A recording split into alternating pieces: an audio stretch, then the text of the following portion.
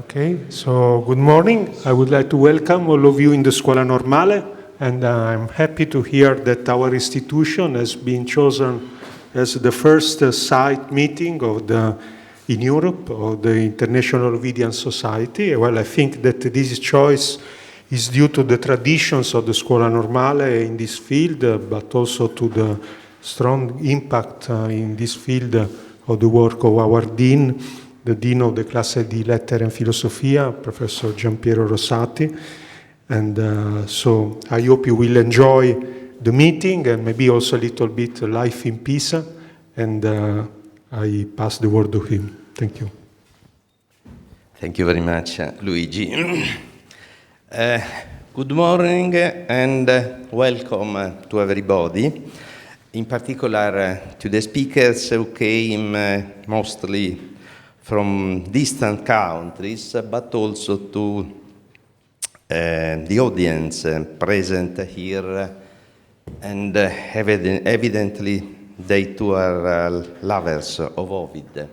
It's a great honor for the Scuola Normale to host this European launch of the new International Ovidian Society.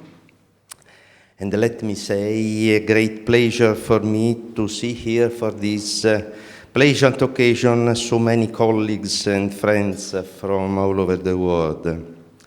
I therefore thank the International Ovidian Society chairs who have chosen Pisa as the venue for its first presentation in Europe. Thank Alison, thank Laurel. Ovidian studies, as we all know, enjoy great favor in the world, and therefore the establishment of an Ovidian society does not arise from the need to promote Ovidian studies, but rather from the opportunity to represent a point of reference of information and meeting in the world. As some of you may remember, the idea of creating an international Ovidian society was conceived casually in Sulmona 2 years ago on the occasion of the bimillenary conference. And seeing now realized what then seemed a distant project and difficult to carry out is a great joy, an achievement for which I thank Alison in particular as the outgoing senior co-chair, and all those who have pursued it with her, as well as I greet the new Ovidian Society chairs, Laurel in particular, who will have to plan its future, a future that is dear to all of us who love Ovid and are interested in his fortunes in the world. So many thanks to all of you for being here. I hope that your stay in Pisa for this conference will be fruitful but also relaxing and pleasant. Thank you to all, and Alison, I give you.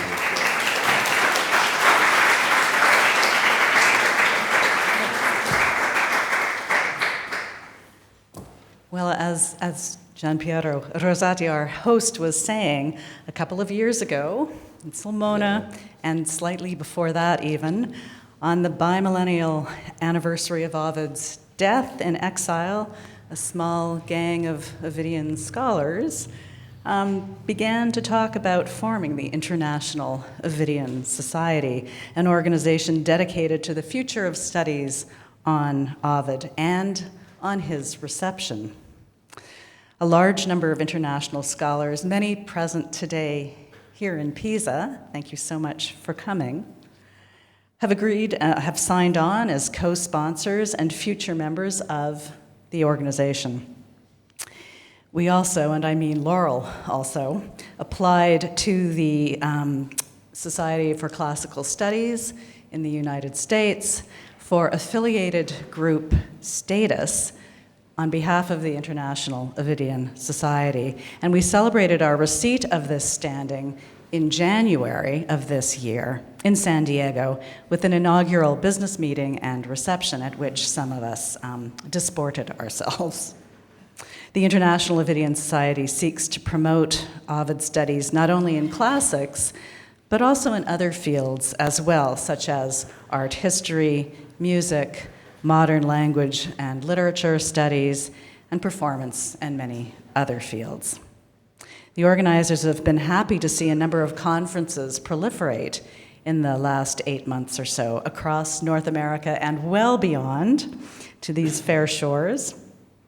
Inaugural IOS panels have been held under the auspices of CAMWS Southern Section in Winston-Salem, North Carolina, last October, at the SCS in San Diego in January, at CANE, the Classical Association of New England, in Worcester, Mass. In March, at the Boston Area Roman Studies Conference, and the WCC panel of CAMWS in Lincoln, Nebraska last April. Even the Classical Association of Canada has managed to host an IOS panel last month at our annual meeting in Hamilton. Also last month, the Columbia Global Center in Beijing hosted a conference on the Ovid and Latin classics in Chinese, and next month, of course, FIAC will feature a session on the dominant female in Ovid's Metamorphoses and her reception. So there are many conferences planned. We've also begun to reach out to scholars and teachers in such organizations as the Modern Language Association, the Renaissance Society of America, the Shakespeare Association of America, and other large associations. And we hope that you will take the opportunity to do so in your national societies as well. Our conference at the Scuola Normale Superiore in Pisa this week is intended to serve as our coming out notice and European launching board for the International Ovidian Society and its future activities in Europe. We hope to attract a wide array of interest and members from Europe, and we will be actively reaching out to younger scholars and graduate students as well. Our panels today and tomorrow are composed chiefly of the senior Ovidianists around the world who, and we want to showcase the work of scholars training the next generation of Ovidian enthusiasts. Our papers today and tomorrow range over the full spectrum of contemporary scholarship on Ovid, from sustained studies of intertextuality, gender, and Augustan politics, to issues of philosophy, ethnicity, imperialism, and, of course, reception. I, for one, cannot wait. So without further ado, I'd like to thank everyone for their participation in this exciting venture, especially our host, Gianpiero Rosati, who answered our call with alacrity and enthusiasm, and has made it possible for us to enjoy both an Ovidian feast and San Ranieri's festa on this happy occasion in Pisa. And so perhaps I shall turn over the podium to Alessandro Schiesaro to begin our first panel. Thank you all for coming.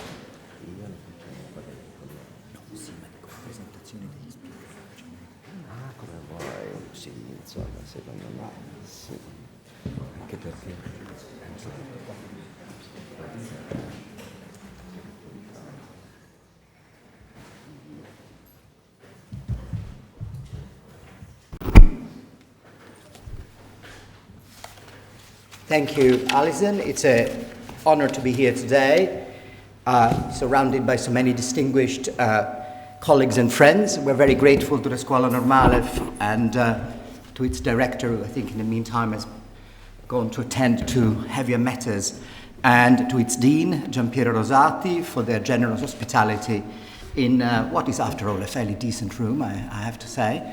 It's a particular pleasure to introduce Gianpiero Rosati, who has been the professor of Latin here since 2013, as well as its Dean of Humanities since 2015.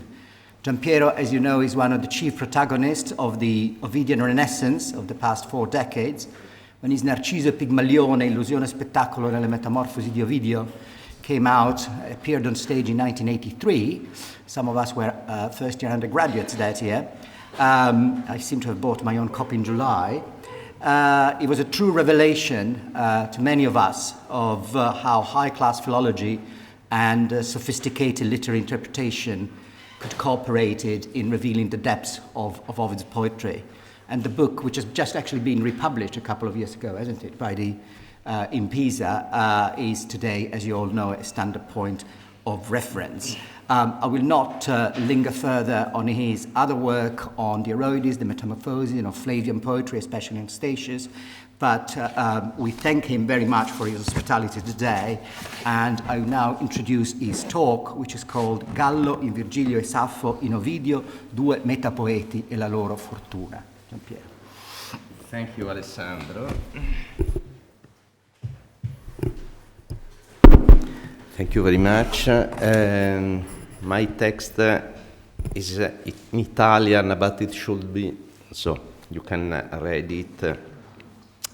Il ruolo metapoetico di Gallo in Virgilio e di Saffo in Ovidio è un dato ormai acquisito nella critica recente. Quello di Gallo trova anche una conferma e una replica in Stazio, in particolare nella Silva 1-2 che Stazio rivolge a un amico poeta, a Runzio Stella, ma su questo ora non mi soffermo. Il punto che io assumo come premessa del mio discorso è quindi la constatazione che in 2 importanti raccolte poetiche augustee, le bucoliche di Virgilio e le Heroides di Ovidio, troviamo come in conclusione 2 figure poetiche, rispettivamente Gallo e Saffo. L'epistola di Saffo appunto la ritengo ovidiana, come 2 figure entrambe sofferenti per una passione non corrisposta, che vengono introdotte a parlare di temi d'amore e sviluppano un discorso in qualche modo parallelo sull'eros e l'elegia e sulla forma più idonea per vivere e cantare l'amore, cioè come scelte di vita e scelte di poesia. Sono state soprattutto Federica Bessone e Thea Thorsen che in tempi recenti hanno rilevato le analogie espressive e di senso che intercorrono tra questi 2 testi. Eppure quel nesso, a me sembra che sia stato già identificato nel mondo antico, in un testo presumibilmente non molto posteriore allo stesso Ovidio, e su questo vorrei soffermarmi. La Lidia, un testo forse del I secolo d.C., di 80 isametri trasmessi senza soluzione di continuità dopo un altro testo dell'Appendix Vergiliana, i 103 isametri delle dire, e con quest'ultimo a lungo confuso per la presenza del nome Lidia anche nelle dire, è il lamento di un innamorato per la perdita della sua donna. La voce che parla è quindi quella di un poeta innamorato e sofferente per l'abbandono della sua Lidia, che è una tipica domina elegiaca. Avete sotto gli occhi il testo nel vostro handout, il testo di questo componimento della Lidia. Una domina elegiaca, dicevo, rappresentata come il suo prototipo anche isometrico Cinzia, ai versi 24-25, quod mea nomme cum dominast, non nulla puella doctior interris fuit aut formosior. Insomma, è la tipica voce di un poeta elegiaco, l'autore della Lidia. Un poeta abituato a soffrire, verso 38, che invidia e vagheggia la condizione felice del mondo agreste e bucolico, nel quale la sua Lidia si è rifugiata e dove tuttavia la donna continua, almeno così il poeta immagina, forse a scopo autoconsolatorio, continua a coltivare la memoria dell'amore elegiaco che ha vissuto con lui e a farne oggetto di poesia ugualmente elegiaca, sia continuando a cantare i versi del poeta. Verso 4, mea submissa meditator carmina voce, così come faceva Cinzia in Properzio 2, 33-38, et mea deducta carmina voce legis, sia componendone lei stessa, Iucundas querelas al verso 19, su cui torneremo, Iucundas querelas. Il contrasto tra il sereno mondo bucolico che accoglie Lidia e la sofferenza di un poeta elegiaco che rimane confinato nel suo orizzonte di dolore non può non ricordare appunto la 10ª ecloga, nella quale il poeta bucolico Virgilio invita l'amico poeta Gallo ad abbandonare le pene d'amore elegiache e a rifugiarsi nel tranquillo ambiente bucolico che il poeta amico Virgilio coltiva. L'autore della Lidia sembra aver ripreso il nucleo tematico dell'ecloga virgiliana e averlo sviluppato attraverso un riuso molto esibito di tessere bucoliche, soprattutto non a caso appunto dalla 10ª ecloga. Si vedono i versi 16-17 della Lidia, mollia prata et gelidi fontes, che è una chiara ripresa da 10:42 di Virgilio, ic gelidi fontes, ic mollia prata. Tessere bucoliche che dicevo sono concentrate nei versi 9-19, una sezione delimitata dal refrain dei versi 8 e 20, in video bis agri, che riprende il verso iniziale del componimento e che definisce lo scenario del nuovo mondo. La domina elegiaca sembra insomma aver realizzato, ma lo ha realizzato lei, la donna amata, e non il poeta amante che non ne era stato capace, il destino rasserenante che Virgilio aveva prospettato all'amico Gallo. Vediamo i versi dal 9 al 19. O fortunatini mium multunque beati, in quibus illa pedis nivoi, o estigia ponet, che è una chiara ripresa anche diciamo il rovesciamento di un verso della 10ª ecloga che dovreste avere in alcuni versi virgiliani elencati al punto 2. Autoros eis viriden digitis decerpseri tuam, dulcinanque tum et non dungui tecula bacco, aut inter varios veneris stipendia flores, membra reclinarit, teneranque illiseri terbam, et secreta meos furtim narrabit amores. Gaudebunt silue, gaudebunt mollia prata, et gelidi fontes, auiunque silentia fient, tardabunt rigui qui c'è un testo probabilmente corrotto, labente scurrite linfe, dumme aiucundas exponat cura querelas. La pathetic fallacy che descrive la partecipazione emotiva della natura ai sentimenti umani è tipica del mondo bucolico. In Virgilio basterà ricordare un verso della 10ª ecloga, appunto non canimus surdis respondent omnia silvae, e ha in Orfeo il suo simbolo. Quella di Orfeo è una figura che nella Lidia emerge vistosamente come paradigma di riferimento per il canto di Lidia, soprattutto ai versi 16-19. Orfeo che come poeta del pianto per l'amata perduta è a sua volta modello del poeta elegiaco, così come in Virgilio lo era stato del resto dello stesso Gallo.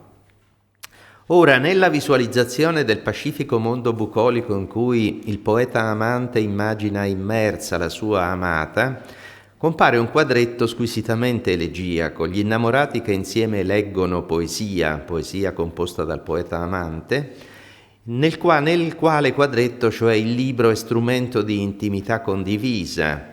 Ricorda Properzio 2, 13, 11, 12, meiu et ingremio doctae legisse poella e auribus et puris scripta probasse mea.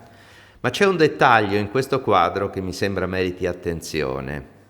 È la descrizione, cioè di Lidia, che si distende tra i fiori, piegando l'erba del prato e racconta, non si capisce se c'è un audience oppure racconta a se stessa, l'amore del poeta, o forse la sua poesia, forse recita i suoi amores. I versi 13-15 appunto, aut inter varios veneris stipendia flores, membra reclinarit teneranque illiseri terbam, et secreta meos furtim, avverbio tipicamente elegiaco, narrabit amores. Questo particolare, che mescola insieme uno scenario bucolico, l'erba che fa da letto agli amanti, è una situazione elegiaca, l'intimità dei loro scambi amorosi che ricorda l'immagine lucreziana delle tenerezze scambiate tra Marte e Venere, un'immagine ripresa più avanti anche nella Lidia, ai versi 66-68, e che forse conferma il ruolo di modello che il passo di Lucrezio avrebbe svolto per Gallo, come vari studiosi hanno supposto, tra cui anche Jacqueline Fabre-Serris, appunto qui presente. Questo quadro, dicevo, ha un precedente nell'epistola Saffos, dove la poetessa raccontava a Faone la sua ricerca delle tracce fisiche del passato felice con lui. Sono i versi 147-52 dell'epistola di Saffo. Cognovi pressas notimi caspiti serbas, de nostro curvum pondere gramen eratte. Incubuite tigique locunque a parte fuisti, grata prius lacrimas, combibiterba meas. Quine tiam rami positis lugere guidentur frondibus, et nullae dulce queruntur aues. Se il pianto degli alberi attorno a Saffo in lacrime richiama l'analogo con pianto dei boschi e della natura virgiliana tutta per il dolore di Gallo, sono i celebri versi 13-15 della 10ª ecloga, ille tiam laurie, tiam fleguere mirica, e pini ferille tiam sola subrupi acentem, maina luset gelidi fleguerunt saxa licae.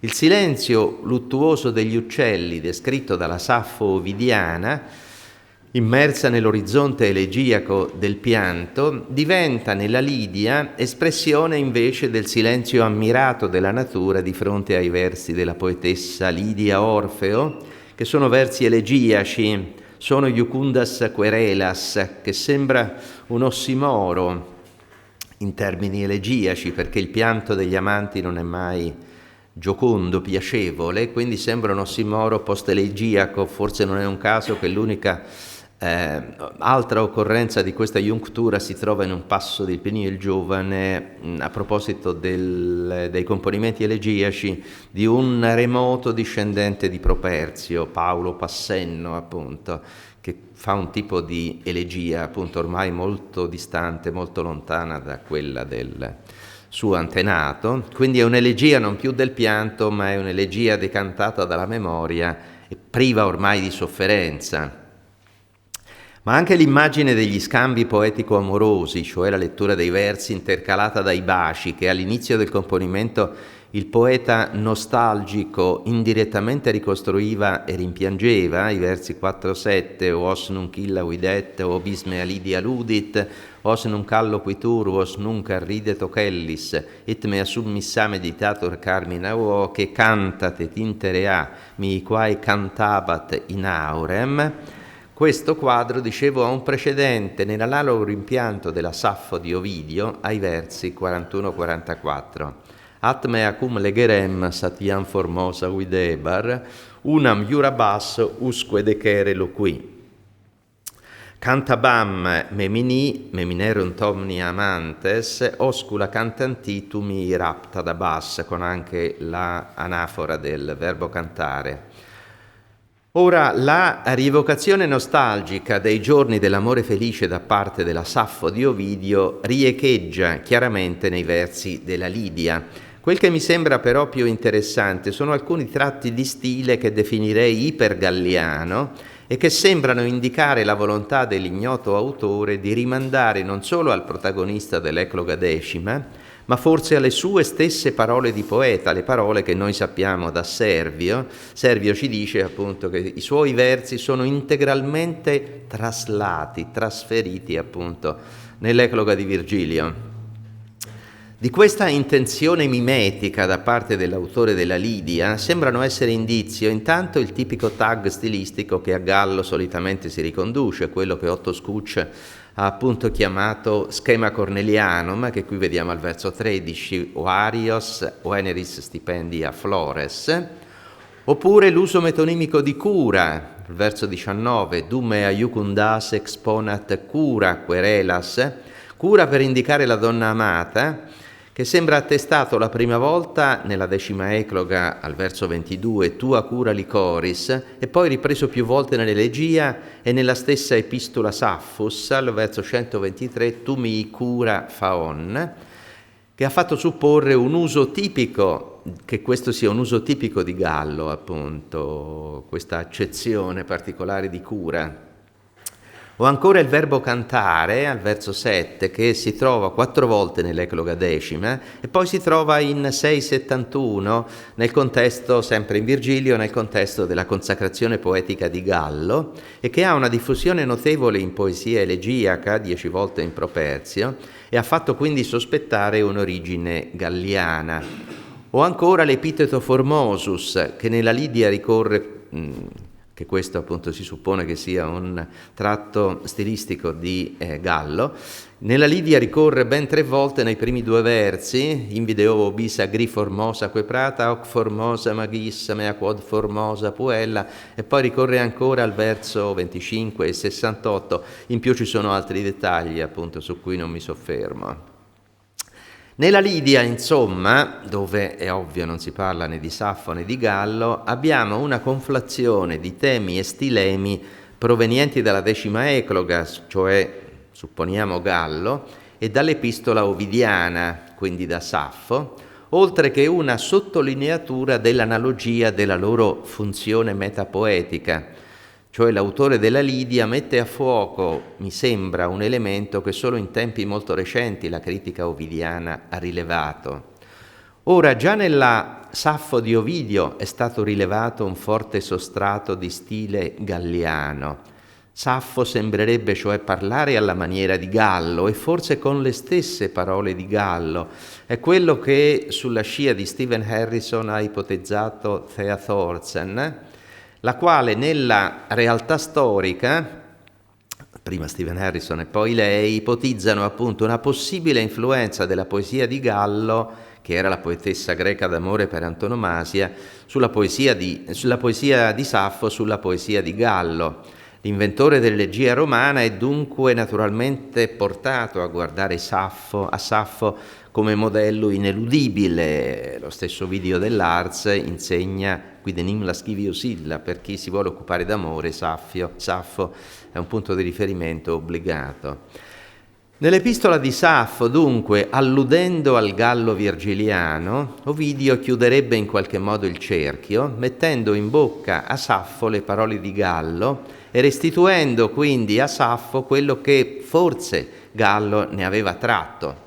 Ovviamente tutto questo è altamente speculativo in assenza del testo concreto di Gallo, di cui abbiamo così poco.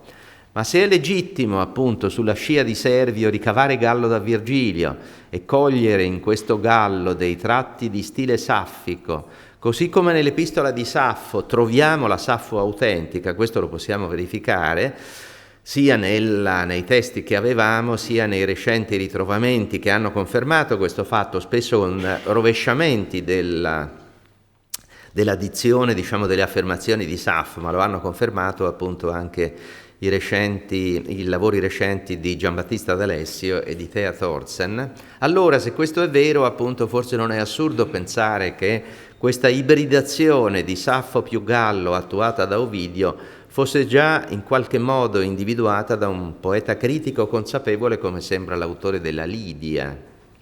Nell'epistola di Saffo, Ovidio aveva legato insieme le conversioni speculari di 2 poeti, il poeta elegiaco Gallo e la poetessa lirica Saffo, le aveva legate al genere letterario del poeta ospitante, rispettivamente la bucolica in Virgilio e l'elegia in Ovidio. E il poeta della Lidia sembra appunto aver colto l'analogia dell'operazione e delle situazioni.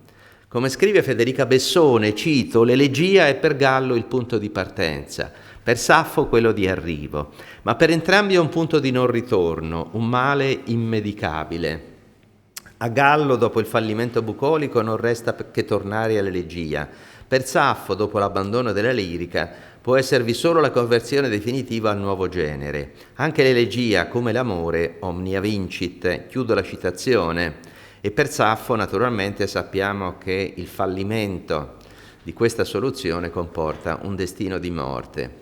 Quindi sia il rapporto intertestuale, sia l'analogia di funzione tra Gallo e Saffo, che ricordo chiudevano rispettivamente le ecloghe e le eroides, dovevano essere già chiari all'autore della Lidia, che leggeva nell'epistola di Saffo un richiamo al Gallo della decima ecloga È un'assimilazione della poetessa lirica greca al poeta padre dell'elegia latina e prototipo del poeta amante. Alla sconfitta di Gallo, che non sa abbandonare l'elegia e il suo destino di sofferenza, corrisponde la sconfitta di Saffo e la sua morte. Curiosamente, il suicidio è lo stesso destino che, seppure per altri motivi, nella realtà storica attendeva Gallo alcuni anni, un quindicennio, grosso modo dopo le ecloghe. Secondo Dione Cassio, il suicidio di Gallo risalirebbe al 26. E la morte di Saffo, che segna la fine dell'Eroides, chiude anche la stagione dell'elegia, perché dopo l'epistola di Saffo io non credo che gli Eroides siano un'opera della prima giovinezza, ma che si debbano datare all'ultimo decennio del I secolo a.C. Dopo l'epistola di Saffo, dicevo, Ovidio passerà all'elegia didascalica, che in fondo è una dissezione del cadavere di una elegia ormai morta. Altro discorso poi è se la Lidia dia anche una risposta al problema del Gallo virgiliano, cioè l'inconciliabilità tra mondo bucolico e mondo elegiaco.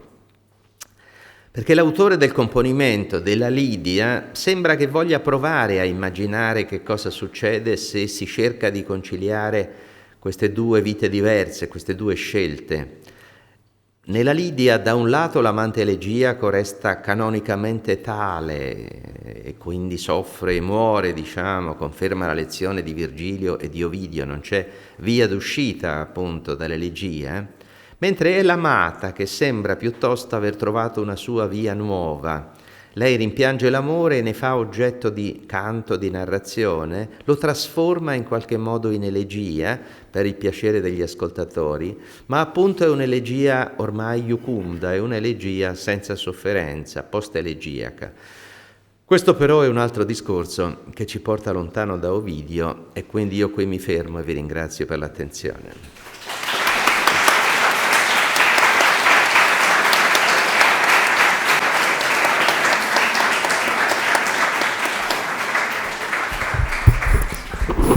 Benissimo, grazie Gianpiero per la tua affascinante relazione, cosa che non succede quasi mai ai convegni. Siamo in anticipo sulla tabella di marcia e quindi avevamo comunque previsto nel programma un po' di tempo per domande, ma a questo punto possiamo anche, avere più tempo, largheggiare iucundamente in queste domande e risposte. Non c'è un microfono, ma la stanza sì, credo... c'è un microfono, ma non so se è necessario. Jacqueline mi pare che avesse... Pronto? Funziona? Ah, c'è il... addirittura c'è...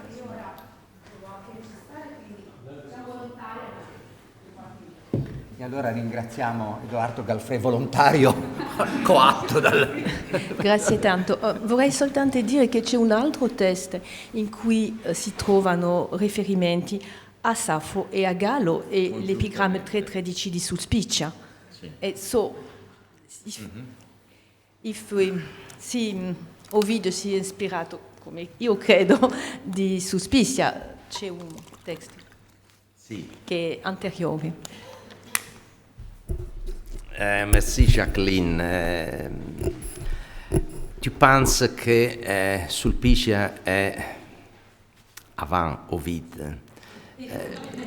Oui, io sì. So che parlerai di questo, appunto, che hai scritto diverse cose sul... No, so che parlerai di Sulpicia, ho letto diverse tue cose su Sulpicia. Io sono meno certo che Sulpicia preceda Ovidio. Sì, certo, questo presuppone naturalmente qualche dubbio sulla Sulpicia storica, ma secondo me è un discorso che va ripreso in dettaglio, quello dei rapporti tra il testo di Sulpicia, il ciclo, di Sulpicia e Ovidio, perché c'è qualche indizio secondo me che può far pensare che sia Sulpicia, chiunque sia, che sia lei, a conoscere Ovidio. Quindi no.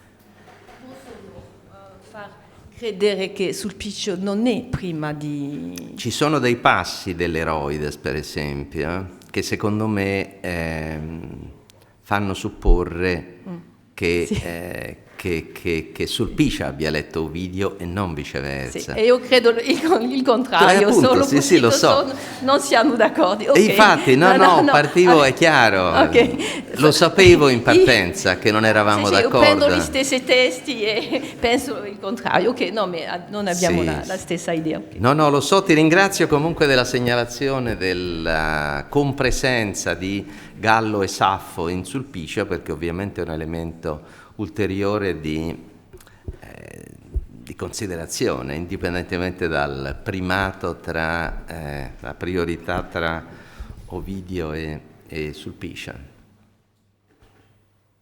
Megan. Grazie, volevo fare una domanda sempre sulla Lidia, forse più virgiliana che ovidiana, notando il fatto che appunto pur nel suo tono fortemente elegiaco, anche ovidiano, la forma non è quella di un'elegia perché è scritta appunto in esametri, sì. E appunto quindi sembrerebbe continuare questo gioco di vedere come sarebbe la vita, il trasferimento nel mondo pastorale dell'elegia, certo. E questo suggestione anche in connessione con un testo come le Dire, che è un'altra reinterpretazione di un'altra situazione bucolica virgiliana, questa volta la spartizione dei campi, quindi appunto che sia la Dire che la Lidia scelgano due temi virgiliani e li sviluppino, in questo caso della Lidia, anche in ottica elegiaca e attraverso Ovidio. Sì, molte grazie, questa è una giusta osservazione. È chiaro che questa osservazione andrebbe inserita in un discorso generale sulla Lidia, su che cos'è la Lidia e su come risponde anche al dilemma della decima ecloga, appunto, il passaggio dell'elegia nel mondo pastorale. È possibile, non è possibile, appunto. Io credo che qui ci sia una qualche forma di risposta, però curiosamente diciamo la risposta non riguarda il poeta, riguarda la donna amata, che è a sua volta poetessa naturalmente, è la Cinzia della situazione, ma certamente il passaggio dall'elegia all'esametro, diciamo dal distico all'esametro, fa parte del gioco, indubbiamente. Grazie. Andrew.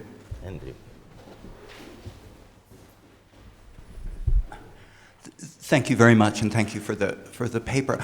I was just wondering whether, as I read all the description of gathering flowers, I'm wondering how the bucolic, by this stage, had already become a figure for the notion of the anthology.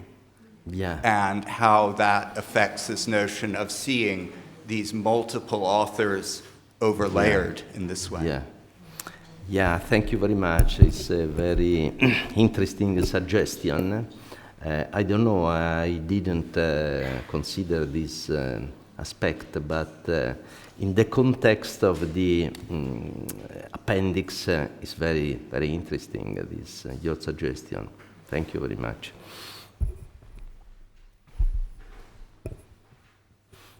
Forse possiamo? Sì, okay. Bene, allora vi inviterei a ringraziare nuovamente Gianpiero per questa eccellente introduzione ai nostri lavori.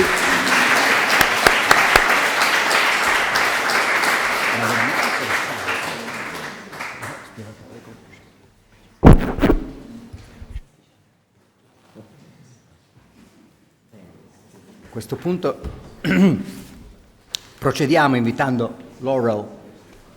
Yes, it's you. you seem surprised. It's a bit earlier than expected, but. So, are you projecting it? Right, but that means no electricity. This one glass of water. So I'll give you a glass of water.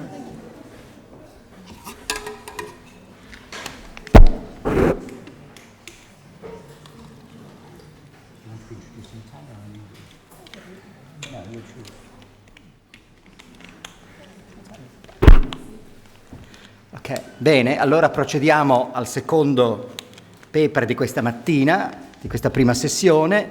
È un grande piacere presentarvi Laurel Fulkerson, che è Professor of Classics a Florida State University, dove è anche vicepresidente per la ricerca e dirige il Classical Journal, che come sapete è una delle riviste più antiche e più quotate nel nostro settore. Laurel Fulkerson è l'autrice e la curatrice di molti volumi e ne cito solo 3 un po' per pertinenza rispetto al tema di oggi, un po' perché sarebbe lungo elencarli tutti. Il primo, che voi tutti conoscete, che ha impresso una svolta significativa alla nostra lettura delle Eroidi, è The Ovidian Heroine as Author, Reading, Writing, Communicating the Eroides, che è stato pubblicato da Cambridge nel 2005. Un secondo volume più recente, anch'esso molto importante, è un ampio commento all'Appendix di Bulliana, pubblicato un paio di anni fa da Oxford, e in temi diciamo para-ovidiani o non ovidiani c'è un libro che a me piace moltissimo e che è No Regrets, Remorse in Classical Antiquity, che diciamo segnala l'interesse di Laurel per un altro filone di ricerca distinto di fatto da quello ovidiano e anche per certi aspetti da quello letterario, che è lo studio delle emozioni, ambito nel quale Laurel ha anche curato una serie di interessanti volumi e di convegni. Quindi è un grande piacere averla qua oggi, sia nella sua veste di studiosa, sia nella sua veste di outgoing, did I get it right? Incoming. Well, I was bound to get it wrong. The incoming president is in and out, so it's a polar error, isn't it? So I was bound to get it wrong. Anyway, perhaps you should say, president of the International Having Society, you can't go wrong, che è stato effettivamente un'impresa, diciamo, a molte mani, a molti voci, ma in cui Laurel ha avuto un ruolo determinante e si sta vedendo anche un pochettino, grazie all'elenco di iniziative che ha fatto Alison all'inizio, si sta vedendo quale impatto, quale importanza stia avendo letteralmente a livello globale, oserei dire, negli studi su Ovidio e in generale sugli studi del mondo classico. Oggi Laurel ci parlerà di Trapped Between Scylla and Cyrus, a study in genre and poetic composition, and I don't think there is a text, so you have to focus on the speaker and the words. Laurel Fulkerson. Thank you very much. Thank you to our hosts. Thank you to everyone who's come to this beautiful venue. I'm particularly pleased by Gianpiero Rosati's slightly speculative paper, as it gives me permission to go out much further on an entirely different limb. So here we go. I want to talk today about the well-explored relationship between the pseudo-Virgilian Cyrus and Ovid's Scylla episode in Book 8 of the Metamorphoses. But this paper is not a study of Prioritätsbestimmung, or who stole what from whom. There are very many such studies. I've put a few on your bibliography. They tend to be, whatever they come up with, they tend to be fairly confident that they have got it right. And one of the things that I've noticed, the more time I spend reading these and other studies, the less I share that confidence. Generally speaking, I find these studies unconvincing, not least because they disagree about the criteria that are to be used in determining priority. And Boehmer's actually got a nice, in his commentary, he's got a nice sort of discursus on how difficult such questions are in terms of the Scylla episode. So my work here today is slightly aporetic. I'm hoping to offer a different kind of treatment of Ovidian intertextuality vis-a-vis pseudepigraphic poetry from the kind that is usually done. More specifically, I'm going to explore the mutually reinforcing gaps in our two Scylla narratives, the places where one poet does not treat, we could even say that each poet omits, a portion of the story that is prominently featured in the other poet. These gaps usually are taken as clues to which author is derivative, but what I want to do today is examine them to see what they can tell us about generic differences. It turns out that in fact each poem leaves out key elements of the story such that we might think both are composing with an eye to each other, or at least that priority is not the only or the most significant factor in their relative compositional choices. One of the stories of Scylla is an episode set into a larger narrative, the other a self-standing epilion. And what I'd like to do with you today is to think through the assumption that whichever poet it is who is the first author, I do see that one of them must have been before the other, that each of them is writing according to the norms of his chosen genre. Through this generically based lens, we discover that the Scylla episode is fairly Ovidian, that particularly Ovidian combination of elegiac and epic we find throughout the Metamorphoses, while the Syrus is what we might, for convenience, call neoteric epilion. This is the first bomb I'm throwing into the audience. We can certainly talk later about what makes an epilion, but I don't want to go into details at the moment. On handout 2, I've given you some kind of things that people tend to agree appear in epilia. And of course, part of the problem is we haven't really got any epilia. We have one or two, and bits of others.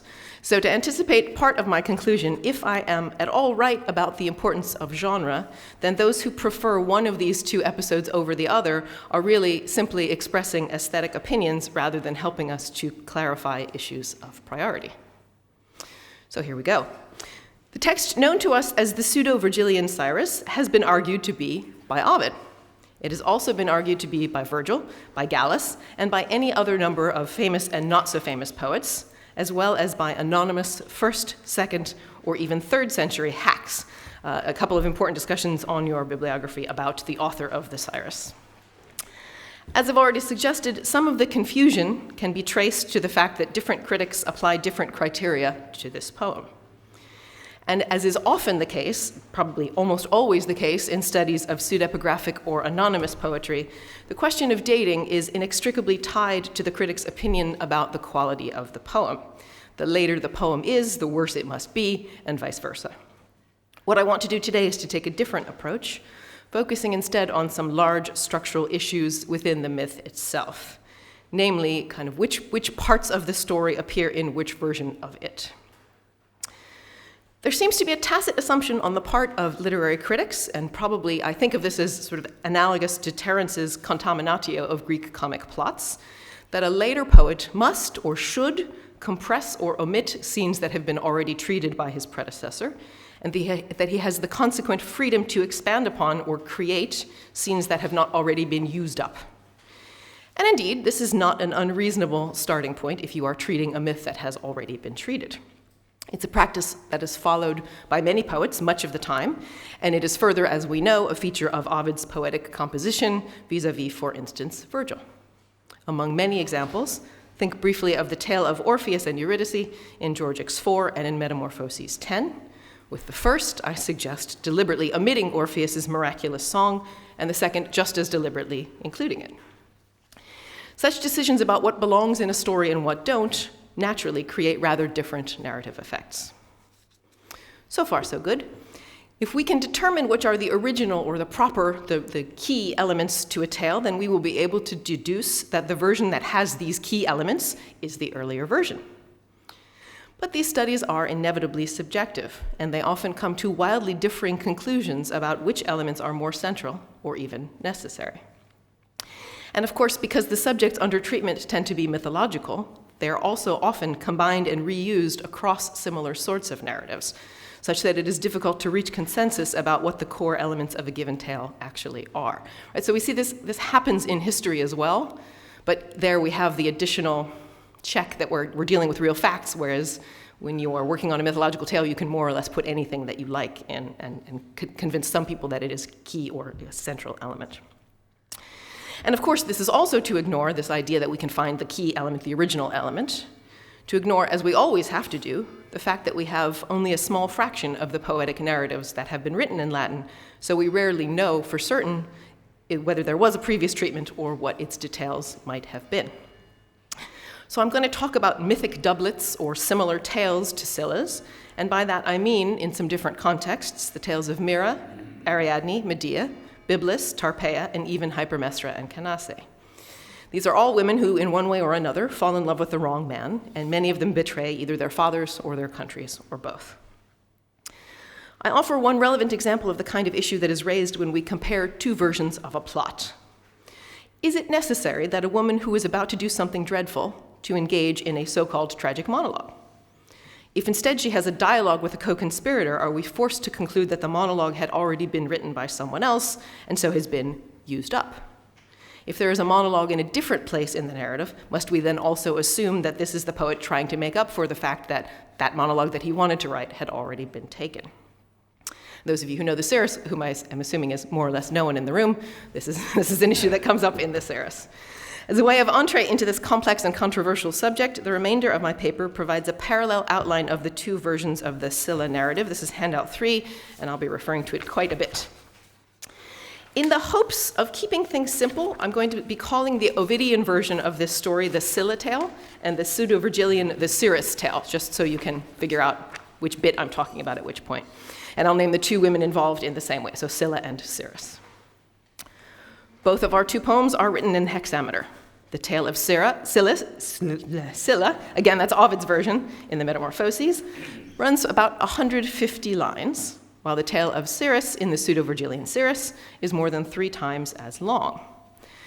As you'll see, so what I've done on the handout is sort of underline the things that are, in my opinion, not central, that is, that might have been added later. The Serris is full of what we might consider digressions, or, to put the matter somewhat less disparagingly, it contains several inset narratives and encapsulated allusions to other myths. And of course, already, this is a subjective matter, what belongs and what doesn't belong. I've tried to be fairly conservative. I've subtracted out the metapoetic prologue, about 100 lines, and the inset tale of Carme's daughter, Britomartis. That still leaves us, though, with over twice as many lines in the Serris as in the Metamorphoses passage. Some of you also might object, for instance, in the Serris narrative, as inessential to the magic ritual, the travelogue, and the address to Nisus as extraneous to the matter at hand. On the other hand, some of you might think those are the important elements of this tale. In any case, the point that I want to make is that their different lengths allow the Serris to take a more leisurely attitude toward its subject than the Metamorphoses 10 version, such that these potentially superfluous subjects can be included. And indeed, this relative leisure is a key feature of Neoteric poems, which, as a matter of fact, seem to regularly include at least one inset narrative. The relative lengths may tell us something about the chronology of the two poems, but then again, they may not. If one story were chronologically dependent upon the other, we might expect the later poet, Ovid, for instance, to feel comfortable abbreviating, since the story had already been told in some detail. But on the other hand, a later poet, the Pseudo-Vergilian author of the Serris, might feel compelled to add new and interesting features to make it worth reading, as we see in the Serris. So length is not necessarily a feature that helps us particularly. And of course, you'll know this from reading the Metamorphoses, in which some examples, right, there are particular reasons, but there's no obvious reason why one story gets 20 lines and another story gets 200. I haven't got the chance today to say very much about the fact that in the Metamorphoses, Ovid is inventing a new kind of hybrid genre, and this is the first limb I'm sort of wandering out on. I'm acting as if we know what genre the Metamorphoses is and that it exists, and I'm not sure that's true.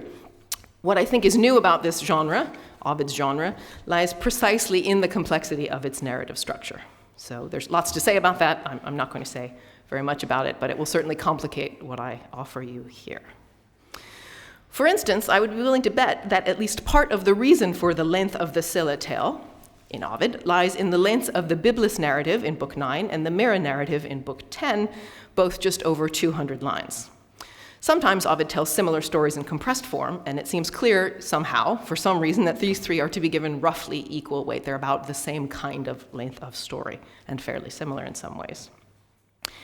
So too, speaking of genre, as I've said, what a Neoteric epilion is a matter of some debate. Again, handout number 2, fairly uncontroversial.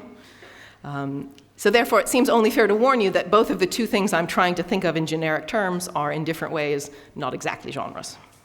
So let's look more closely at the plot elements of the two stories, skipping over the underlined bits, which are only in the Serris.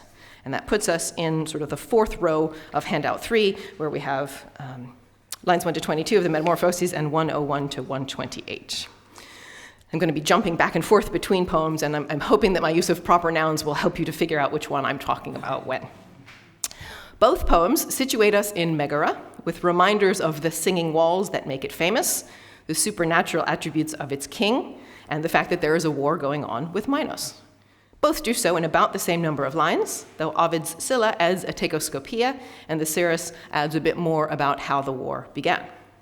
One row down, fifth row on the handout, we hear about the girl's infatuation with Minos, in Ovid's Scylla, with a description of his appearance, and in the Pseudo-Vergilian Cyrus, mention of her observation of him from the walls, and a lengthy discussion about where this infatuation came from and whether it is culpable or not, along with her symptoms. So the sort of tegoskopia has been replaced by a different kind of thing in Ovid, in the Cyrus.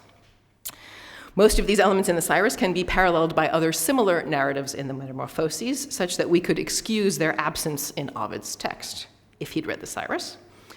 The one that cannot, interestingly, is what we might call the moral aspect of the question. The poet of the Cyrus is extremely interested in whether she is to blame for what she has done and how much she is to blame and sort of how much free will she really had. It's one of his most significant concerns throughout the poem, beginning, middle, and end. Evidence does not permit us to conclude whether such moral questions feature in Epilia as a whole. What we can say is that they tend to tell stories of excessive or unusual behavior that might lend themselves to this kind of moralizing. Catullus 64 does not have overt moralizing, but it could certainly be argued that there is a moral message to the poem. Cyrus then provides foreshadowing and a brief address to Nisus. The Metamorphoses, for its part, gives Scylla a tragic monologue, which ends with her fateful decision.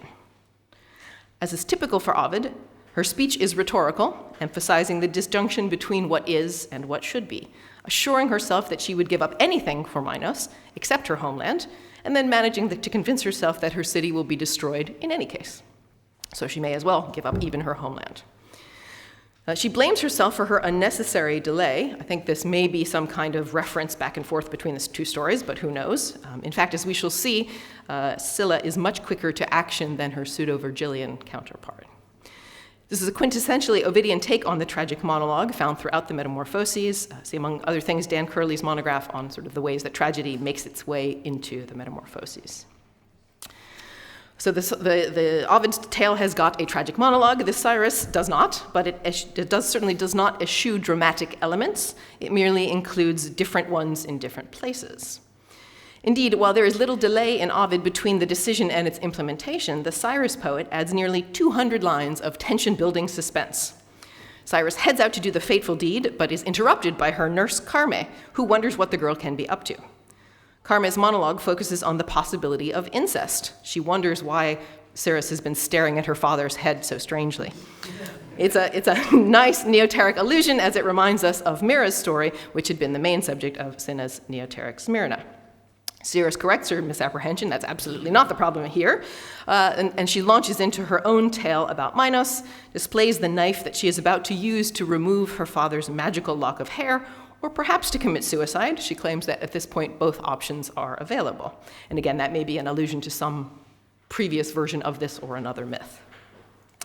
At the mention of the name Minos, Carme, the nurse, delivers a monologue cum lament about his pursuit of her daughter Britomartis, who jumped off a cliff in order to escape his attentions and was metamorphosed into a goddess. This story may well have featured in Cato's neoteric Dictina, of which we have no fragments. And if you like monologues, if you're missing a monologue here, stay tuned, there are more. I'm still in the Pseudo-Vergilian Cyrus. Carme suggests that they try alternate means to accomplish their end, and then she tucks Scylla into bed. The exhausted girl sleeps while her nurse watches over her.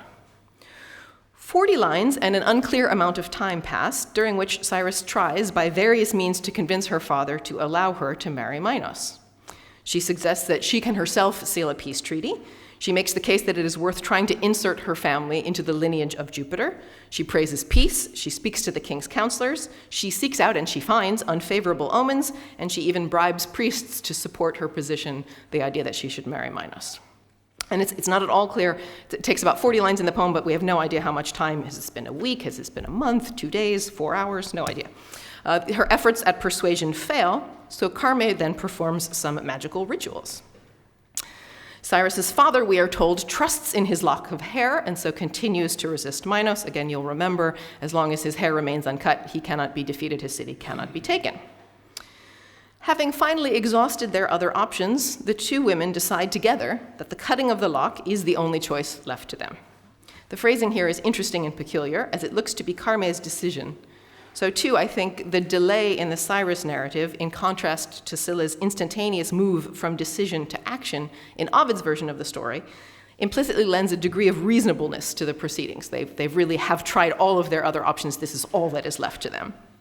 And as if this were not enough, Carme is given further responsibility and motivation in the Pseudo-Vergilian tale. She supports the shearing of the lock because she would like to see her Cretan homeland again before she dies. Here again, I've mentioned this briefly, the poet of the Cyrus is much more interested than Ovid in the Scylla tale in how these decisions get made and who is accountable for the making of them. By contrast, Ovid moves the action along quickly. He calls the deed heu facinus at 885. Finally, I've continued to move down the handout, if you're following along. Finally, at line 386, that is about 300 lines later in this narrative than in Ovid's version, Cyrus removes her father's lock of hair. As in the Ovidian version, interestingly, this part is told so briefly as almost not to be told. It is buried in a triple anaphora of line starting tum, and it is voiced in the passive. In the meantime, Ovid's version clarifies that it is nighttime, but provides limited detail, and before the end of the sentence, Scylla has taken her praeda nefanda to Minos. So in both versions of the narrative, the key moment happens off stage in a manner reminiscent of Greek tragedy.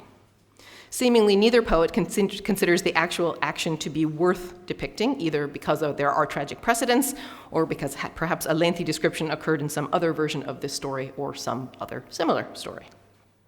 So too, the taking of Megara is encompassed in one of the Cyrus's 3 tums.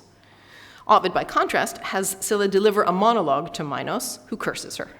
The next sentence has him in his traditional role as lawgiver, from which we can tell, I guess, that Megara has fallen, though the text actually never says this.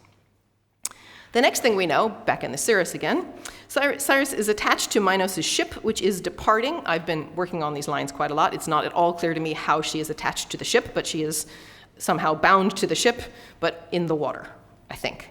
Ovid's version is similar, but unusually, in this poem, more expansive than Pseudo-Vergil's. The fleet is about to take off, and Scylla delivers a monologue about his hard-heartedness. She uses many of the traditional hard-hearted topoi, flint, mountains, etc. She also invokes the Ariadne Medea motif of betraying her family for the man she loves. Scylla also gets in some nice insults of Minos' wife Pasiphae, who she now can see had very good reasons for preferring the bull to her husband. And Cyrus announces that she will not let Minos get away and leaps into the water after him. So much for the metamorphoses. Meanwhile, in the Cyrus, you'll remember Cyrus is already somehow in the water, attached to the ship. There's lots of, it's not at all clear to me what's going on in these lines. Various gods and demigods in the water marvel at Cyrus. She delivers a monologue to them and to the birds with whom she claims kinship via Procne. Like some versions of Ariadne and some versions of Medea, and like Ovid's Scylla, Pseudo-Vergil's Cyrus observes that it would have been suitable for her countrymen to punish her, but the man she has saved owes her his gratitude. But unlike Scylla, Cyrus does not berate Minos for his cruelty. The Cyrus elides the question of whether Cyrus had made some verbal agreement with Minos, but this monologue certainly suggests that there had been one. So again, that's the sort of a thing that appears regularly in Medea, or sometimes not. For his part, Ovid leaves the issue aside, and other similar mythic tales provide no useful information as they vary widely. In the Cyrus, the ship departs and the poet engages in a brief description of the places they pass. That's the travelogue, which might be extraneous or might be very important. As Cyrus grows weary, various sea monsters close in on her. Finally, Amphitrite takes pity on her and turns her into a bird. Her metamorphosis is described with the kind of luxuriant detail that is in keeping with the poem as a whole, the Cyrus, across 17 lines, and which is often found elsewhere in the Metamorphoses, but not in the tale of Scylla. Ovid's own version rushes through Scylla's change in only 2 lines, and Nisus' metamorphosis takes a mere line and a half. And that for Ovid is that. He transitions to Minos' actions back in Crete. The poet of the Cyrus, having emphasized the loneliness of the new bird, then tells us that Jupiter felt Ceres' punishment did not fit the wickedness of her crime, again, that moral question, not least because of Nisus' long-standing piety toward Jupiter. So Jupiter changes Nisus into a sea eagle, again in about half a line, and makes him pursue his daughter forever. The Cyrus ends with an Ovidian kind of just so moral, explaining that this is the cause of the yearly pursuit of one bird by the other. These quasi-Ovidian elements in the Cyrus, incidentally, could certainly be read as similar to what Ovid does with Virgil, wherein the latter poet shows the former to have missed a trick. But they might also reflect Ovid's own belatedness, or have even showed him a way of discussing metamorphosis. So the evidence, once again, does not permit any kind of confident conclusion. All right, it's time for me to conclude. I do realize this has been something of a whirlwind. I hope you've been able to follow me as I jump back and forth between the two stories. My minimal hope for this talk is to have convinced you that it is not quite so easy as some think to determine the relative priority of poetic texts. There are elements in both of these narratives that we might very legitimately think of as essential, the kind of thing you would certainly have included unless someone else had beaten you to it. There are also elements we might think of as derivative, the kind of thing you might only include if the good bits had already been taken. And that leads to my larger point, which is to suggest that the process of picking out the good and original from the not so good and derivative is itself not terribly useful. Instead, I suggest each poet is guided, at least in part, by a sense of what is appropriate to his genre. I feel confident that the differences I have outlined in the two narratives could be used to make a slightly better than plausible case for the priority either of Ovid or of pseudo-Virgil. Indeed, they have already been used to do so. Some of you will favor one hypothesis over the other, but this probably tells us more about what you value in a narrative than which author actually wrote first. Thank you.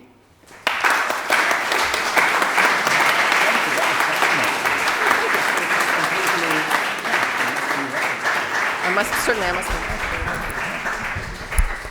Well, thank you very much, Laurel, and thank you very much for complicating not just the issue of Cyrus, which is welcome, but also, I think, more in general, complicating a much larger issue, which is that of relative dative and chronology and imitation, and who is lesser than whom and who is after whom. That was very fascinating. Thank you very much indeed.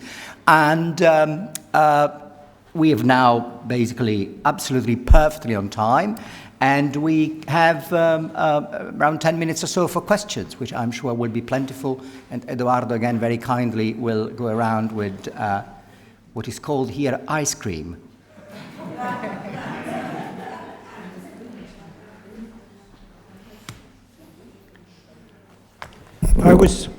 Can you hear me? Yeah. I was wondering why you say one of them must have come first. Are we quite certain that the Cyrus wasn't written by one of Ovid's friends and they might have written simultaneously? The example, I've long thought the problem, everybody worries about which came first, the fourth eclogue or the 16th epode, and they were friends, and I've long thought that maybe they showed each other their drafts and they were written partly in reaction to each other. Yes. And it seems that could be a possibility. We know the names of about 20 of Ovid's fellow poets and so possibly one of them was writing it at the same time. Yes, anyway. Yes, thank you. The example that I always think of is Propertius 4 in the Herodes, right? There's sort of Arethusa. Whoever came up with that, it's a really good idea, and maybe it's not so important. Yes, I'm working very hard to be agnostic here. I think that is certainly a possibility. I wouldn't, because I've fallen in love with the Cyrus, and because we tend to think that earlier poetry is better, I am wanting it to be earlier, but I'm just not sure. Thanks.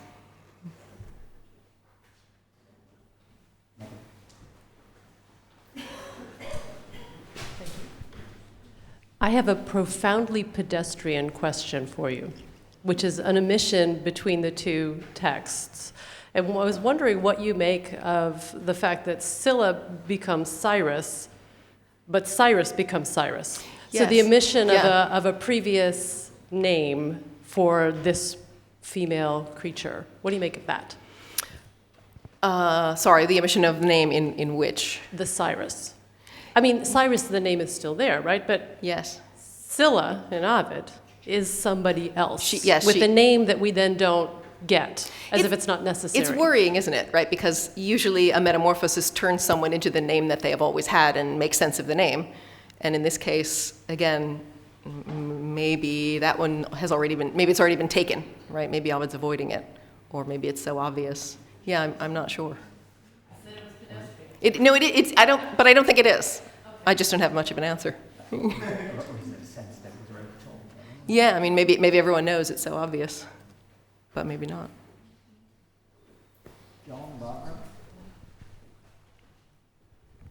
Yes, thank you very much. One part of your paper that I would maybe press back against a little bit is in part because it's just so difficult to get a handle on, is the generic question. Sure. Because, of course, the Metamorphoses, going way, way back, has been thought to be a string of apulia. And in going back to Martini's Kollektivgedicht and Brooks-Otis and so forth. And while, of course, that's an oversimplification, still, both of these share certain elements of the Apuleion, what we call the Apuleion, the monologue, the type of narrative, and so forth. And one of the things that they share, and that the Apulia share, is this aesthetic of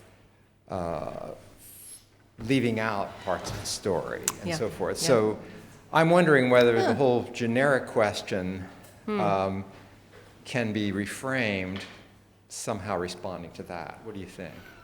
Yeah, I think I like that. I mean, I think there's something about having a whole bunch of apilia that I think makes you feel even freer to pull out bits.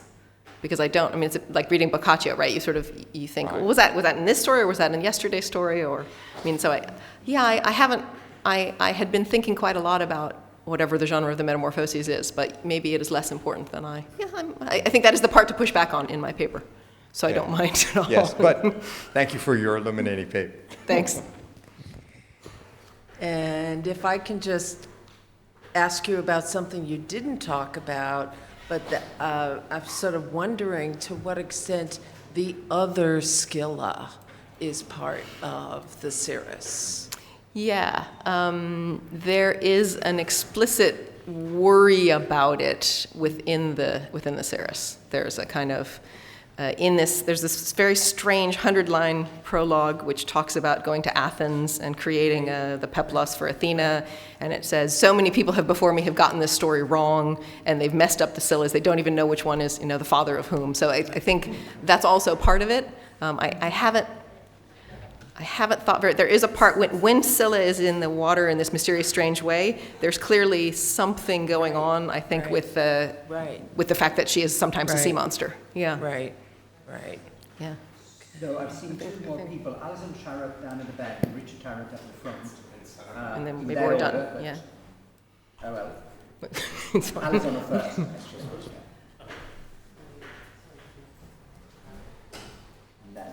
Maybe we're done, yeah. Thank you very much. Laurel, thank you very much for your paper. I'd just like to just agree with and reinforce your agnostic, aporetic, and shall we say, reader-based approach to these questions, I think is extremely important. I'd also like, though, to sort of follow on John Miller's point and slightly push back at it and say, I mean, one of the things that it seems to me is going on with Ovid and the epicness of the Metamorphoses is that any sort of accusation you make against him, to say, this is not epic because X, you can point to something in the poem that shows that he's got a defense ready. There's a battle. Yeah. It's an outrageous defense often, and sometimes even an absurd defense, but nonetheless, the defense is there. Now, and I think you've really, I would hold on to your generic element to this, because you've got, I think, an important point about the way in which this is not an epilion. As so often, it almost seems as though Ovid is pre-knowing, as has of course been said, pre-knowing our critical responses to him, and he's sort of saying, I mean, the way you have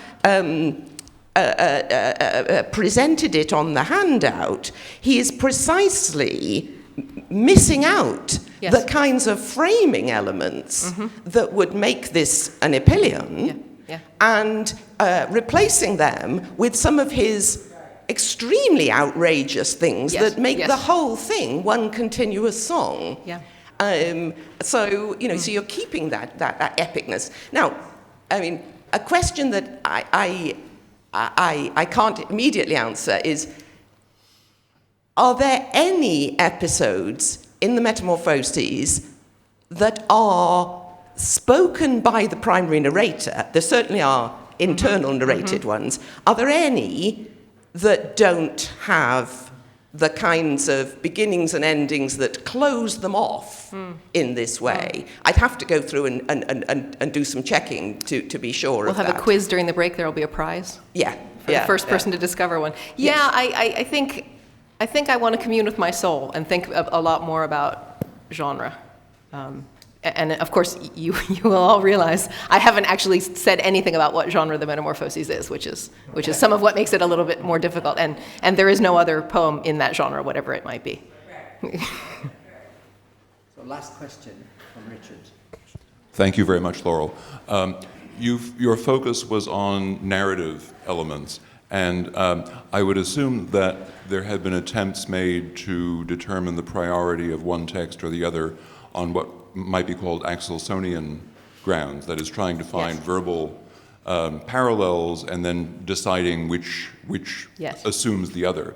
Now, in your view, have these just been inconclusive, or do you have reservations about that methodology just in itself? I do a little. I have some reservations about the methodology. I do too. Well, that's a relief. I have not been entirely upfront about the Cyrus. One of the things that you may not know about it is that it has quotations of whole lines of Virgil, sometimes more than one of them in a row. So it is clearly, well, either post-Virgilian or pre-Virgilian, right? But it certainly knows the eclogues in particular and the Georgics very well.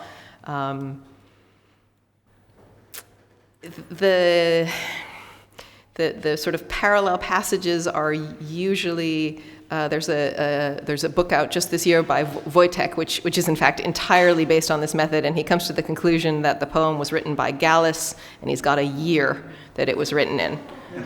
In the summer of whatever it was, right? 15 minutes after the eclogues, but 25 minutes before the. I mean, I don't think that we do this. Not all of us do this very much anymore, but I guess I'm still fighting against that sort of worrying. Yeah, I don't have an answer to you, but I think I'm going to stop talking. Let's thank Laura again, and let's keep talking about it. Thank you very much.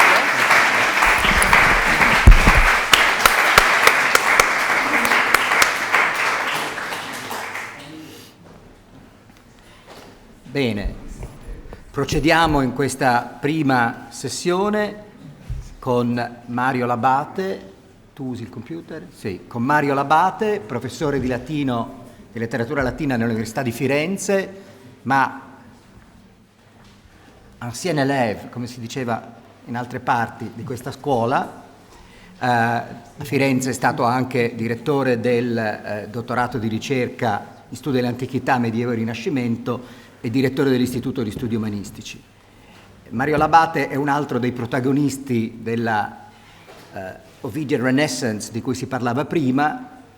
Il suo libro L'arte di farsi amare, modelli culturali e progetto didascalico nell'elegia ovidiana è apparso un anno dopo il Narciso e Pigmalione di Gianpiero Rosati e nello stesso anno della traccia del modello di Alessandro Barchiesi e ha segnato anch'esso una svolta decisiva nello studio dell'elegia ovidiana e soprattutto dell'interazione fra l'aspetto letterario e l'aspetto che si potrebbe chiamare il lato sensu sociopolitico e culturale. Più di recente è l'autore di Passato remoto, età mitiche e identità augustea in Ovidio, pubblicato nel 2010, e ora è hard at work, come si suol dire, ad un commento alla Cena Trimalchionis di Petronio, altro autore sul quale ha dato contributi molto importanti. Il suo intervento di oggi si intitola Le imprese degli eroi, strutture catalogiche nell'Eneide e nelle Metamorfosi. Mario. Grazie.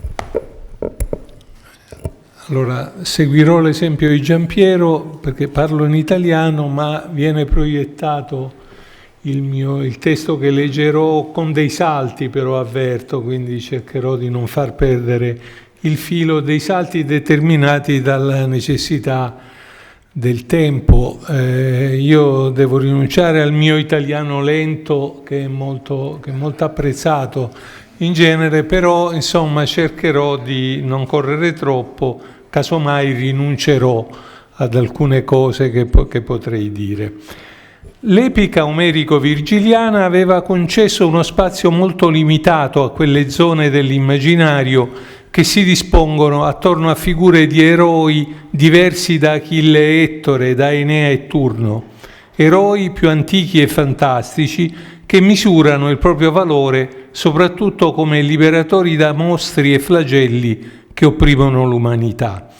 Anche se quasi niente si è salvato da un naufragio in cui il primato del modello omerico-iliadico ha giocato un ruolo non marginale, sappiamo che questi eroi avevano alimentato un'ampia produzione di Eracleidi e di Teseidi, vitale dall'età arcaica all'età ellenistica. In particolare, la poesia ellenistica era attratta da queste zone del mito frequentate dai poeti del ciclo, dalla lirica, dalla tragedia, per rivisitare le quali potevano attingere spunti da filoni meno canonici dell'epos arcaico.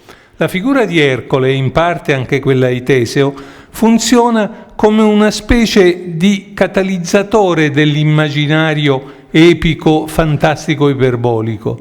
Ma nella tradizione ellenistico-romana le gesta di questi eroi più grandi non erano per lo più destinati a occupare da protagonisti la narrazione di un grande poema epico, ma piuttosto a essere chiamati in scena episodicamente o addirittura marginalmente. Si potrebbe anzi supporre che proprio le obiezioni di Aristotele relative alla mancanza di vera unitarietà di quei poemi, il cui progetto narrativo comprendeva tutte le diverse storie relative a un unico personaggio, segnalasse di fatto il ricchissimo materiale mitico relativo a questi eroi come particolarmente indicato per una utilizzazione episodica in narrazioni epiche di compasso ridotto o attraverso una presenza obliqua in storie di carattere diverso.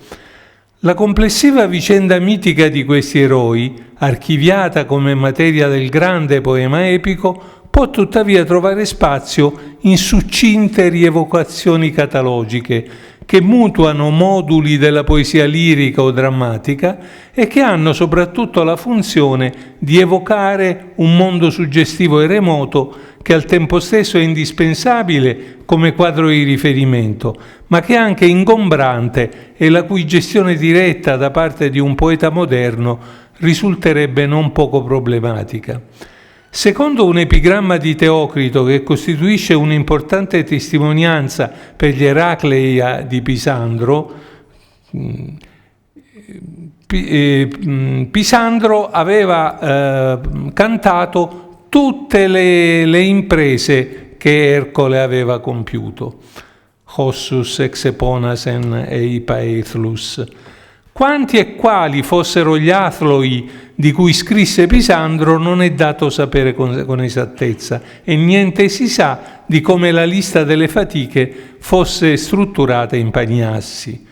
Serie consistenti, variabili per numero e ordine, ci sono testimoniate in Sofocle e Euripide e varie testimonianze letterarie, ma figurative anche, ci fanno pensare a una progressiva fissazione nel V secolo di un elenco canonico di imprese che ne identificava 12 come quelle compiute al servizio di Euristeo, cui se ne aggiungevano numerose altre variamente collocate nella cronologia relativa del mito.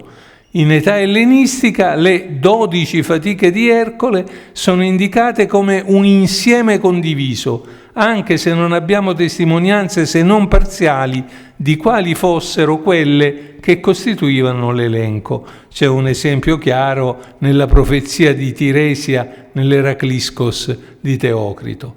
La serie canonica si stabilizza con differenze ormai lievi solo in fonti, soprattutto mitografiche, di età tarda.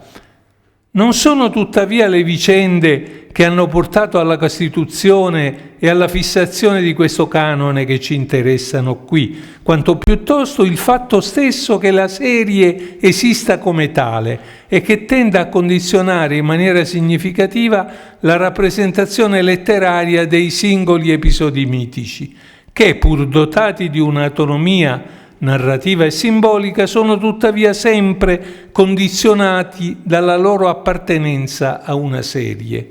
Gli eroi come Ercole e Teseo sono cioè protagonisti di singole storie che sono in sé concluse, ma che al tempo stesso condividono un marchio di serialità, rimandano le une alle altre, passate e future nella cronologia del mito, perché da tutte assieme risulti quella fisionomia di eroe liberatore e benefattore dell'umanità che diviene il prototipo di ogni personalità eccezionale destinata, dopo un percorso cominciato nella culla e finito sulla pira funebre, all'assunzione in cielo fra gli dei. Che la vicenda degli eroi dell'epica possa essere costituita da una pluralità di episodi è naturalmente una caratteristica che riguarda più in generale il poema di viaggio e di avventure.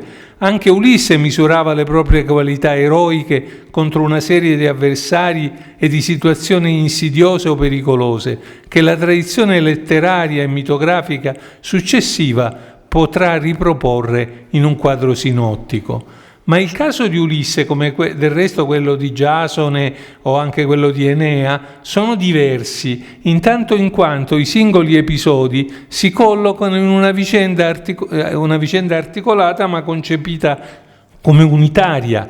Il Nostos di Ulisse, il viaggio degli Argonauti, il viaggio Nostos di Enea. Dal punto di vista formale, la serie degli episodi può essere dunque rappresentata come un più o meno succinto riassunto dell'opera. Ora non abbiamo tempo di analizzare questo aspetto, quindi scorro velocemente e passo a dire che comunque la forma del riassunto di narrazioni epiche aristotelicamente unitarie è suscettibile di essere inglobata in strutture narrative più ampie. Nelle Metamorfosi Ovidio, come è ben noto, sperimenta in maniera originale questa possibilità nella piccola Eneide dei libri 13-14, in cui un sintetico abrégé virgiliano del viaggio di Enea costituisce un canovaccio in cui inserire storie di metamorfosi. Per quanto riguarda invece gli eroi più grandi, come sono abituato a chiamarli, la poesia augustea, sia con Virgilio che con Ovidio, sceglie una strada diversa, quella della narrazione ampia di singoli episodi, in cui si dispiegano le qualità eroiche del personaggio. Ercole contro Caco in Virgilio, Ercole contro Acheloo, Ercole contro Nesso in Ovidio, ma al tempo stesso senza rinunciare alla possibilità, anzi quasi alla necessità, di un riferimento trasversale ad altre storie della serie e anzi alla serie nel suo complesso. Nella lotta tra Ercole e Acheloo sono anzitutto le capacità metamorfiche del dio fluviale, oltre a motivare l'accoglimento proprio di questa impresa fra quelle che hanno particolare diritto di cittadinanza nel poema, che sono occasione di un ironico intreccio con le fatiche canoniche. Impotente, scusate, io non sono molto abile a gestire. Allora, impotente di fronte alla forza preponderante dell'avversario, Acheloo ricorre alle sue artes trasformandosi in serpente per sgusciare dalla presa e minacciare l'eroe nella sua nuova forma. È appunto la serie delle sue imprese che permette a Ercole di mettere in ridicolo questa presunta minaccia, estraendo da essa, dalla serie, una subcategoria specifica, Ercole contro i serpenti, che comincia con la sua performance di bambino e culmina con la spettacolare impresa dell'Idra di Lerna, che Ercole stesso rievoca con virtuosistica abilità narrativa nella descrizione del prodigioso rigenerarsi del mostro, ma con singolare reticenza sul modo in cui egli ne aveva avuto ragione, con il determinante aiuto di Iolao. Il poliptoto, costituito da un verbo di forma finita, ripreso da un participio, domui domitanque reclusi, ostenta appunto una facilità estrema dell'operazione di fronte all'estrema difficoltà dell'impresa. Ecco qui, scusate. Un riferimento trasversale implicito a un'altra impresa della serie è probabilmente da ravvisare nel successivo momento della lotta di Ercole con Acheloo, quando il dio fluviale ricorre alla sua estrema risorsa, la trasformazione in toro. È verosimile a questo punto presupporre un lettore di Ovidio in grado di creare da se stesso una subcategoria Ercole contro il toro, che richiamasse quella che nel computo tradizionale era considerata come la settima fatica, il toro di Creta, quella, fra l'altro, che più direttamente di altre creava una sovrapposizione fra i due eroi liberatori, se è vero che la più nota, o perlomeno la più letterariamente prestigiosa delle imprese di Teseo, narratario della storia raccontata dallo sconfitto Acheloo, è appunto il toro di Maratona, che era considerato lo stesso mostruoso animale precedentemente catturato da Ercole a Creta. Nell'Eneide l'impresa di Ercole contro Caco è immaginata come un appendice della decima fatica, l'uccisione all'estremo occidente del mondo di Gerione e la cattura del suo bestiame. Il corpo a corpo poderoso con cui Ercole riesce a ridurre all'impotenza e uccidere il suo infernale avversario incrocia per tratti significativi lo scontro con Anteo, con Acheloo, con il leone Nemeo stesso. Più ancora conta il fatto che, a conclusione del racconto di Evandro, è la serie nel suo complesso che viene evocata come quella cui ora l'uccisione di Caco si aggiunge come ulteriore fatica.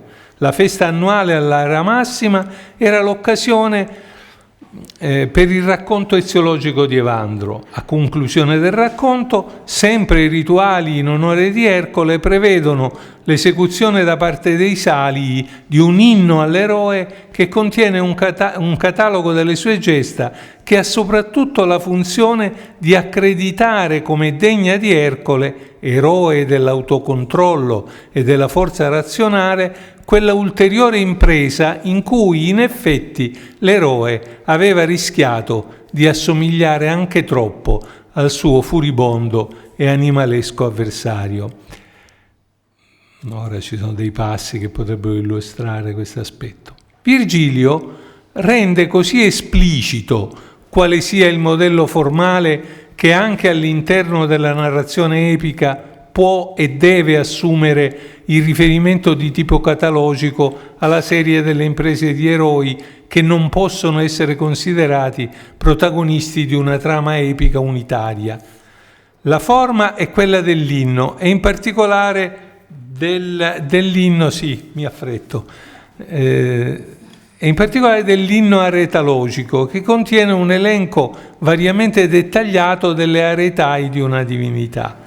Il catalogo degli atloi di Ercole del Carmen Saliare virgiliano è contenuto in un canto corale che riguarda laudes Herculea et facta, le gesta gloriose di Ercole, riferite prima in forma indiretta, ut, ut, ut, poi con un inno al dio nel du stil e le altre caratteristiche formali della preghiera.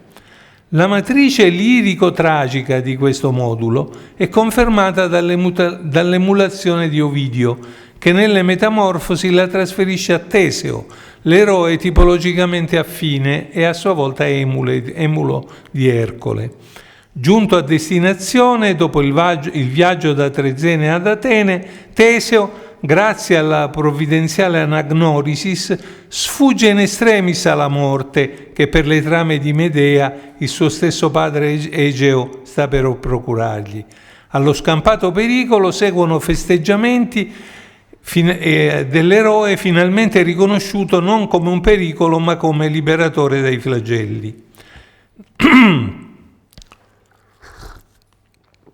Nel ditirambo quarto di Bacchilide, un resoconto delle imprese di Teseo nell'Istmo era contenuto nella seconda strofe del dialogo lirico in cui Egeo risponde al coro degli ateniesi preoccupati dallo squillo di tromba che ha appena risognato. Egeo riferisce quanto a sua volta ha riferito un araldo che aveva narrato le indescrivibili imprese di un uomo possente. In Bacchilide la serie rispetta la struttura narrativa del resoconto dell'araldo. Egeo, del resto, esprime ancora incertezza e timore sul possibile esito della vicenda. Pericolo o salvezza al pericolo? Non sappiamo, tra l'altro, come, tralascio un accenno a Albinovano Pedone che aveva scritto un poema su Teseo. Nelle Metamorfosi, come nell'Eneide per Ercole, dopo il riconoscimento che ha dissipato le inquietudini di Egeo, si celebra la gratitudine al liberatore e il sollievo per lo scampato Nefas nella forma solenne dell'inno in du stil, che è appunto la più opportuna a presentare il catalogo degli atloi dell'eroe. Questi moduli lirici nella celebrazione delle imprese degli eroi avevano un punto di snodo fondamentale nel primo stasimo dell'Eracle di Euripide. Caratteristica di questo celebre canto corale dedicato alla fatica dell'eroe è quella di essere in bilico tra due possibili funzioni, quella di celebrazione e glorificazione e quella di lamento funebre. Come Anfitrione annunciava nel prologo, Eracle ha portato a termine le altre fatiche, ma per l'ultima è andato nell'Ade attraverso la bocca del Tenero per condurre alla luce il Cane dal triplice corpo e non è più tornato. Da questa situazione drammatica scaturisce la commistione di moduli innici e moduli trenodici che appunto caratterizza il catalogo di 12 imprese che non abbiamo tempo di analizzare. Approfittando di questa duplice possibilità, quindi innica e trenodica, Ovidio rinuncia per le imprese di Ercole alla modalità innica che Virgilio aveva utilizzato per Ercole e lui stesso aveva utilizzato per Teseo, accentuando piuttosto la modalità trenodica. Infatti, secondo una suggestione del grande monologo dell'eroe straziato dalla sofferenza delle trachinie di Sofocle, versi 1046-111, il poeta delle Metamorfosi trasferisce, diciamo così, il catalogo delle imprese nel luogo in cui avviene lo strazio del corpo di Eracle tra l'Eubea e il Monte Eta. E appunto nelle Metamorfosi Ercole rivolge a se stesso e al suo corpo, tra ishtil e apostrofe, una specie di lamento funebre che oppone all'accanimento della divinità persecutrice un ben più ampio catalogo di imprese. Ne sono enumerate ben 16 rispetto alle 6 di Sofocle, che sembra mettere in discussione ogni possibile teodicea. Io dicevo, vorrei concludere con, e invece concludo, perché, segnalo solo che molto interessante sarebbe avere il tempo di analizzare quale funzione abbia il catalogo delle imprese di Ercole nell'epistola di Deianira, che appunto, secondo la poetica dell'Eroides, propone il punto di vista femminile rispetto al mondo dell'epica e della tragedia, ma avendo incautamente consumato tutto il mio tempo, ve la risparmio. Grazie.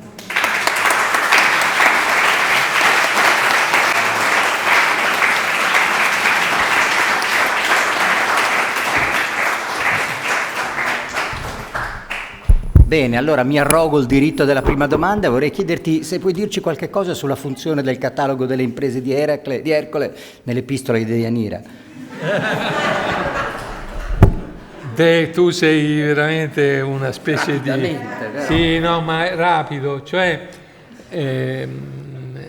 quello che è interessante è capire, come dire, la finestra sul mito in cui Deianira scrive. Deianira scrive quando, come dire, ha avuto la notizia della vittoria di Eracle, della presa di Ecalia, e quindi questa sembrerebbe innescare il canto di un inno alle vittorie di Ercole. Gratulor è la prima parola, ma il pentametro avverte che questo non è possibile, perché appunto non torna un Ercole vincitore, ma torna un Ercole vinto, e quindi queror è la parola che chiude il distico, il primo distico dell'epistola. Allora, tra lo spazio delle epistole e lo spazio invece della querimonia elegiaca, e questa querimonia assume però il riferimento alle fatiche di Ercole come diciamo fondamentale, perché Deianira, come è noto, si presenta come, rispetto all'Ercole femminilizzato, che non è l'Ercole femminile, questo l'ha notato bene Sergio Casali, non è come in Sofocle femminilizzato nel dolore, nel lamento del dolore straziante a causa di Deianira. Deianira rovescia questa prospettiva e dice che lei è lei che avrebbe difeso la virilità eroica di Ercole, mentre la femminilizzazione di Ercole è opera delle paeliches. Allora è interessante vedere, ora sì, qui ci vorrebbe un'analisi di dettaglio che non facciamo, ma c'è una sorta di, come dire, di calcolo quasi un calcolo aritmetico e di proporzioni, una proprietà transitiva, è proprio l'analisi, come dire, ravvicinata della serie delle fatiche che permette di dire a Deianira sarcasticamente che, come dire, la gloria di Ercole è passata a quelle donne. Ecco, vedete, i versi sono questi. Fortia facta recense, passa in rassegno i fortia facta, e poi c'è una sorta di ragionamento per cui, siccome come dire, Onfale ha vinto te che hai vinto tutte questi mostri, allora la mensura, cioè il termine, io interpreto in una maniera diversa questo passo da come in genere si fa, secondo me vuol dire proprio la misura va a tuo vantaggio, va a suo vantaggio, a vantaggio di Onfale. Va bene. Grazie. Questo. Altre domande? No, questa era una domanda. Era un bis praticamente, un ancora. Altre domande? Andrew Feldherr.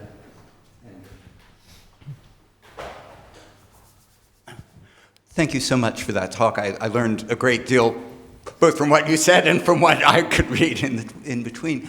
And I just wanted to sort of develop the attention, both the sort of choral model that you were suggesting for these catalogs and the distinction between the metamorphoses in that. Because if I'm correct, the choral catalogs like Bacchylides, obviously there are other heroes in the background, but the series is all the series of labors of a particular hero. And in the metamorphoses, there's always that intermythological dimension that you can think of the labors of Theseus, and you can connect them with you're having a catalog of heroes as well as a catalog of events. And I'm just wondering if that can lead to a kind of conclusion about the metamorphoses as a sort of as a universalization of myth. That in a sense you're not talking about one city, one tradition, one group, but myth becomes a way both of building community, as you described, and of creating a kind of global matrix for understanding all of these problems in a particularly programmatic and suggestive way. I mean, that's not a question.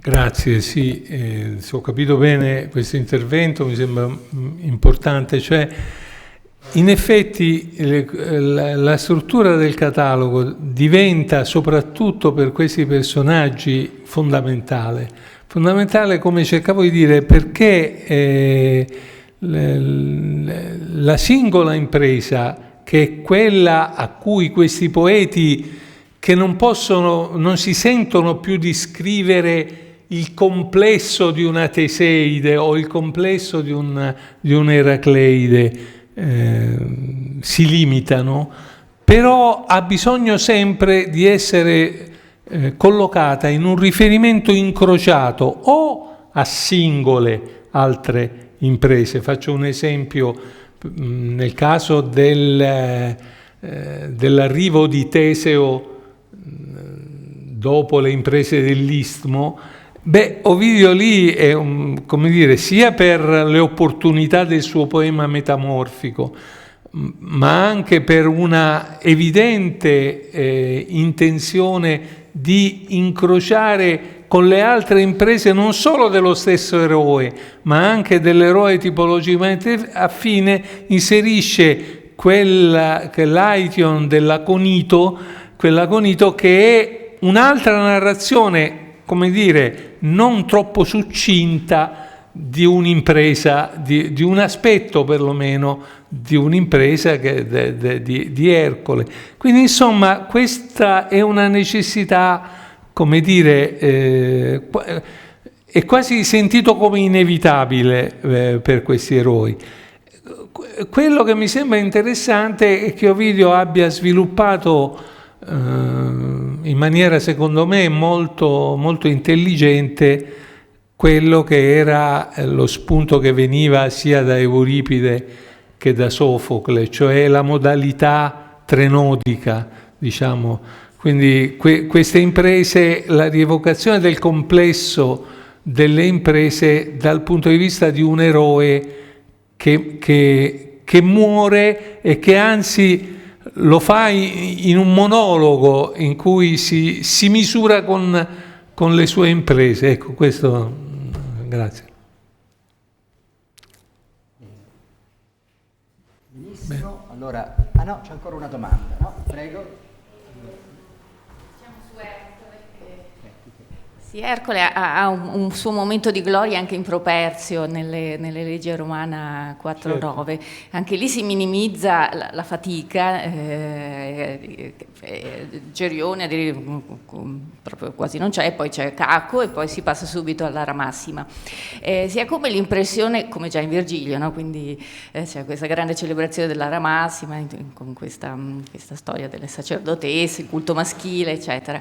Si ha come l'impressione che i romani, almeno della prima generazione augustea, vogliono creare una nuova fatica di Ercole, aggiungere un episodio tutto loro, e si potrebbe intendere come un passaggio dal mito alla leggenda, cioè da miti diciamo molto fantasiosi per certi aspetti a leggende più legate al territorio.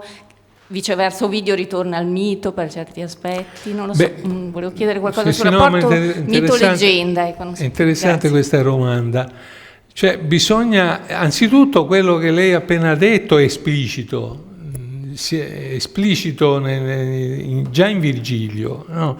Cioè che si crea una ulteriore, il numero delle fatiche, insomma si aggiunge un'ulteriore fatica. Però quello che è importante è che Virgilio, ora qui insomma sono fatti molto noti e quindi io non è che abbia cose nuove da dire su questo, ma insomma Virgilio ha decisamente modificato i dati della leggenda come ci sono testimoniati da varie fonti di carattere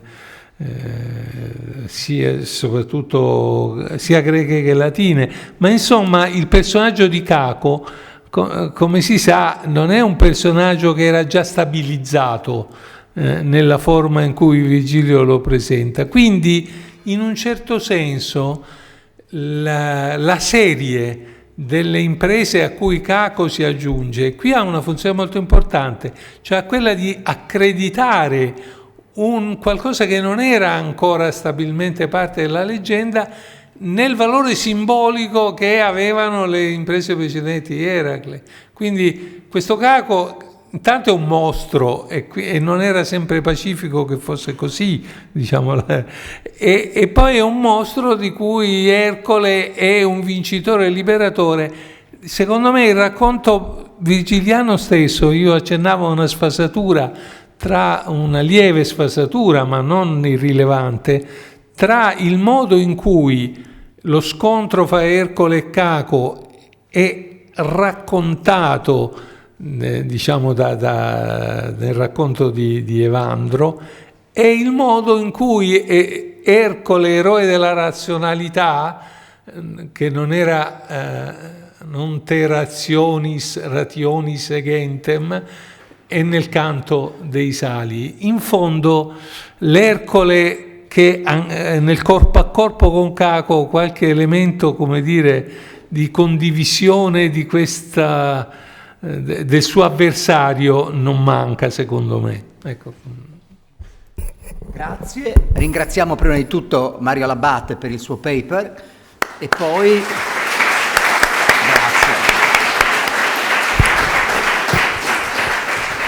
ringraziamo tutti i protagonisti di questa prima sessione, Gianpiero, Laurel, Mario. C'è adesso una pausa di circa 30 minuti con un coffee break che sarà nelle vicinanze, presumo, e riprendiamo alle 11:30 con Jacqueline Fabre-Serris. Grazie.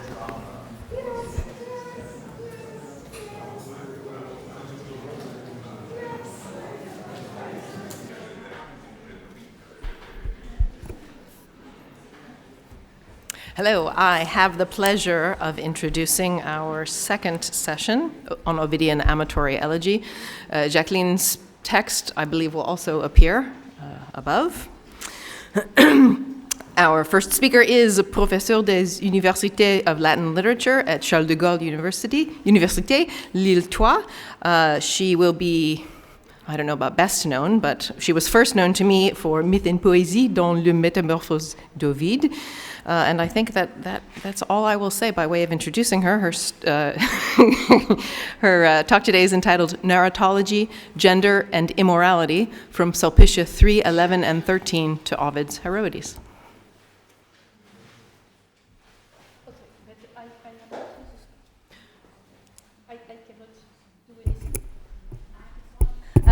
I have not seen the screen, the text, so how could do white heat? It's not, il n'est pas là. Le texte is not here. So je peux pas. No, it's not. Ah, il tuo testo? Sì. È inserito? No. Dov'è? No, non so. Ma hai messo una chiavetta? No. Ah, non so. It's here, but it's not here. Adalberto?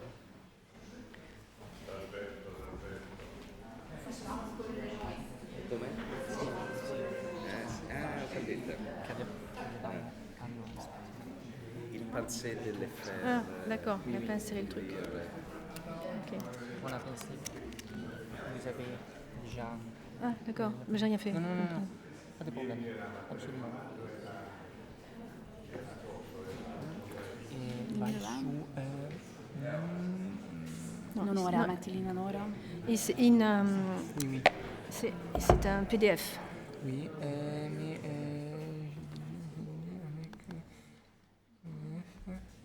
Il voit une série de PDF. No. I have my key if you need. Aspetta un attimo, perché io non riesco neanche più a trovarlo. Dov'è che l'avevo messo? No, perché l'avevo salvato. Ma me l'avevi mandato però. Sì, te l'avevo mandato, ma l'avevo salvato sul computer. Aspettate un attimo, che magari se c'è aperta la nostra posta te lo apro. Sì. No? Vai su Wikipedia aule nel caso. But because it's here, and I don't. How could be here? Gmail.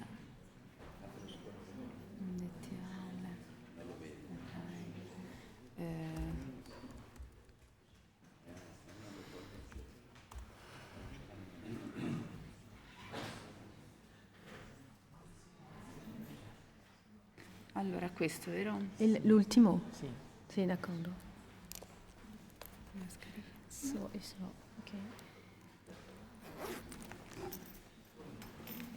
Allora, lo È apriamo, più... Lo apriamo come? D'accordo. Voglio vedere. No, qui va bene, l'abbiamo già. Is people to... No, ok. No, is... Okay. I don't know. Okay. If you can, I can read like that. Okay. I have... Okay, it's okay. Hello. So, I apologize for my accent, so you can read at the same time. In this paper, I want to examine 3 poems focused on female desire and illicit love affair, Tibullus 3, 11 and 13, and Heroides 4, which, as noted by critics, share some verbal and thematic similarities.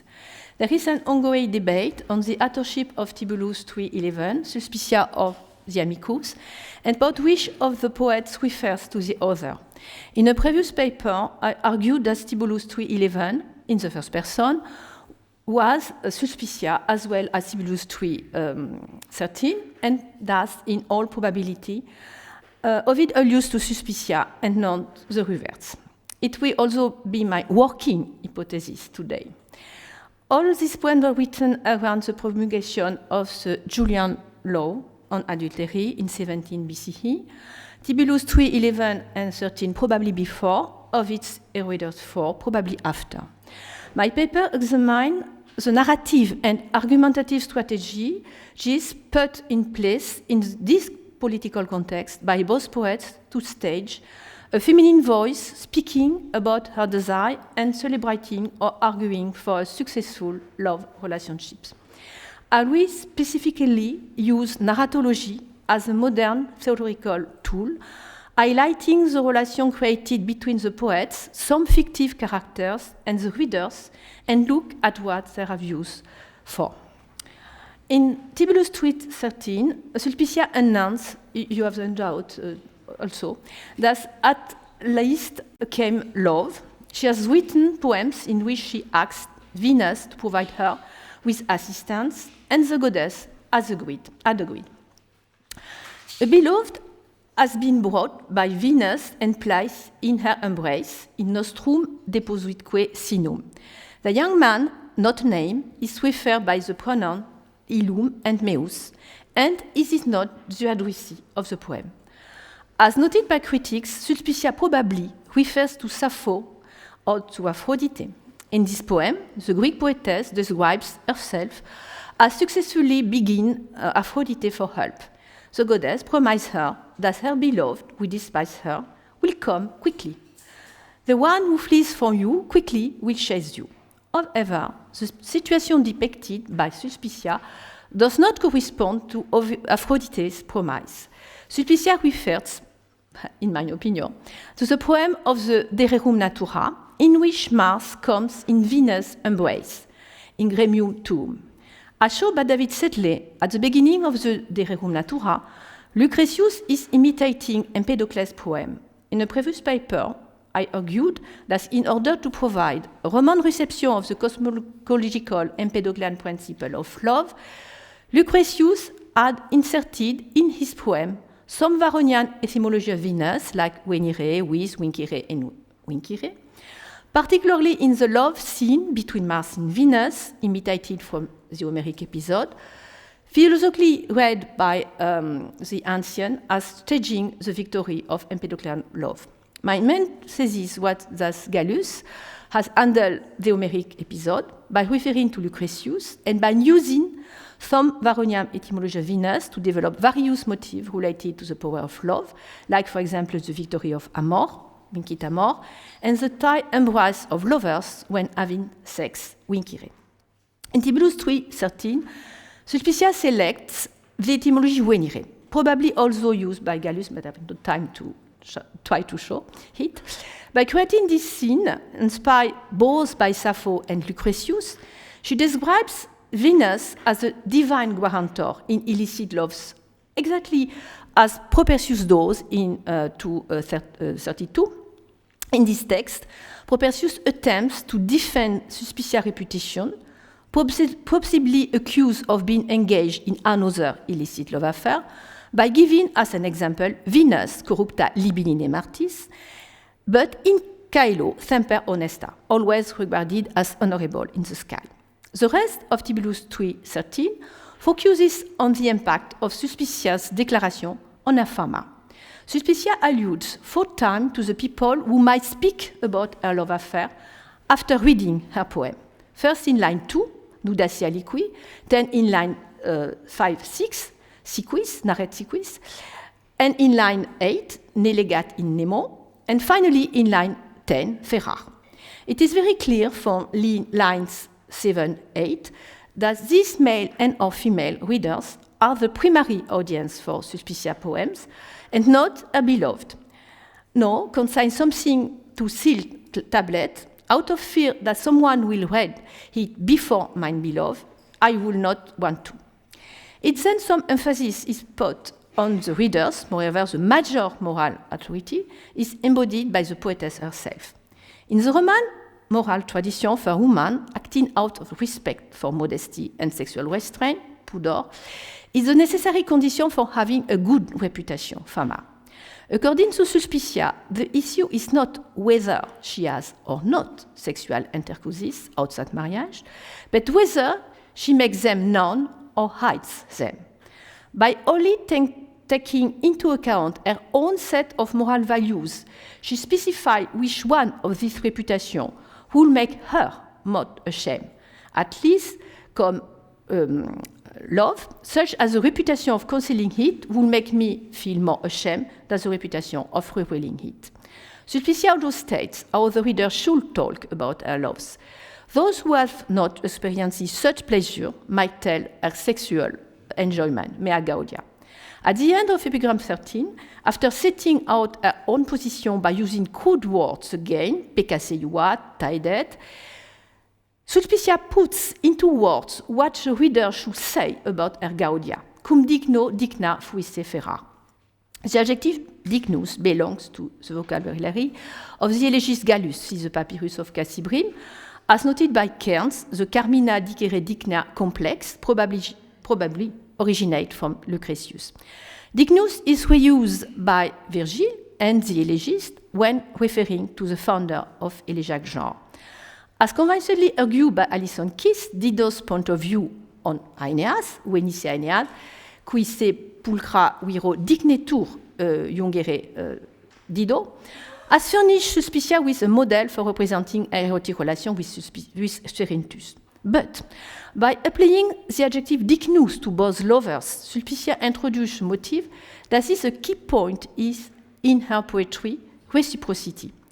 Taking into account the notion of dignitas, one that must count for her as a Roman elite woman, since at first sight to reflect the laudable concern to maintain an high degree of social value associated to her family origin. Moreover, as Suspicia obviously considers that her dignitas does not depend on her pudor, understood as respectable sexual conduct, but suggests that she and her beloved are the sole judged of their moral qualification and mutual suitability, her final claims appear to be somewhat provocative and arrogant. Tibullus 3:11 was written to celebrate the day that gave Cerinthus to Suspicia. In other terms, the term already celebrated in Epigram 13. Suspicia recalls that at the time of Cerinthus' birth, the Parcare announced a new kind of slavery for the young women. She means by that a love slavery. Suspicia claims that she is burning more than the other. That means, it's a little complicated. I burn more than the other, and I like to burn Cerinthus. Is for you, TB, de nobis concerning us, mutuos ignis ades, there is a mutual love. As in Tibullus 3:13, the notion reciprocity is crucial in Suspicia's vision of what should be love. Then she makes 3 requests to Cerinthus' genius, to to Venus and to Natalis, usually the god of births, but in the case, the god of the anniversary day of their first love encounter. In this scenario involving three divine characters, the place of honor is given to Venus, which has to intervene directly in suspicious love by strengthening Serinthus' chain or by lightening those of Suspicia. And you, Venus, don't be unfair. Make a slave equally bound by you to each other, or make my bonds lighter, or rather, make each of us be bound by a solid chain that no day afterwards can untie. As suggested by the expression nectu sis injusta, this request is implicitly justified by the fact that Suspicia refers to one of the etymology of the goddess, Winkire, supposed to highlight a major aspect of Venus' power when arguing for an equal treatment of both lovers. That means, again, for reciprocity. For lack of time, I leave aside the first and the third request. Like epigram 13, Tibulus 11, is not addressed to Serinthus, even as Suspicia repeatedly uses the pronoun to. Suspicia's first readers were probably members of the Messala circle, trying to read male elegiac poem.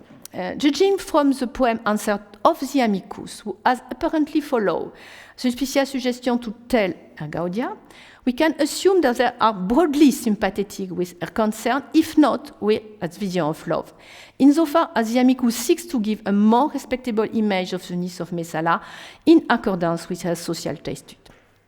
The Herodes constitute a narratological tour de force, insofar as each of them has two authors, a fictitious female writer and a real male writers, and two readerships, the fictitious male addressee of the female writers and the Roman readers, male and female, of the real author. As a result, textual elements such as intertextual allusion are to be ascribed to the principal narrator and inserted by him so as to be identified by Roman readers. This is the case for several words, Fama, Pudor, Venitamor, Aurore, Dignus, we have shared with Tibulus 11 and 13, and which, in my opinion, refer to Suspicia. Ovid uses the word pudor and amor at the beginning of Phaedra's declaration of love. As much as possible, one must put modesty in love. What is shameful to say? Love has commanded to write. By referring to love, who orders her to write, so as to suppress any feeling of shame, Ovid's Phaedra presents the god as constituting an authority, either than moral norms. So Phaedra writes, but to express what? First, she tried to defend herself from the accusation of immorality by arguing that Fama was until now entailed. Then, Phaedra explained that she obeys love because it had taken possession of her, all the more heavily as is what later. The Junctura, love comes all the more heavily because it was later. I am burning inside, I am burning my breast, holds a hidden wound. The Junctura Venitamor is present not only in Suspicia, but also in Propertius, and probably originated from Gallus Amores. However, since the repetition of Urimur, also employed twice in Tibulus 11, and only in Tibulus 11, probably alludes to this elegy, was context as female declaration of love is the same, it seems likely that Venitamor refers to epigram 13 rather than to Propertius. Adin Gravius quo serius provide a kind of excuse, since love is presented as having put a very strong pressure on Phaedra. In Tibulus 11, Suspicia claims that she is burning and that she lacks this situation as long as Serinthus is sharing his passion. In Herodes 4, Phaedra alludes to a secret wound in her shape. The expression caecum refers to Lucretius' conception of love, but not as Suspicia did in epigram 13. Ovid refers to Lucretius' description of desire as causing an incurable wound. So, for example, Lucretius' portrayal of Mars, aeterno vulnere, or his conclusion of the effect of erotic furor with the same expression, vulnere caeco. Returning to the question of her Fama, Phaedra appears to be very inventive as she uses the word Fama in place of that of Virginitas, obviously because her Fama, as a faithful wife, is intact, unlike her virginity, lost when she goes married. is with the word carpes, tenui, and ungue, Ovid inserted a reference to Catullus' Carmen 62, intended only for his reader. In Catullus, young girls are afraid to lose a social value if they yield to male desire. Associating nocens to uterque introduce a significant shift, as the woman will not the one dealing with the social consequences of her self-offering. What is more, according to Ovid's heroine, if she finally should lost the luster of her virtue, the result will be fine, ad bene successive, or their love is worthy. Digno quod adorimus igni. The verb adorimus is ambiguous. It can refer to Phaedra alone or to Phaedra and to Hippolytus. As I burn with the fire worthy of me, or more probably have we burned with the fire worthy of us. When applying the adjective dignus to the word ignis, Ovid is probably referring both to Suspicia, to Gallus and Suspicia, and more particularly to how Suspician advocate for a love affair. Like Epigram 13, in which peccasse is more or less annulled by cum digno digna fuisse, in Oridos 4, the negative word nocens is somewhat corrected by digno igni, and the adjective tupis is merely rejected. Later in her letter, in accordance with Euripides' tragedy, Ovid's Phaedra traces again the strength of love by attributing to Venus the will of take a toll of her family.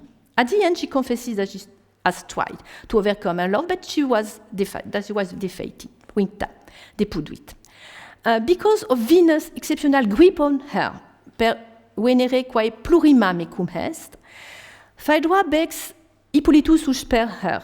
As a married woman, she cannot propose an open relationship to Hippolytus. Nevertheless, at the end of her letter, she explained that she will not have to make any effort to hide their love affair. We will not take pains to hide our love affair, even if it's guilty.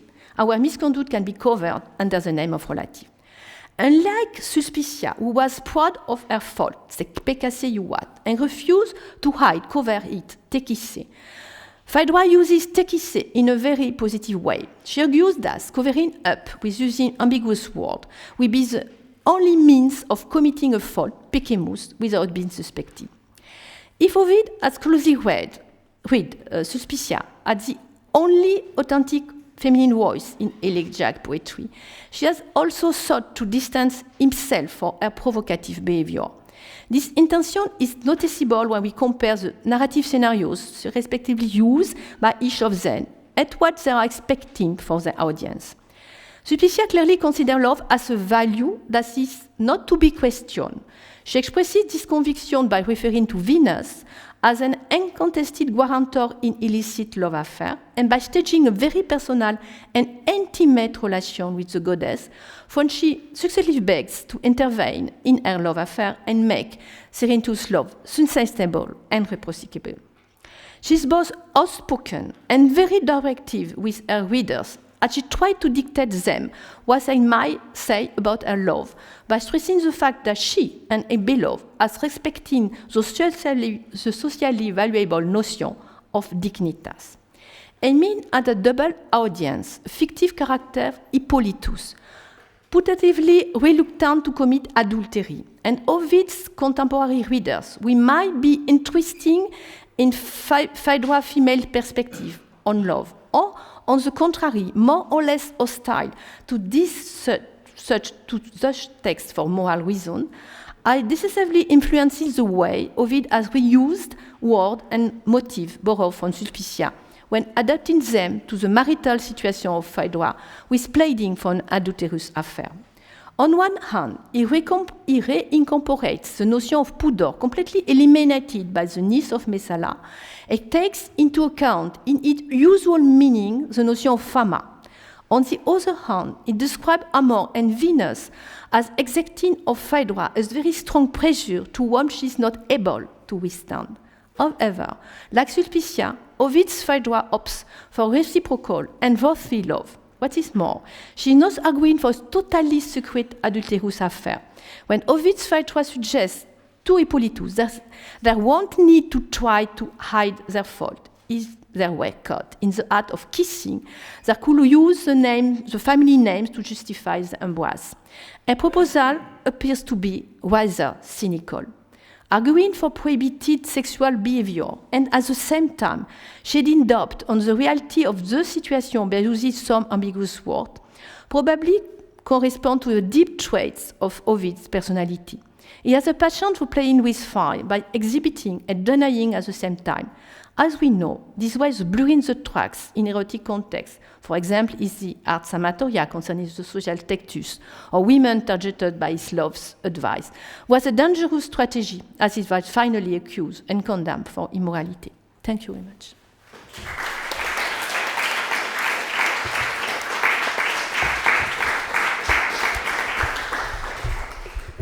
Thank you very much for that extremely interesting paper. We've got a few minutes for questions. Alison.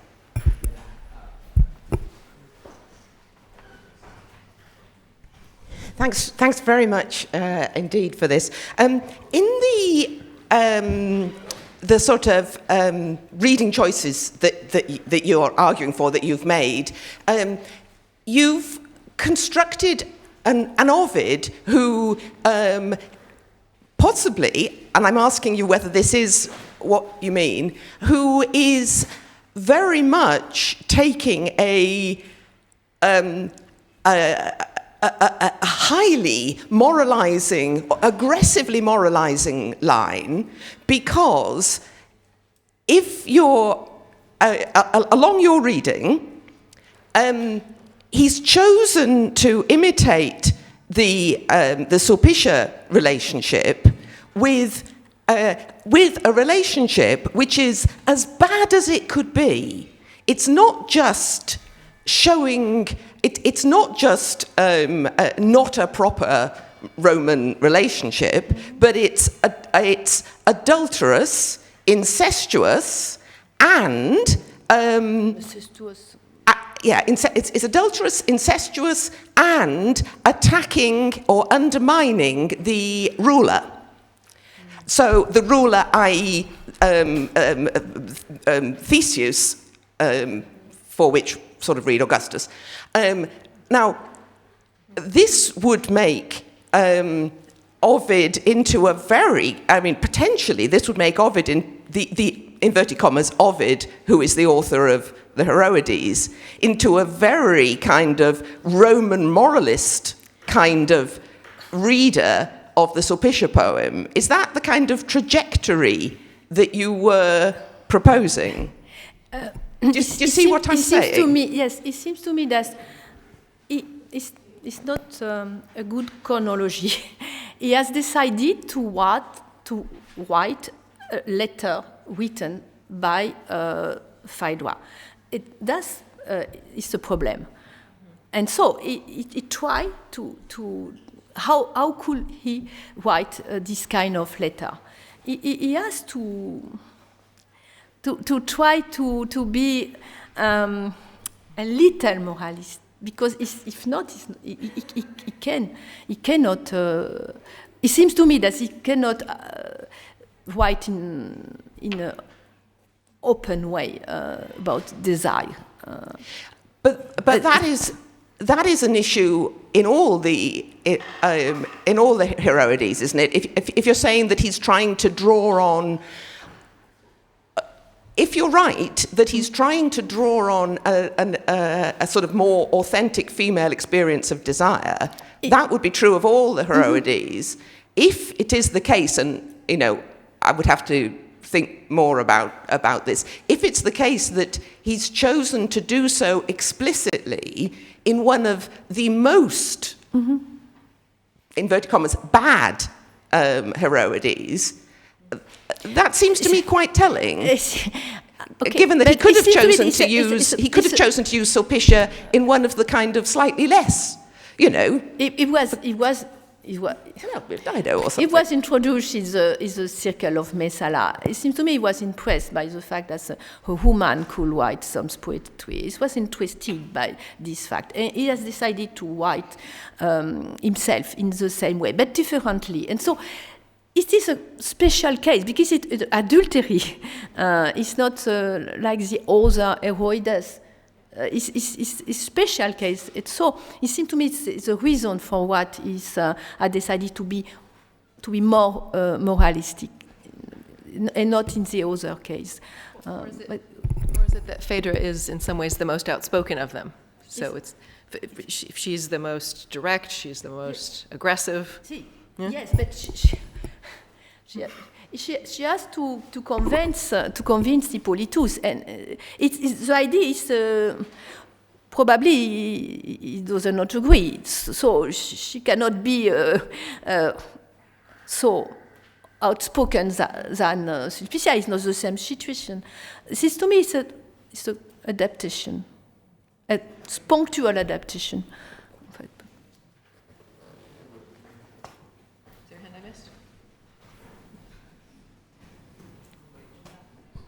Thank you very much.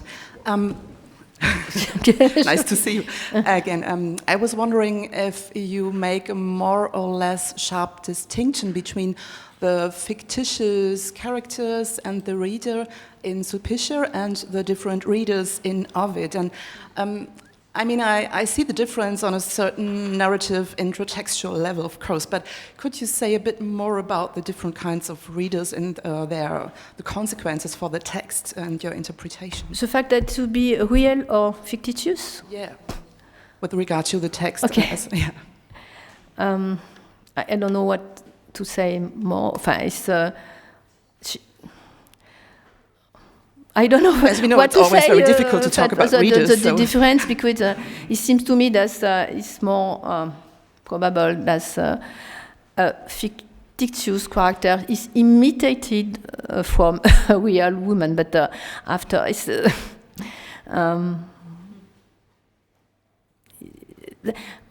seems to me strange to suppose that Sulpicia, who was the niece of Messala, could have imitated a young poet, unknown, that's who arrives in the circle of his uncle. It seems to me if we consider the social position of Sulpicia, it seems to me very strange to imagine this kind of possibility.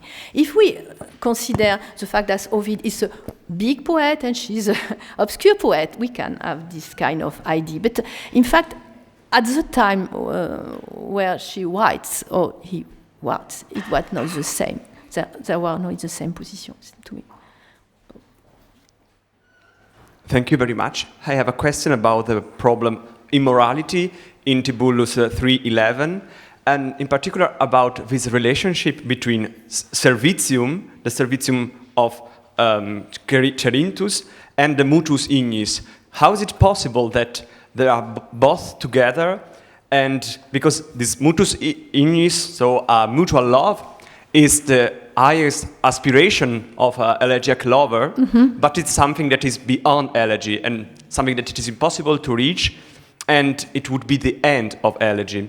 So I think, what is this relationship also with the problem if this poem is really by Sulpicia or by this amicus, also because this idea of a marriage, so something, a mutual with Sulpicia and Cerinthus would be something that would stop the elegiac poetry of Sulpicia. That could stop or not stop, because mutual amour is not durable. It could be a mutual amour at a little time, and after it's finished. In the elegy, the poet is successful, and after not, she has a night of love with her beloved, and after not. So it is the same for mutual amour. There is mutual amour, and maybe after it will be not mutual amour if we change of mind. But it seems to me that the most striking feature of this poem is the fact that she begins with, if she writes, she begins with the servitium amoris, and she changed completely, because it's not a servitium amoris. She eliminates it and she substitutes by mutual amour. She was not interested by the servitium amoris. Okay. One more? I have the... Yes. So, I'd just like to follow, this isn't really a question, but I just want to follow up on what Alison was asking earlier, because I was thinking about the fact that, you know, it stands out that Deianira is Phaedra is the married character here in the Heroides, and thinking about how in the didactic poems, particularly in the Rs, Ovid addresses the married women at one point and tells them, no, this is not for you. You need to not be here. You need to go away. And it's almost as if, you know, what you were saying at the end of your talk, this sort of playful risk that he's constantly taking, that the Phaedra almost enacts that in the Heroides. Yes, it's interesting by the risk, and that's balance the fact to seems to be moralistic, because he is not. In this case, it's very provocative also. I'm afraid we have to move on, but keep talking.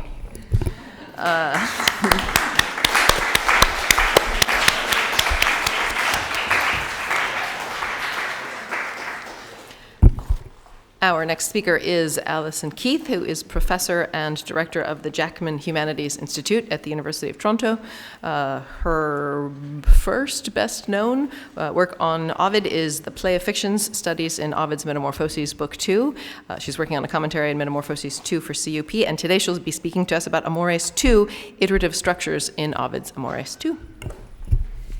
Oh, thank you. Thank you very much, Laurel. I'm going to try to manage not to spill water or anything on the computer in particular, which I think is very important.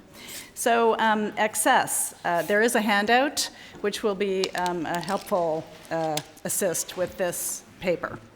Excess, particularly in the form of repetition, iteration, and expansiveness, is the charge most frequently leveled against our poet, all the way from antiquity to the present. And an especially enjoyable sample of the complaint is furnished by Seneca Rhetor at Controversiae 2.2.12, and that is item number 1 on the handout. Seneca censures Ovidian licentia carminum, the poet's excessive freedom and expansiveness in poetic composition. And he records 2 specific instances of this vice. Both examples are pentameter lines of elegiac couplets, Ovid's characteristic verse, and exemplify the couplet's love of extravagant verbal repetition and reversal. Seneca's first example is drawn from the second book of the Ars Amatoria, semi-boemque virum, semi-virumque boem, well discussed by Alison Sharrock, who has analyzed the line as programmatically elegiac. And I think we may agree with her that the line is almost a reductio ad absurdum of the elegiac couplet, I quote, with its love of balance and antithesis and its possibility for metrical interchange, end quote. The second example, Amores 2.11.10, is more complex perhaps than the first, with the addition of antithesis in the sense of the 2 hemistichs, but it too is structured by the patterned replication of sound, et gelidum borean e gelidumque notum. Both lines display assonance, alliteration, and chiasmus, figures which depend on the patterned repetition of sound for their effect. And the first example even gestures towards anaphora, the replication of the initial word in successive clauses through the repetition of line opening semi after the caesura. These jingles apparently offended the ancient ear as much as they seem to discuss the modern, but the anecdote testifies to our poet's unfailing commitment to the poetics of iteration, expansion, excess, an aesthetic exemplified most satisfactorily in his view by elegiac verse, as the 2 pentameters in Seneca's anecdote imply. If we wish to appreciate Ovid's elegiac artistry to the fullest, then it behooves us to recognize this fundamental principle of Ovidian elegy and yield to its charms.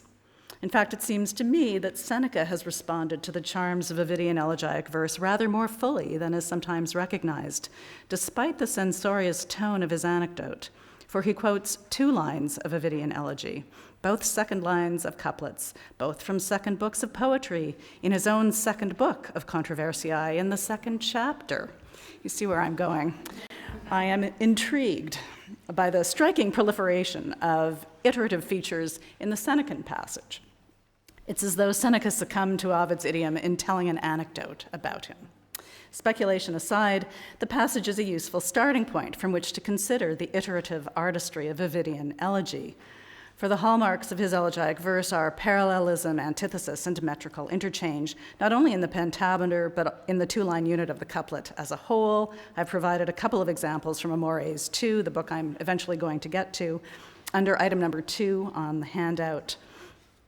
And both of these couplets display the principles of composition I've been discussing in connection with the pentameter lines preserved by Seneca. But this interest in iterative structures, exemplified by repetition and reversal, is visible even in the larger context of Ovid's poetic output as a whole. For example, repetition and reversal may be said to characterize the organizational structure of the Ars Amatoria and its companion volume, the Remedia Amoris. Ars 2 repeats the subject matter of Ars 1, supplementing and continuing Ovid's advice to men on the conduct of love affairs begun in the earlier volume. And so indeed the concluding couplet of Ars 1 announces, and that's item number 3 on the handout. At other places, however, Ars 2 reverses Ars 1. Commentators have pointed out that the meta of Rs 140 will turn out at 2:727 to be, and this I'm quoting again from Alison Sharrock, to be both the goal and the turning post, the end, and the change of direction. Thus, Rs 2 presents the problems of continuing, of repeating with a difference, or, as we might say, of iterative structuration, doubling, with iteration conceived as both repetition and reversal. Ovid himself problematizes this doubling in the emblematic lines Rs 2, 127-8. This is item number 4 on the handout. Nor does Ovid confine his interest in iterative structures to Rs 2.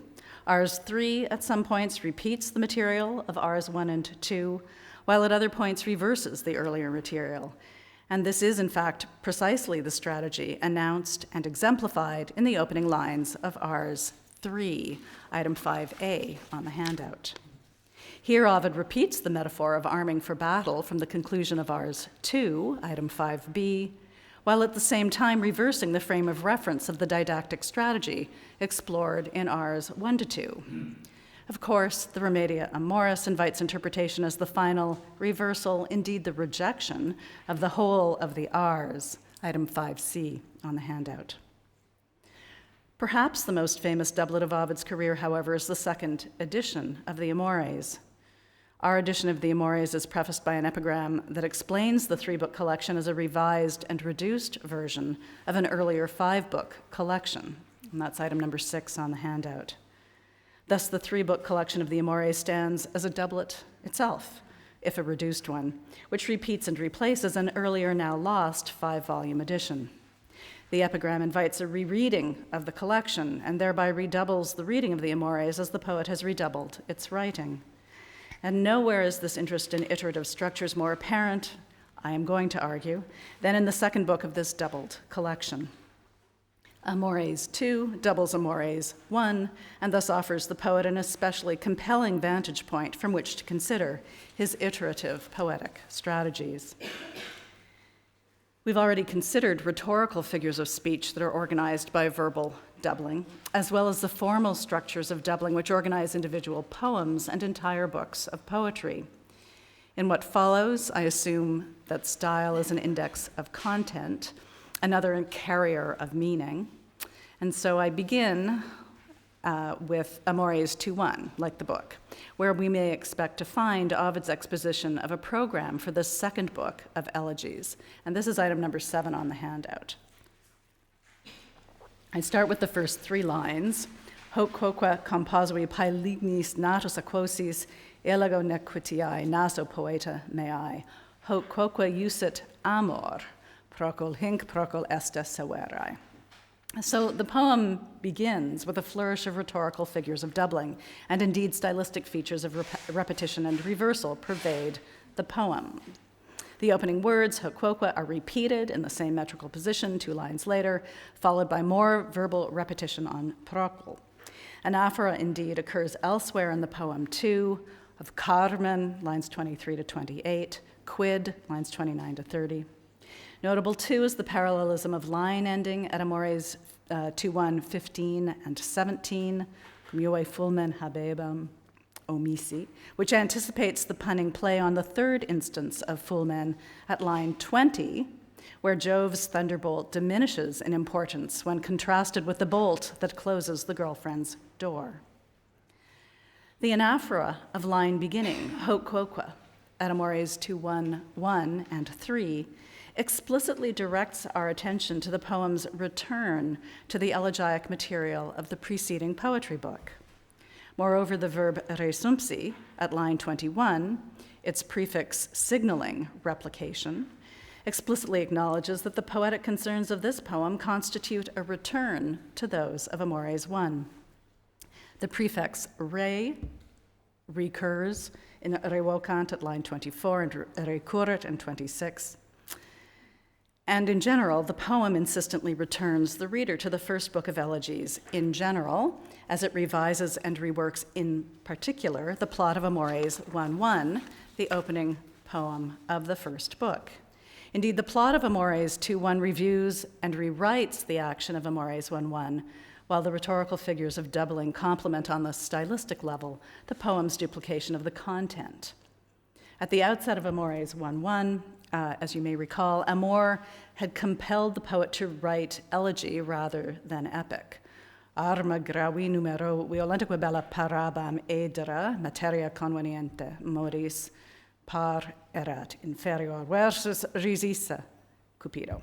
And this scenario is recalled at the opening of Amores 2 with the production of a second book of Amores at the god's command, Amores 2:1, line 3, hoc quoque usit, amor.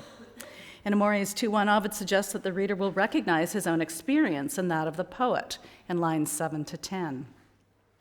But the reader attentive to reminiscences of the earlier book of Amores may prefer to recognize, instead, the repetition of Ovidian experience, and especially that of Amores 1:1, where Ovid himself had been wounded by Cupid's arrow in lines 21 to 26. And indeed, Ovid had gone on to explore the further poetic possibilities of this wound in Amores 1:2. Moreover, the claim in Amores 2:1 of undertaking epic composition in lines 11 to 16 recalls the similarly epic undertakings which were interrupted by Cupido in Amores 1:1. This duplication of specifically epic literary production seems significant. Amores 3:1, in the third programmatic recusatio of the three-book collection, shows the poet rejecting tragoedia, a rejection that was surely rather more to the point, since we know that Ovid did in fact produce his tragedy, Medea, in the years during which he wrote and rewrote the Amores. Within the frame of reference of Amores 2:1 itself, this doubled plot is organized by iterative structures of formal organization through duplications and repetitions of diction. So the opening 10-line movement of the poem is framed by verbal repetition with composuit, casus est poeta meos in line 10, redeploying the diction of the opening couplet to close the opening segment. The poem's concluding couplets, too, return neatly to the opening lines, again through ring composition, with quae mihi dictat amor in line 38, picking up hoc quoque usit amor of line 3, and various other lines, line 36, echoing line 4, and the imperative address to the puellae of line 37, recalling that of line 3. So I spend some time on Amores 2:1 to suggest how fundamental a structural feature doubling is at all levels of the programmatic opening poem of the second book of Amores. The verbal repetitions deployed throughout the poem underscore on the stylistic level the duplication of the plot of Amores 1:1, which constitutes the plot of Amores 2:1. And of course, it's well known that the opening poem of a poetry book sets out a program for the book of poetry that follows, and this marked interest in doublets, in iterative structures, and Amores 2:1 holds considerable significance for our interpretation of the rest of Amores 2. For in this second book, Ovid embarks on an extended exploration of a poetics of repetition and reversal, following the program adumbrated in the opening poem of the book. One of the ways in which this interest in doublets reveals itself, I would suggest, in Amores 2, is in the number of paired poems that the reader encounters in the book. And this is item 8A on the handout. It's in Hellenistic collections of poetry that we first find paired poems used as a dramatic device to enhance the reader's pleasure in a poetry book. And among Ovid's elegiac predecessors at Rome, the poet Propertius stands out for his innovative use of these couplings. Indeed, most of Ovid's paired poems are modeled on Propertius' poems. Well, in the absence of Gallus, I can say that.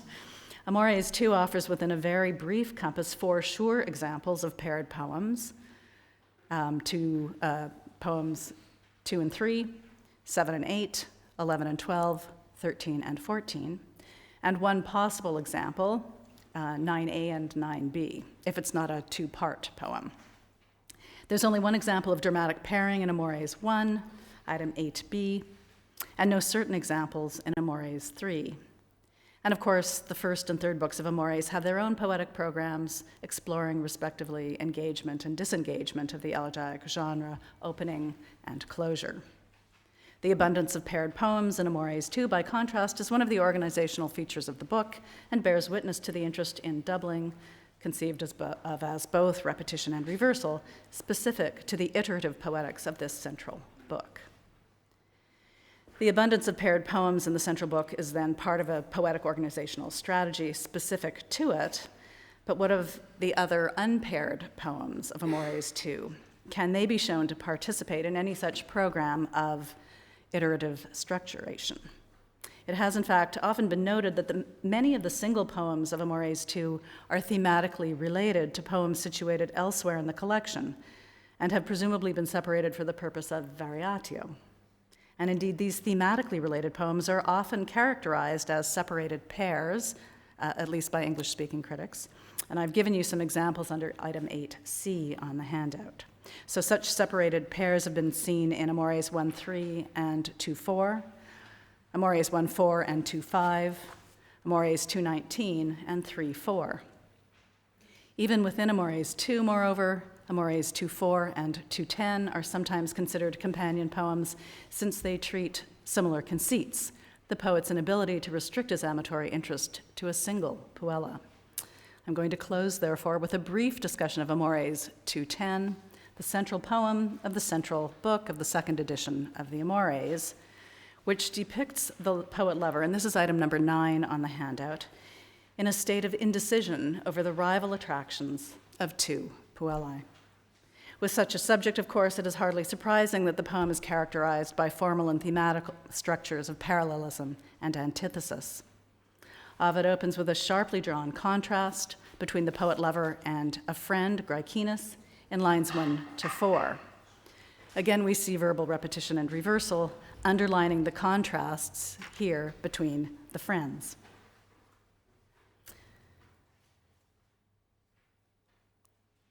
And a pleasing parallelism of word order unites the two halves of line 3. Line 4 repeats the diction of line 2. So many rhetorical parallelisms. After this elaborate sequence of iterative verbal structures, Ovid introduces a comparison of the contrasting merits of two puellae, a topos, to be sure, of Hellenistic erotic epigram, and one which would seem to invite the extravagant sequence of metrical, syntactical, and rhetorical figures of repetition, antithesis, and parallelism that follow. I will skip over the details because they're there on the handout for you. So, laboring under a time constraint as we do, let me just briefly summarize some of the highlights among the iterative structures and the verbal texture of the poem. A repeated half line, lines 16 to 17, an ascending tricolon with anaphora, lines 11 to 14, chiasmus, lines 7 to 8, ad nominatio, line 21, assonance and alliteration throughout. A series of puns elaborates a literary subtext. Thus, opus in line 36 denotes both the lover's act of lovemaking and the poet's act of literary composition, as the final couplets play on the double focus of the poet-lover's life. The lover dies in the act of sexual intercourse, the poet in the act of literary composition. And of course, the easy alternation of one woman with the other in line 10 also offers implicit comment on Ovid's elegiac artistry, as the two puellae may be read metapoetically as the alternating lines of the couplet. The artistry with which this series of iterative conceits is thematically integrated in 210 invites us to consider, by way of conclusion, the possibility that a similarly artful purpose dictates the placement of the poem within the collection as a whole. The painstaking care devoted by the Augustan poets to the organization of their poetry books has been thoroughly documented, and one of the most interesting structural principles identified in these investigations is the frequent placement of a self-conscious statement of poetics at the center of a poetry book, as we have here.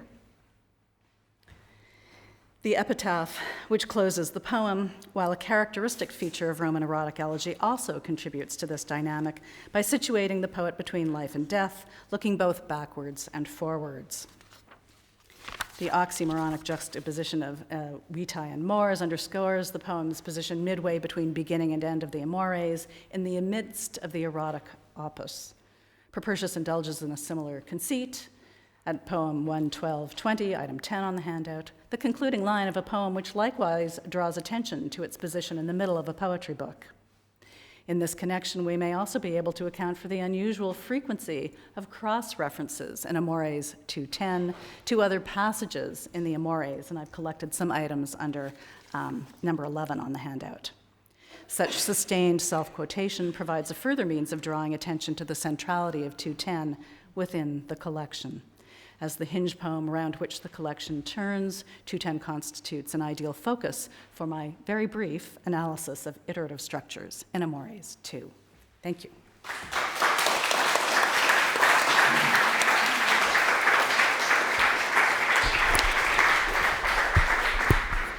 Thank you very much, Alison. And I do want to say, in light of repetition, that you've done no good for those of us in the audience who are confused by the two Alisons. I did that on purpose, of course. Alison, thank you very much. That was wonderful. It seems to me that you may have shed some light on that mysterious question of how Ovid produced the three-book collection of Amores, because presumably this clustering of iterative structures in what is now the middle book was part of that process and part of the way in which the 5 books became 3. So I think. Well, thank you, Richard. I think you have shed the light on that. Thank you very much for that observation. Well, and also for your poem in the middle in 210, Horace Odes 1-3 has got a 210 in which mediocritas plays a certain central role. Yeah. So I think this Beautiful. notion of you think Horace may have anticipated I think this, the or idea shown of Ovid the way? the poem that knows that it is the middle is Yes. an interesting predecessor. That's beautiful. Thank you. Thank you so much for that talk. I wanted to get back to Seneca the Elder and why he is so interested in branding this as Licentia. And I mean, it seems to me that, in a book on controversiae, the idea of repetition, that every theme is done twice, and the idea in the anecdote that, I say this is great, you say it's terrible, and we're saying the same thing, creates Ovid as a kind of deconstructor of the whole rhetorical method. And so I'm wondering how much this is just, we could take it as just Seneca's own particular take on this structure, and how much we think it's actually embedded in why Ovid is such a uniquely repetitive poet, that it's on the one hand a demonstration of how rhetoric made Ovid possible, and also of how it teaches you to be an author, in that you can always be yourself and subsume what other people criticize about you, like your nequitiae are part of your demonstration. That's so again, right. it's the rhetorical element in this. Yes, that's wonderful. I thought when you said, Seneca defines it as licentia, but from another perspective, it is disciplina. It is precisely the discipline of rhetoric, right, of learning to speak. And amplification is a central part of the rhetorical, of training, but then of actual oratorical practice. Yeah, thank you, that's wonderful. I think we have time for 2 more questions. Thank you, Alison. That was great. I'm just wondering, and maybe I'm missing an essential point here, but whether there's any value to distinguishing what you're calling iteration.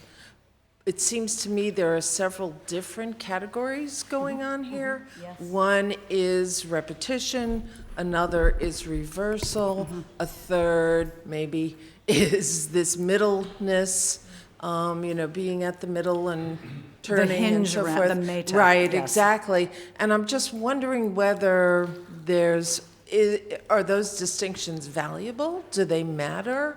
Or are they subsumed by what Andrew was saying about the rhetorical sort of nature of... Yes, thank you. That's a terrific question. And as perhaps you could tell, as I sailed through this talk, it's part of a much longer exposition and discussion, precisely of Amores too, that was in fact inspired not by Alison Sharrock, but by Frank Kermode, who has a brilliant piece on doublets and doubling in Hamlet. And it's that self-conscious interest in two-ness that I'm particularly interested in Amores too. But I think iterative structure sounds more grown up in some ways, which is why I changed the title for this thing. So yes, I think they can all be related to that theme, but they are different manifestations of it, and I do have different discussions of each of those points, all of which have been collapsed, and indeed subsumed under excess or licentia, rather than disciplina in my paper today. Yes, thank you for catching me out on that. Thank you so much. That was both really illuminating and convincing, and I think it gave me more food for thought. And I just wanted to respond to one of the things you mentioned about 210, having correspondences with poems elsewhere in the collection. I'd like to blow that up a little bit, because 218, of course, is where we have the Sabinus and the Heroides issue. So perhaps we're talking about references to poems throughout the corpus, and I'm thinking in particular with expansion, repetition, exhaustion of the double letters. So I'd really love to know if you have any thoughts about that at this point. No, and I mean, I did set my exposition in the frame of the R's, but the Heroides would be an equally neat way to go, since that collection too is referenced in Amores too, as you point out, in 218. Indeed, 218 offers us many reference points, right, for Ovidian duplicatio. Even tragedy, and when one thinks about the different modes in which Medea appears throughout the Ovidian corpus, right, two-ness does not begin to do justice, right, to what's happening. And I think there are important implications also for authenticity. For those who still question bits and pieces of the entirety of double letters, of single letters, of valid. So this is really exciting. Thank you. Thank you. I'm sorry to cut off discussion, but the food awaits. Join me again in thanking Alison.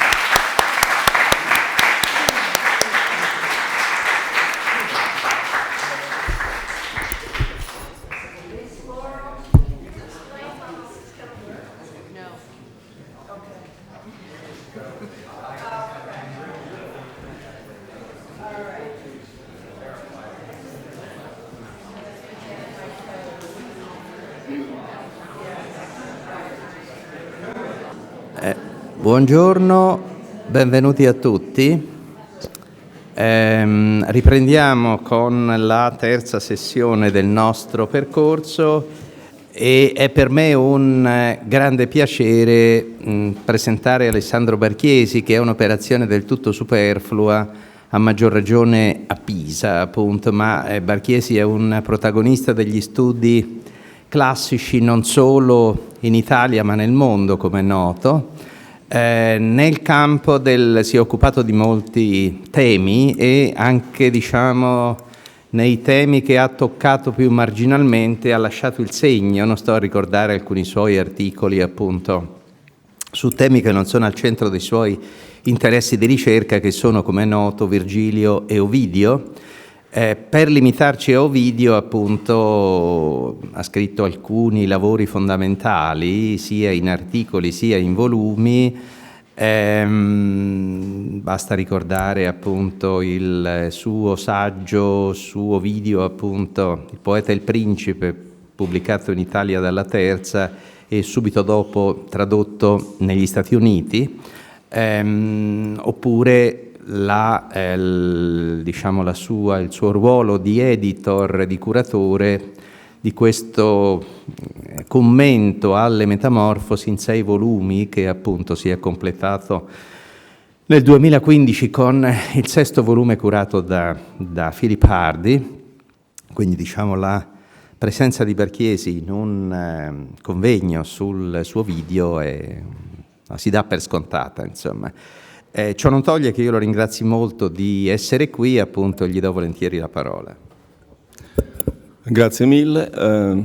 Società ovidiana, per il futuro si pensa chiaramente a un allargamento e il mio intervento vorrebbe fornire una piattaforma di discussione per alcuni, chiamiamoli così, utilizzatori finali, è una bella espressione italiana, che potrebbero essere utilizzatori finali della società ovidiana, cioè persone che siano anche interessate alla ricezione di Ovidio, all'arte e alla ricezione dell'arte. Quindi questo è il mio tema e mi scuso fin d'ora perché dirò molte cose che sono state dette da persone in questa stanza e anche da altre persone non in questa stanza, ma non posso fare citazioni, quindi non darò a ognuno il suo. Dunque, la prima immagine è dai giardini di Villa Medici, vi dà forse quella che sarà la chiave finale del mio intervento, se riesco ad arrivarci, cioè l'idea che noi entriamo in un giardino rinascimentale e in qualche modo pensiamo qui c'è Ovidio. Questa è un'esperienza, credo, abbastanza comune, che in qualche modo va motivata. Ma come possiamo spiegarla? Come possiamo affrontare il rapporto fra il testo di Ovidio e l'arte?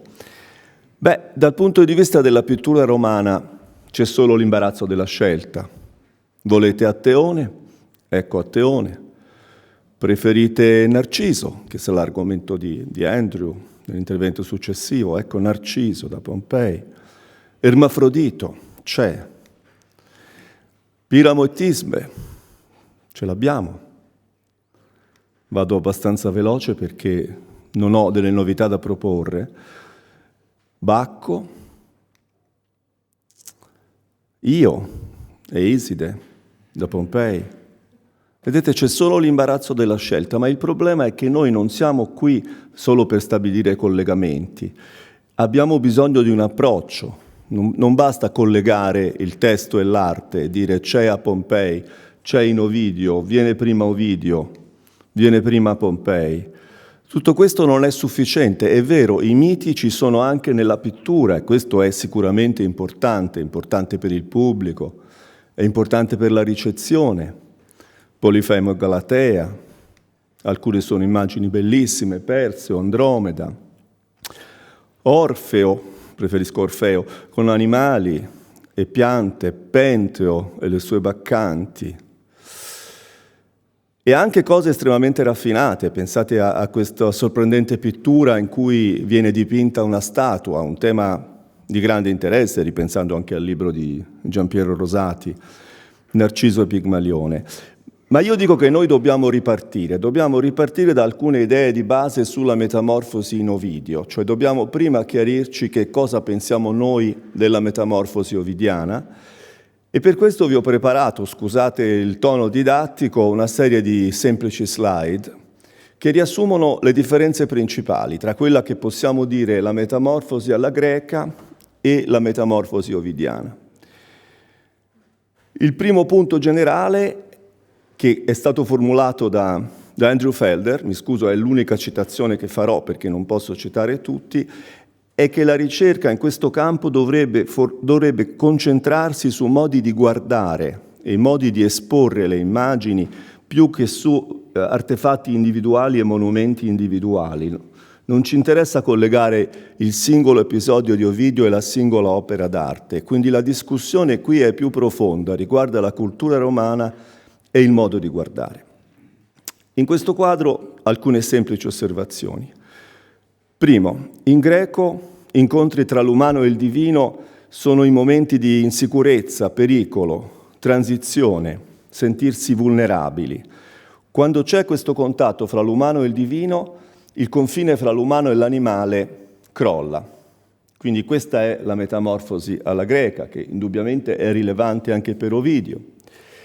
In Ovidio abbiamo ancora transizioni fra divino e umano, tra umano e animale, ma gli dei di Ovidio sono in molti casi invisibili o enigmatici.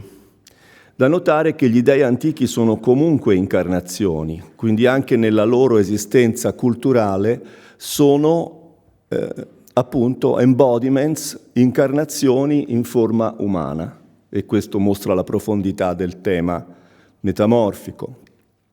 Secondo punto, in greco le transizioni sono di solito umano che diventa animale, più raramente umano che diventa minerale. Metamorfosi in piante e acqua tendono ad apparire più tardi. In Ovidio gli umani diventano animali, ma ci sono anche metamorfosi di piante e di minerali. E qui ci sono delle restrizioni che potrebbe essere interessante studiare, soprattutto per il tema del gender, un tema di cui comunque non mi occupo perché abbiamo in seguito un pannello su questo. Ci sono sì delle restrizioni. Gli esseri divini, per esempio, non diventano mai un corpo botanico. Gli esseri umani che cambiano in acqua sono di solito ragazzi e donne. I corpi maschili adulti di solito non diventano liquidi. Cause di metamorfosi. In greco, punizione, più raramente vendetta o libidine. In Ovidio più varietà, più aree d'ombra, includendo casi come pietà, crisi insolubile, vergogna o l'azione di forze non spiegate. E questo indubbiamente apre la strada a Kafka. Reversibilità. In greco la trasformazione non è sempre stabile, la punizione può essere sospesa. In Ovidio la trasformazione è tipicamente conclusiva e irreversibile e produce un nuovo stato di natura. Metamorphosis is final. Antropocentrismo. In greco la metamorfosi è un punto di crisi perché tutto il mondo normale è profondamente antropocentrico. In Ovidio lo stesso, ma non dobbiamo dimenticare che Ovidio scrive dopo le opere biologiche di Aristotele. Quindi è un poeta come Dante post-scientifico. Per esempio tutto il sistema di equivalenze che regge la metamorfosi ovidiana, mani che possono diventare pinne, che possono diventare foglie, presuppone comunque una visione anatomica, tassonomica, preparata appunto dalla scienza naturale greca. Origine della specie. La metamorfosi greca di solito non spiega le origini di una specie. Io non è la prima vacca, Atteone non è il primo cervo. In Ovidio la situazione è simile, anche se ci sono eccezioni nel mondo degli uccelli, primi avvistamenti di una specie. Genealogie. In greco la metamorfosi non ha la funzione di spiegare le origini di un gruppo umano. Non abbiamo la tribù donnola o la tribù delle foche. Ovidio evita questo approccio, anche lui, tranne in due storie importanti, che però sono storie non tanto di origine quanto di replacement, un tema molto conturbante che sta diventando importante nell'immaginario di oggi. Sostituzioni, replacement di intere popolazioni. In generale le metamorfosi come poema è in qualche modo contrario alla generazione e alla procreazione. L'ideologia della metamorfosi è una mescolanza di generativo e perverso, quindi non vi aspettate molte genealogie. E veniamo al punto che secondo me è uno dei più importanti. Continuità, gradualità. In greco il trattamento del tempo non è mai graduale o progressivo nella metamorfosi. Il suo modo favorito è un aspetto verbale greco chiamato, e pronuncio questa parola con gioia, aoristo. Essendo cresciuto nel liceo classico italiano, come molti di voi, io ho passato i primi 2 anni a studiare le forme verbali greche e altri 3 anni in uno studio storicistico di storia della letteratura e dell'arte, e troppo poche volte ho sentito la parola aoristo dopo i miei anni del ginnasio, e invece la pronuncio con gioia, perché bisogna prima capire che il trattamento della metamorfosi greca è appunto aoristico.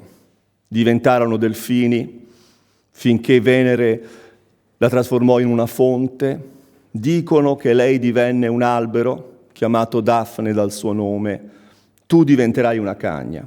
Questa è la metamorfosi greca, è puntuale. Ovidio sviluppa uno stile innovativo di rappresentazione che è tutto puntato sulla continuità e gradualità della trasformazione. E questo è il punto più importante se vogliamo capire l'impatto del poema di Ovidio sull'arte. 2 opere d'arte molto diverse, Apollo e Daphne di Bernini, Un lupo mannaro americano a Londra del grande John Landis, forse la prima rappresentazione conosciuta di una vera metamorfosi al cinema, è data agli anni 70. Opere di questo tipo sono indubbiamente collegate con Ovidio. Non sto dicendo che sono generate dalle metamorfosi di Ovidio, che sarebbe molto ingenuo anche nel quadro di una società ovidiana, però sono state influenzate da questo modo di intendere la metamorfosi. E il problema è che questo modo di intendere la metamorfosi non è comune, non è usuale nella pittura romana, nella pittura mitologica, che vi ho mostrato all'inizio, con qualche enfasi. Altro problema, nell'arte visiva greca ci sono 2 strategie principali per rappresentare la metamorfosi, l'implicito o l'ibrido. Con l'implicito voi vedete l'animale, ma la vostra competenza mitologica vi dice che la vacca è Io, che il cervo è Atteone, oppure forme di ibridità che però sono percepite come stabili, non c'è un senso di dinamica della trasformazione. Ovidio invece stabilisce una nuova tendenza in cui il corpo metamorfico è percepito come un, diciamo così, ibrido transeunte. Altro punto molto importante, in greco, per quanto ho potuto controllare leggendo tutti gli esempi che ho trovato, non c'è nessuno speciale interesse per la voce, l'emozione, la comunicazione durante il processo della metamorfosi. E quindi questo per me è un altro punto importante. In Ovidio l'attenzione a voce, silenzio, gesto, interruzione di comunicazione è un elemento cruciale della concezione ovidiana della metamorfosi. Questo è di particolare interesse perché una studiosa di grande ingegno, Irene Lada Richards, ha fatto notare di recente come il pantomimo fra le forme di arte della cultura augustea sia di fatto il più vicino al modo ovidiano di rappresentare quello che con Gianpiero si potrebbe chiamare lo spettacolo della metamorfosi. Quindi è vero, il pantomimo ha grande importanza per capire la cultura in cui si ambienta il poema di Ovidio, ma io direi quasi intenzionalmente, programmaticamente, la metamorfosi ovidiana è anche piena di voce. Quindi Ovidio ha voluto la voce come importante elemento di contrasto, non ha semplicemente lasciato che il suo poema fosse dominato da questa concezione spettacolare, tipica del pantomimo, con questi corpi fluidi, con queste trasformazioni silenziose. Infine, ci avviciniamo alla fine, eziologia, un altro punto importante. In greco la metamorfosi crea eziologie locali, che sono molto importanti per l'identità culturale greca. Noi le chiamiamo metamorfosi, ma per loro sono tratti fondativi, tratti importanti della loro identità come comunità greche. Ovidio, invece, trasforma questa eziologia locale di nuovo in spettacolo o immagine esemplare. In questo poema, che è veramente romano e imperiale, le eziologie greche sono costantemente cancellate, spostate o trattate con indifferenza e ironia, come se fossero un mazzo di carte che si può cambiare a piacimento. La metamorfosi in Ovidio, e questo è molto importante per capire il suo impatto sul Medioevo e la prima età moderna, è una festa mobile, non un evento ritualizzato e localizzato. Quindi anche l'eziologia ci offre interessanti indicazioni. Ma a questo punto, per concludere, ho ancora 5 minuti, per concludere vorrei dare qualche indicazione più positiva e qui mi rifaccio a 2 cose. Uno è il grande, affascinante sviluppo degli studi sulla cultura materiale, la cultura dei giardini romani, la cultura di ricostruire i contesti sociali per la fruizione delle opere d'arte. E l'altro sono cose che gli studiosi ovidiani hanno scritto da tempo. Penso soprattutto, e guardo Gianbiagio Conte, un comune amico come Charles Segal, il suo libro sul paesaggio nelle metamorfosi di Ovidio. Se si prendono studi letterari di questo tipo e si incontrano questi oggetti, che sono adattamenti romani di forme greche, si trova un qualcosa che secondo me è prezioso.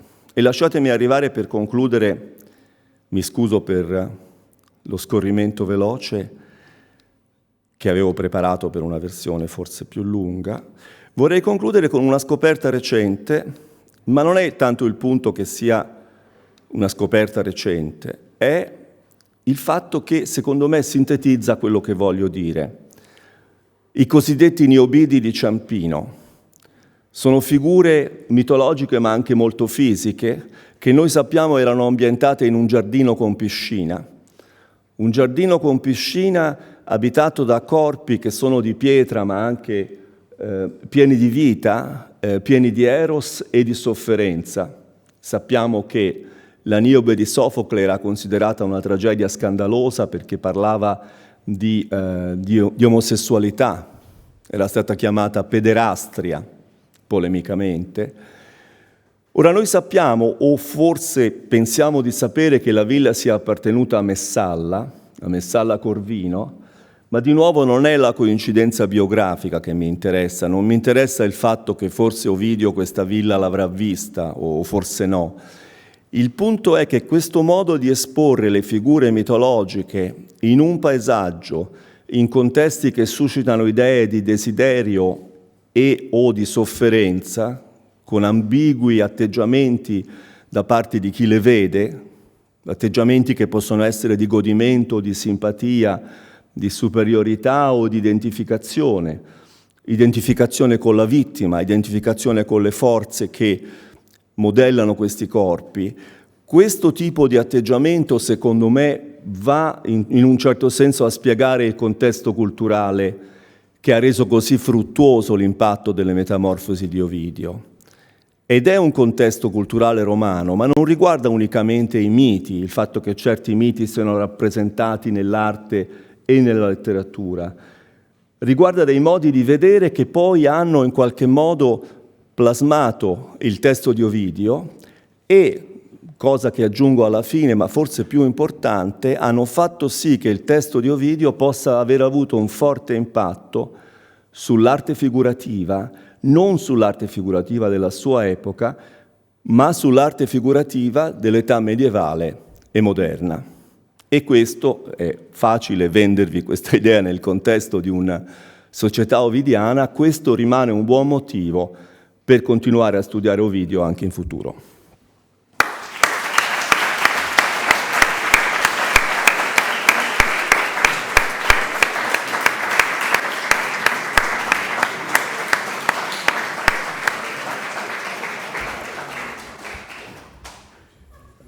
Domande? Di giù, Jacqueline.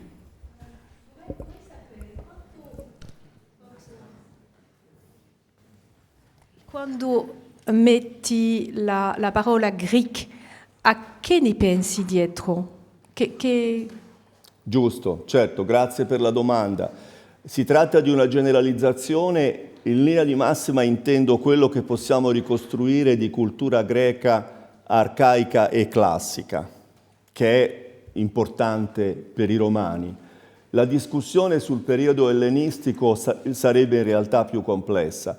perché le uniche tracce di metamorfosi, diciamo così, graduale, spettacolare, che ho trovato nella tradizione precedente fanno pensare a un paio di poemi neoterici. Questa è una cosa nota, ma andava aggiunta, quindi grazie per avermi...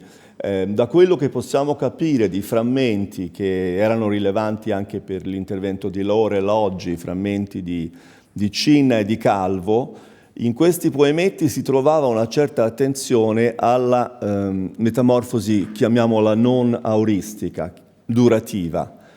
Va anche detto che questi poemetti sono tecnicamente scritti in latino, ma sono parte, come sapete, di una cultura poetica ellenistica. Quindi il mio intervento in effetti rischia di esagerare la differenza e non voglio sostenere che ci sia una specie di modello etnico, che sarebbe assurdo, nazionalistico, per cui i greci e i romani vedono cose differenti. Però è vero che nella tradizione, diciamo, mainstream, nella tradizione greca mainstream, questo tipo di spettacolo della metamorfosi non si trova. Cioè sarebbe impossibile scrivere un libro come quello di Gianpiero Rosati, puntando l'attenzione sulla cultura arcaica greca. Grazie tanto.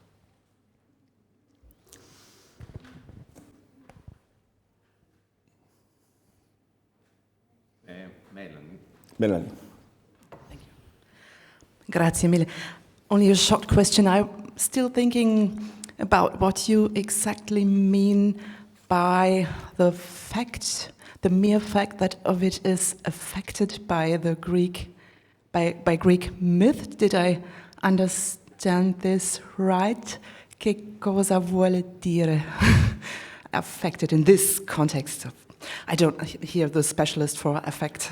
Well, theory and emotion sits for me. What I mean is that all the stories are already, all the myths are already in the Greek tradition, but there are different ways of fruition. La fruizione cambia storicamente, quindi il fatto di identificare sempre le stesse storie che ricorrono, poniamo, in Omero o in Ariosto, ovviamente non presuppone lo stesso apparato culturale e la stessa fruizione. Tutto qui. Grazie.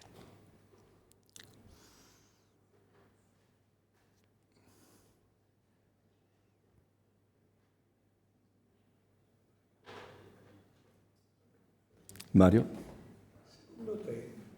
Perché ho trovato molto utile il concetto di auristo e di metamorfosi non auristica in Ovidio.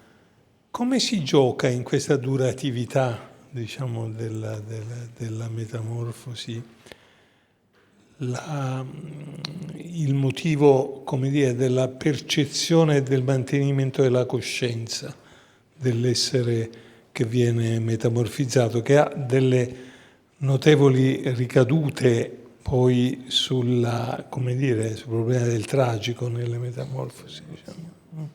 Sì, hai ragione, questo è importantissimo. Diciamo che questa dimensione interiore della metamorfosi, che è assicurata dal permanere della sensibilità, funziona come una specie di apparato letterario che si aggiunge alla cultura romana, come può essere la cultura dell'arena, la cultura anche della sofferenza, il display di sofferenza, la predilezione per forme di arte estremamente patetiche.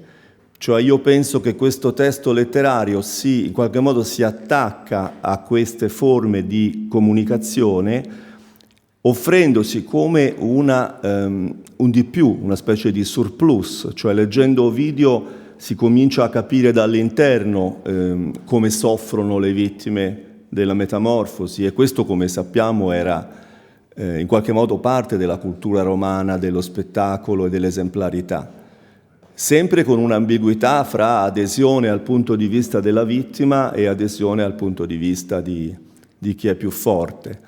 Ma questo lo vedo come un modo anche di affermare il potere della poesia. C'è un lavoro interessante in cui Philip Hardie ha spiegato perché Orazio non vuole fare ekphrasis, non vuole fare descrizione di oggetti e monumenti. E il motivo di fondo evidentemente è che Orazio vuole lasciare uno spazio alla sua poesia, deve essere la sua poesia che consente un diverso accesso all'idea di, per esempio, di monumento. C'è quindi nel mondo augusteo anche una competizione tra forme di comunicazione diverse e c'è un tentativo della poesia e della letteratura di creare un proprio spazio.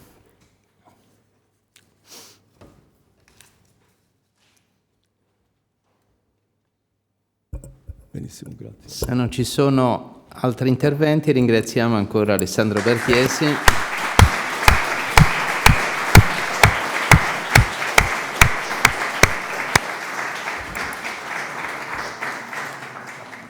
E a questo punto è la volta di Andrew Feldherr, professore all'Università di Princeton. Andrew Feldherr è uno specialista soprattutto di storiografia antica. Un suo lavoro molto importante della fine degli anni 90, 1998, era Spectacle and Society in Living History. Siamo sempre quindi in una sensibilità spiccata per lo spettacolo. Ma poi Feldherr è stato anche editor di un companion, un Cambridge Companion sugli storici romani del 2009 e in campo più strettamente ovidiano è autore di un importante volume pubblicato da Oxford da Princeton nel 2010, Playing Gods, Ovid's Metamorphosis and the Politics of Fiction. Quindi diciamo è uno studioso importante anche in ambito strettamente ovidiano. Oggi ci parlerà del Ovid's Narcissus Seeing Time. Grazie Andrew, che è uno studioso appunto familiare, noto ai nostri perfezionandi, perché ormai è la felice consuetudine di partecipare a questi incontri di Cortona appunto che ogni anno organizziamo. E quindi è diventato un nostro interlocutore privilegiato. Grazie. Thank you so much for the introduction and for the opportunity to speak here. I was telling Martha before that coming from Cortona to this is a little bit like the transition in genre from the bucolic to the epic, and I hope I can measure up. This talk takes me back to a problem that first interested me in Ovid, which is precisely the problem that Alessandro was just talking about. That is, what does the reading of fictional narrative do? And I first approached this largely with the model of tragedy in mind, because the episode I was working with was the end of Book 3 and its model of the Bacchae. And my question was how a narrative appropriates the kind of experiences that an embodied medium like tragedy does. If I were writing it today, I would have thought equally about art. What I left out of that treatment was Narcissus, and I always meant in some way to go back to it and think how this episode built on and prepared for this way of thinking about narrative. And in a sense, I didn't really have to do that, because Philip Hardie's treatment, I mean, among many others in this room, of the Narcissus episode as a component of tragedy answered a lot of my questions. And I now want to come back to it and put the emphasis, as I hope it will be distinctive, not so much on fictionality, which was the way I first approached it, but on temporality. And I want to start precisely from one of the points that Alessandro also made about the perception of time. This contrast between an aorist view of metamorphosis and a continuing view of metamorphosis. And my interest, and I'm doing this through the Narcissus story, because I think Narcissus brings these two views of metamorphosis together in a way that thematizes it. You have one of the slowest metamorphoses in the poem, Echo's transformation into either Echo or herself. It takes a very long time, and you have an instance of the aorist view of metamorphosis when the naiads find Narcissus as a flower. And my talk today sort of develops how that contrast in temporality, that's fine actually, about well, I'm actually sort of at the bottom of that page now. What I want to argue is that those who merely see Narcissus as a flower, so to speak, miss the opportunity to experience the temporal dimension of metamorphosis captured through narrative. In this elision of narrative, the nymphs who conclude Narcissus' story by lamenting his death mirror a contrast also present at its beginning. There, another nymph, Narcissus' mother, seeks to learn how long her already lovable offspring will endure. She is answered by a figure who knows the whole arc of her son's life, the fatidicus vates Tiresias, and that exchange both makes explicit the episode's interest in time and makes temporal perspective a factor in interpreting narrative. Ovid's enjambment of Liriope's question in lines 346 to 7, which is on your handout, places tempora as the emphatic first word of a golden line. And the comment that the prophet's reply seemed empty for a long time introduces the characteristically tragic irony that results from opposing a divine knowledge of the future communicated through prophets to what characters in the play discover. And I'd like to I'm going to skip the rest of this page, but I'd like to just emphasize that Ovid uses literary history and self-referentiality to kind of redouble that effect, because the audience not only knows what Tiresias knows, but they also know how to read Tiresias because they're completely familiar with Greek tragedy. Now I'm going to start there. Perfect. The word fama points out a related thematic pattern that will also make the audience aware of the complexities of the act of reception. The oxymoronic relationship established between the verbal and the visual. The visual dimension of the reception of Tiresias' walks, embedded in the verb visa est, is activated by the presence of the same verb, also applied somewhat unusually to something that cannot actually be seen, tempora. By contrast, fama will accrue to a blind figure described with the hyperoral term fatidicus, and that fama, too, is the key to integrating Narcissus' story within the larger course of Ovid's narrative. And the medium is also the message, in that line 346 reveals a kind of iconic arrangement of words that can be transferred to the larger ring composition of the narrative, which recalls its beginnings not only through the contrast between sound and vision, but in focusing that sight on a flower, the narcissus, that mirrors the mother Liriope and imposes a similar visual symmetry on the text. Foliis medium cingentibus albi sort of reinterprets that visual golden line pattern. The seeming dissociation between the synchronous effects of vision and how the experience of time is conveyed by sound, which only exists as long as you hear it, may seem to orient us towards a familiar contest between verbal and visual arts. But temporality equally receives attention as the factor that reveals the insufficiency of each mode of reception. The nymphs at both ends of the narrative are held in thrall by visual images that have no narrative connection and whose short duration deceives them, the baby and the flower. Tiresias may, with his mind's eye, be able to see the end of the story, but his blindness keeps him from experiencing the longing generated by vision itself. Although he knows already how the tragedy will end, it is the nymphs who experience it and do the mourning. There is thus a further tension between the kinds of vision made available within and by the narrative.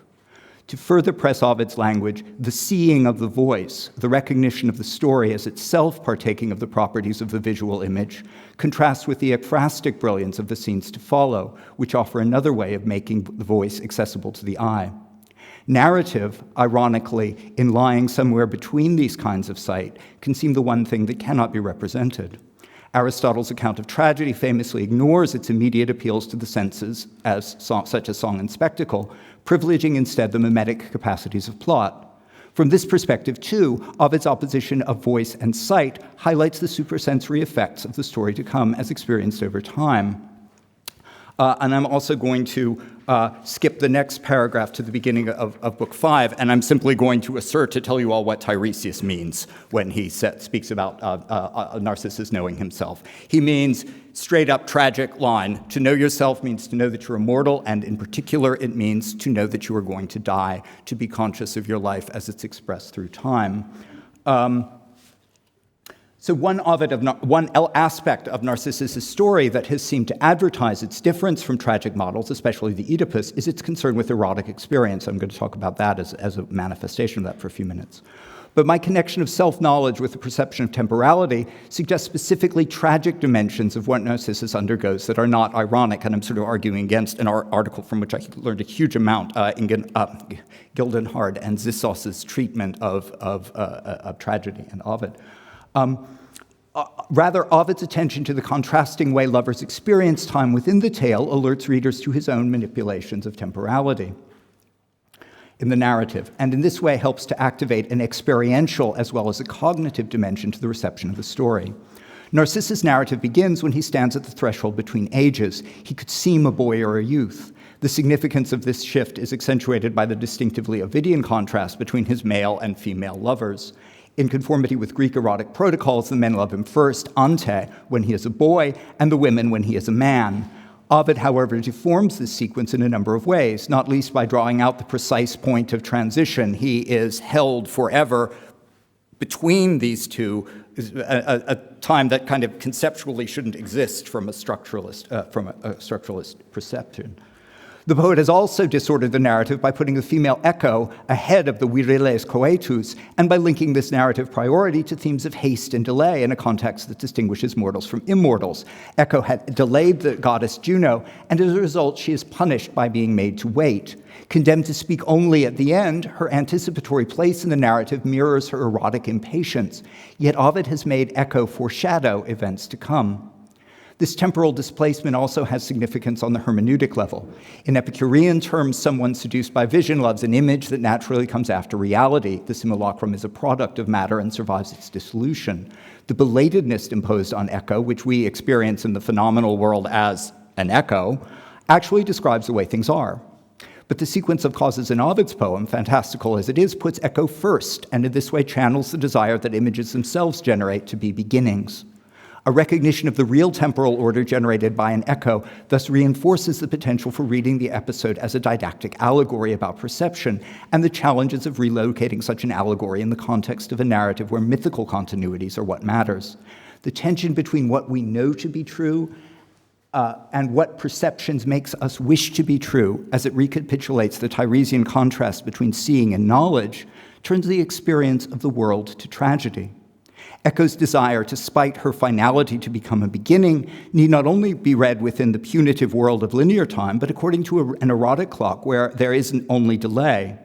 And yet, as the appearance of Narcissus regarding his appearance turns out to be but the foreshadowing of his death, as an umbra becomes an umbra, that erotic timelessness becomes only the temporal anticipation of mortality. The very image that creates the desire to escape time precisely through its enduring sameness becomes a trace of its loss.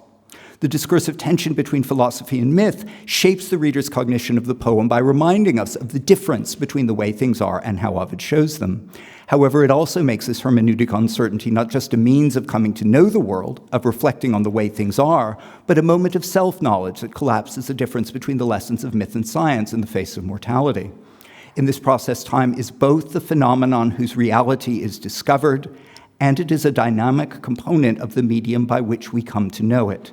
It is both immanent and concealed, and we are equally made aware of it when it escapes representation, as it does in an image, and when, as in a narrative, its operation can be traced and felt in the anticipation and delay generated by the fears and desires of those who act within the story. And just to make life difficult for the people doing the narrative, I'm going to skip the next paragraph, and I'm just going to summarize it, which is to compare Echo's erotic distortion of time to Narcissus' own, which I put, again, in a very tragic context, comparing him not only to Hippolytus, for whom the avoidance of sexual contact and reproduction is a way of maintaining his closeness to the goddess Artemis and of not entering into the human world, and also especially with the figure of Chrysippus, who stands at the beginning of Oedipus's own story and is the kind of aition of the sort of love that Narcissus experiences here.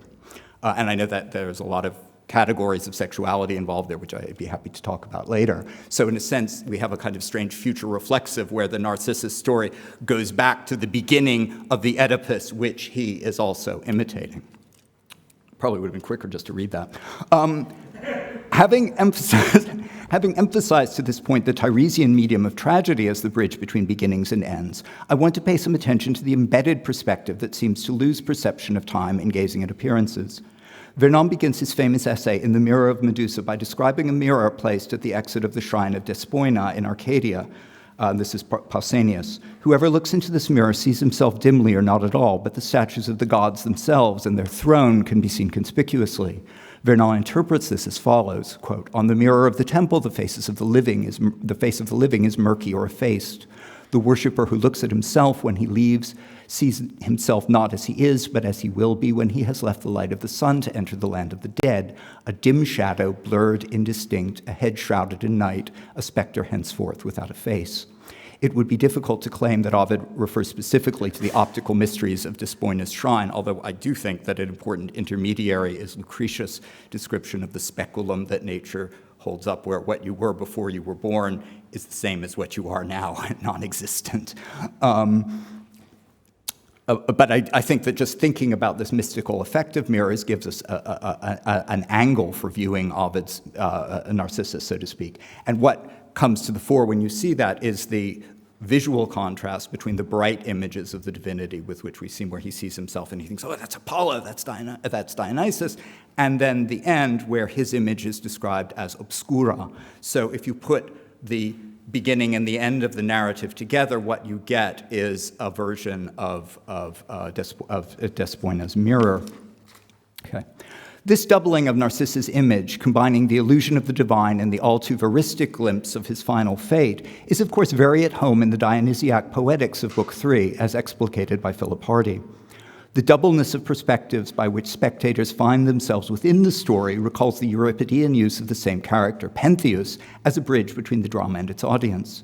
But Ovid transfers the experience of recognizing this double divinity, who, as both God and mask, confounds distinctions between absence and presence to a purely narrative plane. Dionysus, whose presence is first suggested by Narcissus' image, is most himself when he is in disguise, whereas for Narcissus to recognize that he is an image signifies only disappearance and mortality. I hope to add to that perspective by emphasizing how the apprehension of temporality in and through narrative contributes to that complex apprehension. Indeed, Dionysus may be but one face of the hidden divinity, who I would consider as time itself. Indeed, duration is also a fundamental distinction between the forms the divinities use to conceal their identities and the permanent metamorphosis of mortals. I'd also just point out that a very similar contrast between image and narrative occurs in the Dionysiac portion of Book 3 itself, where you have the long story of Acoites and the instant non-metamorphosis, the sort of zero-grade metamorphosis of Pentheus, who hasn't changed into anything except in the eye of the beholder. I have suggested throughout that a reception of Narcissus as a story both complements and opposes a purely visual reception of his experiences. Such an opposition would be at home in tragedy, where the competing awareness of reality and fiction can also be charted in the tension between its narrative dimension, its mythos, and I think that Ovid is re-mythologizing things also in the sense of emphasizing mythos and narrative as the way by which we know the world. But we may also consider Ovid's story not as a tragedy with pictures, but as a picture aiming to convey a tragedy. Here again, to oppose spectatorial roles within the story mobilize contrasting responses and doubly reveal the contrast between permanence and ephemerality. Narcissus, who looks directly at the image with no initial consciousness that it is an image, acquires this awareness over time as the darkening face of the disappearing mortal replaces the brilliance of divinity. Meanwhile, Echo is also seeing Narcissus, not his image, and conceptually viewing the mirror from the side rather than looking directly at its mimetic surface gives a new dimension of depth to the image. As Marie-Louise von Glinsky points out, the reflection on water is also but a transient simulacrum for the marble statues or actual paintings to which it is compared. For the real material of which the image is composed is not solid like marble or the surface of a painting, but fluid. In addition to breaking the chain of similes by which its surface is like a painting, which is like Narcissus, who is like a god, this perspective imposes a metonymic identity between Narcissus and the matter, not the image. His mother, as we learn at the beginning, calls him Narcissus, but in the narrative he is first named as Cephisius, after his father, the river. Thus, whether we think that we are looking up at heavenly divinities in a kind of regressive Platonic return to divine truths, or downward as an Epicurean, penetrating through the images to their material reality, we encounter the same contrast between permanence and mortality. Forma, the designated object of Narcissus' fascination, which is also a shorthand designation for the poem we are reading, has never come closer to signifying the Platonic forms, nor the deceptive simulacra of Lucretius. My aim in this talk, and I'm at the end now, my aim in this talk has been to show how the challenges of recognizing Ovid's metamorphoses as myth or philosophy, as story or image, structure contrasting awarenesses of time. As a narrative, the poem shows time through the dialectic between the perspectives of Tiresias, who sees beginnings and endings simultaneously, and the internal spectators, who see the actual appearances to which he is blind. Time not only flows like water, but it is itself invisible like water and is only glimpsed through the shifting images on its surface. Yet each of these perspectives moves in a different direction towards a conception of time itself in static visual terms, a surface that shows its viewer time by juxtaposing the eternal and the transient, while making it unclear whether it is the image or the reality that lasts forever. But it is equally the awareness of time that drives our perception of the poem's fundamental nature as mimesis through a kaleidoscope of shifting literary and artistic models. This is my main point, that you can't know time without knowing metamorphoses, and you can't know the poem of metamorphoses, you can't fully experience this without this perception of time. On Mea Tempora, I suggest, defines not only the linear trajectory of Ovid's subjects from the beginnings of time toward the present, but also its telos as representation. In this respect, Mea hints at Tempora's ability to zoom in on an aspect of individual appearance, the temples, a wordplay whose significance is well chronicled by all. I was almost going to say by all, by everyone, but it's also by all. When the prophet Tiresias returns to warn Pentheus of the dangers of seeing, he is described as moving tempora albentia canis. Having spoken before of tempora in revealing Narcissus' future, he here shows it in a countenance whose signs of age, contrasting with the young protagonists, forms its own mirror of despoina. And the visual echo is reinforced by the word albentia, which recalls the white petals framing the gold center of the flower that signifies Narcissus. We simultaneously see time through the text in the sequence of visual images it evokes, and in the text as a pattern of juxtaposed signs, images, and stories. It is something that, like Tiresias, Ovid the Wates tells us of, and something it shows us, inseparable from our experience of its own changing forms. Thank you for your attention.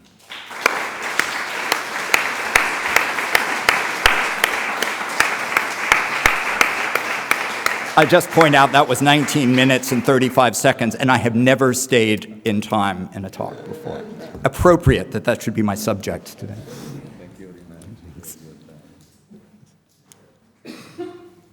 Alison? Sorry. Thank you very much. Absolutely fascinating. I mean, I completely agree with your emphasis on time and the importance of time, and particularly for reading the big picture of the poem. That's absolutely right. I just wonder whether in this story, echo is precisely something that refuses time. Maybe transcends, I'm not sure about that. But you said that sound only exists as long as you perceive it. But the point about echo is that it creates a sound that, in a sense, exists beyond. Mm-hmm. You can do a lovely thing in the baptistry here with sound and echo and so on, and creating harmonies that sort of don't exist or shouldn't, because you're getting a temporal displacement. I just wonder whether echo is a bit of a kind of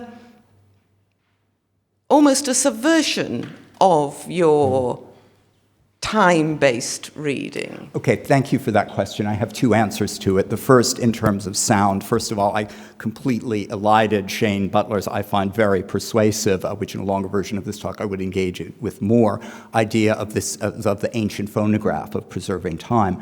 However, what I would argue is not so much that it is a subversion, but that echo's presence points out the artificiality of that means. Yes, you can preserve time forever, but it doesn't you can preserve sound forever, but it doesn't really work like that in the real world. It can last a long time, but it's not the same. The idea of echo and that relates to Eco's role as a spectator, because I think that is tremendously important. And here I would go back not so much to the temporal aspect, but the kind of narratological aspect of Ovid, of Eco as a viewer within the text. In a sense, she is always present because there's always somebody reading and watching the story who doesn't see that they're reading about themselves. And Eco, who goes through that experience, reminds you of that. So again, I would say that she doesn't subvert this model, but she, in fact, exposes its double potential. Thank you very much. I wonder, in an attempt to sort of link your paper with Alessandro's, one of the themes of your paper was the visuality and going beyond the visuality, almost as if visuality, the image of, is the starting point. Of course, this raises all sorts of issues about the chronology and representing the myth and so forth. But I wonder, as I reflect back on the examples, particularly from Pompeii, that Alessandro Barchiesi projected, very few of them, I can only think of one, really hints at the future or hints at the larger story. In the Isis and the Io example, whereas the others, it's what you would expect, a moment in art. And so I wonder if what you think about that thought, because it's off the top of my head, I admit, and how that might relate to your point, namely looking at actual objects, but from the larger perspective that Alessandro invited of ways of viewing with regard to time. Well, thank you very much. And in fact, if I develop this, it would include precisely that kind of visual material. Have you seen the new, because I also think that it does show you temporality very strongly, and a great example of that is the new Narcissus that was, I've forgotten where it was found, but it was in all the papers. And that works both sort of ironically, because the face of Narcissus is the one place that's exposed, but also if you look at the image in the water, it looks to me, and some art historian might be laughing when I say this, like that is not the reflection of Narcissus, it's the reflection of Narcissus that's scarred by time. And if you see simply the mask in the water, I would argue that this is precisely, in a sense, not necessarily that it shows him as a corpse, but that it shows him as something other than what he is, and particularly in the context of Pompeian wall decoration, it shows him as a theatrical mask. And so this is a way in which tragedy and the works of art kind of work together to triangulate a perspective of Ovid's text. So I think you're right. I mean, Ovid is not simply reproducing. I mean, a larger answer to your question is I don't. Exactly. Well, yes, that he is exposing how his medium is what sort of Sandro was saying about the variety of discourses that you have available, and he is exploring the difference between literature and especially tragedy that looks toward becoming an image and an image that looks toward becoming a narrative. Thank you. Okay. Philip, oh, sorry. How the final conclusion of the Narcissus story might impinge on your discourse about time when he ends up as an umbra in the underworld looking at an umbra fixed forever. And that is of, if you like, tempora visorus longissima. I mean, where presumably in the underworld he will never grow any older. He will always be the same as he was at the moment of his disappearance from the world above. And just a question as to how you might or might not want to build that into your discussion of time. So the way it works in a longer version of this paper is, let me think it through. There are two alternative ways in which Narcissus is preserved. He is preserved forever as an image of himself, looking at himself, and yet that only exposes, on the one hand, that only exposes that the image was always only of his dead body. It was always only of him as an umbra. In another sense, again, I've tried to argue that one of the conundra that this visual experience puts in motion is deciding which is real and which is eternal. And there are, of course, two endings to the Narcissus story, one of which he's an image of himself that lasts forever, but it's not really here, it's in the underworld. And the other is in a flower that is here, but isn't Narcissus. And it's also, again, I mean, if I were to explore the difference between simile and metonym, that works there too. I mean, I'm not saying that's what it's all about, but I'm saying that helps to shape this opposition, which is actually kind of built into, you know, I would say one of the ultimate unseeabilities of time.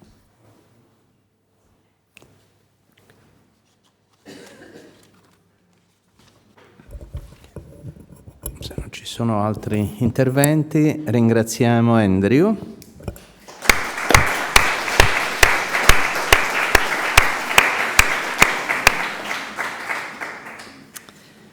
E passiamo alla relazione successiva. Federica Bessone. Federica Bessone, Università di Torino, che in queste aule ha un passato. È studiosa, appunto, si è occupata principalmente di due temi, appunto. Il primo è Ovidio, è autrice di un importante commento alla una delle Eroides, la Medea Giasone del 1997, e poi negli anni successivi, oltre a continuare a coltivare l'interesse per Ovidio, c'è ovviamente un nesso, ha iniziato a lavorare sul suo secondo principale tema di ricerca, che è l'Epica Flavia. Stazio in particolare, a Stazio ha dedicato un volume importante del 2011, la Tebaide di Stazio, Epica e Potere, e in ambito Flavio è rimasta poi principalmente una dei promotori di questo sviluppo tumultuoso degli studi sull'età Flavia, sulla poesia Flavia, appunto negli ultimi anni. Diciamo sull'età Flavia è coeditor di un volume pubblicato da De Gruyter nel 2017, The Literary Genres in the Flavian Age, Canons, Transformations, Reception. Oggi ci parlerà ovviamente di Ovidio, il suo tema è l'illusione del lettore, strategie di scrittura, politica della ricezione. Federica? Grazie. La poetica dell'illusione, non so se avete il testo, ho dato il testo da proiettare. Sì. Grazie. La poetica dell'illusione è al centro degli studi ovidiani da quasi 40 anni. I saggi di Gianpiero Rosati e di Hardie hanno aperto la strada a una tendenza critica che nella poesia di Ovidio esalta la coscienza della finzione, esplorando zone di confine, il tema della presenza assente, l'inganno delle forme e del linguaggio, lo spettacolo delle apparenze. Da letture di episodi come Eco e Narciso e molti altri, abbiamo l'immagine di un narratore che intrappola i personaggi nell'intrigo delle illusioni e vi fa assistere il lettore da una posizione di superiorità, come uno spettatore avvertito, consapevole degli equivoci in cui i protagonisti del racconto cadono ignari.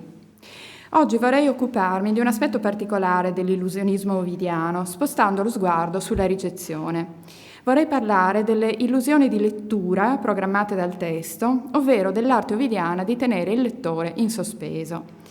Prenderò ad esempio il montaggio narrativo di un episodio complesso, la storia di Aretusa da lei narrata in Metamorfosi 5, e proverò a mostrare come il lettore stesso sia intrappolato da Ovidio in un intrigo di illusioni. Illusioni narrative, costruite ad arte, che lasciano chi legge nel dubbio, incerto se la versione del mito in apparenza inedita che gli è stata proposta sia la verità su Aretusa o piuttosto la versione di Aretusa. Una versione incompleta, accelerata nel finale e tagliata su misura per il contesto, e avvallata per interesse da due narratrici interne e dal narratore esterno. Dunque, l'illusione del lettore come strategia di scrittura. Ma questo principio di poetica pervasivo che fonda la qualità sfuggente della scrittura ovidiana, ha anche un'implicazione politica che sarà sfruttata nella poesia dell'esilio. Studiare la poetica illusionistica sul piano della ricezione significa anche riconoscere la politica della ricezione messa in atto dal poeta esule, un uso politico della poetica dell'illusione che a me pare dichiarato tra le righe nel proemio dell'Epistula Exponto. In chiusa accennerò, in realtà non accennerò, al patto di lettura proposto all'imperatore dal poeta esiliato in Exponto 1.1, l'invito di un vate screditato ma ispirato a lasciarsi prendere dalla credulitas e la proposta di un patto reciprocamente vantaggioso, fondato sulla convenienza politica, credere alla poesia di un peccatore pentito e sacerdote mendicante che, in cambio di una piccola elemosina, offre al principe e ai lettori le sue laudes deorum. Sospensione e credulità, è questa la condizione che Ovidio crea nel lettore da un capo all'altro del corpus. Possiamo, anzi dobbiamo rimanere in dubbio sulla attendibilità di ogni narrazione, ma vale per Ovidio, poeta del suo esilio, la legge che vale per la sua narratrice preferita, Aretusa. Se una storia è ben raccontata, non è turpe lasciarsi prendere dalla credulità, turpe ne che sta lì, credulitate capì. Confondere le acque, la versione di Aretusa. Nell'isola di Ortigia, a Siracusa, vi è una fonte d'acqua dolce vicino al mare di nome Aretusa. È una meraviglia naturale celebrata dalla letteratura scientifica. La leggenda collega il miracolo alla storia di Siracusa. I colonizzatori provenivano in parte dall'Elide e così, si dice, anche l'acqua di Aretusa viene da lontano, in tutto o in parte. È l'acqua di Alfeo, il fiume di Elide, che bagna Olimpia e le sue gare. L'Alfeo è a sua volta un mirum, un fiume carsico che nel suo lungo corso, dall'Arcadia all'Elide, scompare più volte sottoterra. E così, dice la leggenda, dopo aver percorso il Peloponneso, l'Alfeo si inabissa e scorre sotto il mare fino a Siracusa, dalla madrepatria alla colonia, e porta con sé, dice qualcuno, addirittura tracce delle cerimonie olimpiche. La leggenda è antica. Nella Nemea prima, Pindaro invoca Ortigia, chiamandola nell'incipit respiro sacro dell'Alfeo, ampleuma semnon Alfeu, il luogo in cui il fiume riprende fiato dopo la lunga traversata sottomarina. Dunque, Aretusa, la fonte di Siracusa, e Alfeo, il fiume di Arcadia e di Elide. La leggenda che li lega diventa in età ellenistica una storia d'amore. Così la presenta Mosco. L'Alfeo, quando lasciata Pisa si apre la strada nel mare, procede verso Aretusa con la sua acqua nutrice di oleastro, portando come doni nuziali belle foglie, fiori e una polvere santa, e penetra a fondo dentro le onde e sotto la superficie conduce la sua corsa senza mescolare la sua con quelle acque, e il mare non sa nulla del fiume che la attraversa. Quel giovane furfante, malefico, sinistro insegnante, Eros, con un filtro ha insegnato anche un fiume a tuffarsi. La storia di questo amore fa una serie di apparizioni in poesia latina e avrà lunga fortuna. Menandro Retore la raccomanda come exemplum del potere di Gamos, da usare negli epitalami, vi accennava forse Callimaco, e la coppia ha un posto di spicco nel catalogo degli amori dei fiumi. In Amores 3.6 Ovidio cita Alfeo tra i primi esempi, con una formula che coglie la notorietà e forse qualche ambiguità del mito. Quid non Alfeon diversi scurrere terris, virginis Arcadie certus adegit amor? Dunque, due mirabilia celebri e un mito d'amore notissimo. E tuttavia, come fosse nato l'amore tra i due, doveva essere già per gli antichi un punto poco chiaro. Qui c'era spazio per l'inventiva. Mi sembra che lo segnali in un modo spiritoso Luciano, in uno scambio di battute tra Posidone e Alfeo. Ma dimmi una cosa, dov'è che hai visto Aretusa? Tu sei Arcade, lei siracusana. Posidone, io ho fretta e tu mi trattieni con domande oziose da intrigante. Hai ragione, va dalla tua amata e quando sarai riemerso dal mare, mescolati con la fonte e siate un'acqua sola. A parte Ovidio, l'unico racconto esteso che abbiamo di questa storia è quello di Pausania, che è una semi-razionalizzazione del mito. Alfeo e Aretusa sono due cacciatori, lui è innamorato ma lei rifiuta di sposarlo, fugge in Sicilia e là si trasforma in fonte. Allora lui per amore si muta in fiume e la raggiunge scorrendo sotto il mare. Veniamo alle metamorfosi. Qui i protagonisti sono una ninfa e un dio e la sceneggiatura è quella tipica dell'epica del desiderio. Parafraso il secondo discorso di Aretusa, che per comodità vi ho messo, sia pure in caratteri molto piccoli, alla fine dell'handout. Aretusa è una ninfa cacciatrice dell'Acaia, cioè genericamente greca.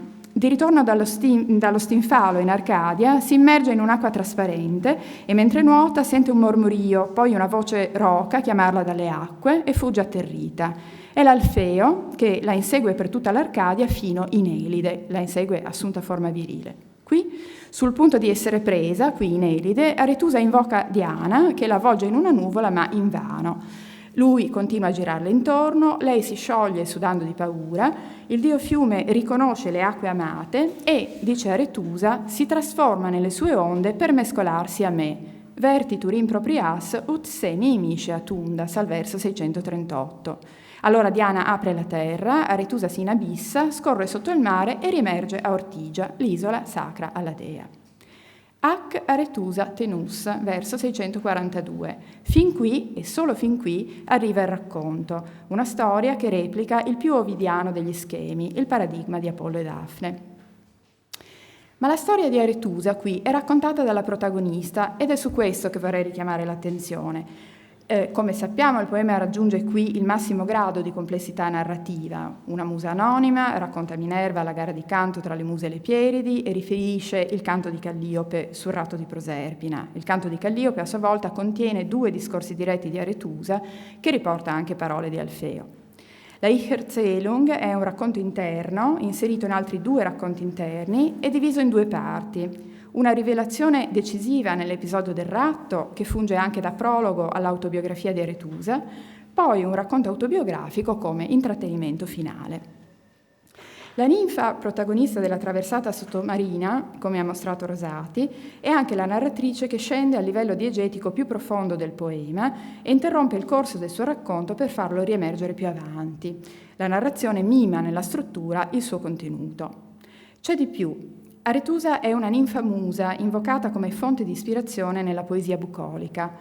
Ovidio fa di lei una narratrice tra le più consapevoli delle metamorfosi, degna di prendere la parola nelle parole delle muse.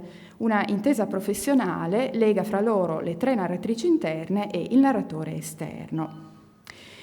Alla voce di Aretusa, Ovidio affida, come è noto, anche indicazioni metanarrative, come quella celebre dei versi 499 seguenti, sulla necessità di tenere conto della disposizione di chi ascolta e del tempo opportuno per la narrazione. Veniet narratibus ora tempestiva meis, cum tu curaque elevata et vultus melioris eris.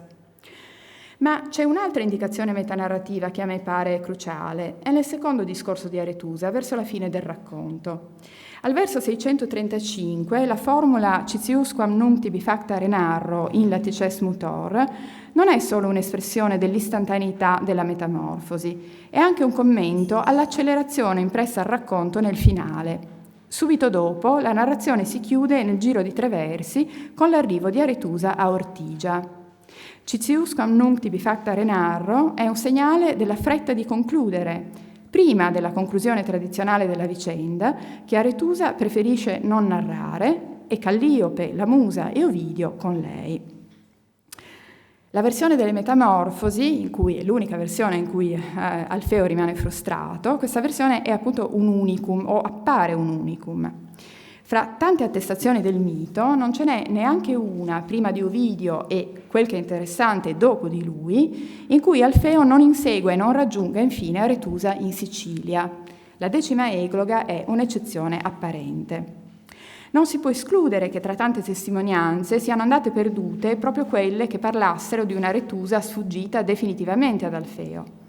Ma non si può nemmeno escludere che per il lettore antico, più ancora che per noi, la prevalenza schiacciante della versione tradizionale rendesse immediatamente evidente la forzatura dell'Aretusa ovidiana, alla quale forse, alla fine del suo discorso, qualcuno potrebbe obiettare, come Tlepolemo a Nestore, Metamorfosi 12, che ha omesso una parte essenziale della storia, ovvero che non ha raccontato tutta la storia fino in fondo.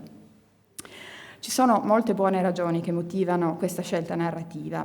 Rosati ne elenca più d'una nel suo commento, cito: una probabile innovazione di Ovidio che da un lato rientra nella strategia di compiacere le ninfe, attribuendo a una di loro un successo che la sottrae al consueto ruolo di preda erotica, e lo stesso piacere di Scilla di narrare elusos juvenum amores, e dall'altro bilancia con questa vittoria di Diana il potere di Venere, egemone in terra siciliana, e di cui Proserpina è la vittima principale. Evidente anche il parallelo con il successo delle muse che sfuggono a Pireneo. L'efficacia della scelta è massima. Il canto di Calliope è orientato in funzione delle ninfe giudici, come ha mostrato Andrew Tsissos. Per questo esalta la resistenza alla violenza, esaltando due ninfe eroiche: Ciane, che protesta contro Plutone, subisce la violazione delle sue acque e si vendica rivelando il rapimento, e Aretusa, che all'opposto di Proserpina sfugge al suo assalitore sopra e sottoterra. Ma veniamo al punto che ci interessa di più. Aretusa sfugge o sembra sfuggire, è questa l'impressione creata dal testo. Così alcuni interpreti, vi ho messo le citazioni sull'handout. Perché il punto è questo: il testo di Ovidio non dice che Alfeo abbia continuato a inseguire Aretusa sotto il mare e l'abbia raggiunta, ma non dice nemmeno il contrario. Il racconto di Aretusa si ferma prima. Anche il primo discorso della ninfa non è esplicito. Aretusa parla di sé alla prima persona e non menziona la presenza di Alfeo, ma neppure la nega. Tutto nel testo dà l'impressione che sia andata a finire così come lei lascia intendere, ma tutto nel testo fa pensare che una versione diversa, quella tradizionale, non sia mai effettivamente e definitivamente smentita. Alla versione vulgata Ovidio aveva già accennato negli Amores, come abbiamo visto. In un testo successivo, invece, Exponto 2.10, Ovidio autentica la versione ambigua delle Metamorfosi, ripetendo lo stesso effetto di ambiguità. 2.10, 27, 28, nec proculinc nymphen, que dum fugiteli di stamnem, tecta sub equorea, nunquo che currita qua. Ecco di nuovo una versione parziale e reticente, un'inquadratura su Aretusa e solo su di lei. Nell'Exponto Ovidio cita se stesso. Accostando Ciane e Aretusa, celebra la novità della sua riscrittura del ratto di Proserpina, il ruolo da protagoniste affidato alle due ninfe. E quasi commentando le Metamorfosi attribuisce a Ciane, meno celebre di Aretusa ma resa celeberrima nel suo poema, un segno distintivo della storia parallela e più nota, l'espressione mescolare le acque, che nelle Metamorfosi Aretusa usava per l'intenzione apparentemente frustrata di Alfeo. Mescolare le acque, confondere le acque. Nella tradizione, mescolare o non mescolare le acque in più di un senso è un'immagine che individua il profilo di Aretusa. Mosco usa questa espressione per Alfeo, come abbiamo visto, cu miknutai hydasinudor. L'acqua del fiume nella traversata sottomarina non si contamina con l'acqua del mare. Virgilio risponde nell'Egloga Decima augurando ad Aretusa che Doride Amara non mescoli le sue acque con lei durante la sua traversata. Sic tibi cum fluctus subter labere sicanos, Doris Amara suam non intermisce atundam. Con eleganza allusiva, Virgilio evoca Alfeo senza nominarlo. Nel proemio bucolico, l'invocazione alla ninfa musa richiede una fonte pura, non contaminata dal mare e possibilmente dal fiume, un simbolo poetico che leghi l'Arcadia virgiliana alla Sicilia di Teocrito. E la dedica a Gallo è un motivo in più per privilegiare l'Aretusa in fuga, vicina ai solliciti amores del poeta elegiaco e alla fuga di Licoride. Solo nell'Eneide Virgilio ci farà assistere alla conclusione del mito. Eneide 3, i versi 692 seguenti.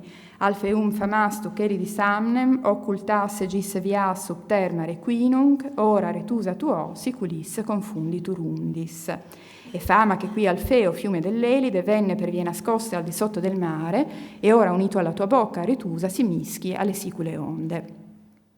Per voce di Enea, Virgilio continua il suo testo precedente. Il lieto fine che il poeta aveva taciuto per tatto nell'omaggio a Gallo ricompare ora, nunc, inchiusa al racconto di un profugo che è giunto, attraverso tanti labores, dall'Oriente in Sicilia, proprio come Alfeo. Dunque, Di questo mito in 2 tempi, inseguimento amoroso, poi unione stabile, i poeti selezionano il cotè più adatto ai loro scopi, Aretusa la fuggitiva oppure la sposa di Alfeo.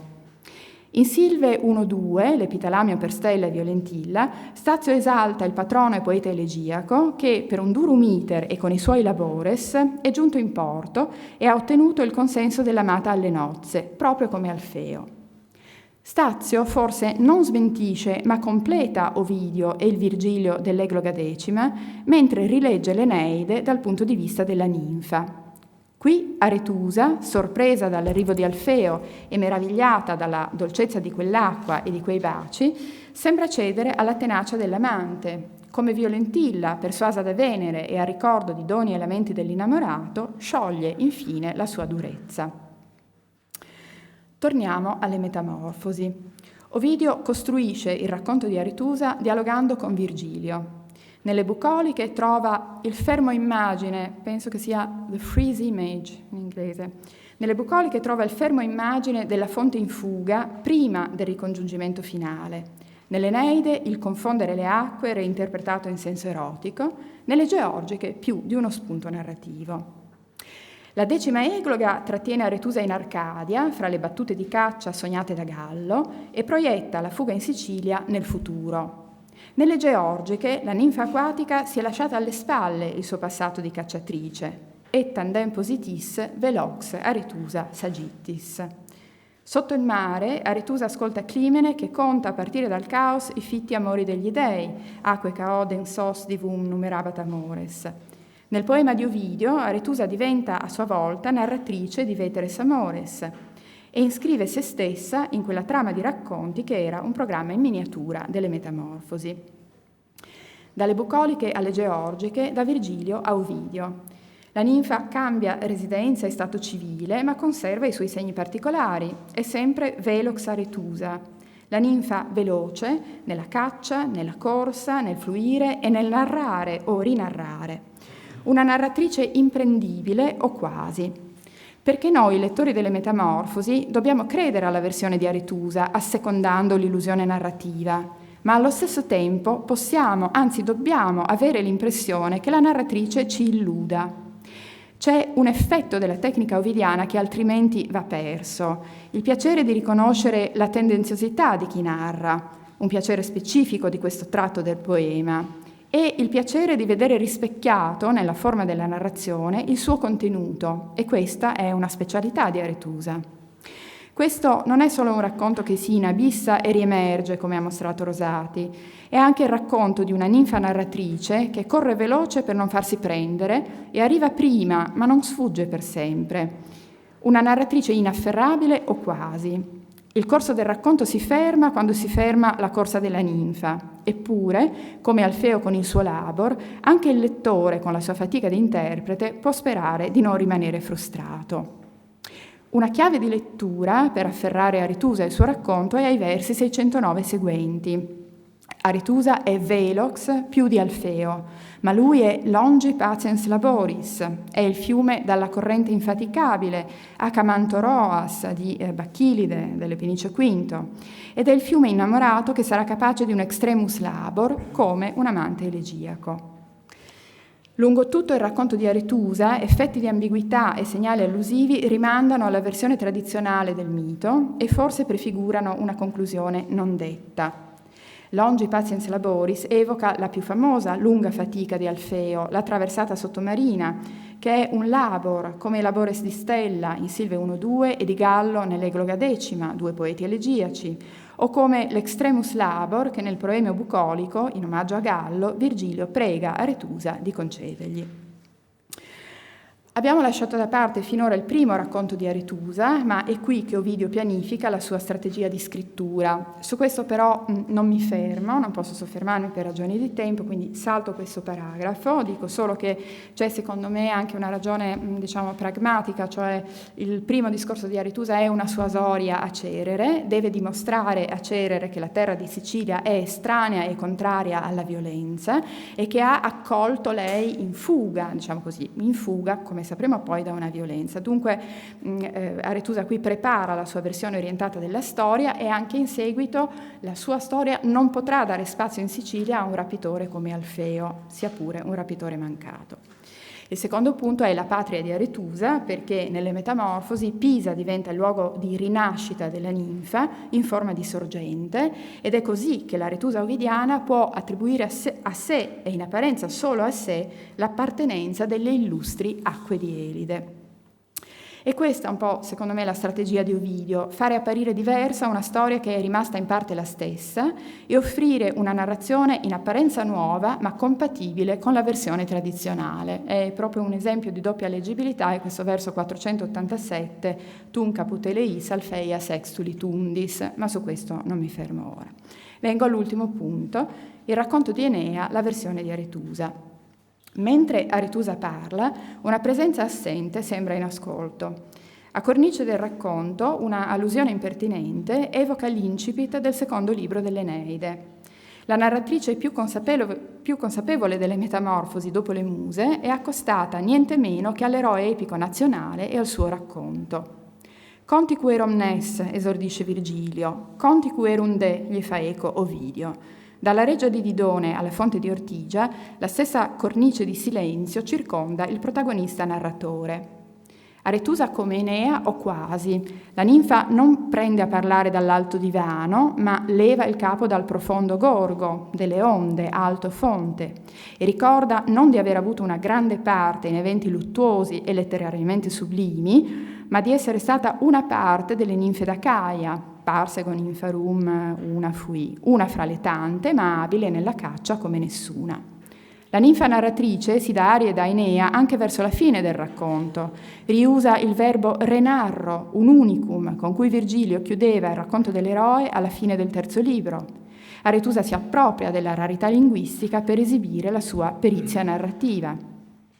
Ma perché questo invito al lettore a confrontare l'autobiografia della ninfa con quella dell'eroe? C'è certamente l'orgoglio di mettere a confronto col sublime epos nazionale un epilio alessandrino sui vetres amores di un fiume, e c'è il compiacimento di accostare una narratrice interna tra le migliori del poema al più celebre racconto interno dell'epica latina. Del resto era Aretusa che Virgilio invocava nell'Egloga X per cantare i solliciti amores di Gallo. Ma non basta. Su un punto specifico, un punto che la riguarda, Aretusa corregge il racconto di Enea. Contrappone la sua versione a quella dell'eroe e, come Enea quando parla di sé, come Enea secondo Ovidio, non può evitare di apparire una narratrice inaffidabile. L'ultimo tratto delle peregrinazioni di Enea porta l'eroe a Ortigia. Qui in 3 versi vi è la storia di Alfeo e Aretusa. È fama che qui Alfeo, fiume dell'Elide, venne per vie nascoste al di sotto del mare e ora, unito alla tua bocca, Aretusa, si mischia alle sicule onde. Fama est. Nelle parole di Enea, Virgilio prende le distanze da una leggenda che ha del favoloso, ma su una materia così incerta e così sua, l'Aretusa ovidiana interviene, afferma la sua versione e ruba la scena ad Alfeo. La ninfa musa delle Metamorfosi smentisce l'eroe dell'Eneide e torna alla versione delle bucoliche, una versione virtuale. In apparenza Alfeo non l'ha inseguita, le loro acque non si sono mescolate e solo lei ha compiuto la traversata. L'Aretusa ovidiana ha imparato da Virgilio che si può variare una storia per opportunità contestuale, per compiacere un destinatario o un dedicatario, e la si può fare apparire diversa per reticenza, solo omettendone la conclusione. Nel testo di Ovidio non c'è chi possa smentire la ninfa, perché qui, nelle onde di Elide, in quelle acque così animate di presenze, la voce di Alfeo, se c'è, è stata silenziata al verso 574, Conti querum de.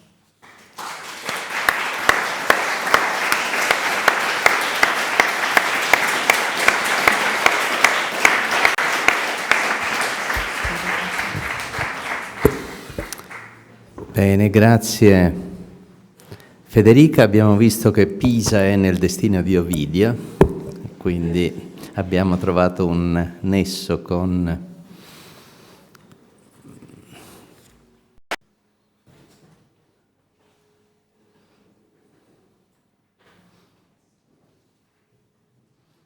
Conti querum de. È molto aporetico anche questo.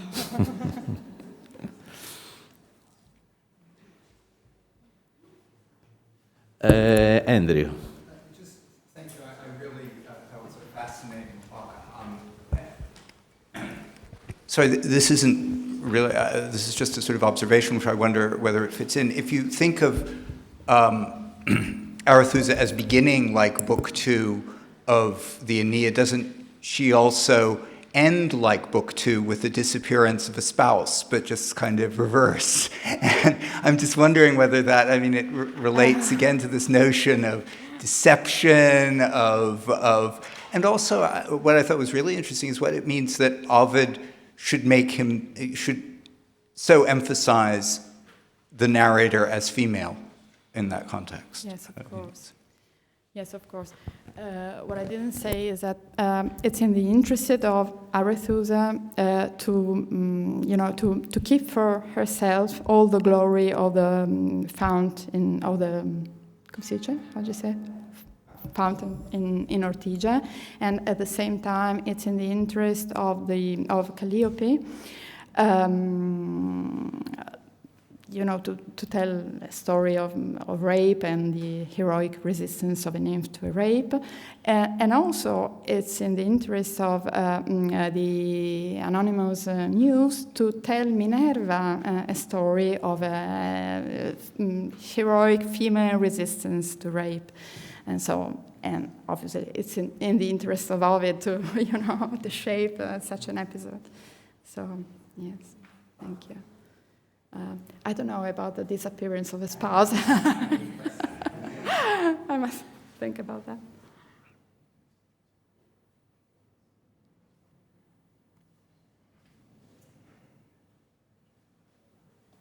Megan. Okay. Thank you very much. That was very interesting, and it's got me thinking more about some of the themes that have been coming up over the course of the day. And the question I had was really what you make of the fact that Arethusa's story doesn't end.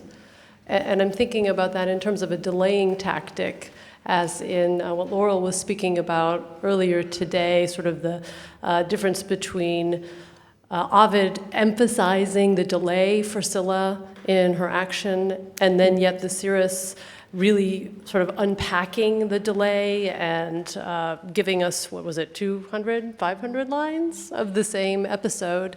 So I'm thinking of that.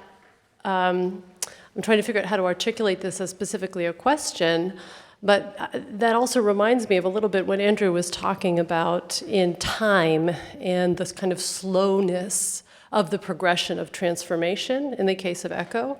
And I'm wondering if you see any connection with that in terms of the endlessness of this episode with Arethusa. Yeah, that's an interesting observation, of course, yes. In a sense, there is a tactic of delay, and there's also this sense that stories go on, and you can't really fix them, and so there may always be a continuation of the story. So thank you. I should think about that.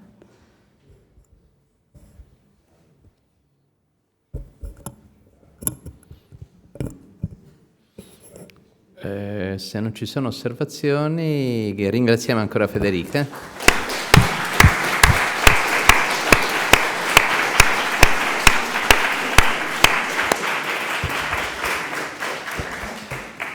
E passiamo all'ultima relazione di questa sessione, Barbara Boyd. Barbara Boyd insegna letteratura greca e latina al Bowdoin College, è studiosa nota per diversi lavori ovidiani, intanto è l'autrice di un fortunato companion to Ovid, il Brill's Companion to Ovid, di cui appunto è stata editor, pubblicato nel 2002, ma già prima aveva lavorato su Ovidio con un volume sugli Amores, Ovid's Literary Loves, Influence and Innovation in the Amores, e oltre a molti numerosi articoli appunto sul Su Ovidio da ultimo è tornata con un altro volume importante anche per il tema appunto Ovid's Homer,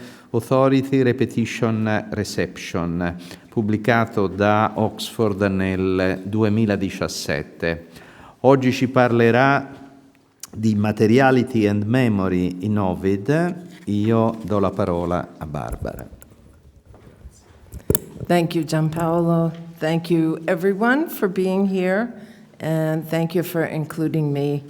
I think you'll see that there are some points of contact, yet again, between what I'm doing and some of the other papers in this session, as some also some differences, I think. So. When we talk about change and power in Ovid, we generally think about the two as mutually exclusive. Ovid, of course, plays with the tension between the two sides and arguably negotiates his own success in the process. That's a point I'll come back to. But by and large, when we look at Ovid and his poetry under Augustus, it's difficult not to reach the conclusion that, at least in physical terms, Augustus had the final say. But I would like to suggest today that we think about the way change and power interact in Ovid through a different lens. I offer two other interconnected ways of thinking about an object or a story or an event. These are the ideas I've identified in my title as materiality and memory. First, memory, which is, I think, the more familiar term. Neuroscientific considerations aside, I think we recognize that memory is something that helps us to define our existence as participants in a network of shared language and experience. Memory connects our past to our present to our future. Memories of the things we share connect us over time to our children and parents, partners and friends, teachers and students. We also participate in the creation and maintenance of group memories and find both comfort and strength in the memorialization of those group memories through monuments of various sorts. The very nature of these memorials or monuments marks them as signs of permanence in an otherwise constantly changing landscape, and through their presence they function as what Pierre Nora has called sites of memory, lieux de mémoire. Of course, memory can be lost or partial. Certainly, as in the case of the monuments surviving from antiquity, what is lost endures along with the presence. There are also monuments that intentionally instantiate an absence. The Holocaust Memorial in Berlin, for example, or the 9/11 Memorial in New York City. The fragmentary nature of memory, suggests Nora, makes such monuments function, and I quote, like shells on the shore when the sea of living memory has receded. That image of shells on the shore is itself indicative of the way in which we attempt to sustain memory. We often use things as a way to preserve memories, pictures, gifts, souvenirs. It's this physical or material quality of the tokens we use to preserve memory that takes me to the second term in my title, materiality. A recent trend in literary scholarship, not just literary scholarship, but for my purposes, literary scholarship, looks at material objects depicted in texts as things that can interact and communicate with us in meaningful ways. Such things can at least sometimes transcend the usual boundaries we place in our thinking between animate and inanimate, subject and object, active and passive. After all, they do have power, the power to make us think or feel or act. These things can't really be defined in binary terms, therefore. Rather, to use the language of thing theory, they should be seen as agent objects, or the other word one sees sometimes as actants.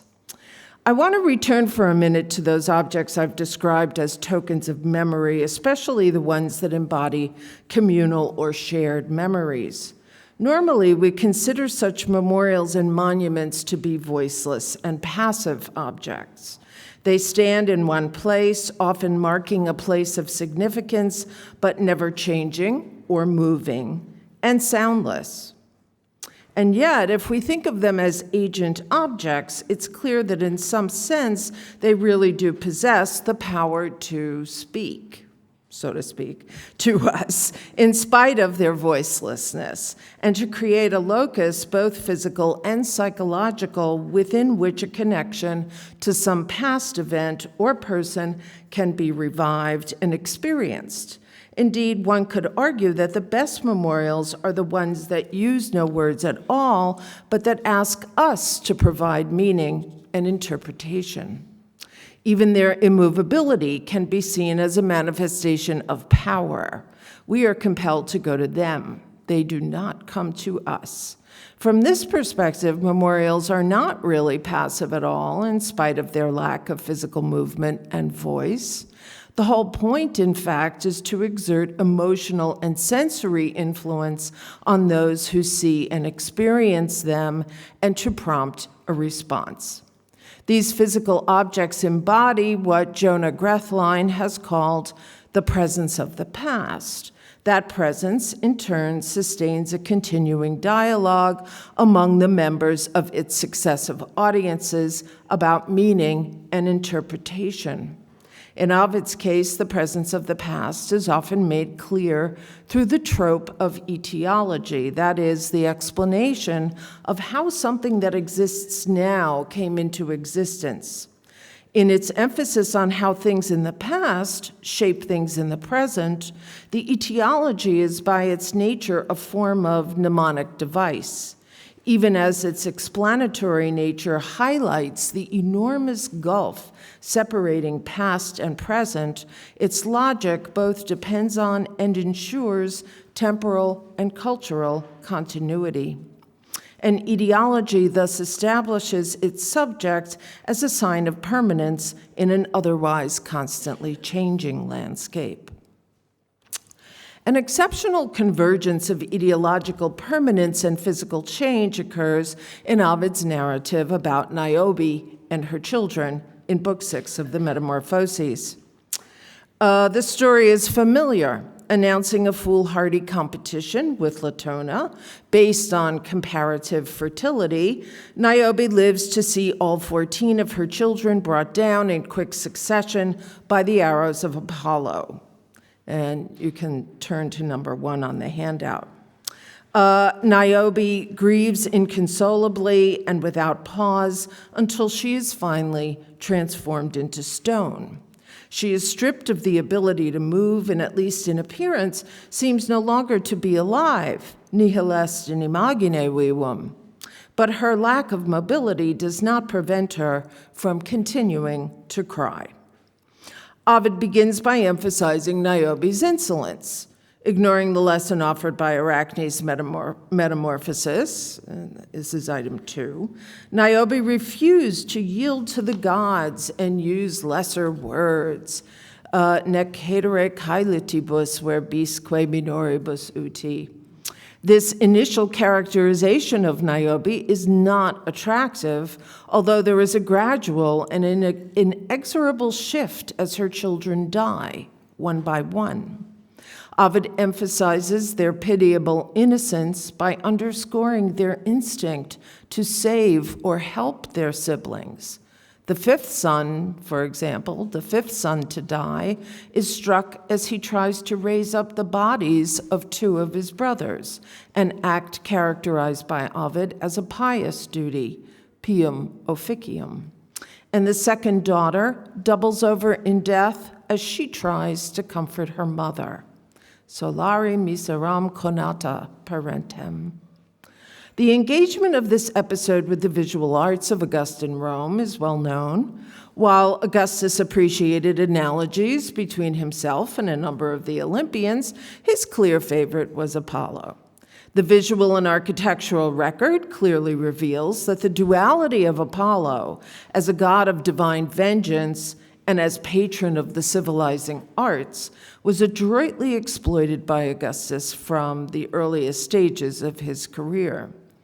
Apollo's power to bring vengeance through sudden, almost invisible death is encapsulated in the myth of Niobe and her children, and its message was actively promoted by Octavian.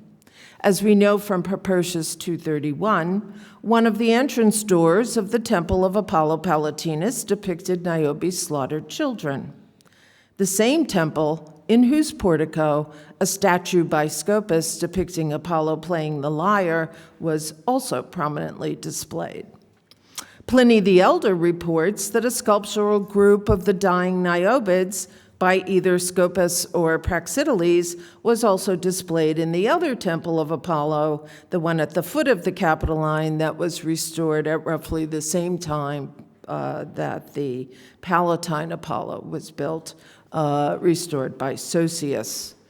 The purpose of the imagery foregrounded in both temples is, I think, obvious.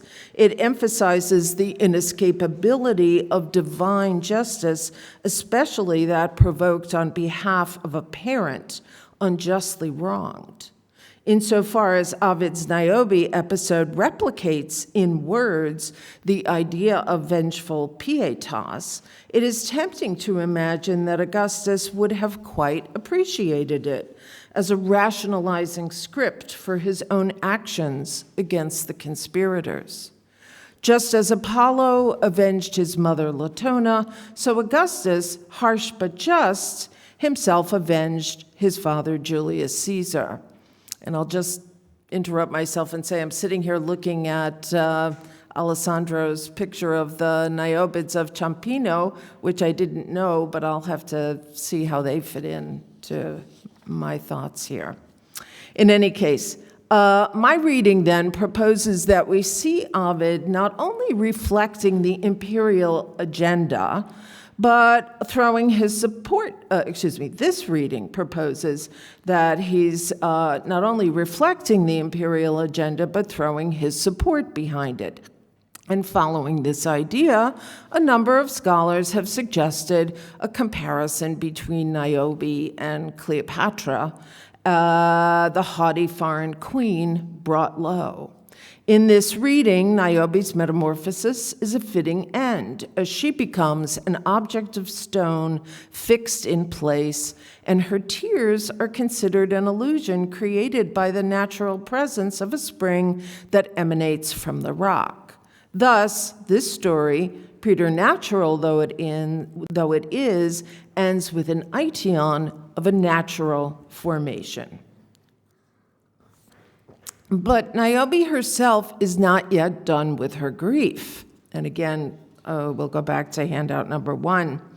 Rather, the word tamen in 310, flet tamen, marks its continuity, as does the word etiam num in 312, a familiar signpost of ideological survival. Continuity here is also, I think, intertextual.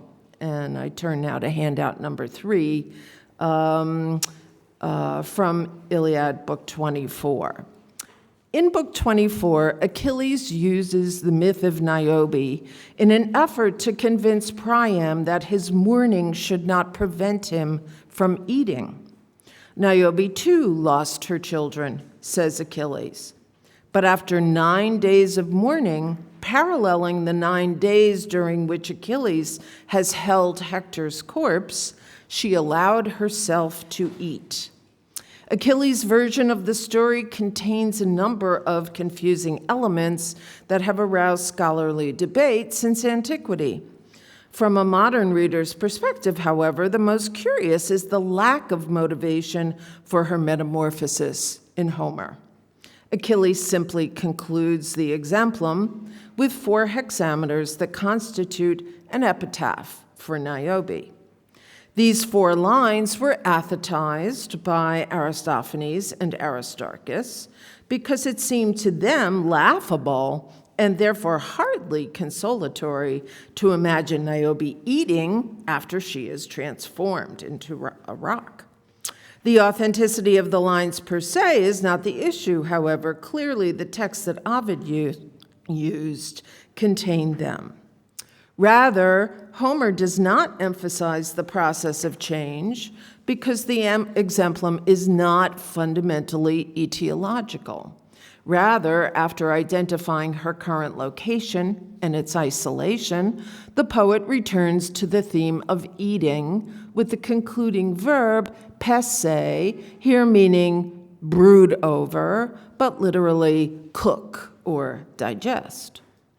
Ovid, on the other hand, does want to underscore the etiological character of the story, and so describes Niobe's change in detail.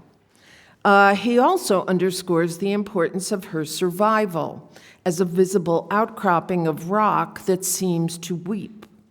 The final two words of the etiology, Marmara manant, are especially telling. With Marmara, Ovid not only suggests the hardness and durability of Niobe, but also recalls those sculpted versions of Niobe and her children with which Ovid's audience would have been familiar. And with Manant, he both captures the oxymoron of her transformation into weeping stone and creates a punning wordplay to hint at her permanence. Manant, flows, resembles the verb manent, remains, and in combination with the adverb etiam num, signals the continuing presence of Niobe's grief. She remains, and her remaining is itself a material instance of memory. With this persistent image of Niobe, Ovid is also asking us to recall not only the approved Augustan interpretation of the story, but its Homeric ancestor, whose purpose is not to illustrate hubris or the gods' just vengeance, but to offer gentle persuasion and consolation in the face of human mourning and loss. Niobe's durability, her material reality, located as she is on the map of the known world, is the memorial to those emotions, a reminder that loss and sorrow inflicted by the gods are inescapably part of human experience. These emotions cannot simply be elided, however much the princeps and his heirs, with their emphasis on closure, may wish to suggest that they can. Resistance, in other words, can take forms other than those we usually look for in Ovid. Through the ability of material to preserve memory, and through the ability of memory to keep alive what might otherwise appear to be lost, Niobe's stillness itself can be seen in terms of permanence and power, and as a witness to her own suffering and loss. In this reading, Ovid's Niobe becomes something other than a simple moralizing story about pietas. The story also embodies the relentless power of grief and unending loss.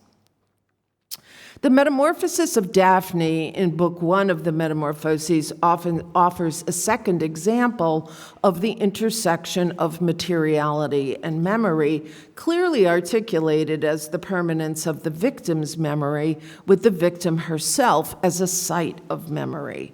And I turn to handout 4.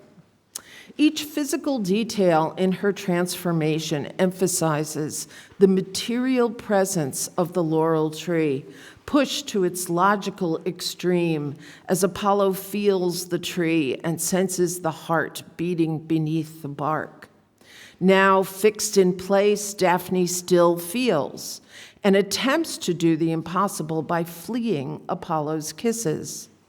Like Niobe, Daphne is distinguished by persistence and durability.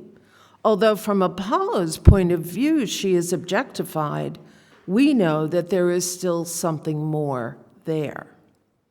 And that something is permanent.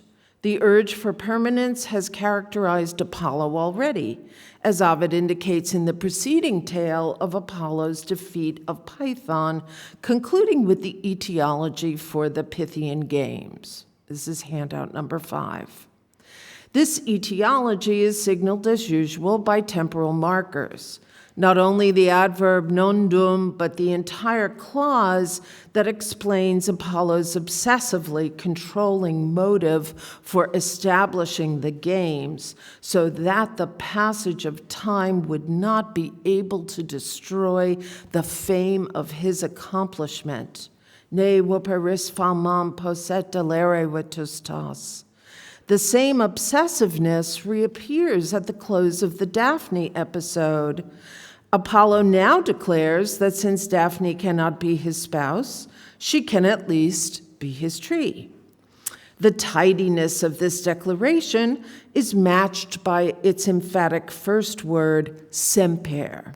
This emphasis reverberates in the series of future indicative verbs that follows: habebunt, oteris, conet, vicent, stabis, tuebera, capped in turn by Apollo's command that she bear the eternal glory of leaves, perpetuos semper gere frondis honores. Apollo can predict the future, and his declaration bears oracular force. Apollo's obsessive emphasis on permanence verbalizes his determination to create yet another site of memory. And as students of the power of Augustan images, we know that Apollo's prediction is fulfilled. The laurel wreath does adorn triumphant generals, and the laurel tree, together with the oak, now stands protectively at the entrance to Augustus' house on the Palatine.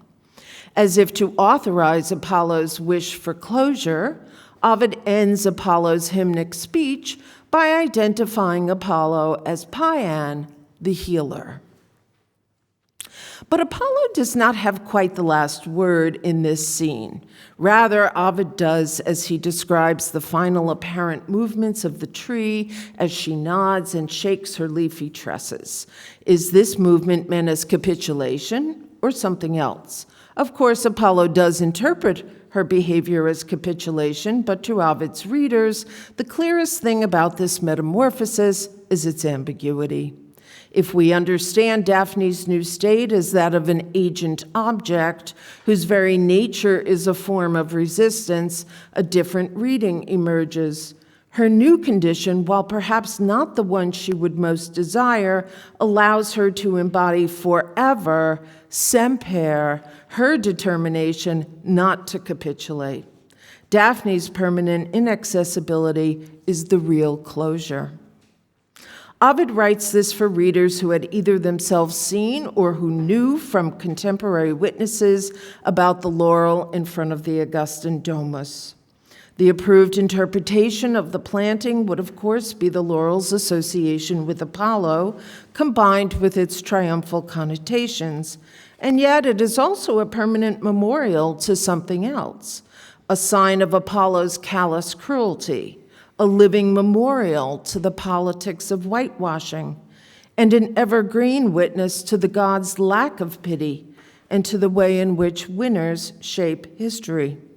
Daphne seems to shake her head, seems to Apollo, who sees only what he wants us to see too. But with her shuddering presence, Daphne invites us to see something else as she guards the unforgettable memory of her own loss. John Miller has recently drawn attention to a curious episode concerning Apollo and Augustus, as reported by Suetonius, and this is item 6. The story not only offers insight into the future princeps' early association with Apollo, but also suggests the power of anti-Octavian propaganda. Gossip circulated about a secret dinner of Octavian's to which the guests came dressed as the 12 Olympian gods. There was general agreement that Octavian played the role of Apollo, but not just any version of Apollo. He appeared as Apollo Tortor, the torturer. This epithet allegedly associated him with a region of the city, but it also clearly reflected on the lack of concern for the Roman populace suffering at the time from a food shortage. This anecdote thus not only captures Octavian's early focus, but also recognizes the power that seemingly powerless forces had to read against the grain. Even the most powerful man in the world could not entirely control his image. Finally, what about Ovid himself? The relevance of materiality and memory to his own situation is clear in the Coda to the Metamorphoses, when Ovid asserts his own survival beyond the boundaries of time and space, a survival outside of his physical body, embodied instead in his poetry. This is item 7. He claims for his poetry, in other words, the status of a site of memory or of an agent object, stopping time and forgetfulness, making memory material. This is one way we can read not only the coda to the poem, but many moments of change throughout the poem, change that paradoxically results in a forceful rejection of erasure. After all is said and done, Niobe, Daphne, and Ovid himself bear enduring testimony to the power of memory to move us. Thank you.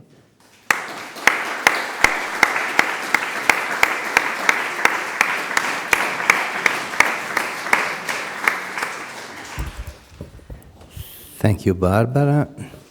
Richard Tarrant. Thank you, Barbara. Professor Tarrant. I expect it's not a coincidence that the two episodes on which you focused both have Augustan connections, explicitly with Daphne and implicitly with Niobe. Mm-hmm. And so I think, would it be consistent with your reading to say that we have here Ovid's response to the combination of memory and materiality that he saw around him in such monuments as the Forum of Augustus, which takes Roman memory and gives it sort of very explicit physical form? Well, and it also gives it this sense of there's one interpretation. There's one approved, sort of authorized interpretation of history, of the past, of the way we are supposed to remember where we've been. And Ovid is using, I think, some indications of that to suggest that there actually is there are other sides to the story, and those memories can't be totally erased, however much the effort may be to do so. And one could also suggest that the emphasis on semper in Ovid is his response to the pretensions of aeternitas, which are beginning to circulate. Exactly. Exactly. This timelessness that seems to be sort of an agenda in and of itself. Yeah. Thank you. Only in addition to that, very interesting, thank you very much. Do you see any parallel or analogy between the res gestae Augusti and Ovid, especially with regard to the end of the Metamorphoses, but also to the other texts concerning materiality and memory, and Exactly. Yeah, I think that, the res gestae is fascinating because, again, it is this, talking of the authorized version, this is authorized in the most literal way imaginable, and the way it is dispersed throughout the empire is clearly shows this effort to control the meaning of history. And this is exactly what I think Ovid is suggesting, even though, interestingly, the whole issue of silence is something that has become a sort of a staple of Ovidian criticism. I think that in an interesting way, with episodes like this and coming from this sort of materiality angle, even silence is not necessarily silent, right? So, yeah. I was wondering a little bit about Andrew and and Echo, whether it could do something with that. Yeah. Thank you for that, Barbara. I wonder if other people feel that the description of Niobe's metamorphoses is really odd. And I mean, it's striking after the mobile aesthetic on display of Arachne that we've had just before. Yeah. And it seems to me, really Well, what we've got is a description of an work of anti-art. And Pygmalion art, comes because she becomes a too. block of stone, and what you expect of a work of art is at least the impression of mobility, of bending back. We're told specifically that her neck does not bend back, that her eyes are without expression. So really she becomes a block of stone that sweats rather than a beautiful, emotive work of art. Right. Which I think increases actually the horror of the metamorphoses. Right, but I think it's also interesting, as you said, the Arachne story comes first, then we have Niobe, and then essentially the next big story, we have the Lycian farmers, but then we get the Pygmalion, so that we in fact do have a sculpture, but a sculpture that once it becomes human, essentially disappears from the text. So it sort of fades from memory. We never. What? What? I think Carole said, unless she lives on in mirror, wasn't that? Yeah. Yes. Well, yes. In fact, it's interesting. Yeah. Mm-hmm. Okay, thank you very much. I just want to say I very much agree with that point that Carole just made about the solid block, how unusual that is. Mm-hmm. But to go back to Daphne, of course, you're absolutely right that the one thing about the end of it is that it is unclear whether she does capitulate or not, and I completely agree with you there.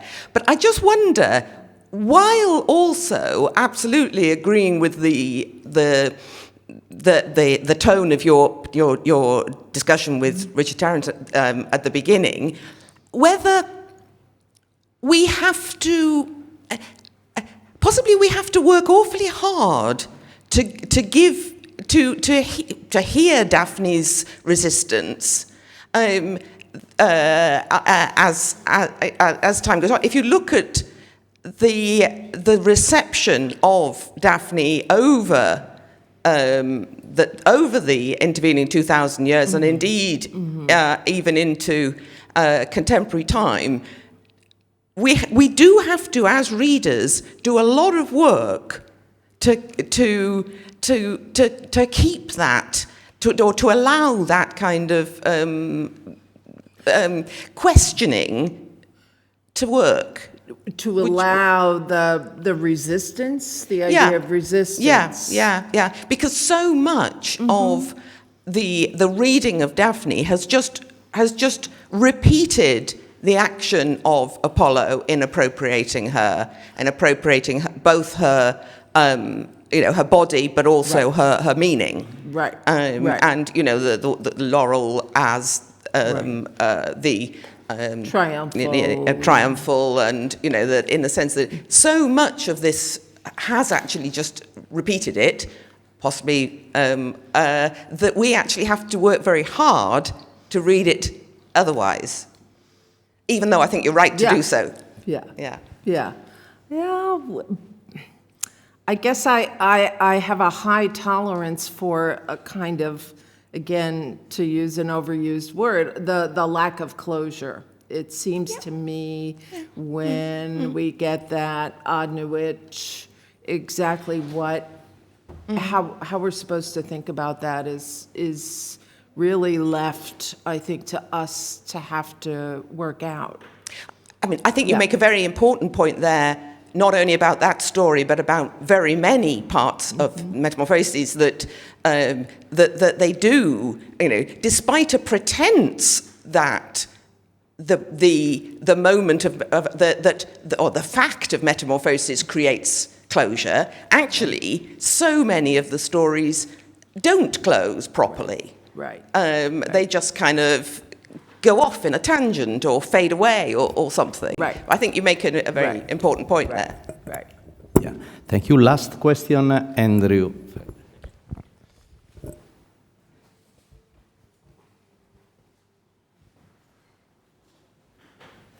Sorry for making you walk all the way, and thank you so much for that talk. I wanted to make a suggestion about Niobe that complements another way in which, for all the seeming freezing of the metamorphosis in the text, not what Ovid says, but the facts of history change the meaning of the monument. And this is, if your reading of the Niobe as a figure for Augustus doing in the killers of as an Apollo may have worked very well in 28, but by 8, all of his own children were dead. And okay, he didn't, or all of his descendants, he may not have had 14 of them, but when you read that image, you see precisely the Ovidian tale inverted within the monument, and Ovid didn't have to say a word to do it. That's right. That's right. Yeah. No, that's a great point. Thank you. So we thank again Barbara. Thank you very much. And now we have 20 minutes for the coffee break. At 16:30 we are here. And in order for us, welcome to the 4th session of papers this afternoon, our 4th and final session. Everyone has been such a great member of the audience. I want to thank people for their questions and their intense engagement with the papers that we've seen so far today, and welcome you to the panel on gender and genre in the Metamorphoses and Fasti. Our first speaker this afternoon in this last panel is Carole Newlands, Professor of Classics at the University of Colorado at Boulder. Her book, Playing with Time, Ovid and the Fasti, appeared in 1995 from Cornell University Press. And she's also the author of Ovid, a Reader, in the Bolchesi-Carducci Latin Readers series, which came out in 2014. And she authored the entry on Ovid in I.B. Taurus' Understanding Classics series, which appeared in 2015.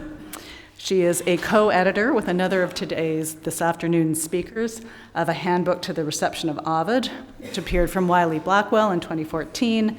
And this afternoon, she's speaking to us about Aeschylus, the forgotten hero. Carole. Thank you, Alison. Is the sound good? Okay. The narrative of Aeschylus is placed at the end of Book 11 of the Metamorphoses and directly follows the extended narrative of Ceyx and Alcyone. Like that story, it ends with a bird metamorphosis, but it has been generally regarded as an anticlimactic conclusion to the book and is often overlooked by readers. However, the story of Aeschylus continues for a few lines into Book 12, and I'd like to start my discussion of this narrative by looking at these lines, handout 1. Here, Priam and his sons are performing funeral rites for Aeschylus, who is also a Trojan prince. His family, however, do not know that Aeschylus has been turned into a bird, and hence they mourn him at a cenotaph. Only Paris is absent. De fuit officio Paridis praesentia tristi, line 5, for he is at this moment involved in the abduction of Helen. The phrase rapta conjugi, which I have highlighted, is a curious one, for this particular formulation occurs only in Ovid and Virgil. It is a phrase that Virgil emphasizes, for it appears twice at the end of the Georgics, where Orpheus laments Eurydice.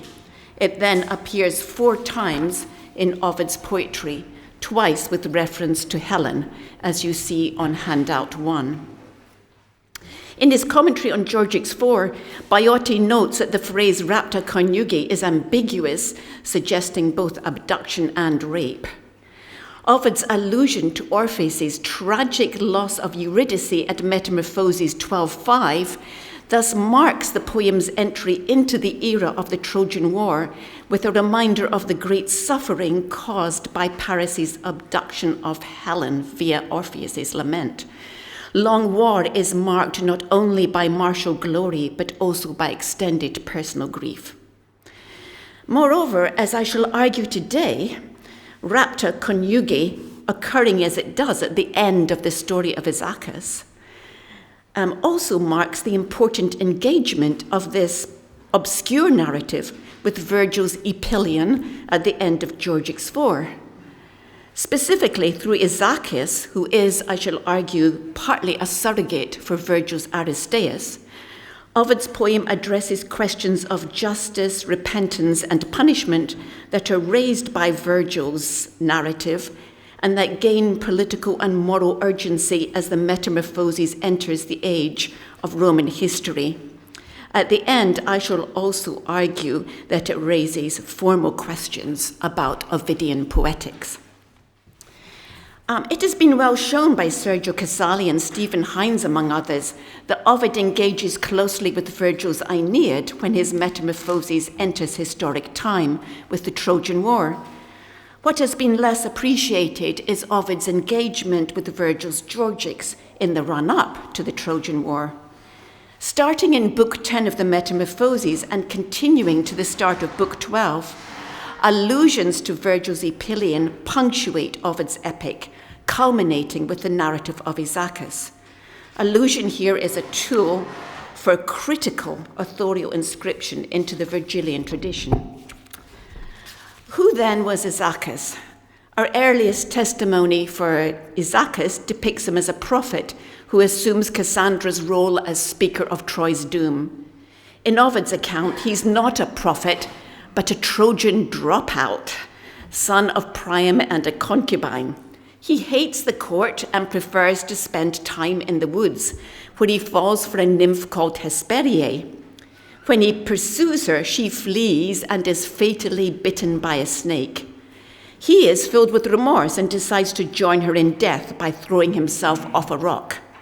The goddess Tethys, however, pities him and transforms him into a diving bird, a mergus, probably a cormorant. He, however, does not want to live and dives again and again into the sea, seeking vainly to die. He remains trapped in an endless cycle of fruitless attempts at self-destruction. An interesting play with sameness and alterity governs the representation of Isaacus in this episode. Isaacus, who prefers the woods to the court, is represented as partly a double for his half-brother Paris, who lived his early life as a shepherd on Mount Ida and fell in love with the nymph Oenone. The parallel between the two men is strengthened by the shared origins of the nymphs they love. Handout 2. Both Oenone and Hesperiae can claim the river god Cabron, mentioned at lines 7, 6, 9 of Met 11, as their father. And for both Oenone and Hesperiae, Trojan love proves fatal. Ironically, too, both Paris and Isaacus are absent from Isaacus' own funeral. But surely Isaacus is also a double for Virgil's Aristeus. Both men chase a nymph who dies from snakebite while fleeing her assailant. This is handout number 3. When Ovid retells the story of Orpheus and Eurydice at the start of Metamorphoses 10, he strikingly omits Aristeus from his narrative while adding this Orpheus' song. Ovid's Eurydice is wandering in a meadow with her naiad companions when she is accidentally bitten by a snake. That's handout number 4. Ovid makes Eurydice here a naiad at line 10, and thus the death of Hesperiae, who is also a water nymph, evokes Ovid's Eurydice as well as Virgil's. But the snake, the grass, the serpent's tooth on the young woman's healer foot are common elements in these versions of the young women's deaths.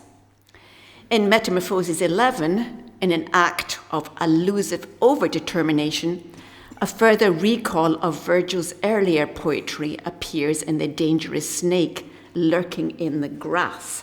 That's number 5 on your handout. In Eclogue 3, the snake is a specific threat to the joyful young.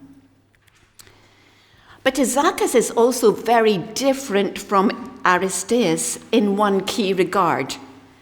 Aeschylus stands out in the Metamorphoses as the only human male character in the poem to express remorse for attempted rape and to act upon that remorse.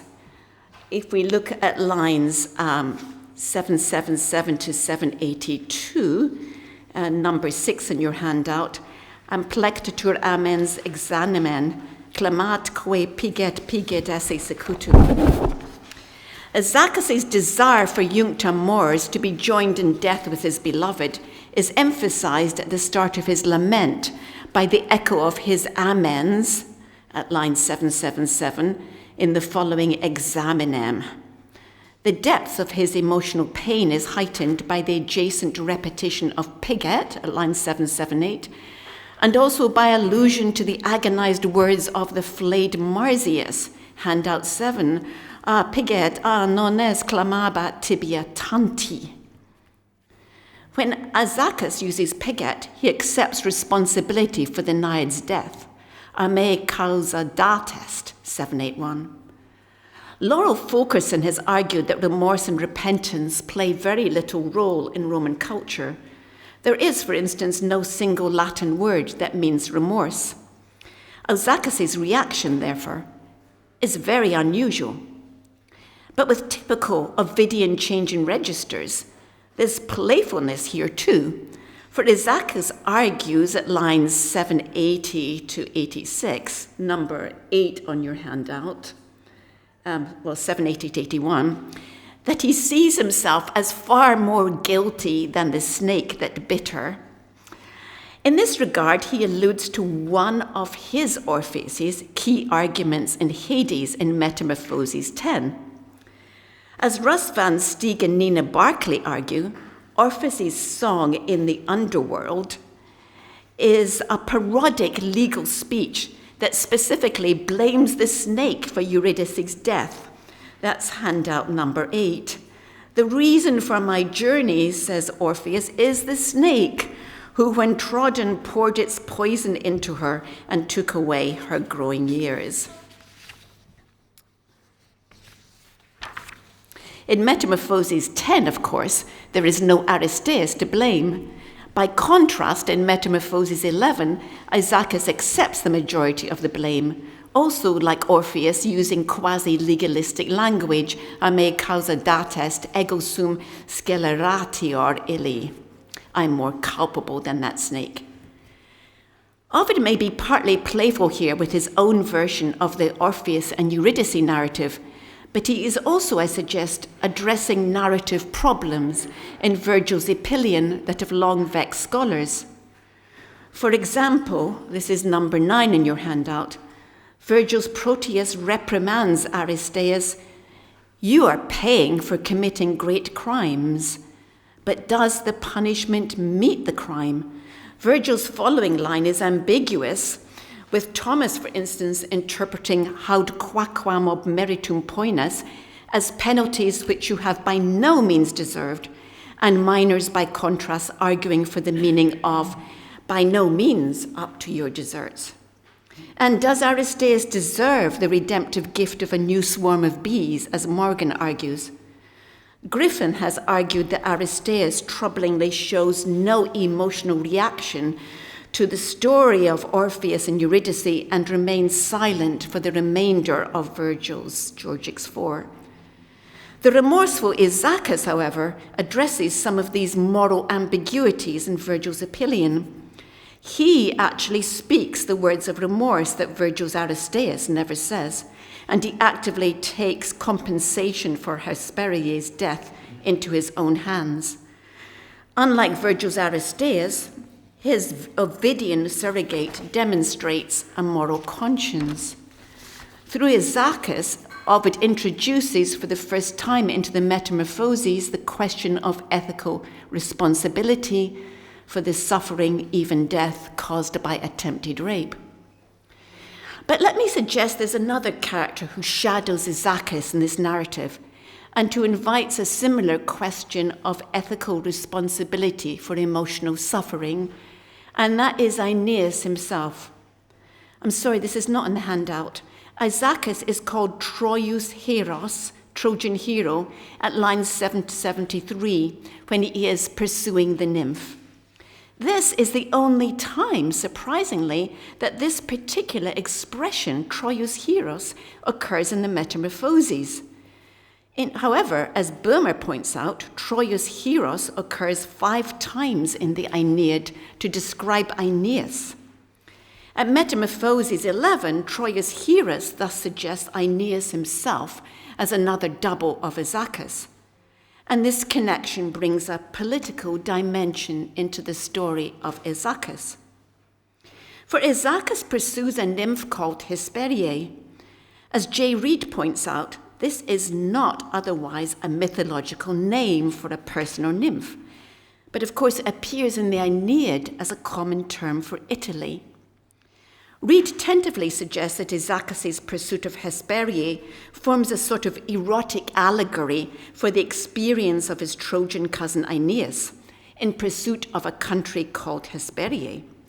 Reid doesn't go further with the idea in his commentary, but this hint, at least, of allegory puts into a predatory light the Trojans' pursuit of Italy, implying the violence and human tragedies involved from the start.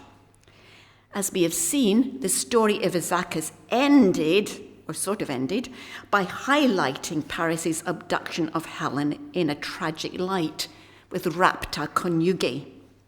Moreover, the narrative of Isaacus starts by emphasizing the association of the Trojan house with a history of sexual violence and predation. Isaacus is identified by his Trojan ancestors. That's number 10 on your handout. Ilus and Assaracus, and Ganymede abducted by Jupiter and old Laomedon. This line is adapted from Book 6 of the Aeneid, Ilus et Assaracus et Troiae Dardanus auctor. With Ovid's substitution of Ganymede's rape by Jupiter for Dardanus, a pattern of behavior sanctioned from on high is established for the Trojan house in the Metamorphoses. Moreover, Ovid supplements Virgil's list of founders with Laomedon, who cheated the gods out of their pay for building the walls of Troy, a story narrated near the beginning of Metamorphoses 11. Here again, perhaps, Ovid draws on the Georgics. The end of Georgics 1 declaims that Laomedon's perfidy brought down a curse upon Rome, extending to the civil wars. Handout 10. As Joe Farrell and others have argued, Virgil's Epyllion was shaped by and lent itself to allegorical interpretations, and recent readings by Morgan on the one hand and Morley on the other have argued that it functions as a political allegory of Rome in the aftermath of the civil wars. Ovid, as Casali has argued, was well attuned to early traditions of Virgilian criticism. Through the linkage of Aristeas, Isaacus, Aeneas, Paris, Orpheus, the Metamorphoses at the very start of Trojan/Roman history provides ethical commentary upon the paradigm linking sexual predation and foundation. The story of Isaacus prepares us for Ovid's provocative, tragic, and comic revisionist narratives of Trojan and Roman history in the book to come. One final point. The story of Isaacus also importantly adds a new self-reflexive dimension to a persistent theme in Ovid's own poetry, sexual violence. For Book 11 offers not only critical engagement with Virgil's Epyllion, as I have suggested, but ends with an ironic look at his own poetic preoccupations, such as Ovid's mobile aesthetic. At the book's end, Isaacus, as frustrated diving bird, performs remorse to the comic extreme. This is handout number 11. He is recast with Ovidian wit as a hyperbolic version of the elegiac Ovidian lover. Bird physiology, cormorants are very thin, long birds, is combined with that of the patient lover, wasting away with passion. Love made thinness. And also, as Ovid says in the Rs, thinness is second only to pallor as a sign of infatuation. Love sickness is literalized here on a hyperbolic epic scale. Number 12, he seeks the path of death, sine fine, over and over. But here we have a new modulation of love sickness or thinness as a sign not just of sexual desire, but of self-sacrificial remorse. There is surely also metapoetic resonance to the remark that Isaacus letique viam sine fine retemptat. The expression sine fine, coming in the fourth line before the end of Book 11, seems to allude cheekily to the story's lack of final resolution, and indeed, as we've seen, it crosses over into Book 12, so here demonstrating the poem's status as not epilion, but perpetuum carmen. But it also, sine fine also alludes to the persistence of major themes of the Metamorphoses, sexual passion or love and metamorphoses continuing into the historic time of the Trojan War and beyond, as central in various instantiations to human experience, omnia vincit. And given Zacchaeus' revolt against the Trojan pattern of predation, is there not also in the phrase sine fine an implicit challenge to Virgil's Jupiter's Augustan concept of imperium sine fine? Thank you.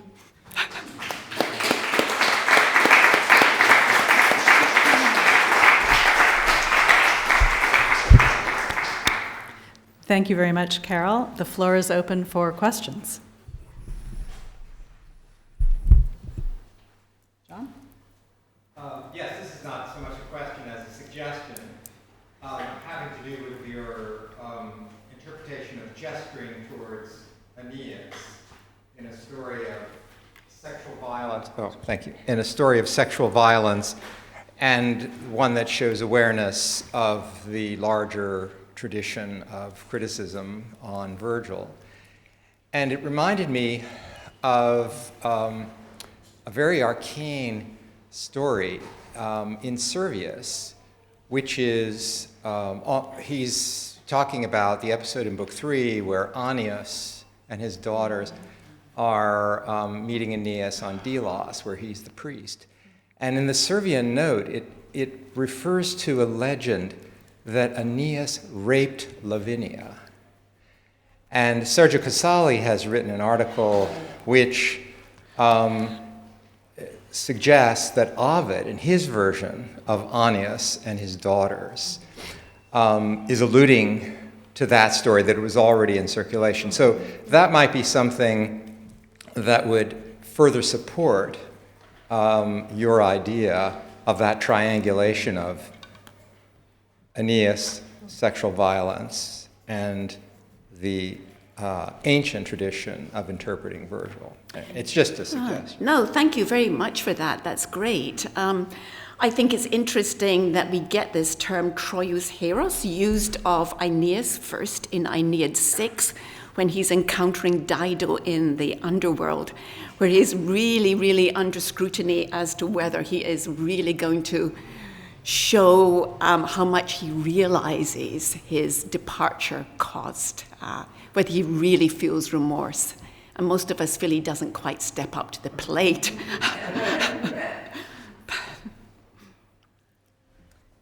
Philip? Thank you, Carole, very much.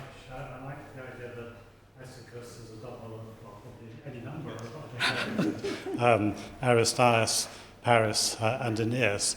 I think it's also a double of his brother Hector, and the unnamed person who looks at the bird says that had he lived, he would perhaps have had a name as great as that of Hector, the main Trojan hero in the Iliad. And I see the Issachus metamorphosis as actually rather closely connected with the Ceyx-Nalsani metamorphosis, in that both episodes are, as it were, false starts at a major epic, the Ceyx-Nalsani, which has the biggest imitation of the storm that opens the Aeneid, but instead of leading to an epic, it is short-circuited by Juno and the Morpheus episode. And then Issachus, who could have been another person to start, another or figure as the greatest Trojan hero in a version of the Iliad, he too dies before that could start. And so we have to wait until the beginning of Book 12 for the real start of Ovid's little Iliad. I also just had a thought about the questions of responsibility and guilt, whether that might be shadowing the whole question of the responsibility of Helen for the Trojan War, and that, just to throw in something else. That's another alleyway to go down, isn't it? But no, that's really interesting. And yes, absolutely, this story of Ceyx-Nalsani actually is integrally related to Issachus. There actually is a Bryn Mawr dissertation written in the age of New Criticism that goes by someone called Ed Sachs, that goes very closely through. He's one of the few people who actually wrote about Issachus that I could track down. And he goes very closely through the links between the two narratives. So it was very helpful. As for Helen, I think we could argue about that.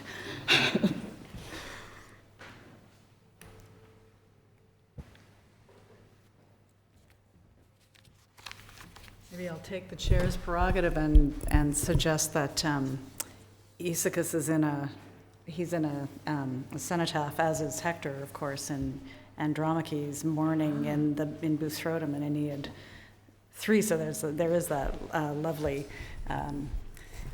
the beginnings of of another attempt to double Issachus. The doublets are really out of control, I would say. Well, I feel like Hector, yes, but I don't feel he's as convincing. I do see the false start, but I don't think he's so convincing a double, because after all, he's a wife, whereas, Issachus is a Trojan dropout, right? He's hanging out in the woods. The internal narrator says he could have been. Okay. Okay. Sure, okay. Yeah. Are there other questions for Carole? Seeing none, I thank you very much, Carole, for a fascinating paper.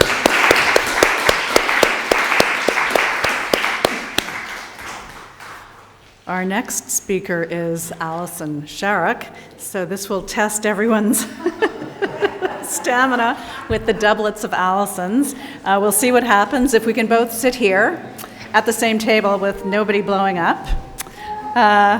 Alison Sharrock, of course, is the author of Seduction and Repetition in Ovid's Ars Amatoria, Book 2, which appeared from Cambridge University Press in 1994. And to single out another Ovidian book-length publication, she co-edited The Art of Love, Bimillennial Essays on Ovid's Ars Amatoria and Remedia Amoris, which appeared in 2007. And I am restricting my introductions to the Ovidian highlights of people's CVs in order to give them more time to give their papers, which I know is what we'd all like to hear. So Alison is speaking to us today about Noa Corpora, New Bodies and Gendered Patterns. Thank you very much. I'm just to get my brain in gear, because for some reason I had it in my head that I was on third, and so I wasn't quite thinking straight. I was waiting to hear Sara, but quite wrongly. Anyway, never mind. So, what I want to do with this paper is really to look at the metamorphic destination, the kind of things that people turn into, and to try to think about what kind of gendered patterns there might be in that. I suspect that it won't be possible for us to look at all of the parts, so don't worry about the length of the handout. I'm not going to attempt to talk about all of it. But the question arises for me from something else I was working on, in which isn't out yet, in which I argue that there's a strong preference for, contrary to what you might expect, there's a strong preference for continuity of biological and psychological gender, sex and gender, in Ovidian metamorphosis. So this raised for me the question of whether there is any gendered preference. Bearing in mind also that although there is this strong preference for continuity of gender through metamorphosis, nonetheless, metamorphosis itself is predominantly female in the poem. And where not female, often, in certain kinds, often feminized, except in certain particular kinds of metamorphosis, largely apotheosis, where, of course, it works quite differently. Okay. It's my impression that this isn't something on which there is a fixed schema. We will never tie Ovid down to meaning a certain thing by metamorphosis, as, of course, is the case with Ovid generally. We won't tie him down. But I do think there are some patterns which are significant. They're not absolute, but they're significant. They're worth looking at. So when I look at the major metamorphic destinations, the things people turn into, trees, watercourses, gods, animals, birds, stones, and other inorganic substances. It seems to me that metamorphic destination is heavily gender determined for trees. It is least gender determined for birds. And indeed, it's about equal for birds. And why should that be surprising? Which I think we should be more surprised than we are. But it's gender significant, though not straightforwardly determined, for watercourses, gods, and stones. And I really don't know what to do with animals other than birds, but we might get that far. I think probably I'm mostly going to concentrate on trees today. And hopefully just say a little bit about the others as well, if time allows. So, the connection between women and trees, the overwhelming connection between women and trees. Of course, there are all sorts of reasons for seeing connections between people and trees. My husband and son have gone to Lucca today, and Tim sent me a text this afternoon saying that on the walls of Lucca there are loads of statues of tree people, and he sent me a picture of one, and of course it's quite obviously female. I don't know what the gender balance is, but the connection between people and trees is of course very strong, and it's regularly exploited, as a number of people have mentioned already, in the perceptual linguistic connection regularly exploited by Ovid in his descriptions of metamorphosis, because the sort of the double vocabulary of hair and leaves and hands and twigs and so on, all that very straightforward. Indeed, there's some fairly limited evidence for a very ancient both Greek belief in the origin of humankind from trees, which is picked up by Virgil in Aeneid 8, 315. Sorry, I didn't put that on the handout because it's not really the thing I'm primarily interested in. Okay, we've got this very strong link between people and trees. This connection may be, this general connection may be an explanation for why Ovid puts so much emphasis on the human tree transformation.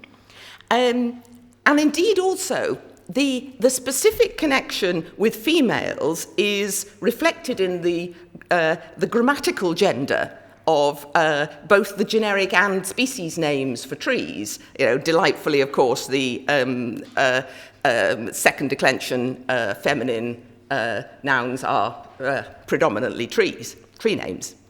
And of course, there's also the various nymphs, the hamadryads, who are connected in this, particularly strongly connected with their trees.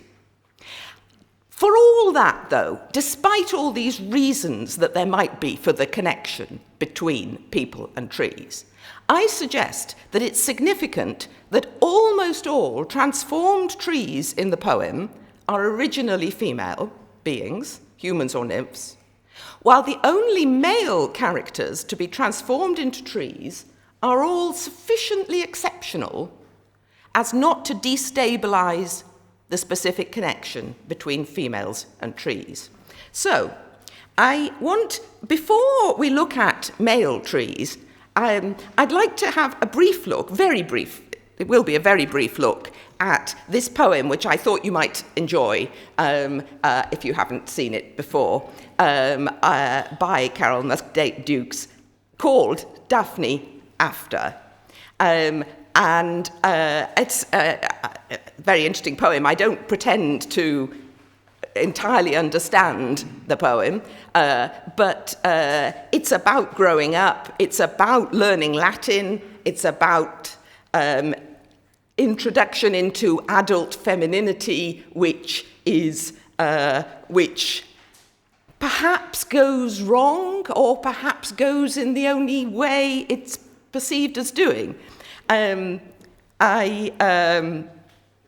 particularly amused if you look at the bit by that I have emboldened. So we've got the Latin offhand, to seize or abduct. Well, obviously we're hearing the word rapera there. And then Ovid's shudder. Now I don't know if anybody can help me with this. What we've got here, vos mos non sit speranza, which once we might have found it funny. Do we find it funny because it's so bad? I don't know what's going on there. I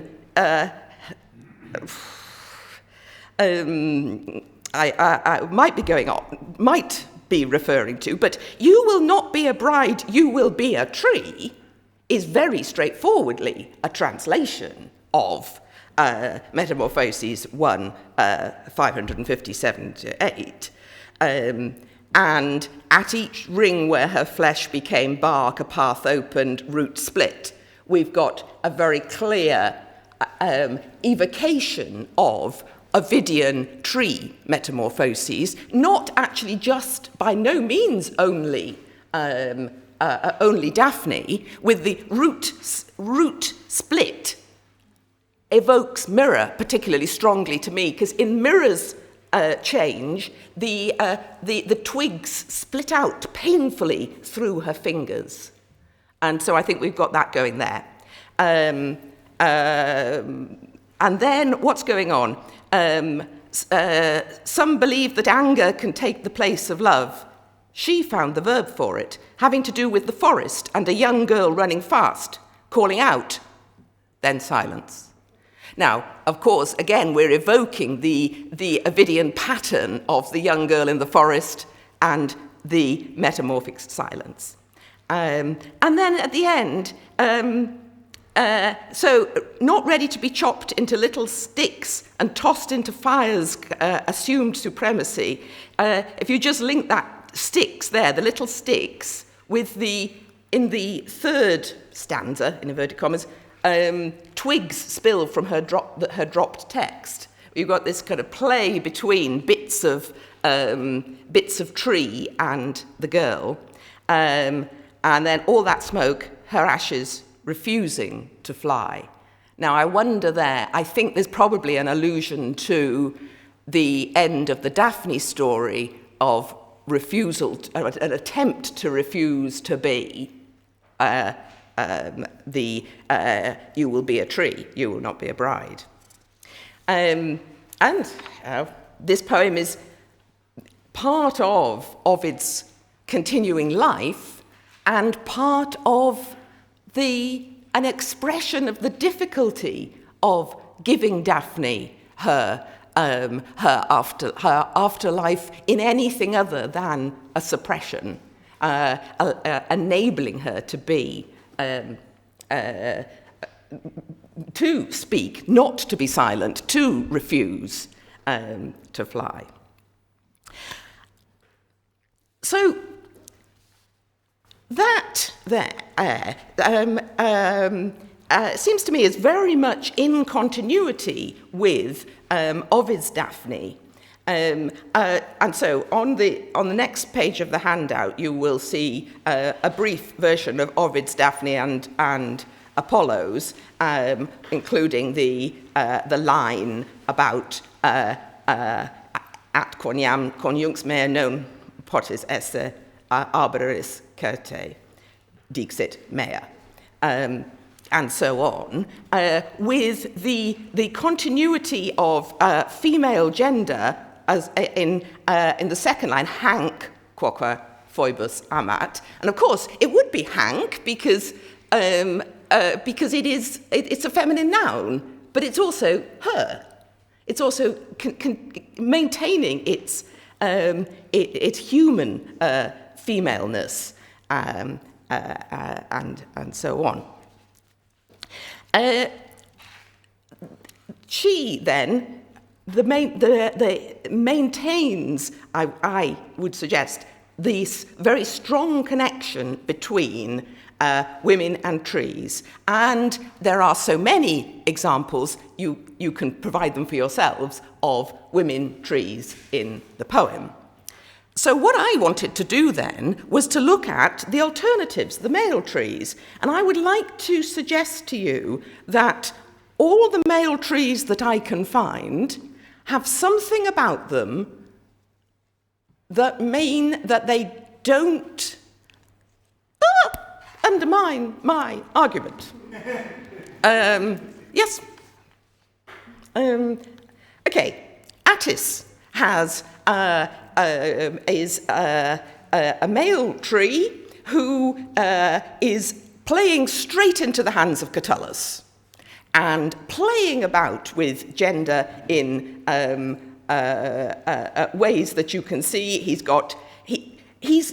starts by being she, because of course Pinus is succincta. It's of feminine gender because, of course, a pine tree, like most trees, is of feminine gender. But also, it is then replaced in the next line, kebeleus, in masculine adjective, and reminds us of what goes on in Catullus 63, when notoriously, as soon as Attis castrates himself, he starts having feminine adjectives. And so I also want to suggest very, very, a little bit tentatively, that line 103, exuit hac hominem. Now, of course, that literally means he threw off humanity. It's homo as humanity. And yet, if you look at 63, line 6, when he realized that his limbs sine viro, without the man, which means without manhood, uses weir, and then Ovid is like refusing to repeat the virum that you might have expected if exuit hanc hac meant hominem, meant castration. Okay, Attis is of course also a little boy, and therefore as a beloved boy, he has affinities with the female in the structures we've got. Philemon is my next example, and my argument here as to why he turns into a tree is partly that this is a very unusual story, in that it's one of the very few cases where metamorphosis is a reward. This is actually very rare in the poem, but one thing, this is one case. Another thing about this story is that it is part of a group of couple transformations. There's a number of these where two people together are transformed, and that gives them a special status. One thing that I'm very interested in, though, is I'll just tell you this bit. I won't talk about this in a lot of detail, but I'll just tell you this. The commentators always say that the oak is Philemon and the lime tree is Baucis. There is actually nothing in the poem to tell you that. And yet, so I've tested this out on a number of my non-classical relatives, and I've told them the story. One turns into an oak, one turns into a lime tree, which is which? And they all do the same thing. They all say, oh, well, obviously the man is the oak. And yet, there's actually nothing there to say that. But it's interesting, all the commentators all also say this, that it is, but it isn't. So a bit of unconscious bias going on there. I'm going to have to jump to my last one, who is my last example, and this is the only other one I can find of a male tree, is the Apulian shepherd. Now, he is interesting in a number of ways. This is on page 3 of the handout. It's from Metamorphoses 14. He's interesting. He turns into an oleaster, which is masculine.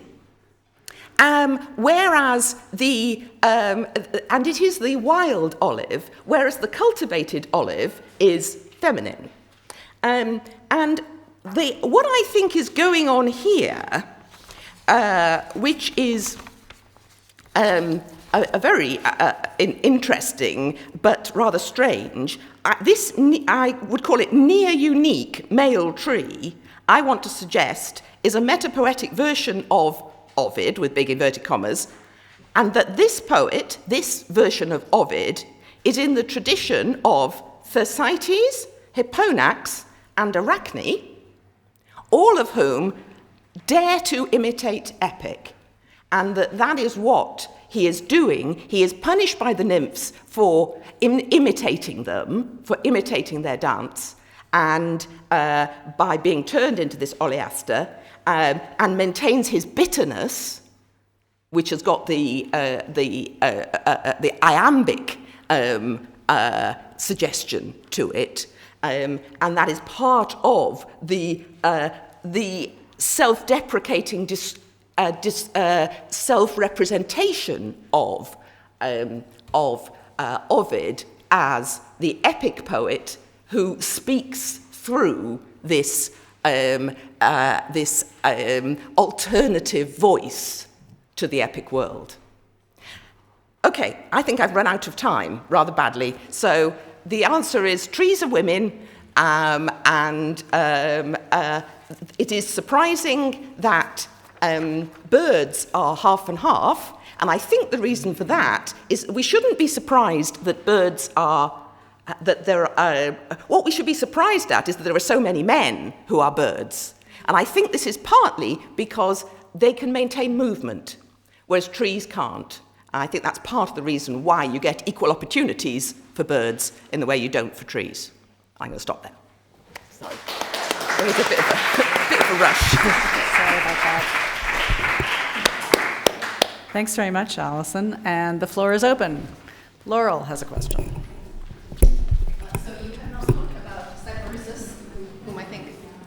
You've not talked about Cyparissus, whom I think causes you no trouble at all. Well, he's another boy. Yes, he's another boy, and yeah. That's why he's not. I didn't bother to. But I've not thought about the birds before. But they're mostly raptors, right? They're more masculine, predatory birds. Good. Well, point. not all of them. Many of them are. Yeah. Many of them are. That's true. Some, yeah. That's all I've got. Yeah. I mean, there's the companions of Diomedes, which is a bit more, but many of them are quite. I mean, certainly Daedalion is very aggressive. Yeah. Nisus is very, very aggressive. Tyreus. Tyreus is very aggressive. Yeah. Thank you. I shall think further about that. Megan? Thank you. That was very interesting. And I'm going to ask a question about the poem that's the first item of your handout, as opposed to Ovid itself, because I'm so interested, especially since the other area you were planning to discuss a little more in detail was the birds. As it seems like this author here is doing something also with the metamorphoses in the way she's created this girl becoming a tree with some bird stuff flopped into it. Sort of, right, the wings, she's reaching skyward, and that she refuses to fly. So I'm wondering if I'm sort of putting you on the spot, but it's if we're looking at the reception of Ovid, and we clearly here have a female turning to a tree with some bird-like features, what might be happening there? That's a very good point. Refusing to fly, I mean, we so much almost wish she could fly. She can't fly, although she's described as refusing to fly. She can't fly because she's a tree, not a bird. This is all about growing up. This is all about flying the nest, which she doesn't get to do, in a sense. She's sort of stuck there. I mean, the other bird we've got going on is in the 5th pseudo-stanza, where we've got Zeus as swan, where we've got and it's the swan's hiss. So it's very sort of violent use of the bird, but that isn't an answer. It's just something to. I mean, I think the big thing about this is that we've got this movement business. It's accidental, this, because the 2 columns is my representation of it. But look at the very bottom line of my first column. Powerless to move, she became past tense of strength once standing tall at her father's grave. And that's that powerless to move is then picked up with that refusing to fly. And I do think this business about movement is very important. I think that's one of the reasons why the birds are much more, have a continued existence and have a much larger male aspect to them, is that they can continue to move. Whereas, I mean, notoriously, of course, with Daphne, who is the kind of archetypal Ovidian metamorphosis, in a sense, there's a lot of play of the fact of her being unable to move, even though she was running away, and she was helped by being stuck. Great. Right, Andrew, Philip, I don't know who you want to go for. Andrew? I think he got there first. Pausing merely to observe the irony that the first question was asked by Laurel. I wanted to Can't escape from that, can you? see how you would put your argument against another very gendered metamorphosis Fic pattern, which is again the title of Françoise Frontizi de Cruz's book, that women turn into trees, boys turn into flowers. Again, with a few exceptions like Clétier, and how that, you could, women as trees are, from the Apolline perspective, and I don't want to step on any toes, always there, and they just flower periodically, and boys are gone and come up for a minute and go away. You're very right. Boys are flowers, quite right, and that's an image that's, well, way beyond epic and Ovid as well. I mean, it's an image that he's played with already in the Asmatorio, among other places. An interesting thing about the boy flowers is that quite a few of them are... Is this microphone working? Yeah, okay, good. Quite a few of them are what I call the kind of near-miss metamorphosis, where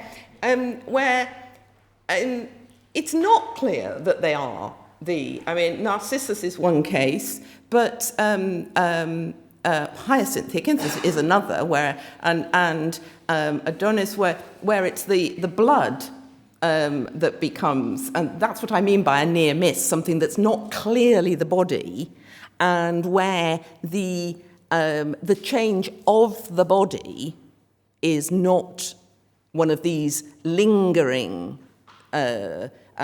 transformations, whereas the majority of the trees are indeed lingering and very, very physical, though quite variable in their representation as well. Philip? Gendering might be that women are flighty and men are stable and firm.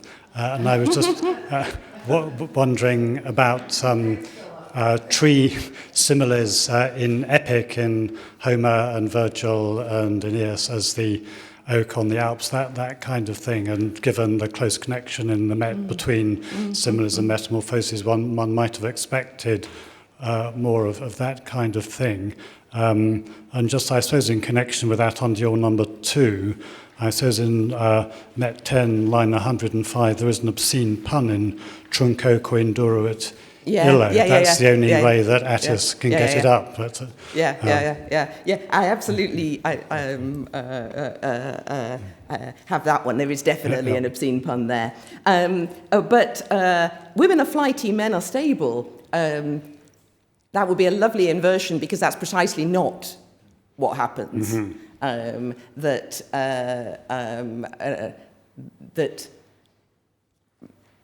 flying things are often, in fact, men in the poem, and fixed things. There's a bit of a problem, because if you actually add up the numbers, there are more men petrified in total, because there's the 200 victims of Medusa's head, which is kind of cheating in a way, because it's not. But you're very. I mean, the point about the tree similes is very nice, and that because that's sort of precisely, in a sense, the opposite of what something like the typical, whether it's Daphne or the Sisters of Phaethon or the Mirror and so on. And yet, that might be something of an explanation for Philemon. And the sort of the oak solid tree and the tree that's battered and doesn't fall. So, yeah, thanks. Yeah, and that's right. Carole? Way at the back.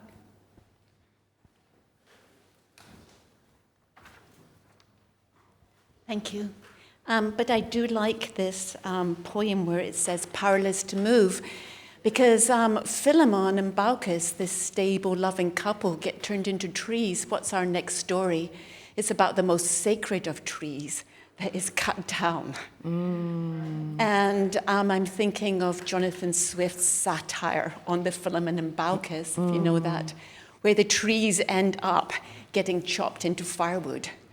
So they're powerless to move, so they can't defend themselves. And maybe your poet here is playing off that at the end, where she has the Not woman ready to be resist chopped being into turned into sticks, into firewood.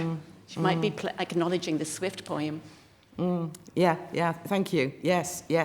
The chopping down the trees, yeah. I mean, there is a problem in the poem. You can't defend yourself. Pardon? Right? You're powerless to move, so you can't defend yourself. You can't defend yourself, yes, yeah. Very risky thing to do in this poem, you know, to chop a tree down, because you never know who it might be. And well, look what happens to Erysichthon. Yeah, true. One final question. Very good question. I was wondering, I don't know the Greek names for the male exceptions we've found, but I was wondering whether the Greek name of them, the gender of the Greek name for those plants might play a role in the exception. I haven't looked at that at all, but yeah, I'll have a look. I was thinking of the metamorphosis of the Formicae into Myrmidones, from female to male, where Formicae in Latin are feminine and the Myrmidones are masculine. But for instance, in Greek, Myrmex is masculine. So in that case, maybe something similar might be going on with exceptional male plants you have found. Thank you very much. I haven't thought about that at all, and will duly do so. Yeah. Yes, and I don't know if anyone can tell me, just offhand, if anybody happens to know, of a discussion of like an ancient grammarian or anything about tree names and the gender of tree names. I mean, and the fact that of the second declension feminine nouns, tree names make up a high proportion. And I don't know if anybody knows of any ancient discussion of that. One place to look might be in Tony Corbeil's book. Yeah. Sex and grammatical gender and how grammatical gender and actual gender. I don't recall whether he talked about this. No, I've already. Or not. I mean, but he might have some bibliography. I mean, yes, absolutely. I mean, that's a very helpful book to my underlying this discussion of the connection between. I mean, there was a time not that long ago where if you suggested a connection between grammatical gender and biological gender, you'd be laughed at.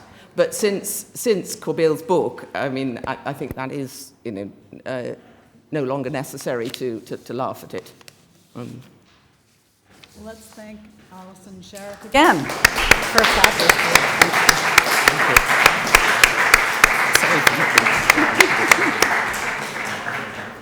Our next speaker is Sara Myers, a professor of classics and chair of the department at the University of Virginia. She's the author, of course, of Ovid's Causes, Cosmogony and Etiology in the Metamorphoses, which appeared from the University of Michigan Press in 1994, and a well-respected green and yellow commentary on Metamorphoses 14, which came out from the Cambridge University Press in 2009. Sara will speak to us this afternoon about Ovid's Flora and Pomona, Gender and Genre in the Garden. More flowers. Flora and Pomona. I'm sorry, is the handout going to come up? Or hopefully everyone has one.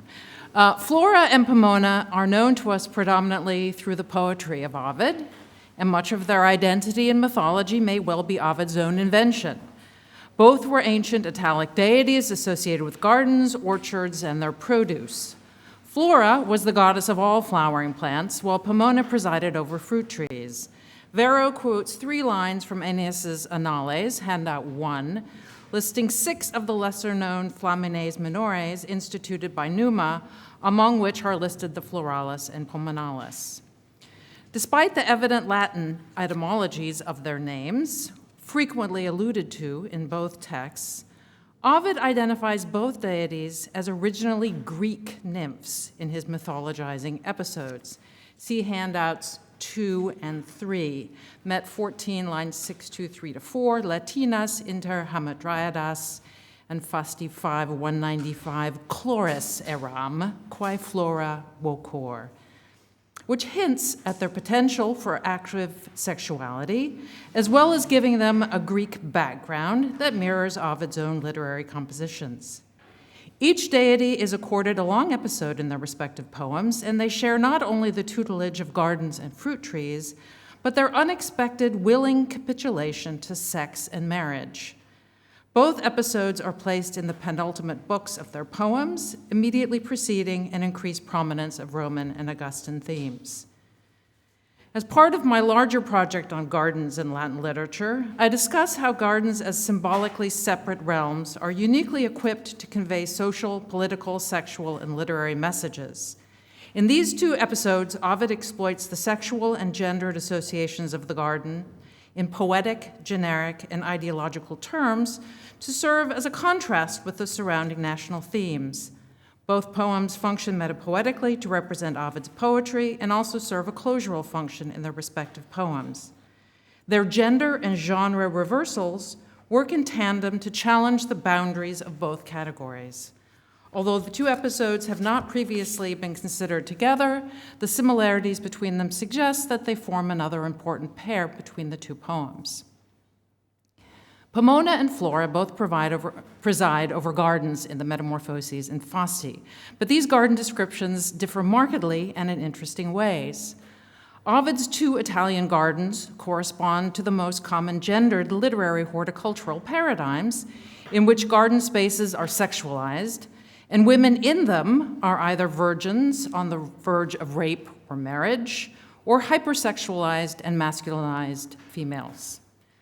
Ovid signals in both poems that these 2 female divinities are different from traditional mythological nymphs by contrasting their horticultural proclivities with the usual associations of nymphs with landscapes in the wild. See handout 2 and 4, Met 14, 626-8. Not woods nor streams did she love, but the countryside and branches bearing fertile fruits. And Fasti 5, 373-4, she responded that woods were not her province, but rather gardens and fields where no wild beasts may approach. In Ovid's seemingly original myth, Flora's garden is said to be a gift to her from Zephyrus, who raped her when she was a nymph named Chloris. See handout number 3, lines 197-204. Her rape in a meadow recalls that of Proserpina in the previous book, but differs in Flora's acquiescence to Zephyr's unusual offer of marriage. Handout 3, lines 205-6. However, he amended his violence by giving me the name of bride, and in respect of my marriage bed, I have no complaint. Flora's transplantation from field to garden enacts a traditional literary female spatial shift, as meadows and their flowers are commonly associated with virginity and rape, while gardens and fruit suggest cultivation and civilization and can symbolize the transition to marriage. Flora is frequently at pains to emphasize the respectability of her marriage, generum dotalibus in agris maritus. Her fertility is represented in her erotic garden, where she can generate seemingly without men. Flora's garden anthology contains a strikingly masculine group of flowers, all referred to by their mythological transformations, and this is handout number 5. I was the first to make a flower out of Therapnean blood, and on its petals the lament remains inscribed. You too, Narcissus, have a name through these cultivated gardens, unfortunate because you did not have a double of yourself.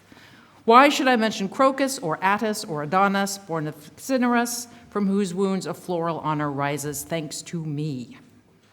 It has been observed often that all of these figures appear in the Metamorphoses, and the cross-references to the epic in the episode appear at its start, where Flora's rapist, Zephyrus, is said to have been given jus omne rapinae, line 203, through the precedent of his brother Boreas's earlier rape of Orthaia at Met 6.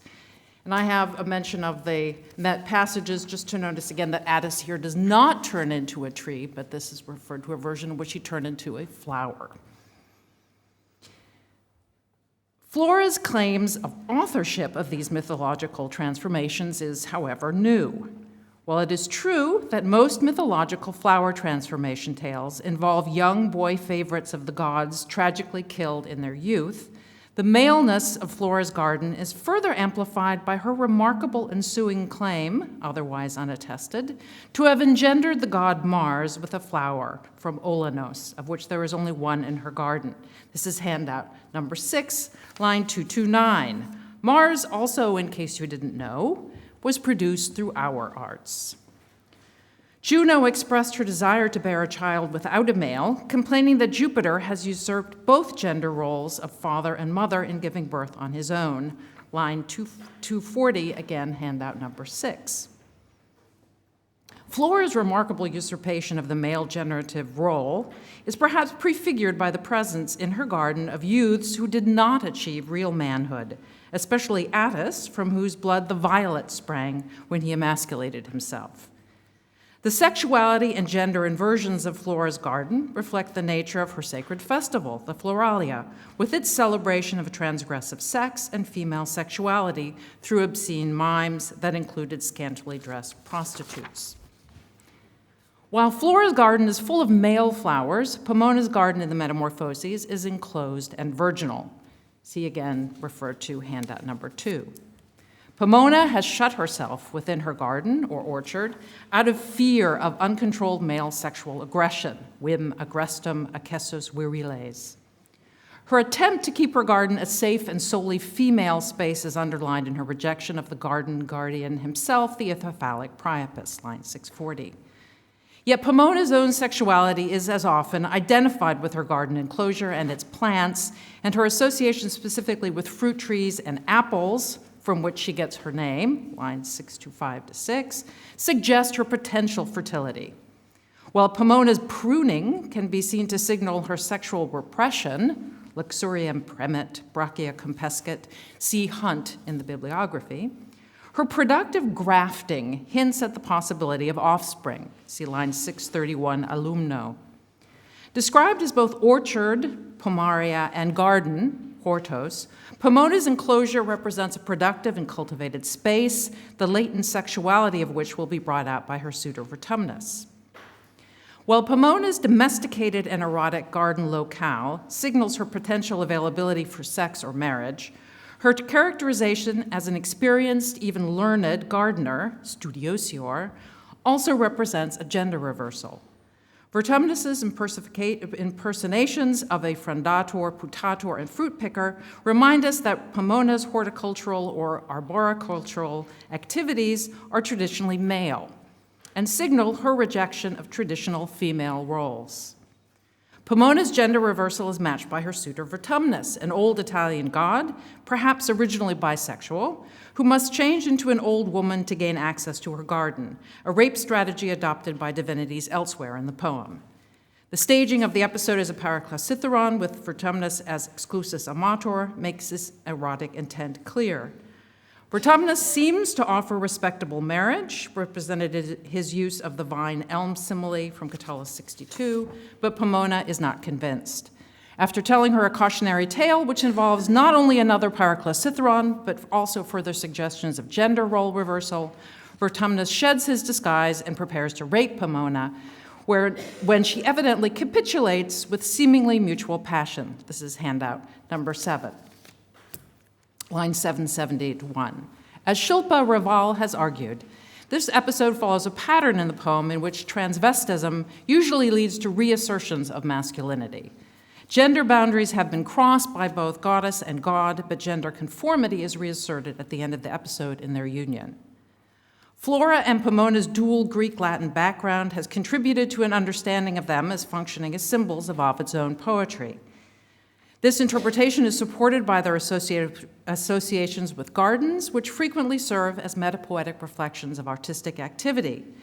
The emphasis in Pomona's garden is on her skillful manipulations of nature through pruning and grafting, terms that suggest literary rhetorical metaphors, see handout number 8.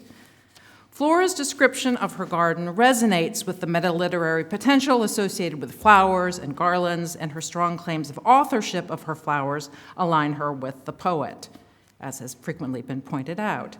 An identification which is underlined by Ovid's conclusion of the episode with the Callimacheian Sphragus, this is handout 9, which puns on Ovid's own name and makes explicit the meta-literary resonance of Flora's flowers, as well as gesturing towards closure.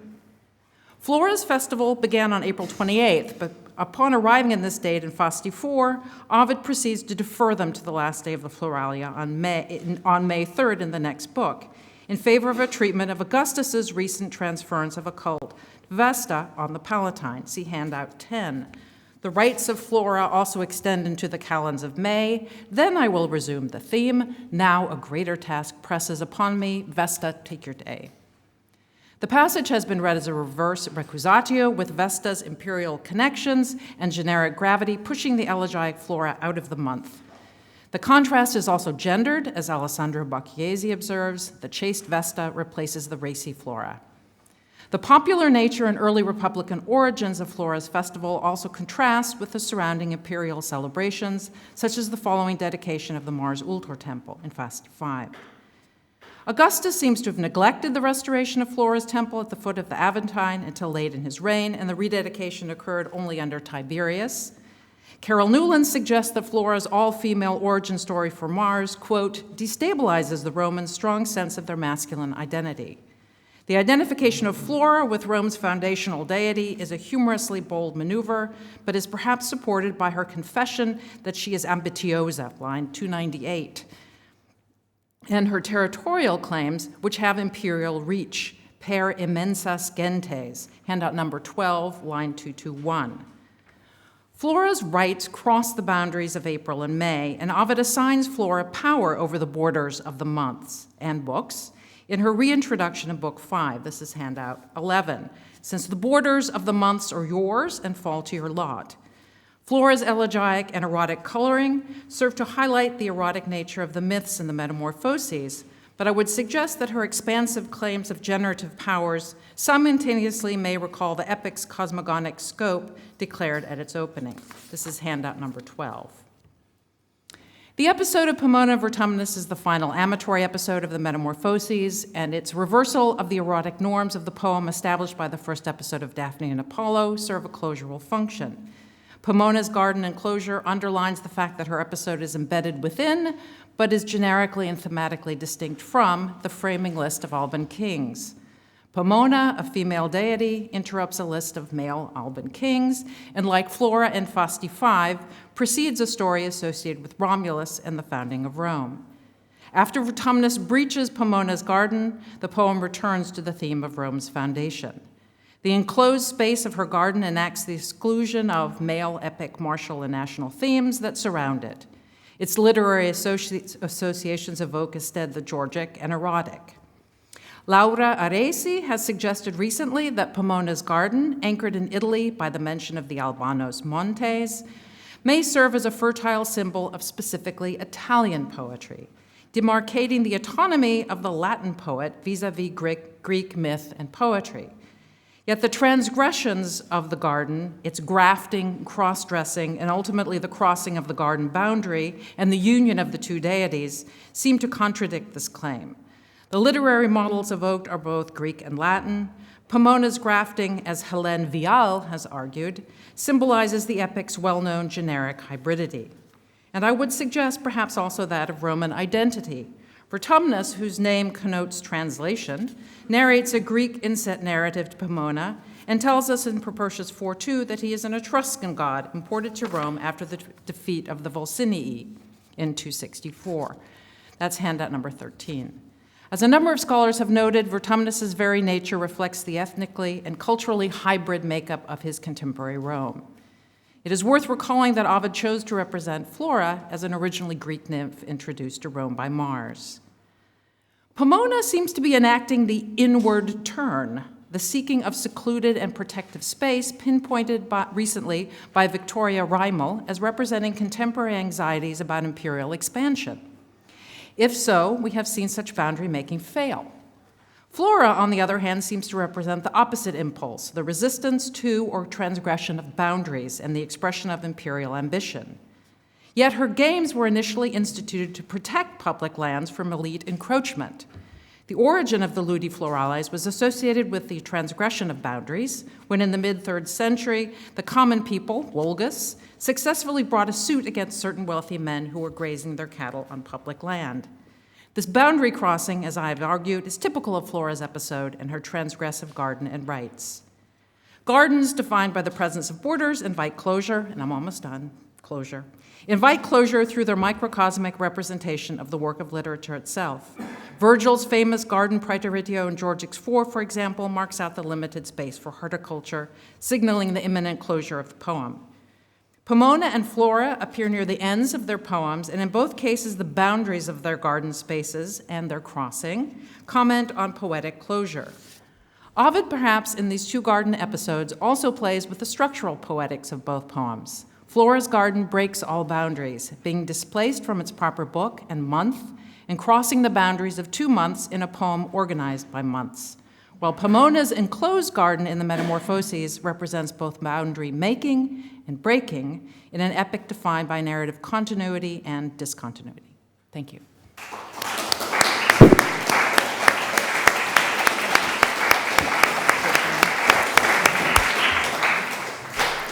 Thanks very much, Sara.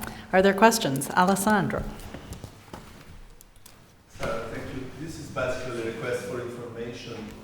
Sadly, I don't know enough about the topic, but in your broader work on Roman gardens, do you operate with garden as a single kind of self-evident unified category, or do you feel the need to have kinds of gardens, so to speak? That's a very good question. Yes, I do feel the need, but I also feel the need to limit. It's very difficult on all work, and I'm talking mostly about archaeological or recent books on the gardens, deciding what the boundaries are, right? Groves and graveyards. It's very difficult to limit it. I do feel the meadow with a flower, which is often called a garden, is not a garden. So at some point I am erecting my own boundaries, and these largely involve fencing. So I will be trying to restrict. The difference, some people have asked about, what about the difference between, do we have with Flora and Pomona, a productive garden versus a decorative garden? This is a much more difficult question, I think, because that category I don't think can be defined. And it wasn't in actual Roman gardens, which were almost all decorative and productive. And I think it's very difficult. It comes in mostly, obviously, in moralizing literature. Catherine Edwards has dealt with that very well. So yes, it's important to think about that, and it's difficult. But I do think it's important to consider what the different categories are. Groves, meadows are different, I think, from gardens. Other questions?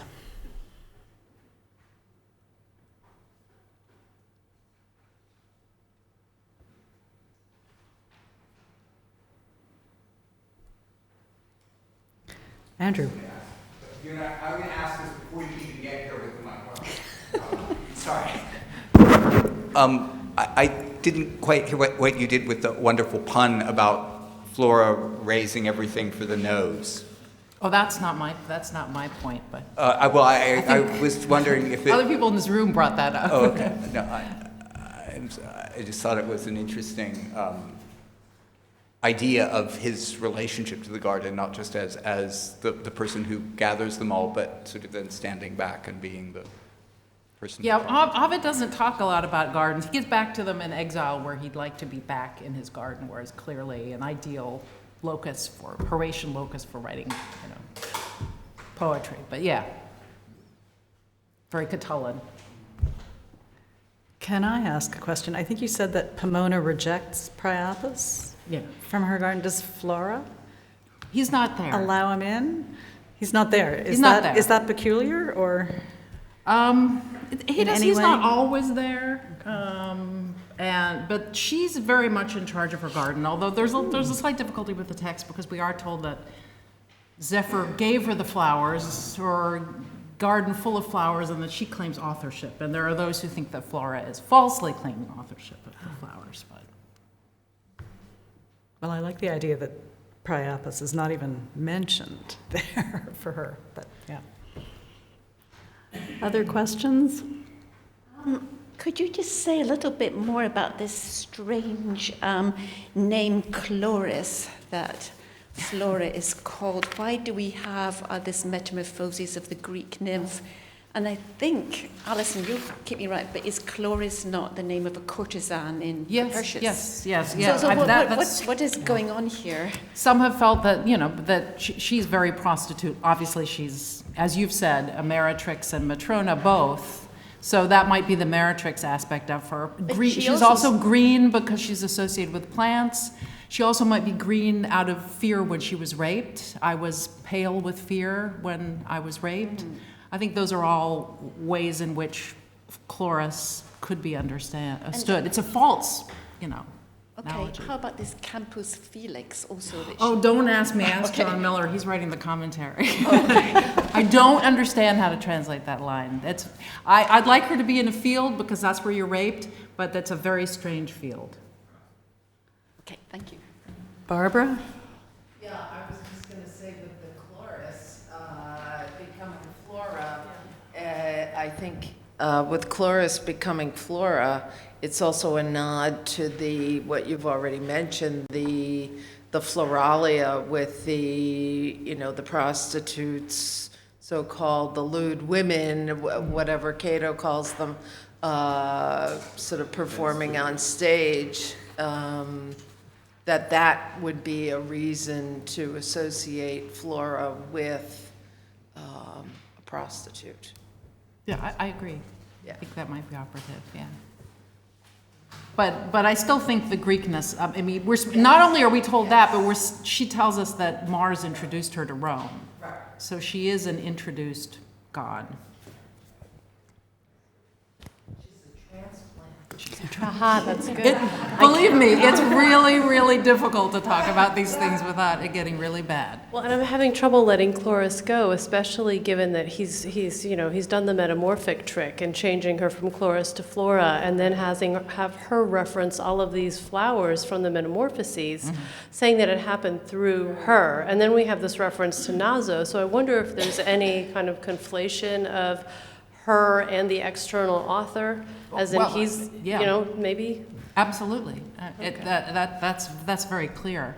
I just think, and this has been pointed out by many people, but I think that there's more going on between the two poems and both gardens than just Flora being the sort of metapoetic model for that. Yeah, I look forward to hearing more about that because it's a little puzzling. And there's a lot of interesting stuff in Pomona's garden because it's very Georgic, but I don't think it's the sort of virtuous Italian garden, which has some recent interpretations call it's the productive garden versus, but it's not really a garden, and it's certainly not anything like Virgil's fourth Georgic garden, which I've also seen it compared to.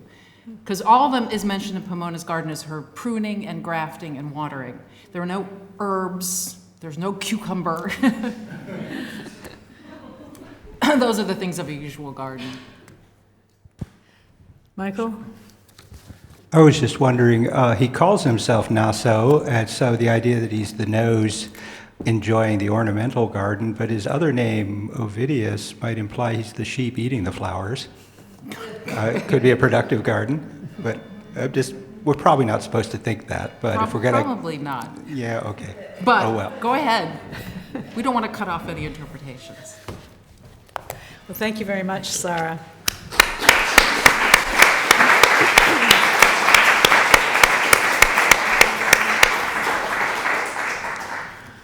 Our Our final speaker of the afternoon, and indeed the day, is John Miller, Arthur F. and Marion W. Stocker Professor of Classics at the University of Virginia. We have a double header from the University of Virginia.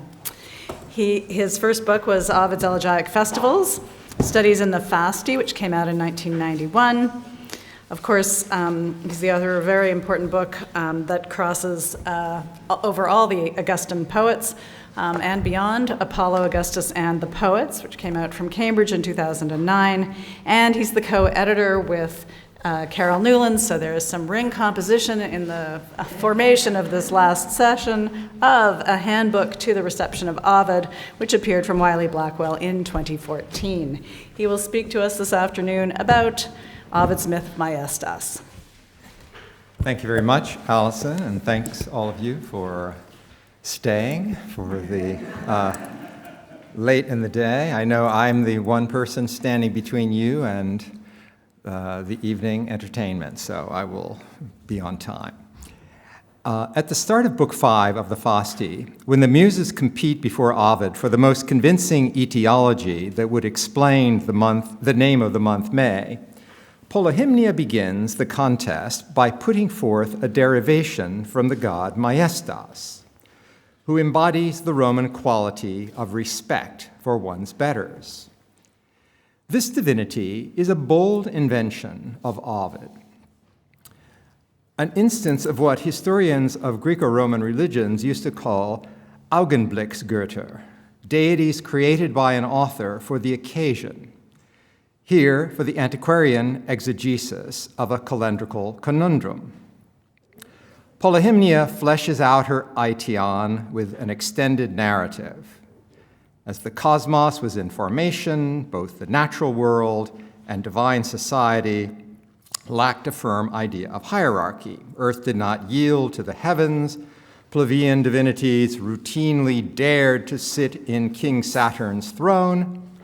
Old Oceanus did not receive a respectful escort from newly arrived gods. And Themis, another figure deserving of deference, was welcomed last to hospitality.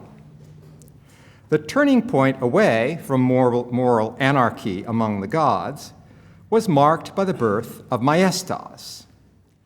As soon as the glorious new goddess took her conspicuous seat on high in the center of Olympus, the other gods began to respect those deserving of honor.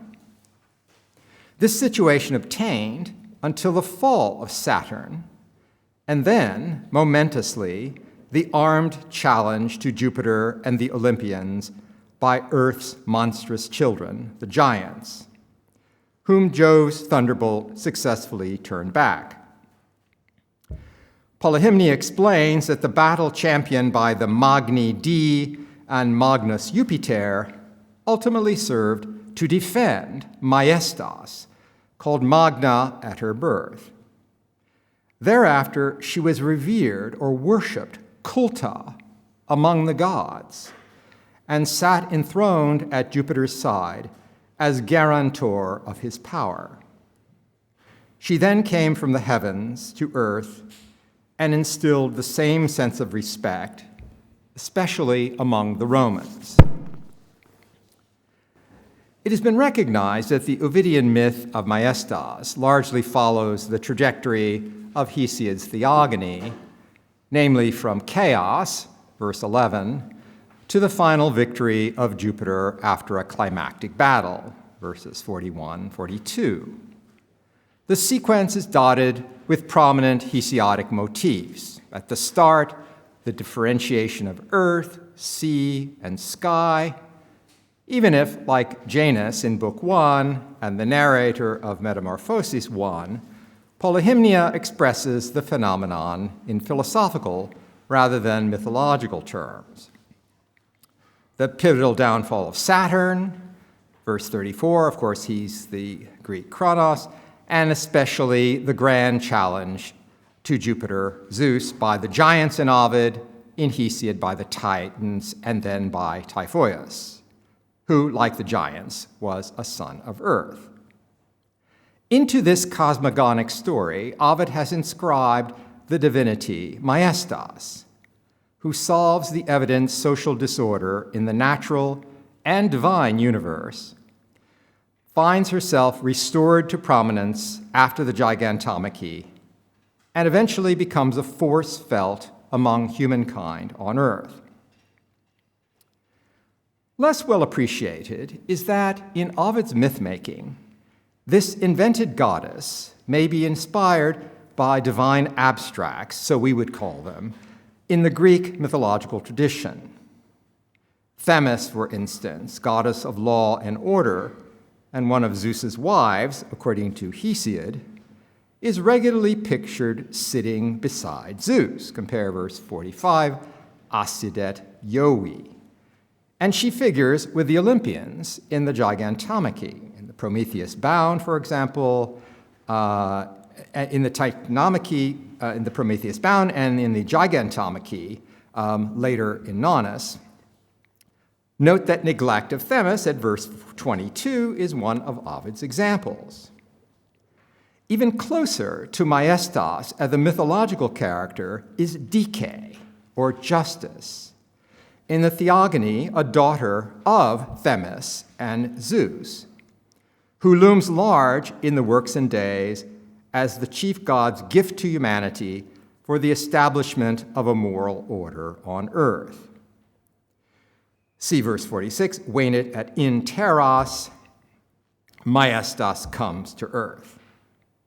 In Hesiod, Dike is celebrated and revered by the gods who dwell on Olympus. Kudre taidoie tetheos hoi Olympon ekusen. And compare with that phrasing, Maestas in verse 44, in the post-gigantomic Olympus, at ex illo tempora culta manet.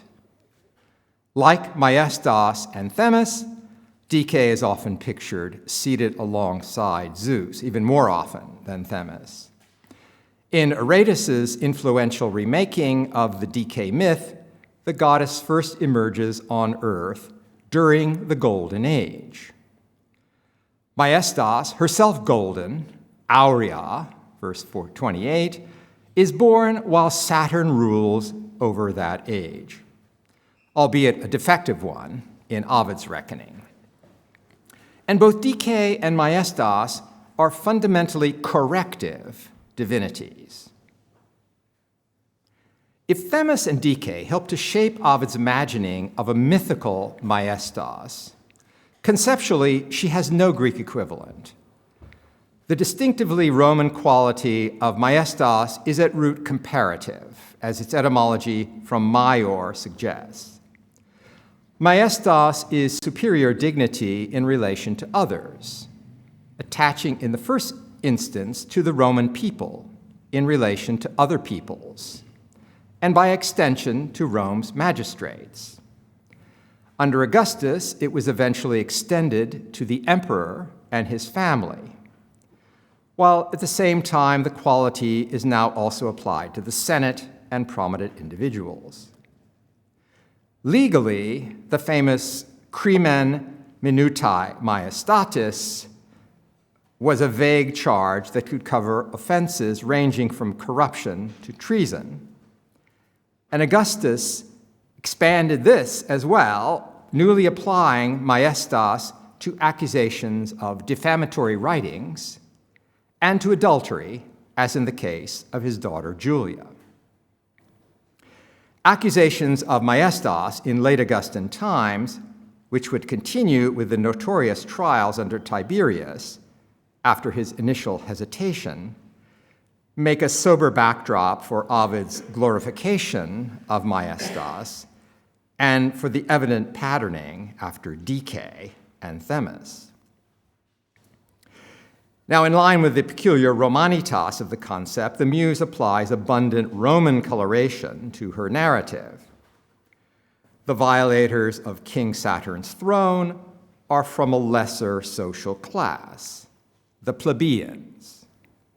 Oceanus failed to receive the typically Roman type of escort for an elder, where one kept close to his side. While the personified abstracts accompanying maestas here Pudor and Metus, and her mother Raurentia, all have Greek equivalents. Her father, Honor, the first mentioned, actually enjoyed cult at Rome. The goddess's influence on earth is expressed almost wholly in Roman terms. This is verses 47 and following.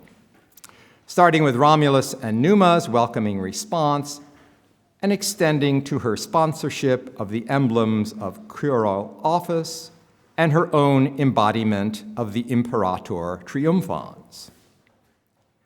In this atmosphere, the heavenly citadel from which Saturn was dethroned and whence Jupiter hurled his thunderbolts, the arcs of verses 34 and 41, evokes the topography of the Roman Capitoline, part of which was called the Arcs.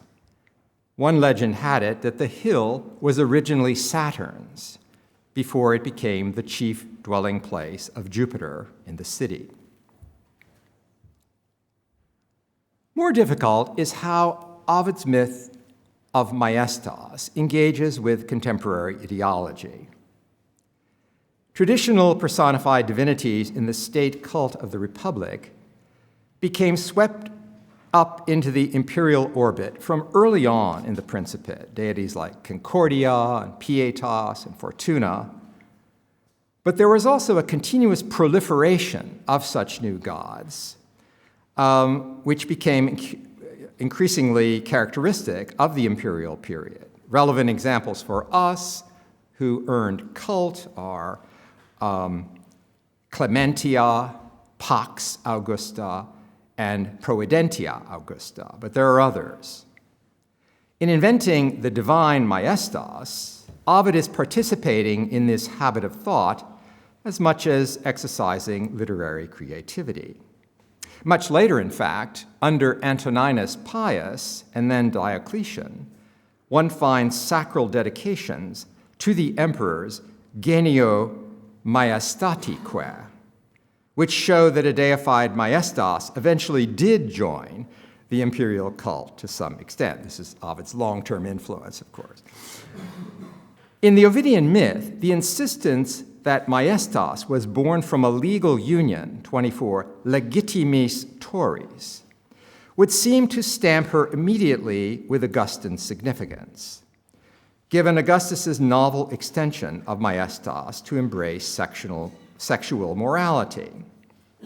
The same concern is evident in the goddess's protective companionship of Virgines in verse 50. Perhaps most important in this regard is that Maestas has a prominent role in the Gigantomachy, a potent mythical symbol of the victorious princeps throughout Augustan poetry. Among numerous instances, the clearest is Horace's Odes 3:4, Descende Caelo, where defeat of the Titans and giants seems to figure various victories of Octavian, real or anticipated, around the time of the Triple Triumph of 29. By the time of this Ovidian passage, the political symbolism of the rebellious giants could have embraced as well internal sedition. A continuum of thought in Metamorphoses 1 links human decline through the ages, the Gigantomachy, and, in a simile, conspiracy against Augustus. Note that the monsters born from earth will dare to attack the house of Jupiter. Verse 36, in Jovis ire domum. The only other use of this phrase in Ovid's poetry appears in Tristia 3:1, in a hyperpanegyrical reference to the house of Augustus on the Palatine Hill. Two scholarly explorations of Ovid's political myth would differentiate historical or chronological stages in the story's ideological trajectory. Molly Pascoe Pronger proposes a development from a Julian Maestas at the deity's first emergence, regal and triumphal in position and dress, to a goddess with Augustan resonance only after the victory over the giants, sitting now alongside Jupiter. However, the royal imagery notwithstanding, are we supposed to see the emergent Maestas as celestial regent rather than a prominent figure on Saturnian Olympus, and so parallel with her Jovian self?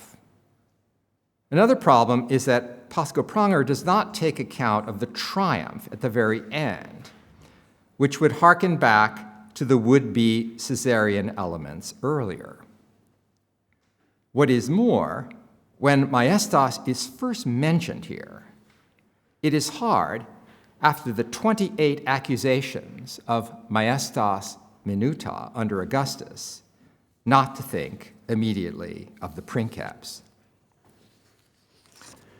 Differently, Elaine Phantom, still much missed by us all, and Elaine, of course, loved Pisa, loved the Scuola Normale, and loved Ovid, so it's wanted to make sure to mention her name.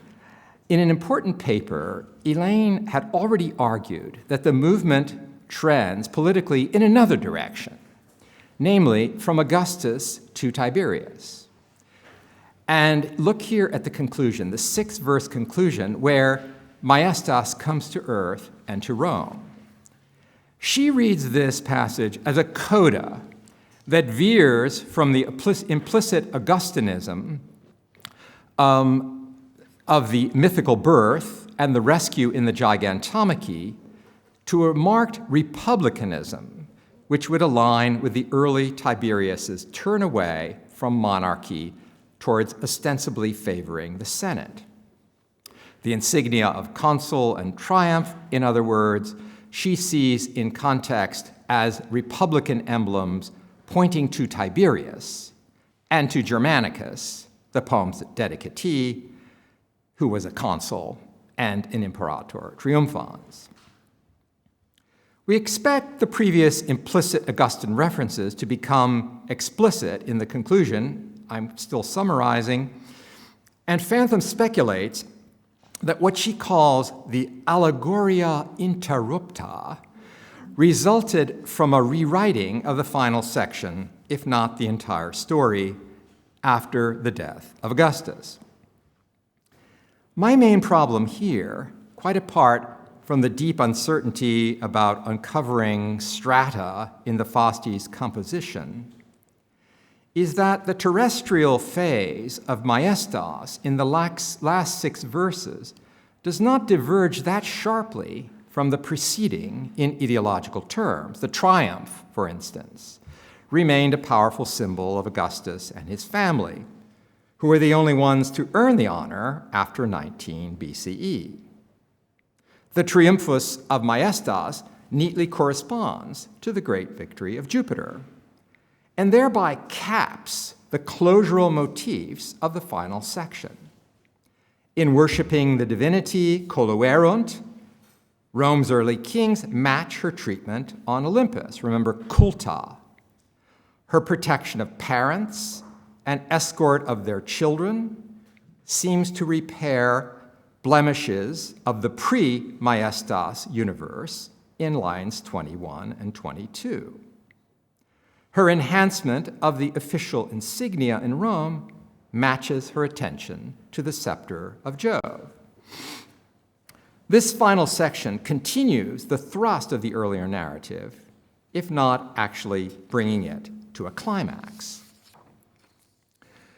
To argue thus for a more or less consistent imperial ideology in this myth does not mean to deny the relevance of Ovid's exile to interpretation here. As Steve Hayworth cogently put it recently, the Fausti invites us to read the whole poem in terms of Ovid's banishment to Thomas. Look at 41-42, where Jupiter, hurling thunderbolts from his citadel against the giant's onslaught, will doubtless recall Ovid's frequent exilic imaging of Augustus punishing him, another auctor, by the way, with exile. I also do not mean to minimize the effect of other cross currents which destabilize the panegyrical Augustan myth.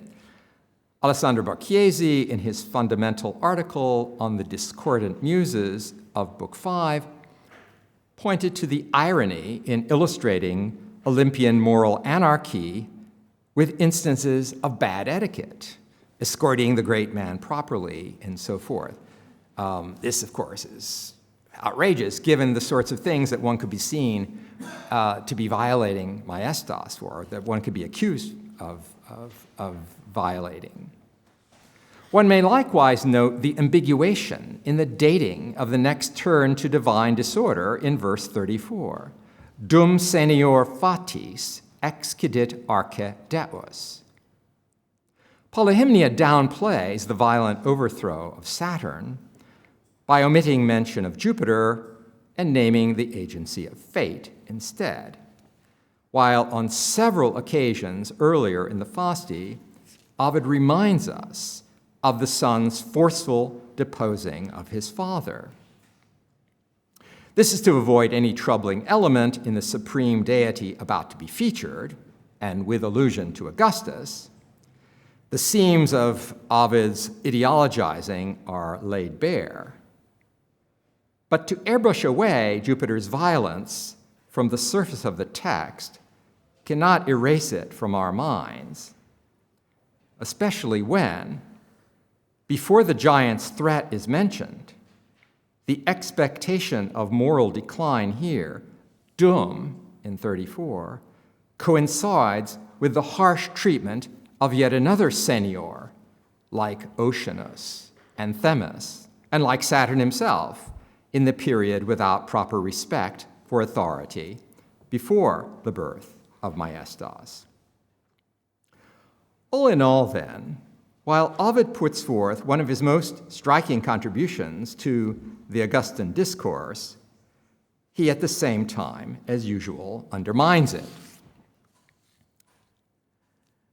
This little talk does not pretend to a comprehensive analysis of Ovid's myth of maestas. There are many other features deserving further attention.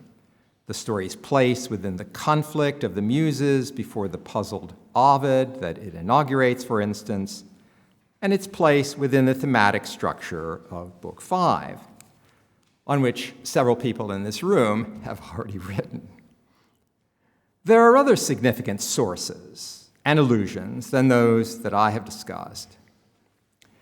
Interesting is how Ovid's epicized elegiac calendar here features the stereotyped topic for grand epic poetry that Lovelagius disclaimed in the Recusatio, the Gigantomachy. But in the end, alludes in the victorious posture of maestas at verse 52 to the triumphal honor claimed for another goddess, the muse of elegy. In that concluding line, illa coronatis alta triumphat equis, we hear Propertius 3:1-10, et a me nata coronatis musa triumphat equis. The reference also slyly reminds us, at the end of Polyhymnia's long narrative, that the speaker is a muse. One could say more about the pace and the style or styles of the movement and so forth. I hope to have sketched some important dimensions and made a couple of contributions about Ovid's creation and his complication of this imperial myth of maestas. And now I welcome your suggestions and questions. Thank you.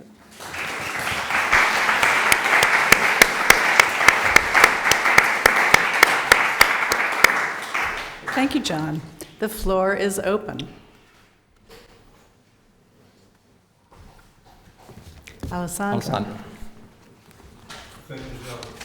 I think line 25 is particularly funny because apparently she's born, immediately she checks on her own parents.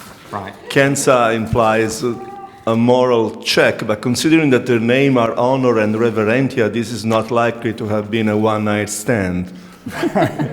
Right, and you also mentioned, too, the dimension there, which is interesting, of the census being evoked as well. So that's interesting. Thank you. Other comments or questions? Andrew? Andrew?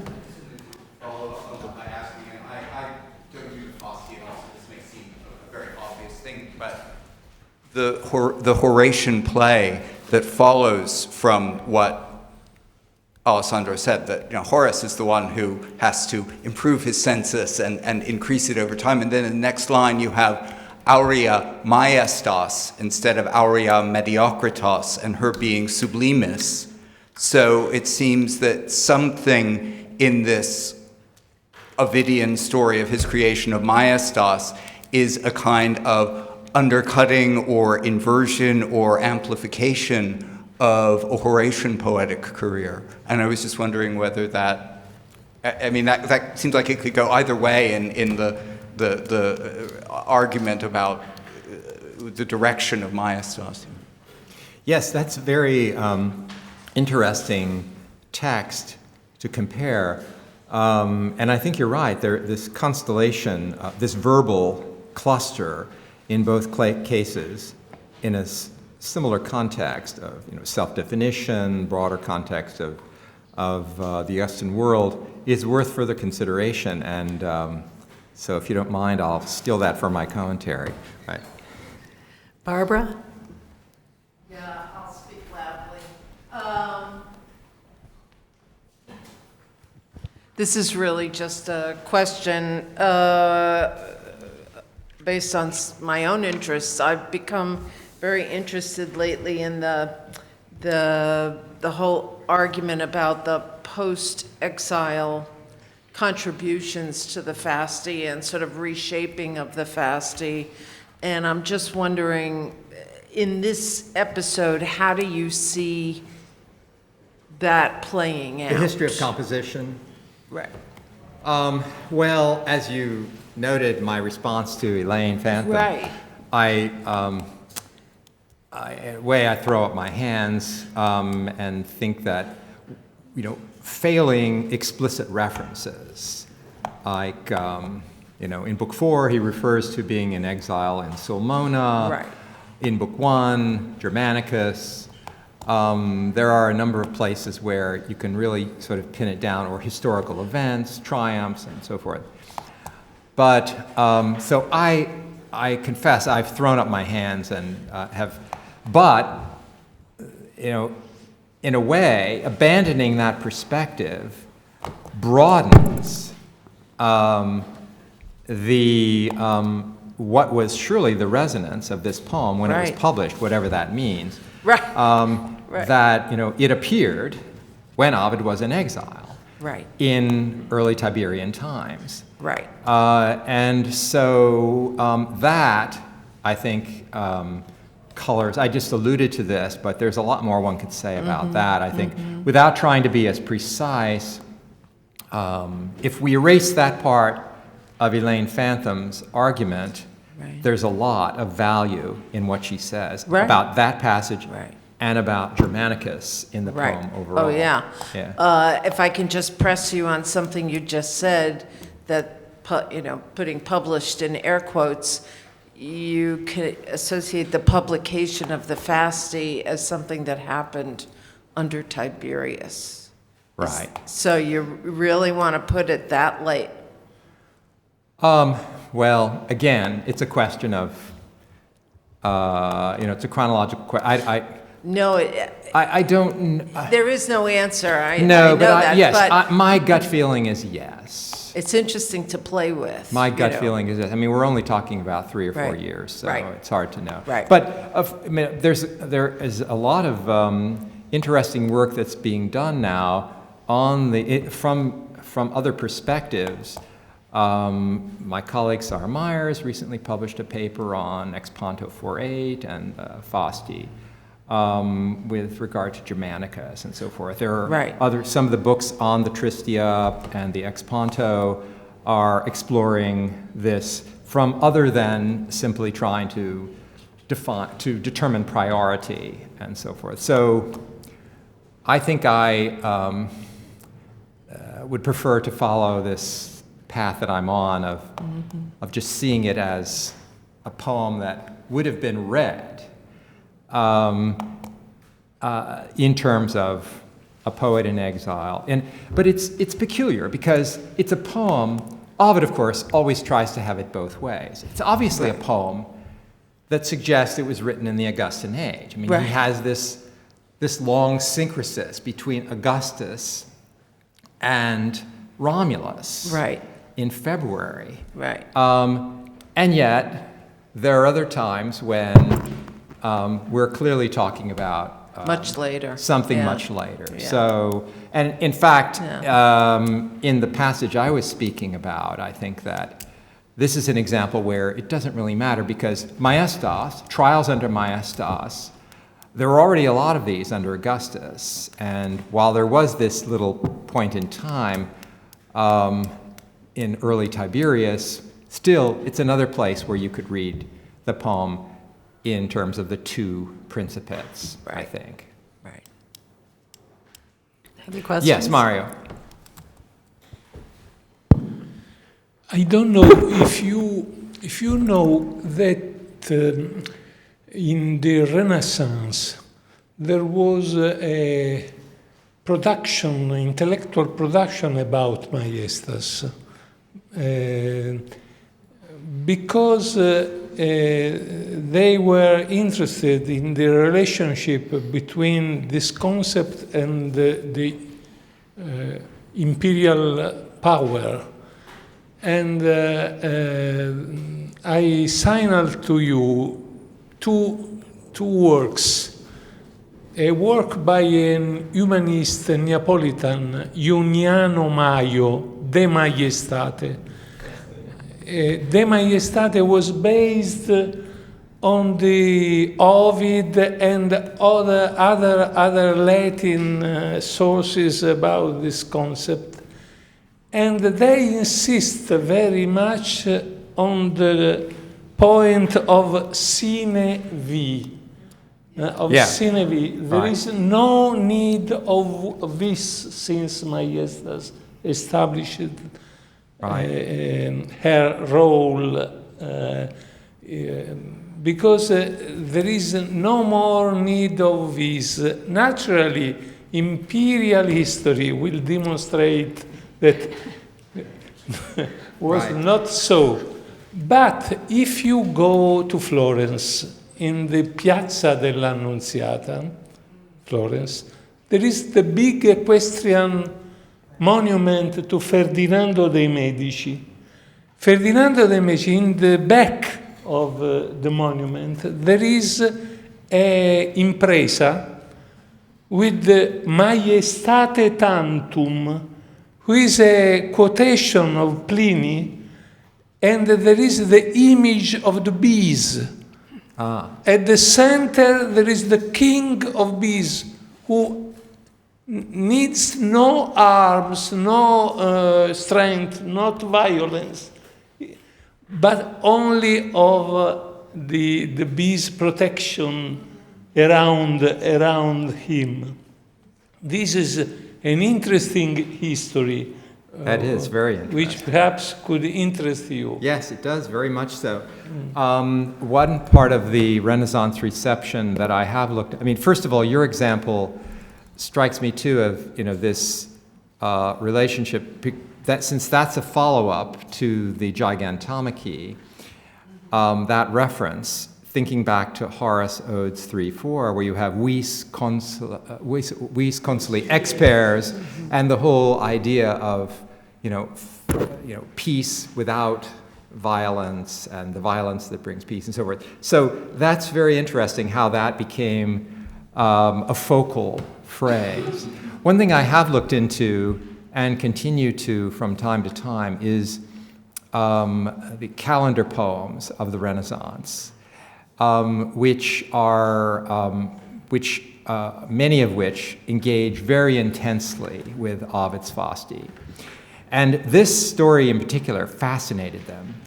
There are 4 of these 15th century Italian, 15th, early 16th century Italian fasti sacri, which, as the name suggests, are theologically oriented. And so in this case, they tell, it's the Maestas Christi, or Dei, with a capital D, and but the story is rephrased, and it's clearly based on Ovid's version of the story, where you have, the giants are the bad angels led by Satan, and against God, and they're stricken down by a thunderbolt in one case at least, and in one, Saint Michael, the archangel, is leading the charge. So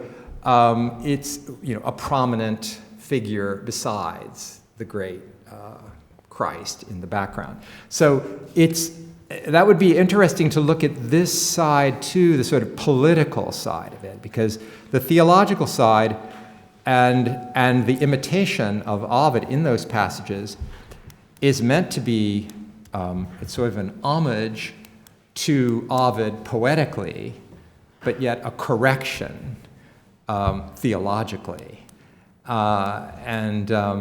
But this is a passage that, very few of these calendar poems respond to, there are a few stories from the Fasti that many of these calendar poems respond to. Janus is one at the beginning of the poem.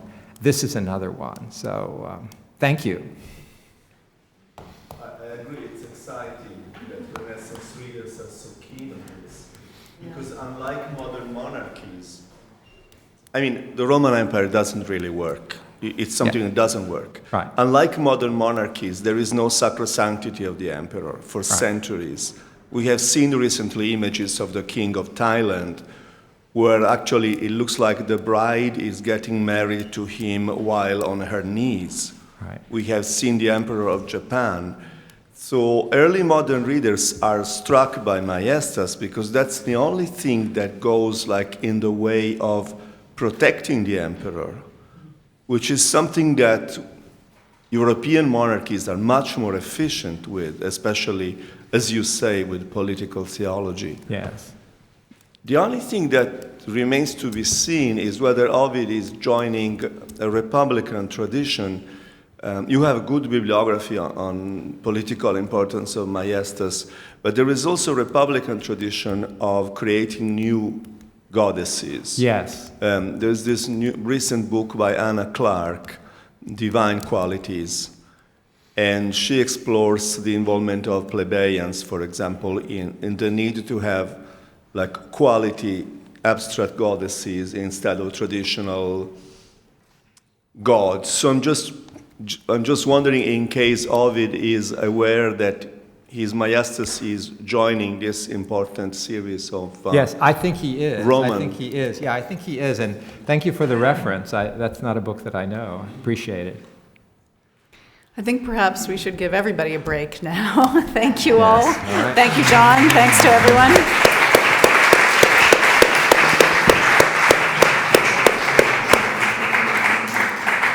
And I might invite our host to give us any information that he would like us to have.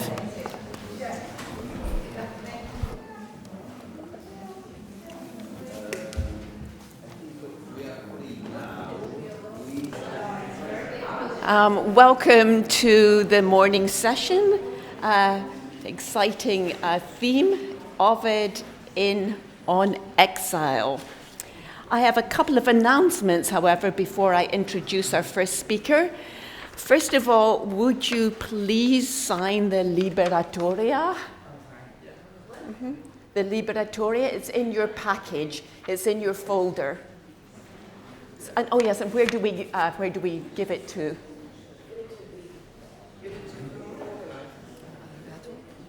We just leave it on the table? Okay, all right. Okay, make sure you sign it. And second, our organizers want to do a group photo of everyone at the conference. So could you please not rush off for coffee at the break, but go downstairs so we can get a group photo against the beautiful facade of the Scuola Normale. Okay, so photo before coffee. Okay. Right, it's my pleasure to introduce the first speaker, Melanie Möller, who is chair of classics at the Freie Universität, Berlin. She has worked extensively on Ovid in her career so far. She published in 2016 the monograph Ovid auf 100 Seiten, and in 2017 she produced a commentary on the Ars Amatoria, and she's currently working, or I guess in press, a book Von Allusion bis Metonymy, which I think will be of interest to Ovidian scholars. And today she's talking on Ovid and Odysseus on the rhetoric of exile.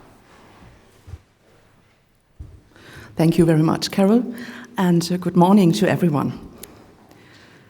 In Ovid's Tristia and Epistolae ex Ponto, exile is stylized as a life in exceptional circumstances, whose criteria are continually developed with a view to the metropolis of Rome. In this form, exile is not a matter of historical reality or of autotelic fiction, but it reflects on the metaphorical conditions of existence.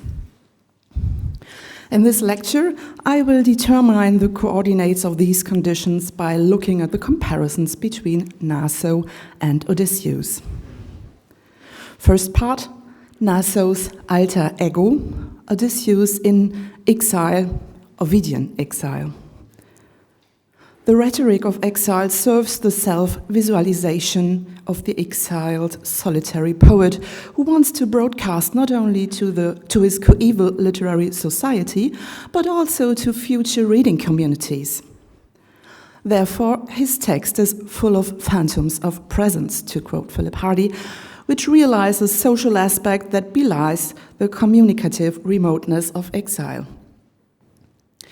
Both epistolary collections created during Ovid's exile contain different anatomical, primarily motivic semantic fields that are part of the rhetoric of exile. Eroticism, religion, myth, law, topography, psychology, pathology, metaphors of the body like disease, death, violence, and distance separation are social diagnostics.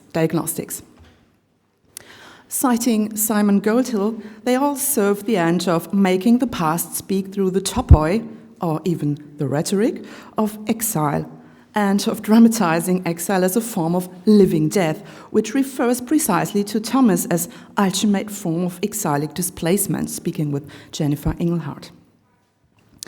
In his rhetorical nosography, Ovid simultaneously describes his exile as a state of emergency, as condicio inhumana. Like Thomas Mann, almost 2,000 years later, Ovid diagnoses a sort of exilic cardiac asthma. For example, in Ex Ponto 1.3.43, exilii morsus in pectore. This neurosis specific to exile can even lead to the loss of speech, the imagined partial aphasia, as Ovid frames it in Tristia 5.7.57, vix subeunt ipsi verba latina mihi, mirrors the interlacing set of individual and social problems of aesthetics. A centerpiece of the rhetoric of exile and its leading metaphors takes its material form from myth and is displayed in several comparisons. It is hardly surprising that Ovid prefers mythologies depicting the fate of those who more or less innocently have fallen out of Fortuna's graces. People who are notoriously unhappy, who have been struck by lightning, who have reason to mourn, and of course, people who have lost their home like Medea, Jason, and Actaeon. But first and foremost, there is Odysseus, whom Ovid chooses as his mythological figure of reference par excellence.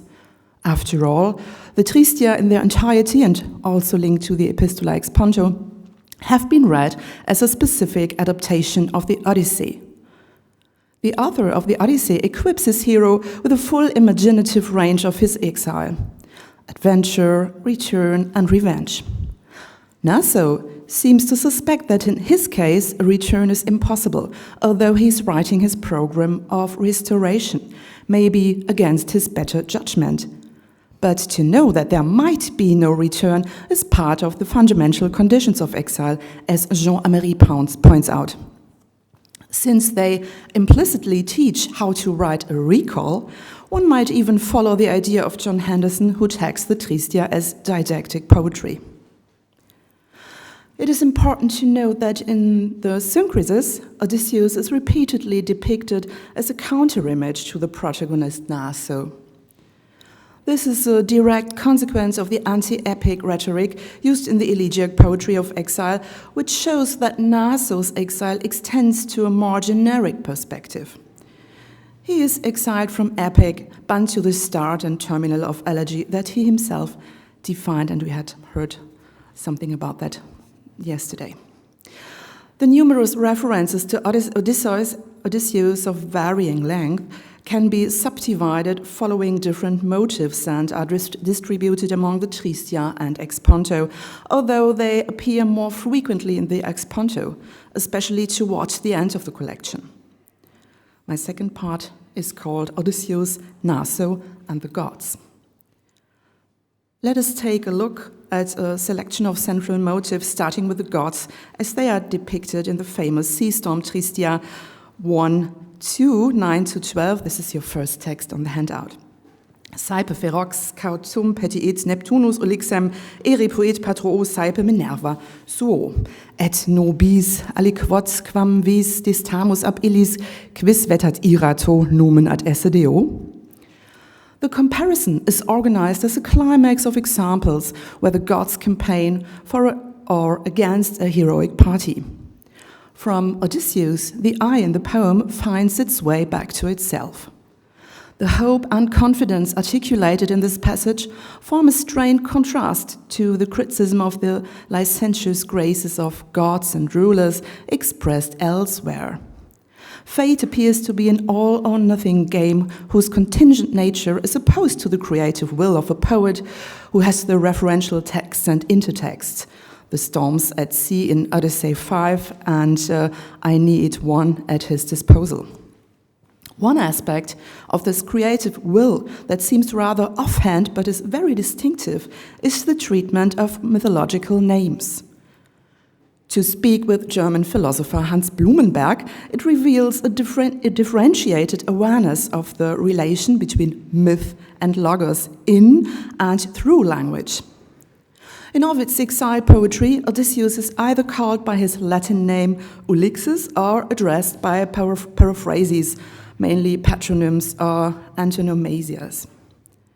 Take, for example, Tristia 1:5, 57-84, the longest coherent comparison in all of Ovid's exile writings, which also alludes to divine fury acting openly or in the background. Your second text on the handout, especially verse 57 and the following. Pro duce neritio docti mala nostra poeta scribite, neritio nam mala plura tuli. This passage apostrophizes the incommensurability of the blows of fate and the immensity of the poet's own suffering. Moreover, there is a double disintegration network here. Odysseus is transformed into a metonymy of his suffering, duce, instead of malis, and while he only indirectly partakes in the tertium comparationis, plura, his suffering is to be replaced by the poet's, pro duce, mala nostra. Subject and topic of the old epic tradition are to vanish in a kind of comparatio compendiaria. Such is Ovid's request to his fellow poets, strangely direct in contrast to the indirect arrangement it is placed in scribite poetae. The changing personal attributions, scribite, nostra, tuli, enforce the present and future bond between the instrumentalized collective and the poetic self in opposition to the marginalized dux of the mythical past. In the following verses, this difference is further strengthened by other, especially chronospatial points of comparison, like ille brevis patio multis eravit in annis 59 is opposed to nos freta sideribus totis distantia mensus in 61. Here, the self takes an extraordinary, almost extra-cosmic position.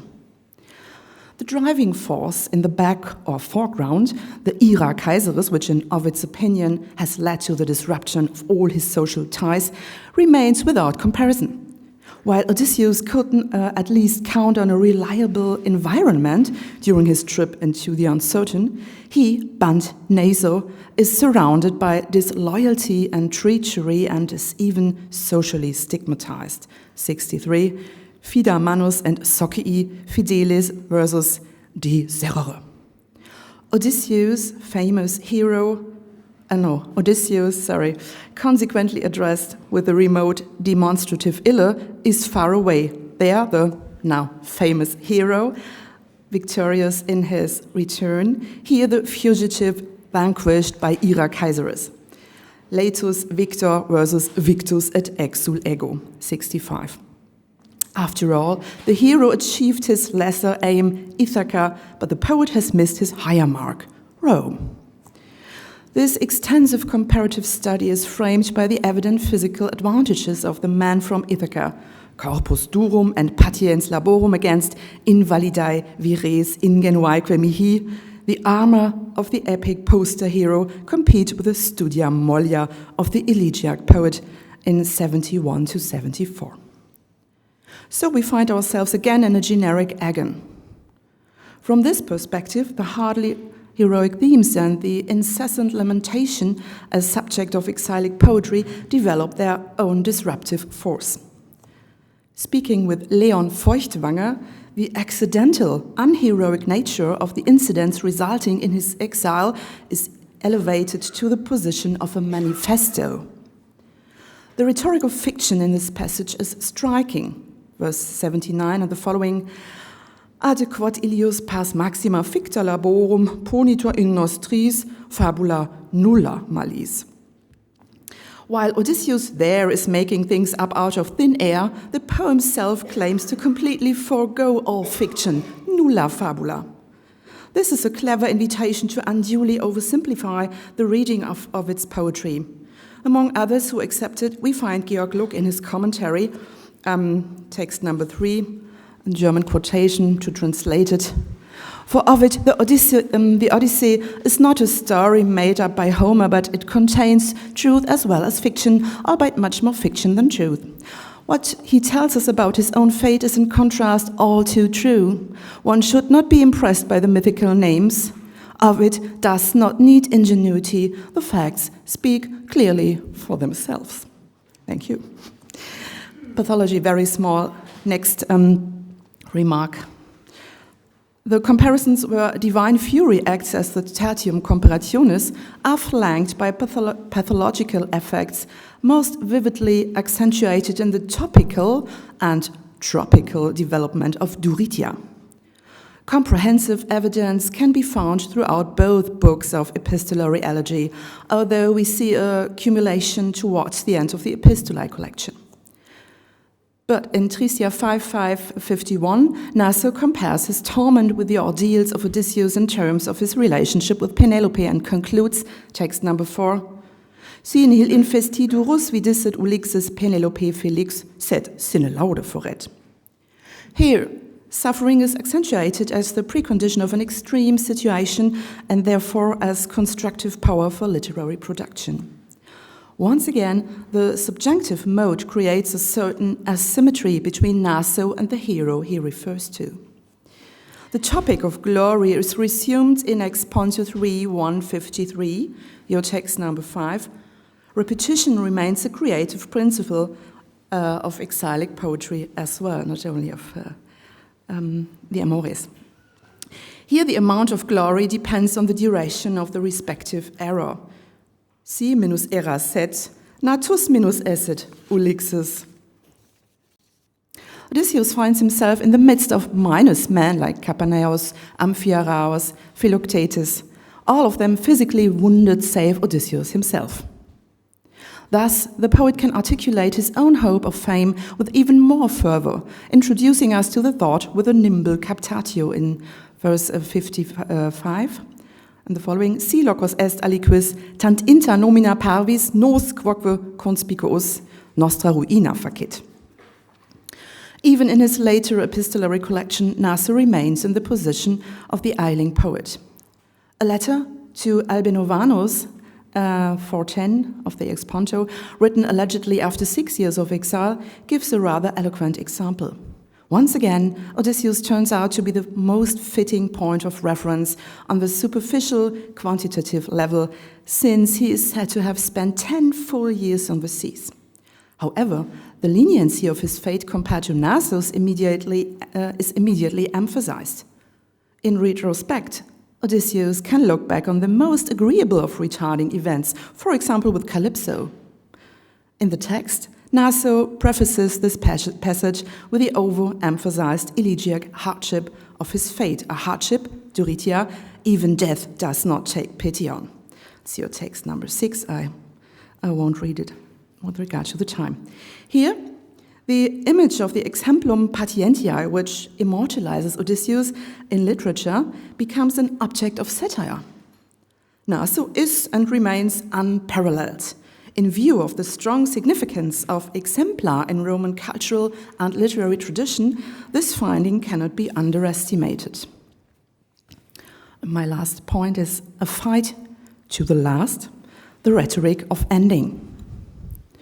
In view of the time, I would like to omit the equally illustrative comparisons to Penelope and continue with my final deliberations on the last appearance of Odysseus in the Epistola Exponto. It appears in the last letter of the collection 416, your last text. The epistle is apparently addressed to Cotta Maximus and is a document to the carnivalesque power of the elegiac letter.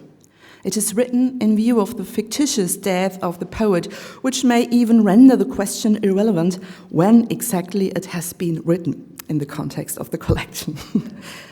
Look at Laurel. The mood is exceptionally bad, which shows already when Ovid salutes his addressee as personified envy, at the same time summing him up and repudiating him, invidiae or invide in verse number 1, then livor 47, invide quod laceras nasones carmina rapti. Who exactly is addressed here? As per usual, the staged counterattack takes place as an apostrophe of a stranger representing a collective of envious butchers. The butcher or slaughterman of art is berated as an envier and effects the immunization of his victim against all critique, past, present, and future. When the eye addresses itself repeatedly as Naso, this is also to be understood as reading advice. Naso's central concern is still the proportional growth of fame and transience. He himself is an exception to that rule in the literal sense, since he is already famous while still alive, as he himself asserts. Here, too, he finds himself in an exile for which he is his own and best witness. From this position, he manages his true testimonium, which consists of artworks. The elegiac poet has gone into exile as well. Verses number 3 and 4, Phamaque post cineres major venet et mihi nomen tum quoque cum vivis ad numerare erat. Besides the subject of ashes developed by Propertius, in Elegy 119 and 122, the Pulvis Etrusca, these lines also invoke an allusion to the poet's own end. But while the temporal incongruity, the post festum and post cineres, seems to apply to everyone else, for Ovid, the irreconcilable conditions of life and death seem to merge into one another instead. This special status corresponds to his exile. From the safe distance of the exquisitus, he can cast his historicizing glance over the literature of others. His exile remains a distinction. Thus, he returns to the roots of Roman exile, just as he has returned with his poetry to the roots of elegy as dirge. From this position, he assembles a catalogue of famous and fameless authors of the past and present. Many poets are mentioned by name here, only here. Others remain anonymous. Several literary genres are called on. In a central passage, Ovid explicitly recognizes authors who cover several or all literary genres. For example, Marius in line 24, et Marius scripti dexter in omne genus. Traditional epic poets meet modern Callimacheans or lyricists and elegiac poets similar to Pindar. Young talents with unpublished works are only brushed as mere dreams of the future, and best-selling authors only appear in references. Thus, the enumeration ends in verses 37 and following with an unspecific praeteritio. So, where is Odysseus? He is stuck right in the middle of this recital of literary history, a pale shadow who is called by name, but only as the fictitious writer of a lost letter in response to Penelope, re scribere, coming from the pen or the stylus of an anonymous poet. Verse 13 and the following, et qui Penelopae scribere justit ulixen errantem saevo per duu lustra Marie. Naso does not waste his energy on a comparison. The distance to tradition seems big enough. Following this catalogue, we find a climactic apostrophe to Cotta and then other autoreferential gesture equipped with a captatio that figures as the last step of the climax. The last verses, dicere si fas est claro mea nomine musa. There is again a sudden, albeit stereotypical refuge to these nefarious muses. Ad quintertantas quae legeretur erat. At the really end of the poem 49, Ovid finally presents his decisive definition of the relation between life and art. Omnia perdidimus tantum modo vita relictas, followed by its reification, praebeat et sensum materiamque mali. Life in artistic exile is the end point of the poet's perspective on the cosmos of art, which he imagines being part of from a distance, which is crucial. The observers of the first and second degree have converged, but still his body, the body of the observer, does not have enough room for more blows, as the final metaphor indicates. Non habet in nobis jam nova plaga locum. But wait, his body? There is no talk of a body here. The text offers an enticing in nobis, but this can only be an allusion to the vita that is completely absorbed into art. It has become absolutely unobtainable. The nobis remains a metaphor. Its inauthenticity is bolstered by the hyperbolic final picture of the complete destruction of the self. The in is as impossible as the ex. One can neither enter nor exit. The poet in or as exile has ultimately turned into the poet as book, or vice versa. Thank you very much. Patience.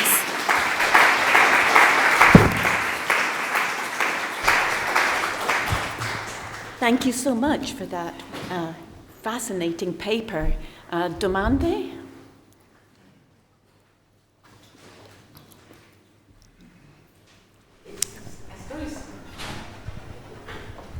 Thank you. I'm not quite framing this as a question, but more of a, have I got you right sort of thing. I think that was great.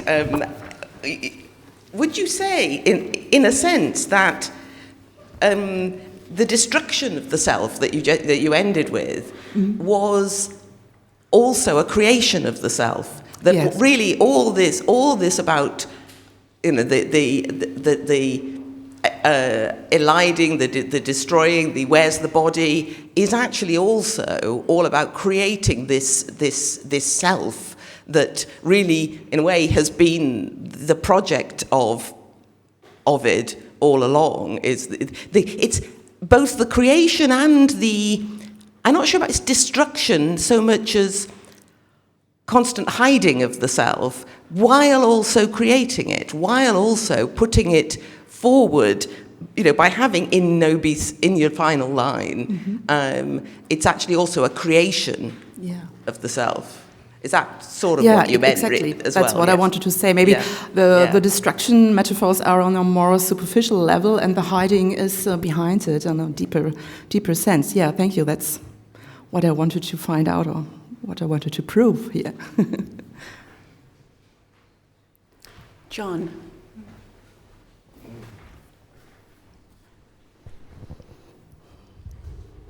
Yes, it's interesting in the broader trajectory of all Ovid's poetry to look back. Your word rhetoric in your title prompts me to recall in Book 2 of the Ars Amatoria this conspicuous exemplum of Odysseus as a model for education, for eloquence. He says, Odysseus is not beautiful, but he could tell a good story.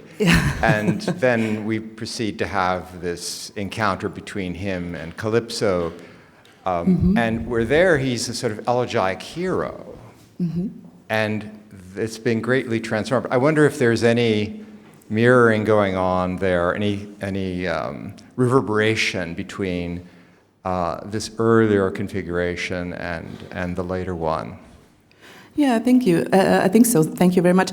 I think Odysseus is a kind of special, challenging material, and which is played with during the whole work of Ovid, during all of the genres. And yeah, this is a mirroring. I'm sorry, this morning I'm really tired. Mirroring. What happens in the exile poetry as well, but from another perspective, materialization, radical materialization of Odysseus, I would call that, maybe. Thank you. If I could just ask a question. The last line refers to the death of Actaeon. Yeah, of course. In Met 3, it alludes closely, so it's interesting that the destruction of the self then is heightened by this incredibly visceral image of Actaeon being torn apart till nothing is left, the loss of his identity. So it's both the destruction of self, but through very vivid fictionality. And of course, Actaeon is also someone with whom Ovid compares himself in exile. Yeah, thank you very much. This is really great, because a colleague of mine, Jürgen Paul-Schwinn, wrote a book on this Actaeon also as a metapoetic, metaphilological reflection mode, which for Ovid. And I think when he now refers to the Actaeon, which is obvious, which is striking, he's also showing that this Actaeon myth is maybe the most fitting myth for reflecting on the poet himself in a poetological way, and also reflecting philology, interpreting artworks. So, if you know what I mean, I thank you very much for that remark. Other questions? Yes, Mario.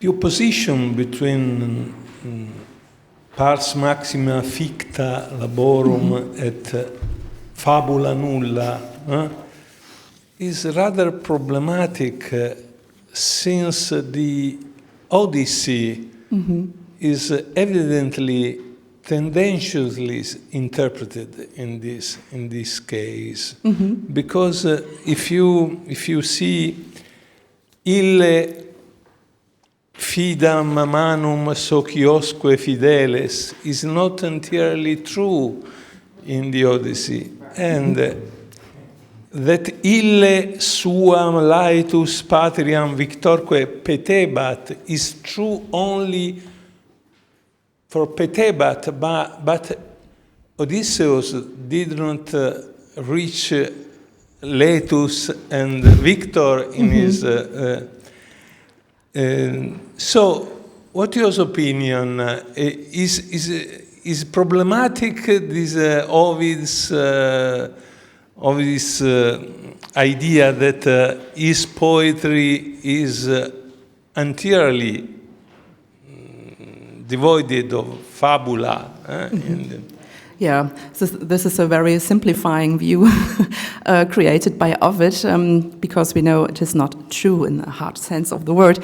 So I think what Ovid wants to show here is that things with art and life are complicated, as he always shows us. And this is a very subtle passage here. But as I quoted from the commentary, many people followed the invitation and didn't see that even with Odysseus, things are more complex and didn't happen in the way Ovid is mentioning here. No lucky person, Odysseus, at all, the whole time. Well, thank you very much indeed. Thank you.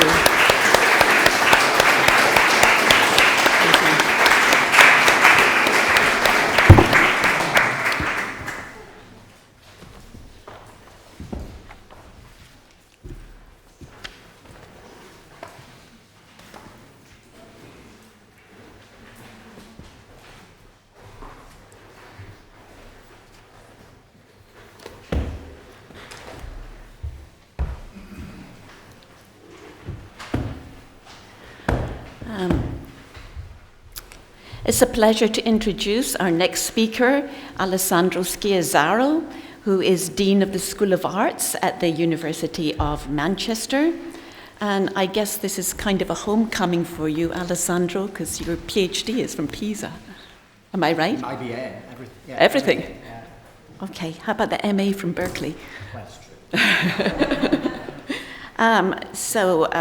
He has done very important work on Lucretius, Virgil, Ovid, Senecan tragedy, and he's also been an important outreach voice now that he's established in Britain on Radio 4 and one of my favorite podcasts in our time. So today he is talking on Immagini della fine del mondo. Thank you, Carole. Thank you very much. It's very kind of you. I will speak in Italian, but there should be an English text projected on the screen, and you should have a very environmentally unfriendly handout going around, I'm afraid. But passages are, I hope, pretty much in the order in which I will discuss them, but I will not necessarily mention them. Thank you to the International Ovid Society, and thank you to the Scuola Normale, to Gianpiero Rosati, for having us here today, and yesterday. Il mio paper actually veramente è molto collegato a quello di Melanie. Alcuni passi che avrei voluto discutere li hai discussi tu, quindi bisognerà poi discuterne insieme. Quello di cui vorrei parlare oggi, il mio tema oggi è l'immaginario escatologico di Ovidio. Well, also, yes. Vorrei provare a leggere insieme immagini e linee di pensiero diverse, ma secondo me collegate, che caratterizzano due parti distinte del corpus ovidiano, cioè le metamorfosi da un lato e la poesia dell'esilio dall'altra. Il mio scopo è quello di dar corpo ad una visione interconnessa dell'escatologia di Ovidio, un tema che, a differenza delle sue teorie cosmogoniche, che sono state analizzate in dettaglio da molti punti di vista diversi, da molte angolazioni diverse, non è mai stato trattato in modo sistematico ed è però altrettanto importante. Naturalmente il mio non sarà una trattazione sistematica visti i limiti di tempo, ma vorrei fornire alcune prospettive di lettura e naturalmente vi accorgerete subito che ci sarebbero molti altri passi e molte altre sezioni da discutere e che io non toccherò. L'escatologia cosmica svolge un ruolo centrale nel progetto delle metamorfosi. La prima fondamentale metamorfosi del poema illustra la transizione dal caos primordiale all'ordine cosmico e rivela sia l'onnipotenza di un Dio provvidenziale, sia in parallelo l'abilità demiurgica di un poeta che godrà di un potere consimile nel mutare le forme degli esseri viventi. Segue poi la distruzione cataclismatica. Il diluvio del libro primo e l'epyrosis quasi finale nel secondo dimostrano che la progressione dal caos all'ordine può essere invertita a causa degli errori dell'umanità, collettivi o individuali che siano. Ma in entrambi i casi il mondo sopravvive ed entrambi gli episodi dimostrano quindi che la distruzione può al contrario essere metabolizzata come parte di un più ampio progetto in cui predominano continuità e rinnovamento. Non è Ovidio a inaugurare questo schema di alternanza fra pericolo e sollievo. Virgilio, sulle orme di Omero, aveva già collocato una tempesta apocalittica nel primo libro dell'Eneide e una sua versione implicita a conclusione del secondo delle Georgiche.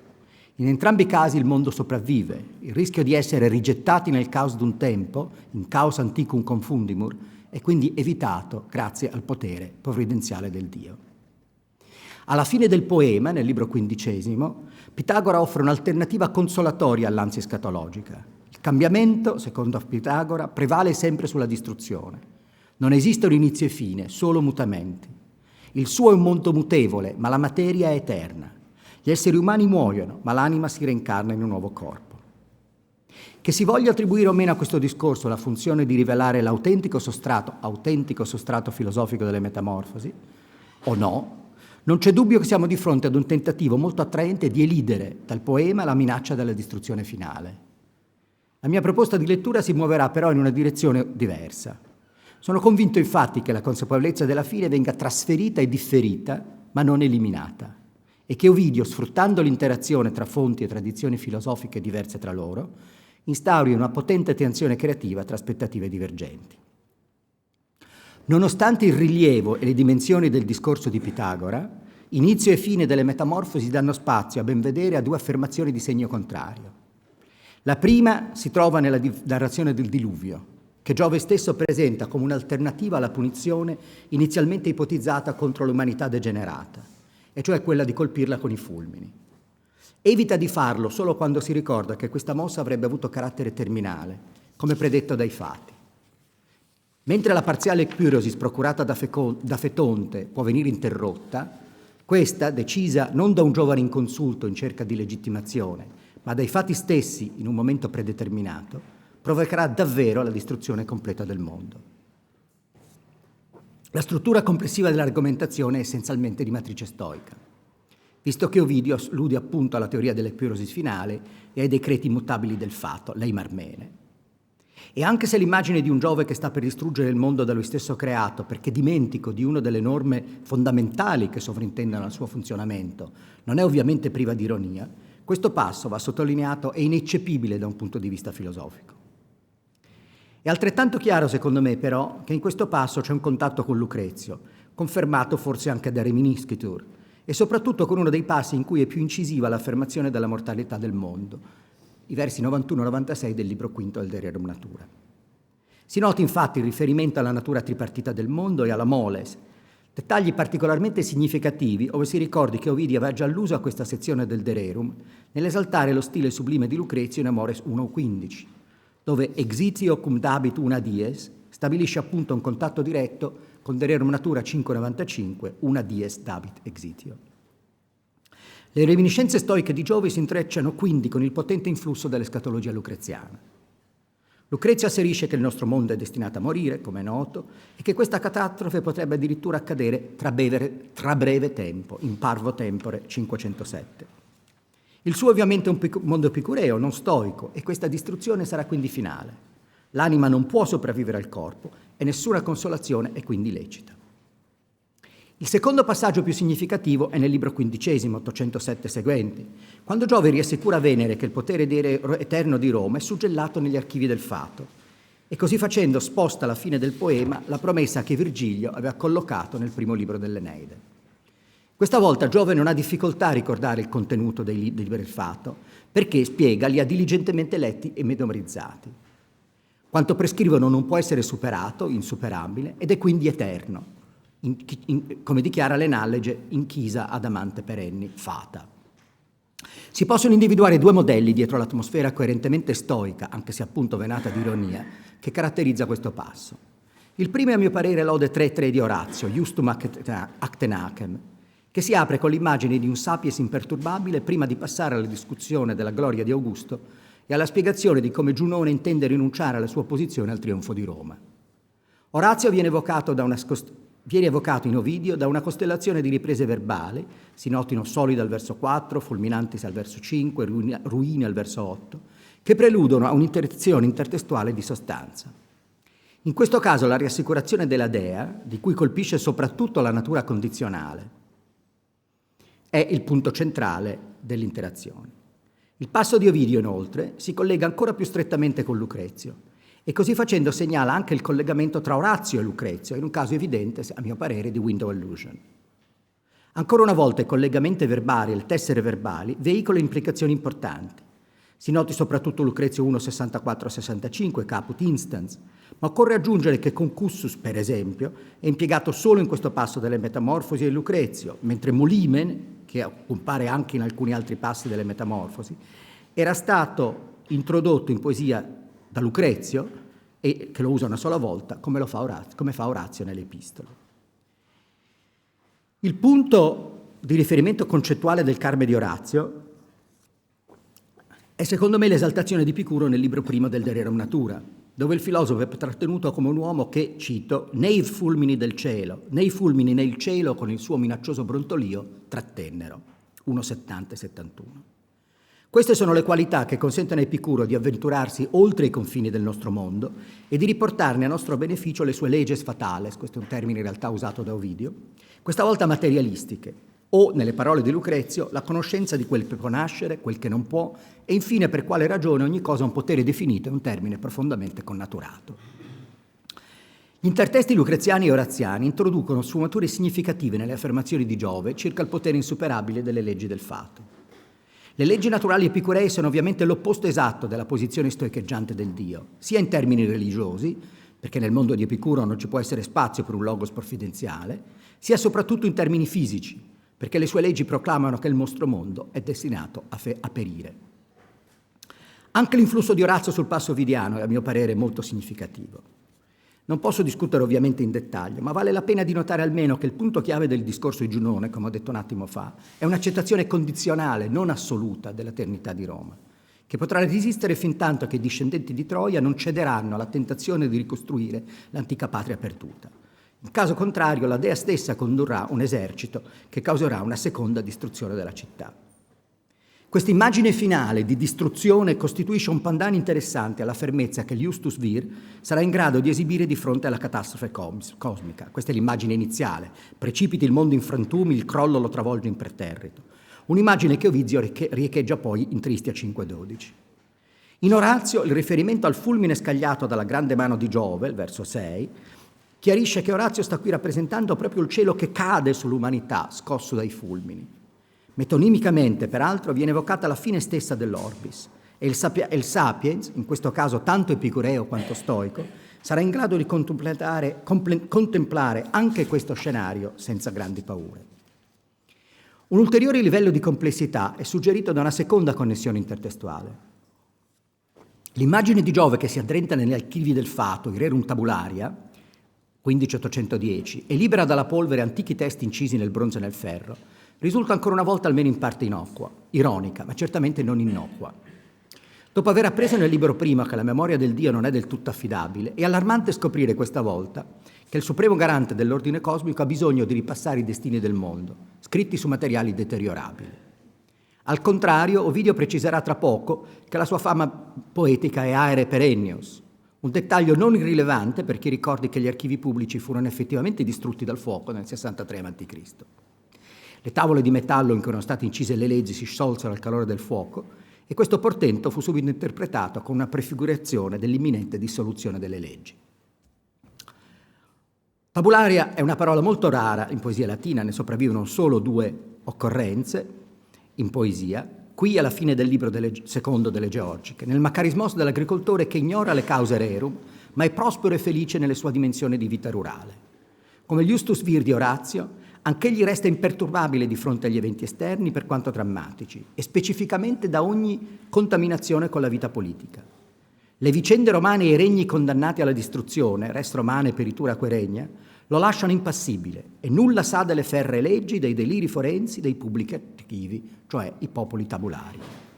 In Virgilio i tabulari appartengono quindi senz'altro a un mondo distopico, dominato dall'ambizione politica e dall'avidità.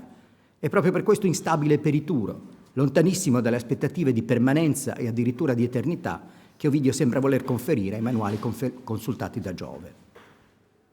L'intertesto virgiliano incrementa, secondo me, le incertezze e i distinguo che connotano la nozione di eternità nelle Metamorfosi e ne mette piuttosto in evidenza le tensioni escatologiche. Da un punto di vista stoicheggiante, Giove ha del tutto ragione a evocare l'idea che il nostro mondo è destinato a perire. Potrà riformarsi senza mutamenti in una prossima iterazione, ma non senza subire prima una distruzione totale. L'imperium di Roma potrà essere sine fine per quanti accettano la teoria della palingeseni stoica, ma anche in questo caso si tratterebbe comunque di un'eternità in quanto ripetizione, quindi ben diversa e in pratica opposta nel senso comune all'interpretazione che gli esseri umani usano attribuire a questo concetto, specialmente in un contesto politico in cui il mito di Roma eterna ha già iniziato ad affermarsi da qualche decennio. Il De Rerum Natura, testo fondante dell'escatologia romana, offre una visione radicale e articolata del destino del nostro mondo. Ovidio lo invoca in alcuni snodi cruciali delle Metamorfosi, dove la presenza del poema destabilizza, indicando nei limiti, la nozione stoica di eternità e segnala alcune preoccupazioni altrettanto fondamentali. Pitagora offre una visione rassicurante, almeno all'apparenza, quella di un mondo in cui il cambiamento continuo non comporta perdite. Lucrezio, al contrario, instilla in queste rassicurazioni la certezza epicurea che il mondo e l'anima sono destinati a dissolversi completamente. Nessuna aspettativa di eternità politica o personale fa eccezione a queste leggi di natura. Passo rapidamente alla seconda parte del mio intervento, che è quello, intitolato Escatologie sulla rive del Ponto, cercando di collegare le due parti per l'appunto. Lucrezio invita a immaginare la distruzione del mondo, la sua ruina, come ho detto prima, prendendo a modello i terremoti. Le Metamorfosi assegnano la stessa funzione, ancor più che al diluvio universale, alla storia di Fetonte, dove l'ecpirosi viene evitata solo grazie all'intervento di Giove e dove il discorso di Tellus esplicita che il rischio è proprio quello della completa distruzione del mondo e di un ritorno al caos primordiale. Un dettaglio specifico di questo passo risulta utile per agevolare la transizione alla seconda parte del mio discorso. Ovidio descrive l'impatto della distruzione causata da Fetonte in una sequenza che include prima la terra, poi l'acqua e infine il cielo. A livello umano, la dimensione totalizzante del disastro è dimostrata dall'elenco di aree geografiche remote che ne sono coinvolte, a partire da una serie di montagne agli estremi confini della terra, come ad esempio la Scizia o il Caucaso. Anche i fiumi dal Tago al Gange sono sotto attacco e il Nilo è costretto a nascondere le sue sorgenti e a rifugiarsi alla fine della terra, in extremum orbem. La completa distruzione dei confini è confermata dal fatto che luce e calore penetra addirittura nell'oltretomba, l'escaton per eccellenza. All'estremo opposto del Tartaro anche il cielo in fiamme. Anche in questo caso la distruzione finale viene evitata, ma la sequenza di escata geografica offre un parallelo interessante alla poesia del Ponto, in cui Ovidio traduce l'escatologia cosmica e storica in una dimensione umana che investe sia lo spazio che il tempo. Qui l'ultima Tellos che Fetonte aveva quasi annientato definisce il centro geografico ed emotivo della punizione di Ovidio, la sua relegazione ai confini estremi del mondo e a una diversa dimensione temporale. A mio parere questa forma di escatologia implicita, per così dire, della poesia dell'esilio è parte integrante dell'immaginario escatologico ovidiano e getta luce retrospettivamente sui passi delle Metamorfosi che trattano esplicitamente temi escatologici. Qui andrò abbastanza rapidamente. La natura escatologica dell'esilio è suggerita con forza già in Tristia 1-2, dove la tempesta che tormenta Ovidio in viaggio per tomi rispecchia il diluvio del primo libro delle Metamorfosi e con esso la forza distruttiva totalizzante della tempesta che apre l'Eneide. I confini che separano terra, cielo e mare sono annientati e in tutti e tre i testi il diluvio o la tempesta minacciano un movimento a ritroso dall'ordine al caos, dove i confini sono per definizione assenti. Molti dettagli di Tristia 2 riecheggiano elementi specifici del passo virgiliano, e questo rapporto intertestuale prosegue anche nelle altre poesie dell'esilio, in cui l'immagine della tempesta è elevata metafora dell'esperienza del poeta. Poiché anche il diluvio di Metamorfosi 1 si ricollega strettamente al passo virgiliano, e sia Virgilio sia Ovidio hanno presente Lucrezio, soprattutto alcuni passi del libro sesto, la doppia allusione conferma la dimensione escatologica dell'esperienza umana di Ovidio. Nel De Rerum la tempesta è componente essenziale della teoria cosmogonica, come lo era già in Empedocle. Una tempesta ha segnato l'inizio del mondo e ne segnerà la fine, una volta che l'intensità dei colpi che lo attaccano dall'esterno, come fosse appunto una nave colpita dalle onde e dal vento, avrà superato la sua capacità di resistenza. A differenza di questi modelli, peraltro, Tristia 1-2 non offre alcun rimedio al disastro che sta per compiersi, almeno in prima istanza. È vero che Ovidio non muore naufrago, ma né Giove né Nettuno intervengono per porre fine alla tempesta. Anche se Ovidio, come Enea, riesce finalmente a raggiungere terra, entra in una dimensione spazio-temporale dove non si può discernere alcun progresso, solo l'eterno presente del desiderio di essere richiamato a Roma. Il modello che Ovidio stabilisce nelle Metamorfosi viene quindi modificato in un dettaglio essenziale. Mentre Giove impedisce che si compiano fino in fondo la distruzione procurata dal diluvio da Fetonte, la sofferenza del poeta non trova sollievo. Nello spazio di tempo coperto da Tristi ed Exponto, il perdono di Augusto, come sappiamo, non arriva. A ben vedere, l'intero corpus della poesia del Ponto deseriva il suo carattere di tormentata intensità non tanto dalla descrizione iperbolica e irrealistica del disagio in atto, quanto dal dubbio sulla durata di questa relegazione negli Escata. È il tormento dell'attesa, non della sofferenza. La speranza, peraltro esitante, cui Ovidio dà voce alla fine di Tristi a 1-2, trova sia una risposta immediata nel presente immediato, perché non muore nella tempesta, ma si trasforma nella domanda irrisolta che incombe su tutta la sua poesia di tomi, tutta immersa in un'eternità senza tempo fatta di ripetizione e desiderio frustrato. Sbaglio o le nubi gonfie di pioggia cominciano a dissolversi? Non sta forse cambiando il mare? Non si spegne la sua furia? La dimensione escatologica dell'Isidio si conferma in Tristi a 1-3, che ricorda il Supremum Tempus di Ovidio a Roma, quasi un funerale. Di questo non parlerò perché credo che sia abbastanza chiaro il parallelo. E naturalmente il parallelo poi con il secondo dell'Eneide, che è implicito in questa analogia. Questi modelli, quindi anche Virgilio, interagiscono nella lode che Ovidio dedica a Lucrezio, con la tesi lucreziana secondo cui la fine del mondo potrebbe avvenire nell'arco di un singolo giorno, una dies, cioè il parallelo con la una nox, con l'ultima nox passata a Roma. Ma coinvolgono anche la descrizione della fine di Troia in Virgilio, che, come ha dimostrato Filippardi, è intessuta di immagini lucreziane. E su questo è un'osservazione che salto perché la potete leggere in inglese, ma devo affrettarmi alla fine. Ovidio rafforza le implicazioni escatologiche della sua partenza da Roma e del suo viaggio verso l'Ultima Tellus, insistendo sulla connotazione ctonia degli eventi descritti, ho perso l'ora, ma insomma, degli eventi descritti in 3-1-2. Ovidio riassume questa situazione in modo incisivo in Tristi a 3-2. Vivo situazioni estremi, ultima nunc patria. Colpevole di aver attirato con le sue azioni l'ira di Giove, Ovidio diviene la controparte umana e storica dei personaggi del mito che avevano sfidato il padre degli dei ed erano stati per questo relegati nelle regioni più remote della terra. Il paesaggio di Tomi non comporta soltanto un'inversione sistematica dell'immaginario associato all'età dell'oro, ma suggerisce anche forti implicazioni escatologiche. Ovidio lo definisce un locus inamabilis, aggettivo raro che le georgiche, l'Eneide e le Metamorfosi riservano solo alla descrizione dell'oltretombo. Il freddo glaciale è il freddo della morte, ci sono paralleli che si potrebbero citare. Perfino affrontare Scilla e Cariddio, gettarli nell'Etna, Ovidio confessa in Tristi a 5-2, sarebbe preferibile a Tomi. Questa iperbole riecheggia la dimensione escatologica di Cariddio e dell'Etna, suggerito da Lucrezio nel libro primo, e dominata dalla figura di Empedocle. Il trasferimento forzato da Roma al Ponto dopo il funerale veramente, di Tristi a 1-3, prepara quindi la catabasi verso l'oltretomba. L'attraversamento dall'Italia al Mar Nero ricalca quello dello Stige e Tomi appare quasi letteralmente come l'inferno in terra, quasi l'incarnazione della teoria lucreziana secondo la quale le punizioni infernali non esistono, ma la vita stessa è un inferno per coloro che non hanno compreso la natura e il senso profondo dell'esistenza. Concludo proponendovi un ultimo collegamento e suggerire che le connotazioni ctonie di Tomi svolgono nel corpus ovidiano la stessa funzione che nel poema di Lucrezio viene affidata alla conclusione escatologica del libro sesto, alla descrizione della peste di Atene. La peste è l'ultima parola nel poema, come la desolazione di Tomi, visto che il ritorno a casa non si materializza. Tomi offre l'immagine di come si presenterà la fine del mondo, sia in termini di spazio che di tempo.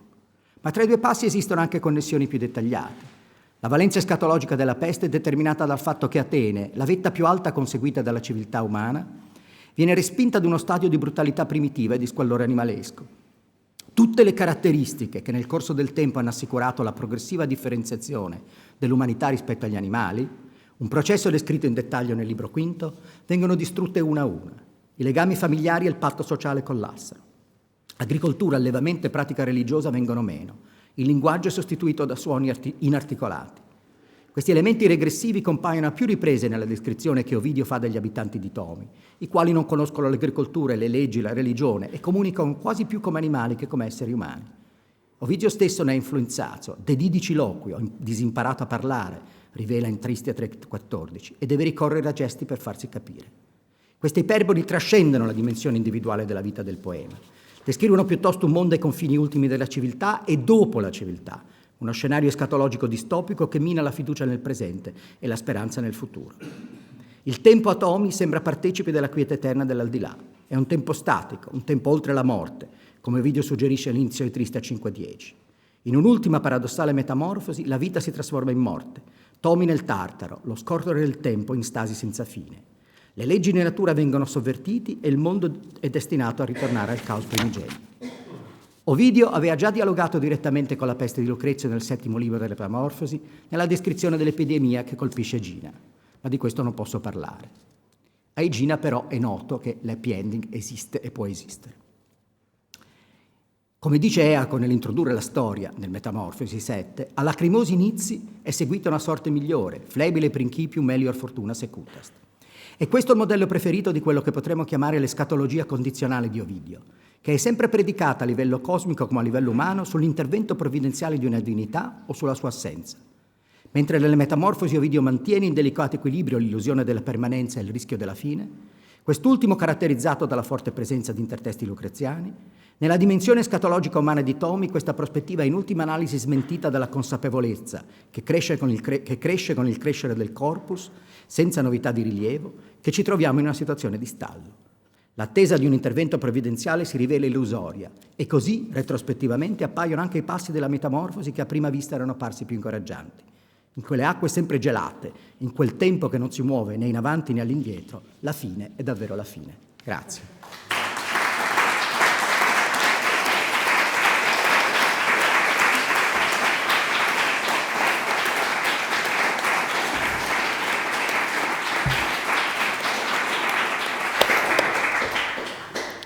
Thank you so much for that fascinating paper, Domande. Yeah, thank you very much. The end really is the end. It's a pity that wasn't the last paper, actually. Absolutely.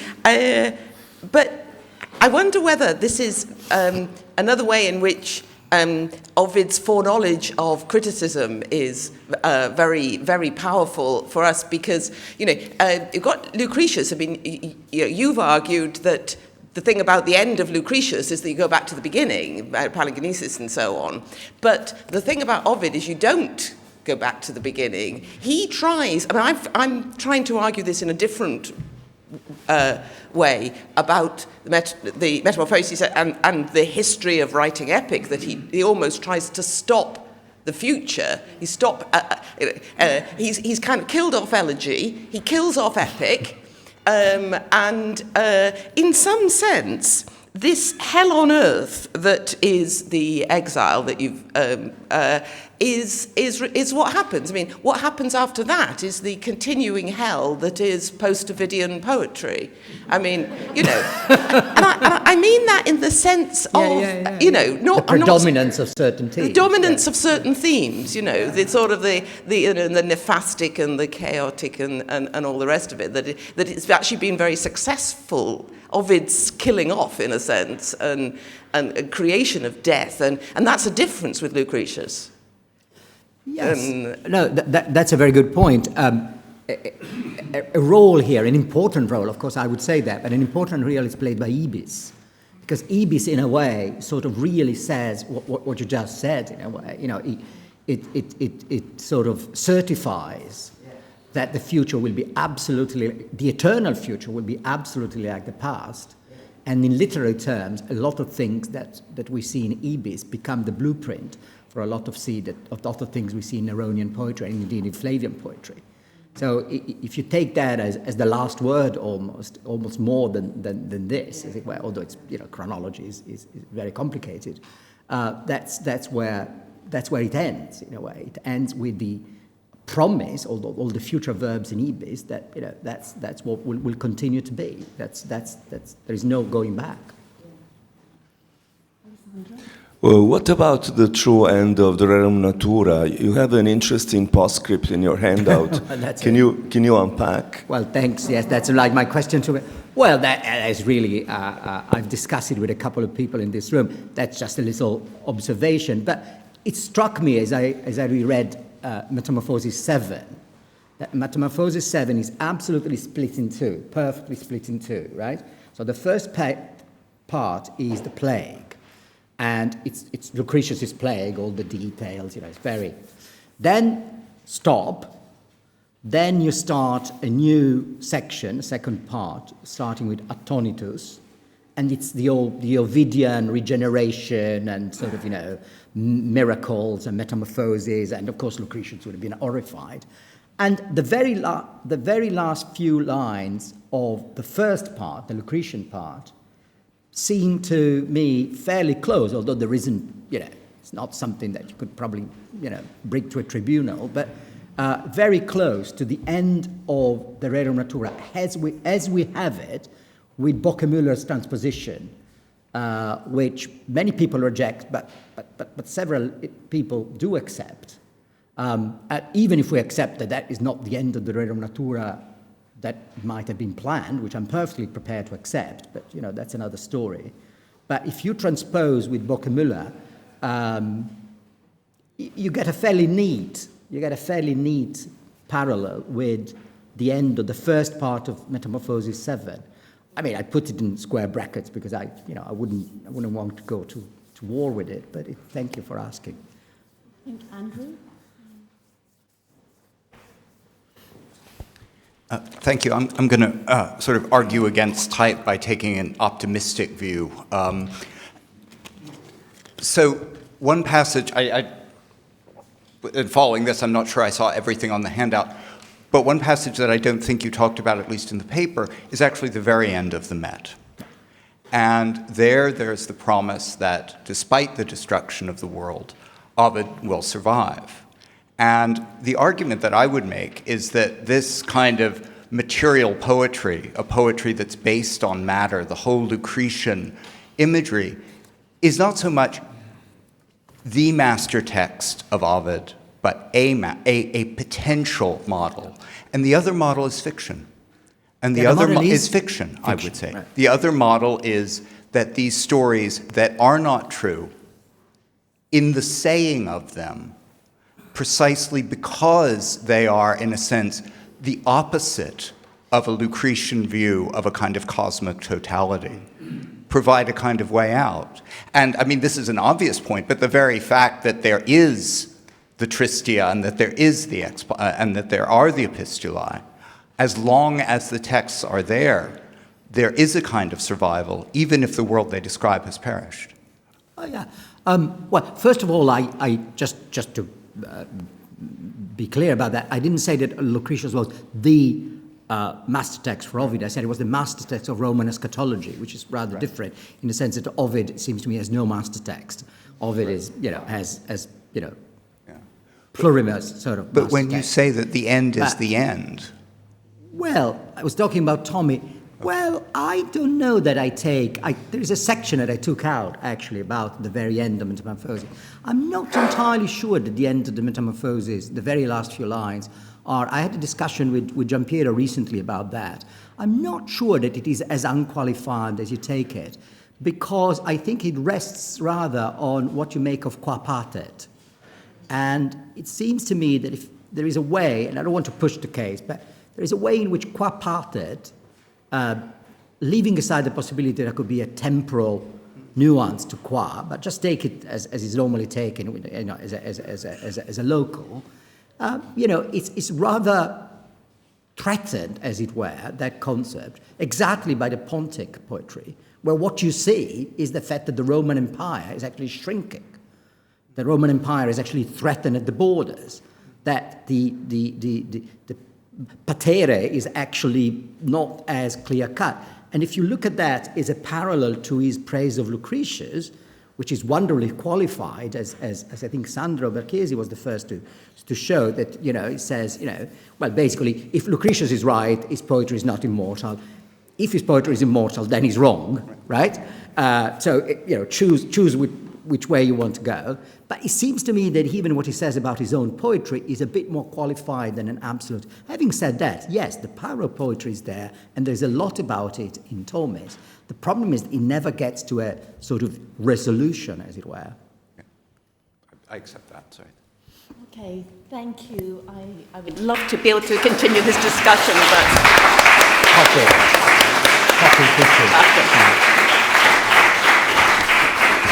But first of all, before coffee, the picture. Oh, the picture, yeah. The picture, please. Thank you, Alessandro. That was...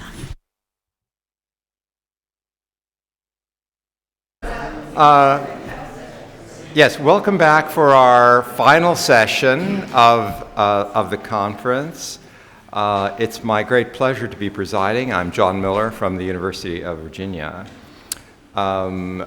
We have two speakers in this session who are both eminent protagonisti in Ovidian studies.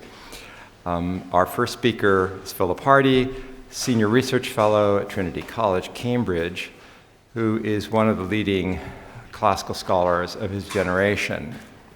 He's published insightful and influential books and articles on Lucretius, Virgil, Ovid, imperial poetry, and particularly in recent years on the reception of Latin literature. Professor Hardie is also a quiet leader as co-editor of the Cambridge Green and Yellow series, and someone who brings together colleagues for collaborative volumes. Today, he speaks to us on the subject, Flying Chariots and Shooting Stars, Vehicles of Apotheosis. Thank you very much.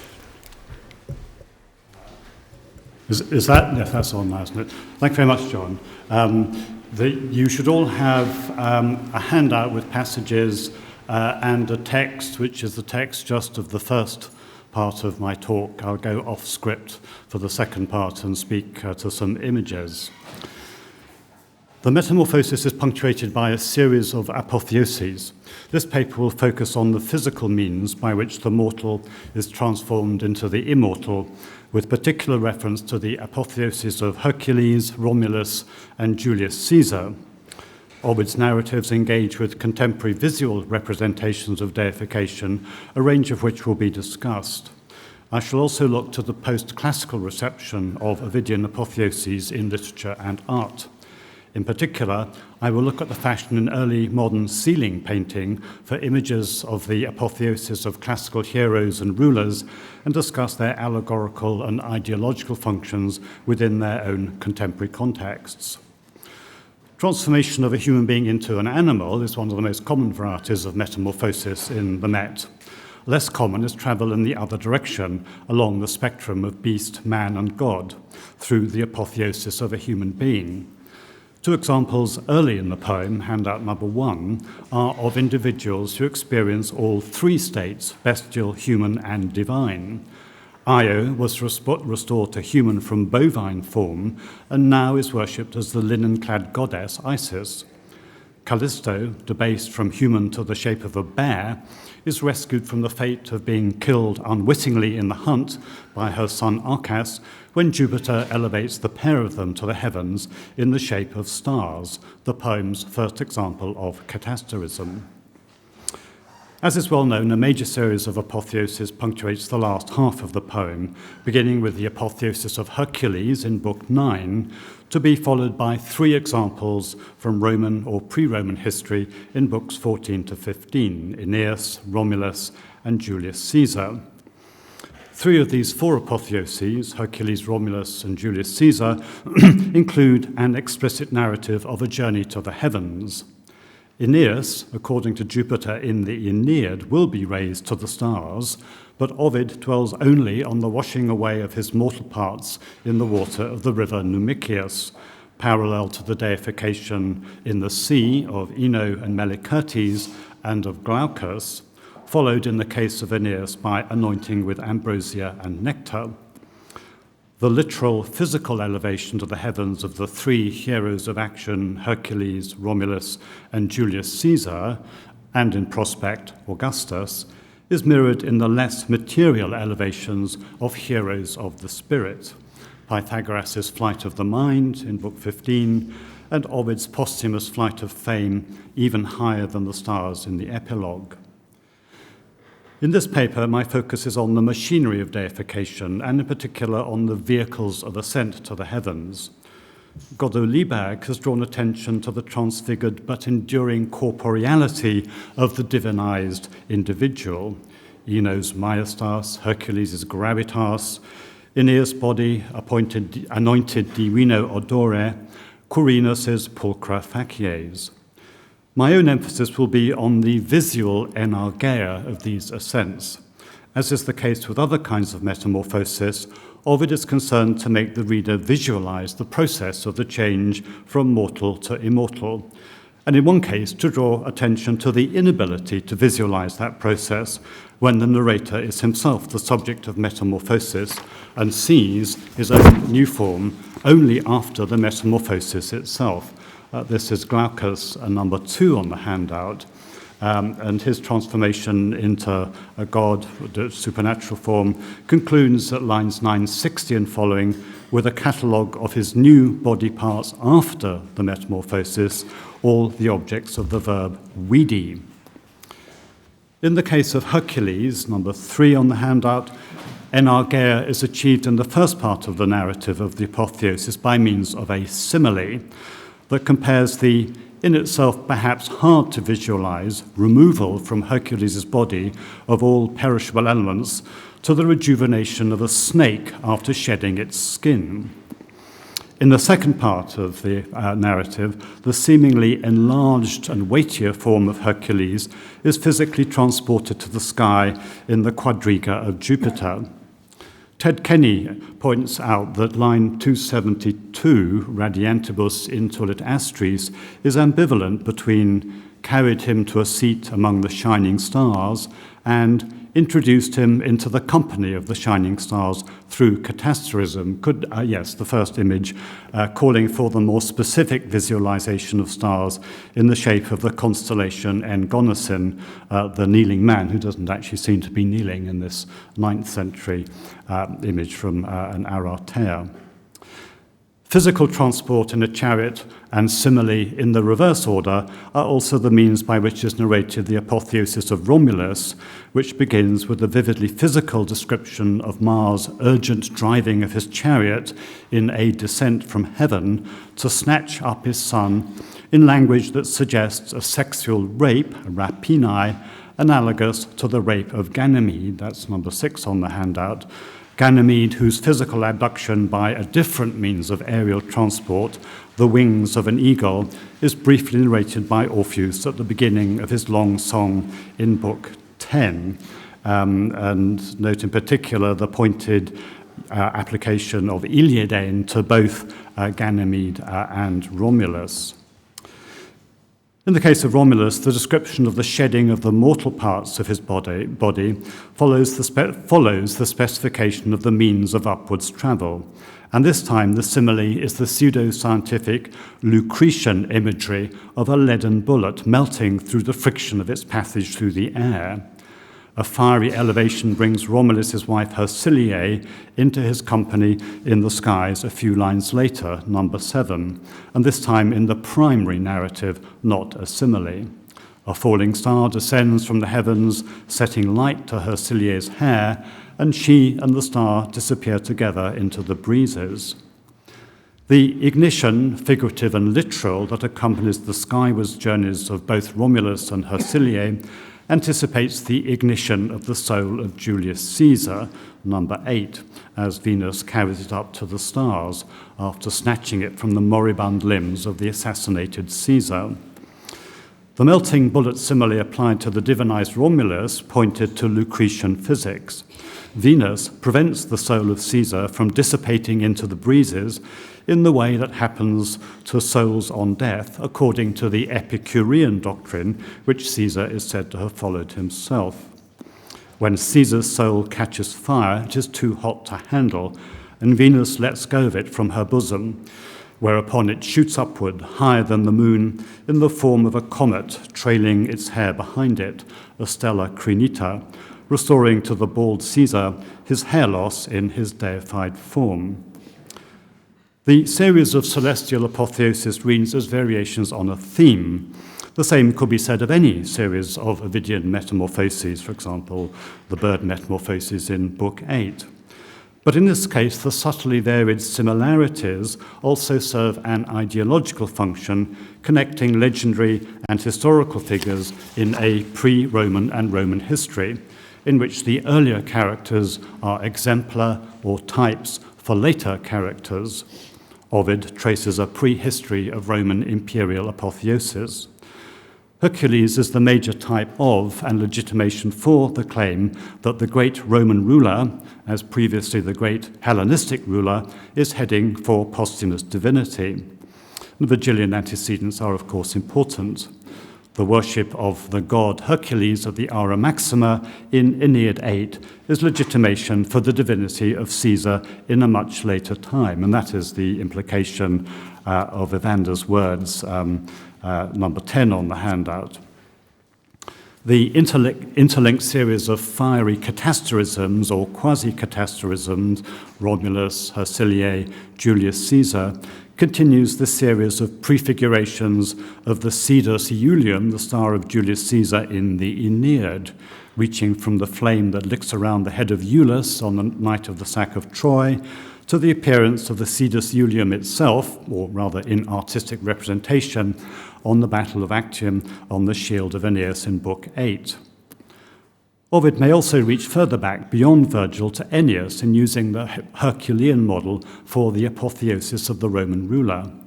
Ennius may have narrated his version of the apotheosis of Romulus in such a way as to evoke the apotheosis of Hercules, and Demosthenes has discussed this in his 1984 article. Unusually, in Ovid, it is a chariot that carries Hercules to the heavens. In the more common version, he is snatched up in a whirlwind like Romulus. Within the Metamorphoses, the shared motif of the chariot of apotheosis establishes a close correspondence between the divinization of Hercules and of the first king of Rome. Now, it's always advisable to be circumspect in looking for direct connections between Ovidian visualizations and specific works of art. Ovid probably refers to the cult statue of Divus Iulius, which bore the Sidus Iulium on its head, in Jupiter's final reassuring words to the distraught Venus at Book 15, 840 and following. This is number 11 on the handout. And I show you the Algiers relief, which may or may not show the cult statues in the Temple of Mars Ultor, Venus on the left, Mars in the middle, and Divus Iulius on the right. And what you can't really see on the slide is that on the head of the figure of Iulius, there is a hole for the insertion of the Sidus Iulium. The chariot of apotheosis is found in Augustan monuments.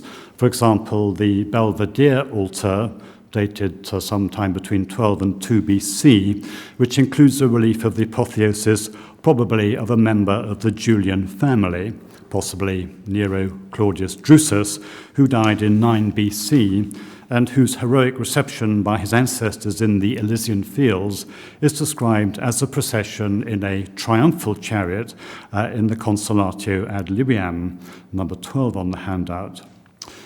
What is certain is that the Metamorphoses was used again and again as a storehouse of images for later artists. In the last part of my talk, I will look at a few later images of apotheosis, some certainly drawing on Ovid, others which do not, but which obey ideological and imagistic imperatives analogous to those that inform Ovidian apotheoses.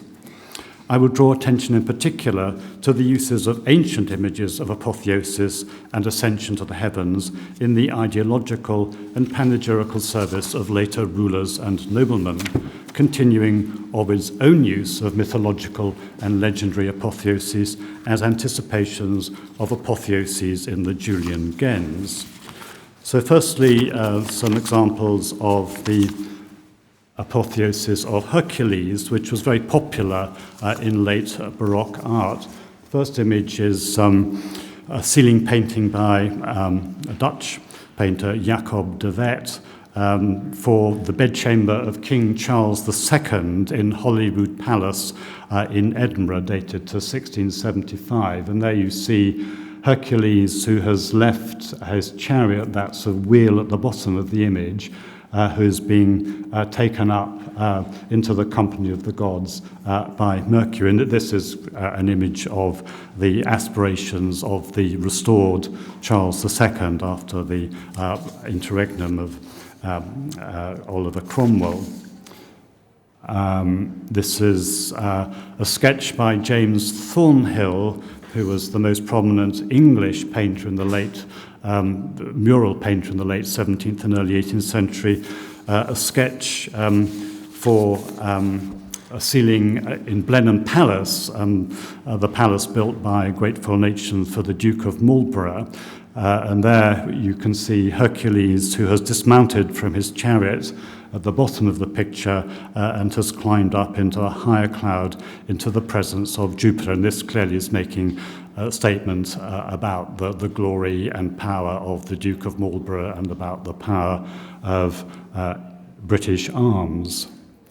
This is an example by Gian Domenico Tiepolo, where Hercules is is riding in a chariot drawn by centaurs. This is a sketch that is associated with paintings commissioned by the Russian court in St. Petersburg.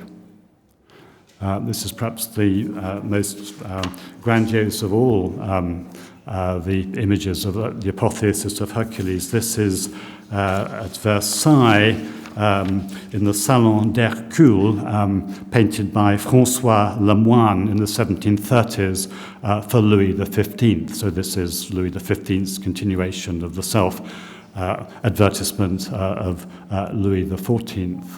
And then I couldn't resist this one, although I don't think there's a chariot in this, but this is the apotheosis of Hercules in the Liechtenstein Garden Palace in Vienna, early 18th century, done by Andrea Pozzo, who was responsible for the ceiling painting in Sant'Ignazio in Rome of the reception of St. Ignatius into heaven with these very dramatic di sotto in su effects.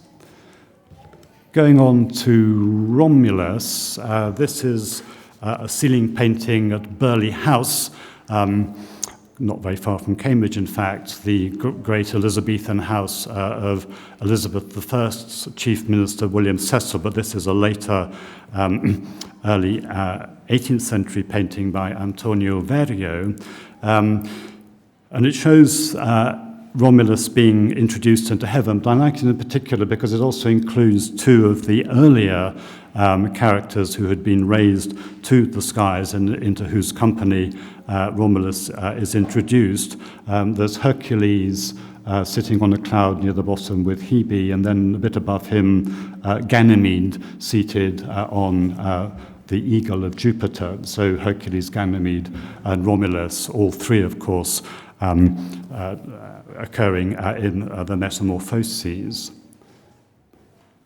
This is another example of the apotheosis of Romulus, a sketch by James Thornhill again for just an ordinary, well, I say an ordinary, but a grand but not royal country house in England.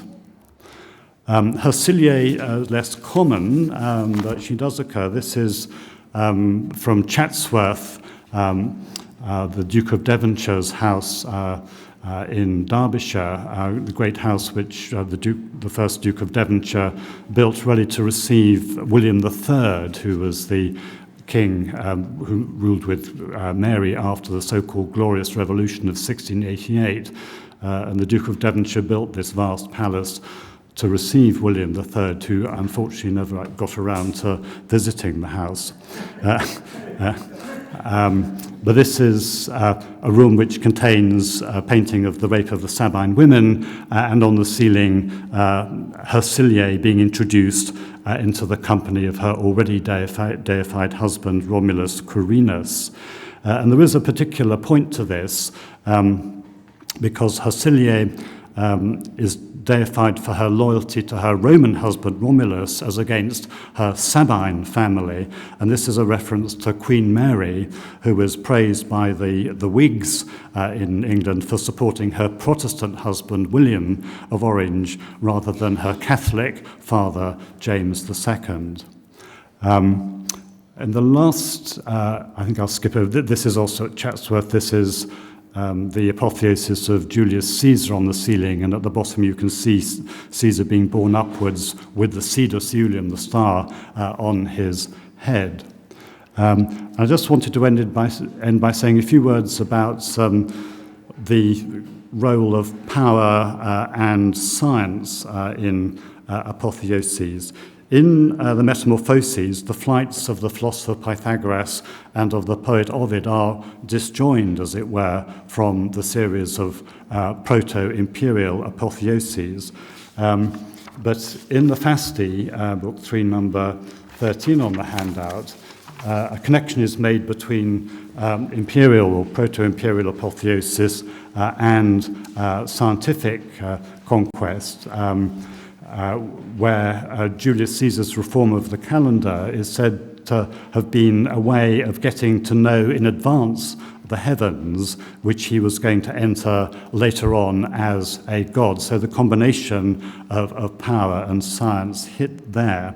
And on the screen you'll see a painting by Luca Giordano in the Palazzo Medici Riccardi in Florence, where a number of members of the Medici family are ascending on clouds with stars over their heads.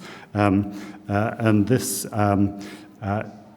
symbolizes the satelliti Medici, the moons of Jupiter discovered by Galileo in 1610, which Galileo dedicated to the family of the Grand Dukes of Tuscany.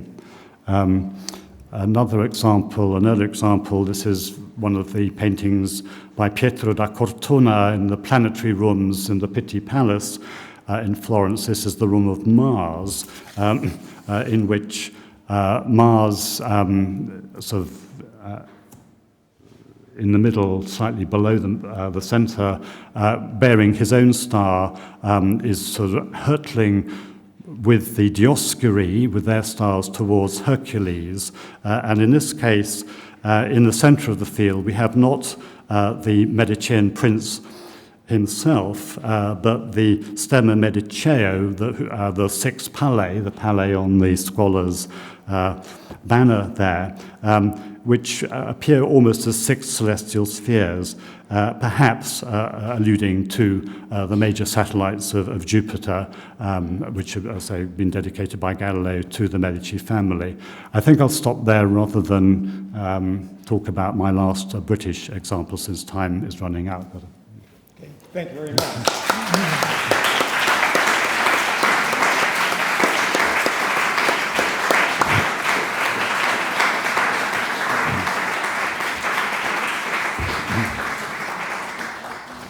The floor is now open for questions, comments, suggestions. Yes, Richard. Thank you very much, Philip. I'm wondering how to read the sequence within the Metamorphoses of apotheoses, and Hercules, Aeneas, Romulus, and ending with Julius Caesar. I think you briefly spoke of connecting the present with the past, and that certainly is there. But I wonder whether one might read it in a somewhat more critical way, that is to say, by presenting Caesar as in a sense, only the most recent example. And Ovid is perhaps suggesting that his apotheosis is as fictitious as those of Hercules, Romulus, and Aeneas. Yes. And the more physical detail he piles on, the more the fictitiousness, I think, maybe strikes us. Yes. What I presented was, as it were, the 0-degree ideological basis on which Ovid develops his own versions of that series. And sure, there's a lot of humour and sort of suspension of belief in the way that Ovid narrates. I think, in particular, the apotheosis of Julius Caesar, which also alludes to Callimacheian apotheoses in the way that is very playful, and Alessandro Barchiesi has discussed that very usefully. So no, I didn't want to suggest that Ovid is being completely straight in any of this. Good. And just an addition to your repertory of apotheosis scenes. There's a wonderful apotheosis of George Washington in the Capitol. Yes, I know that. Yes. Yes. It seems to survive later in North America than in Europe, that tradition. Just to follow up on Richard's point, it's interesting that, rhetorically, it's a climax, the Caesar, because of, it's beyond, imposuit quae caelo and so forth, or putting them among the stars. When she lets go of him, he takes over himself. And so, but on the other hand, as Richard is suggesting, it's sort of over the top with, this detailed language. It's almost overkill. Yes, yes. I mean, it sort of becomes too hot and she has to let go. So right, yeah, exactly. Yes, other comments. Yes, Alison? Thank you. I mean, continuing the sort of same theme of this, the series of the apotheoses, it's a point of interest to me, and I'd like to know what you think about it, because I mean, we have got that very sort of obvious series. A question is, who belongs in the series? I think you've suggested this also, that Glaucus certainly does belong in the series. Sorry, that who? Glaucus does belong in the series, and that they're not all. I mean, and that's part of the humor and so on as well. But what's happening to the females? Because obviously this is the bit that I'm interested in, because apotheosis is pretty much the only form of metamorphosis which is upward and positive and giving of strength and power and so on. Where do the women fit? My feeling, but I'd like to know what you think, is that the likes of Io, Callisto, Ino don't really belong in this kind of series. Hersilie, though, sort of seems to, and is a sort of, and I think you might have said probably Ovid's invention. That story, is that right? So which one? The Hersilie. I think probably, yes. Yeah. But maybe what she's to be seen as is in the tradition of those husband-wife transformations, which are quite common. And this would make, if we think of the likes of Io and so on as not belonging in that same series, it would make the series almost entirely male, and it would make it sort of beginning with Glaucus. Is that how you would see it? Or do you want to see them as part of the series? Well, they're obviously part of the series in the sense that they're all part of the Perpetuum Carmen. Yeah. Links up with the beginning. But Io, Callisto, and Ino, and Melicertes all occur early on in the poem. And then there's a big gap. But Steve Hayworth, in his newly published commentary on Fausti 3, suggests that the Bacchus's deification of Ariadne as Libera, corresponding to his Liber, refers to Livia as Augusta, corresponding to Augustus. And so one might see Romulus and Hersilie as a foreshadowing of that imperial couple. I think that's good. Thank you. Alessandro. Thank you for this truly uplifting paper. I know you're planning a much larger work on apotheosis. I recently watched the movie The Death of Stalin, so I became even more aware of the problem of the interplay between death and transition and succession in power. Are you finding many examples where the apotheosis iconography is relevant to that political problem? Yeah, it's an interesting one. I mean, for Christian rulers, the sort of use of this classical pagan imagery of apotheosis, I think, is also metaphorical. And there are sort of interferences between the sun and Christ and the chariot of the sun and so on. But I think this imagery sort of exists for the most part to the side of whatever Christian beliefs they might have had about their final reception in a Christian heaven. So I think probably that's as far as I've got with thinking about that, but I perhaps need to think about it more. Yeah, thanks. Well, thank you very much once again.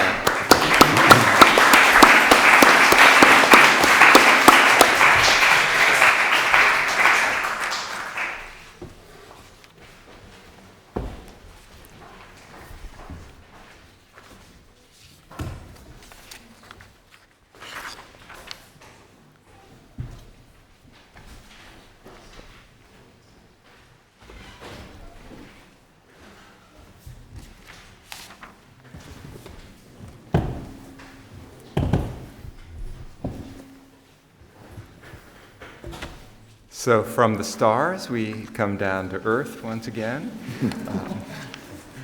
Our second speaker of the session is Richard J. Tarrant, who is the Pope Professor of the Latin Language and Literature Emeritus at Harvard University. We students of Ovid have a gigantic debt to Professor Tarrant for his Oxford classical text of the Metamorphoses, published in 2004. But likewise important are his interpretive interventions on that poem, his commentaries on Seneca's dramas, and most recently, A Green and Yellow on Aeneid 12, among much else. And for that commentary on Aeneid 12, he was awarded the Premio Internazionale Virgilio from the Accademia Nazionale Virgiliana. Today, he speaks to us on editing Ovid, Where Do We Stand? Thank you, John. Io parlerò in inglese, ma prima di cominciare vorrei rivolgere una parola di gratitudine alla Scuola Normale e a Gianpiero Rosati per il forte appoggio che hanno dato a questa nuova società ovidiana internazionale e anche per l'ospitalità splendida di cui abbiamo tutti approfittato durante il nostro soggiorno qui a Pisa. Molte grazie.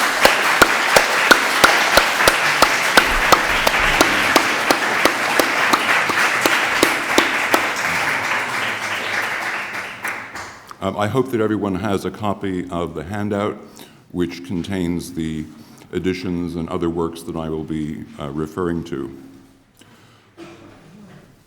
The formation of an international Ovidian society offers an ideal opportunity for taking stock of the current state of Ovidian studies.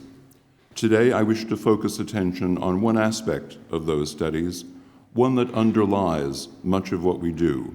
That is to say, the efforts to produce editions of Ovid's works that approximate as closely as possible their original form. My title poses a question: where do we stand? The short answer to that question is that while significant progress has been made in recent decades, there is still work to be done to reach that goal. That this is so is in part due to the nature of editing in the classical sphere, which does not admit of definitive results, and in part to the character of Ovid's manuscript transmission. We may begin by unpacking the concept of editing Ovid. The works of Ovid do not come down to us in a single tradition. With one exception, the corpus of amatory poetry that comprises the Amores, Ars Amatoria, and Remedia Amoris, each of Ovid's major works descends by its own line of transmission. The main consequence for editing is that the quality of the text that is preserved by the medieval manuscripts can vary considerably from one work to another, depending on the care with which the lost antique codices that lie behind the medieval witnesses were copied. we shall soon see that such variation in quality is in fact the case. In this brief review, I shall consider the principal modern editions and, more selectively, commentaries that contain edited texts of some importance. I restrict my focus to critical editions, that is, editions that contain an apparatus of variants and conjectures. As a result, I do not refer to editions such as those in the Low Classical Library, even though those editions, as revised in the 1970s and 1980s by George Gould, offer intelligently constructed texts. I will proceed in the chronological order of the work's composition. The amatory corpus is, relatively speaking, perhaps the best preserved part of Ovid's oeuvre, although even here, the text presented by the manuscript tradition often requires significant emendation. And I should mention that the fragmentary Medicamina, although it has its own manuscript tradition, is customarily edited together with the other works. The standard edition has long been the OCT of E.J. Kenny. Originally published in 1961, when Kenny was in his mid-30s, and reissued in a revised form in 1994. The second edition, among other changes, took into account a major manuscript whose importance had not been known at the time of the first edition. Kenny's edition is a model of sound judgment. The only criticism one might make of it is that the apparatus, especially in its reduced 1994 form, is too laconic in recording variants and conjectures. That cannot be said of the main alternative to Kenny, the 2003 Teubner edition of Antonio Ramirez de Verger. Ramirez de Verger is more often than Kenny inclined to accept readings of later manuscripts or conjectures, and his apparatus is much fuller, in some respects excessively so, and I've given some details in my review, in Classical Review for 2007. Ideally, one might wish for an edition with an apparatus more forthcoming than Kenny's and less cluttered than Ramirez de Verger's, but on the whole, a new edition of the amatory corpus is not a high priority. The situation with the Epistolae Heroidum could hardly be more different. The medieval tradition derives from a single ancient source, itself highly corrupt and interpolated. The challenge for an editor is compounded by questions of authenticity. Although the present consensus is in favor of Ovidian authorship of the entire collection, I still have doubts about the letter of Saffo, which has its own manuscript tradition, and some of the single letters. And I've given a few representative items of bibliography on both sides of the question in the handout. The most elaborate critical edition produced in the 20th century, Heinrich Dürri's edition of 1971, is by general agreement unsatisfactory. And I've given 3 substantial reviews by George Gould, J.M. Hunt, and Michael Reeve. Incidentally, these are some of the harshest reviews of an edition that I've ever seen. A great disappointment, Michael Reeve, is one of the milder assessments. The main contribution of Dürri's edition was the full reporting of more than 40 manuscripts, but the value of that information is undermined by serious inaccuracy, what George Gould called calamitous carelessness. Dürri seems not to have been discouraged by the criticism his edition received. As he wrote to Michael Reeve, "I have the hide of a rhinoceros." He attributed this toughness to having endured several years of captivity in Russia after the end of the Second World War. For a critical edition of the entire corpus of Heroides, one must still consult Arthur Palmer's posthumously published edition of 1898, the work of a critic described by A.E. Hausman as more singularly and eminently gifted by nature than any English scholar since Badham and than any English Latinist since Markland. An edition of the Heroides was planned by E.J. Kenny as a natural successor to his OCT of the amatory poetry, but he seems to have abandoned the project sometime after 1970. In the 1980s, J.B. Hall was said to be at work on an edition for Teubner, but nothing has been heard of that project for a long time. Instead of an edition, Kenny produced a most welcome text and commentary of the double letters for the Cambridge Green and Yellow series, a counterpart to Peter Knox's select epistles in the same series. And I should also mention the editions with commentary of, either single letters or groups of letters in the series Testi con commento filologico by Alessandro Barchiesi, Sergio Casali, Gianpiero Rosati, Federica Bessone, Lisa Piazzi, and Antonella Pestelli.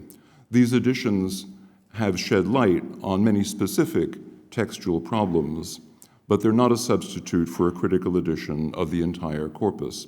And that remains the most pressing desideratum in editorial work on Ovid. In recent decades, the Metamorphoses has been the most active site of Ovidian textual and editorial scholarship, and I will therefore give it somewhat fuller discussion here. William Anderson's meritorious Teubner edition appeared in 1977, revised in 1981.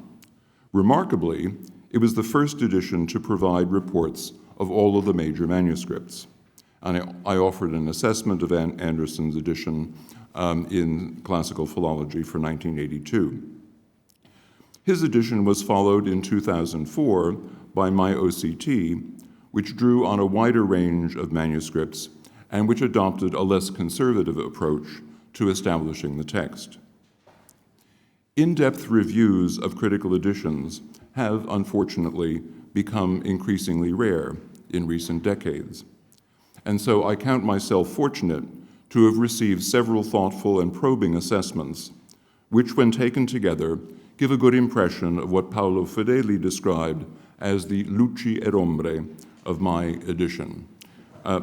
Most of the, I've given a list here, most of them are reviews in the strict sense of the word, but the last of them, the article by Gauthier Lieberman, Observations on the Text of the Metamorphoses, is a series of original conjectures and prompted by his reading of my text. And several of these are quite brilliant and deserve to be certainly noticed and possibly adopted by future editors. I was also fortunate in the timing of my edition's appearance, which coincided with plans for a multi-authored commentary on the Metamorphoses for the Fondazione Lorenzo Valla, under the general editorship of Alessandro Barchiesi. The other scholars involved are Gianpiero Rosati, E.J. Kenny, Joseph Reed, and Philip Hardie. My edition was chosen as the base text, with each commentator free to depart from it as often as he saw fit. The commentary therefore represents a response to my editorial choices by another group of scholars. One point on which my reviewers and the Valla commentators agree is that I displayed excessive zeal in identifying passages as interpolated. I confess that I remain stubbornly convinced of my decisions in many of the passages involved, but I do recognize that I have so far not persuaded my colleagues that interpolation is as extensive as I believe it to be. Still, if even a quarter to a third of my proposed deletions win broad acceptance, which appears to be the case, I will have at least succeeded in restoring the diagnosis of interpolation to the tools available to an editor of the Metamorphoses. Another significant development in textual scholarship on the Metamorphoses is, at least in part, a reaction to my edition. A team of scholars, led by Antonio Ramirez de Verger, has set out to rectify what they rightly view as the incomplete reporting of manuscript readings and conjectures in modern editions, mine included, by producing a series of textual commentaries on individual books that will document the entirety of the manuscript tradition and the editorial history of the text. A first look at the results is provided by the commentary on Book 13 by Luis Rivera Garcia, which appeared near the end of 2018. Rivera Garcia has established a text based on reports of some 175 manuscripts, a large number, but far from the total of more than 500 extant copies. Many of their readings are cited in the commentary proper, while others are reported in an appendix critica that fills 115 densely packed pages of small type. The appendix also records the choices made by editors from the Editio Princeps of 1471 down to Philip Hardie's contribution to the Valla commentary, published in 2015. Comparison of Rivera Garcia's text with my own allows us to measure the difference made by his greatly enlarged coverage of manuscript material. He and I have chosen different readings in some 45 places. It is not for me to say which of us has made the better selections, although I will say that most of his decisions seem defensible.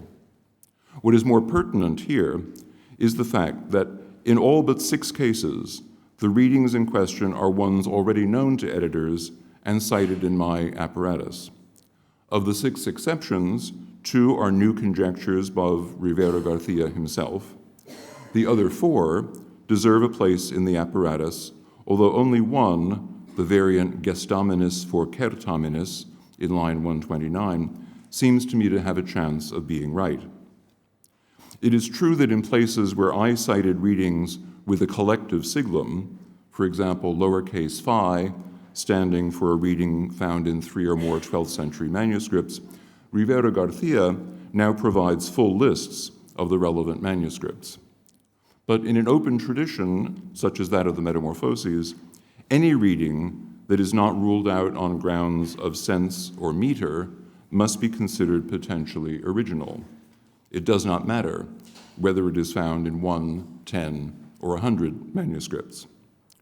With 14 more volumes yet to appear, it is far too soon to render a verdict on this series. At this point, however, it remains to be seen whether the gain to our knowledge will seem sufficient to justify the enormous investment of time, energy, and print that these commentaries will entail. In the case of the Fasti, the standard edition for the past 40 years has been the 1978 Teubner text of Wormel and Courtney, based on manuscript study carried out over many years by E.H. Alton. Its deficiencies have recently been highlighted by Stephen Hayworth, who has produced an edition with commentary of Book 3, and who is producing an OCT of the entire poem. The main weakness of the Teubner edition, which had been pointed out in detail in a review by J.B. Hall, is that the editors placed excessive trust in the 5 manuscripts that they identified as primary, while undervaluing the so-called codices secundi ordinis and codices vulgares, even though they accepted readings from them in more than 100 places. As a result, many readings of interest known to earlier editors, most notably Nicholas Heinsius, do not appear in the Teubner apparatus. Those of my listeners who might fear that Hayworth will produce a radical text on the lines of his OCT Propertius may take comfort in the fact that the transmitted text of the Fasti is not nearly as corrupt as that of Propertius, and that Ovid's lucid style does not offer as much scope for conjecture as that of his fellow elegist. So while Hayworth will almost certainly adopt more conjectures than the Teubner editors, it is unlikely that he will alter the text beyond recognition. Of the poetry Ovid wrote in exile, the Tristia is in the worst condition from the editorial point of view. The 1915 OCT of S.G. Owen was included among, I quote, old volumes long known to be poor, unquote, in a review of editions by Michael Reeve. And A.E. Hausman's review of Owen is as entertaining as it is devastating. The 1995 Teubner text of J.B. Hall is a provocative edition but its bold use of conjecture rules it out as a standard work of reference. At the moment, the closest approximation to an acceptable text is that of Georg Luck from 1967. But Luck's selective apparatus presents an oversimplified picture of the manuscript evidence. Anyone who wishes to have full reports of all the major manuscripts has still to consult Owen's Editio Maior of 1889. Since 1990, the Epistolae ex Ponto have been well served by J.A. Richmond's Teubner text, and there is no urgent need for a new edition. For Book 2, the careful work of Luigi Galasso, 1995, offers a somewhat more conservative alternative. Last, but definitely not least, is the ibis. For many years, we have relied on the edition of Antonio Lapenna, 1957, which for its time represented a pioneering work of editorial scholarship. Recently, however, Tom Keyline has conducted a review of the manuscript tradition that demonstrates the need for a new edition, which Keyline is now producing. His text will be one of the first, and perhaps the first, to appear in the Digital Latin Library, a collaboration between the Society for Classical Studies, the Medieval Academy of America, and the Renaissance Society of America. The aim of this project is to provide in digital form editions that meet the highest philological standards, complete with full critical apparatus.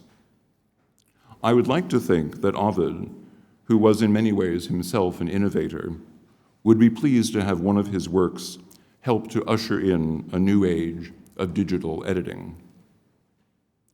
I hope that this brief sketch has given some impression of how far we have come and how far we still have to go in order to recover the original text of the poet whom we all love so much. Grazie per l'attenzione.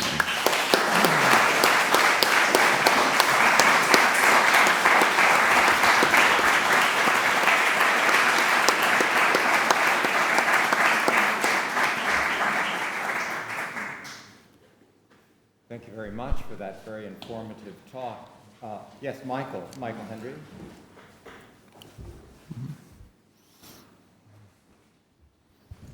Just two quick footnotes. One problem with the IBIS is I've tried, La Penna is unavailable at any price anywhere and not in any library within 1,000 miles of where I live. So another reason for a new edition. Yes.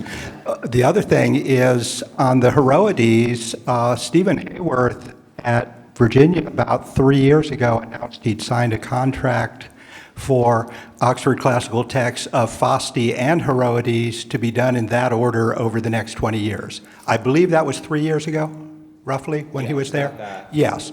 And I'm assuming Fasti is less than half of that job, just right. So 6 or 8 years for the Fasti and more for, and I don't know whether that was his estimate of how long it would take or whether the contract said to deliver it in 20 years.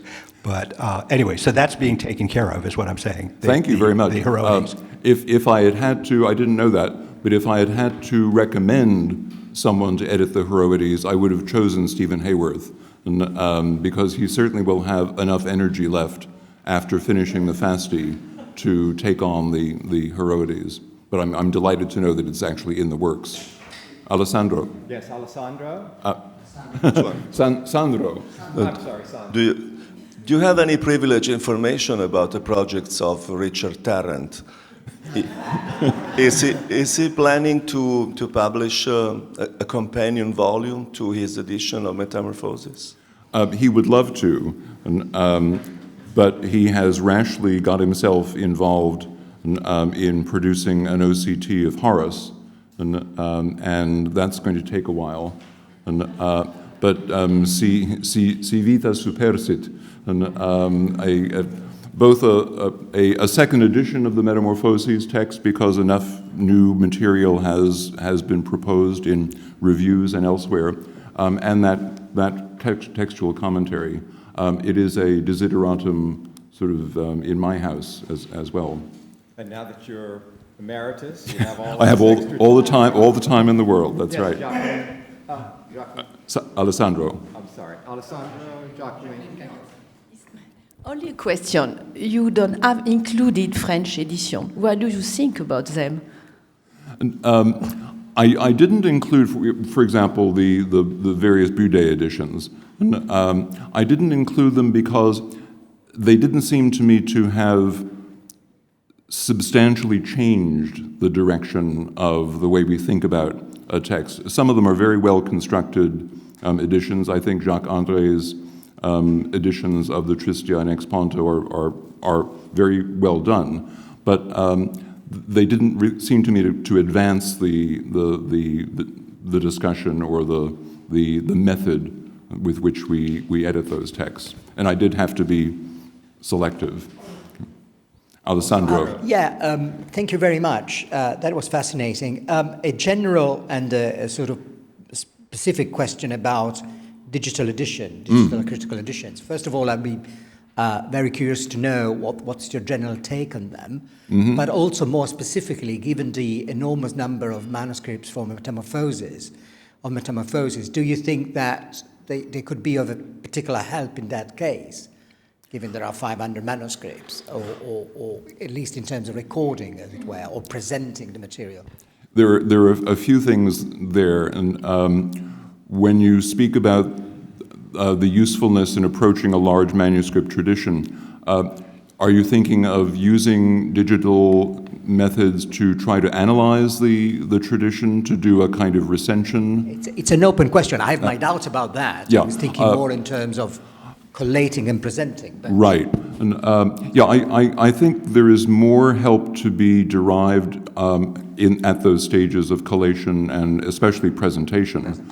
I've not yet seen a program that can analyze a manuscript tradition, and I think partly because there are just too many variables to be taken into account. But yes, I think, and I find it hard to understand why the team that I described that is producing these individual commentaries, why they are doing it in print and not through some digital form.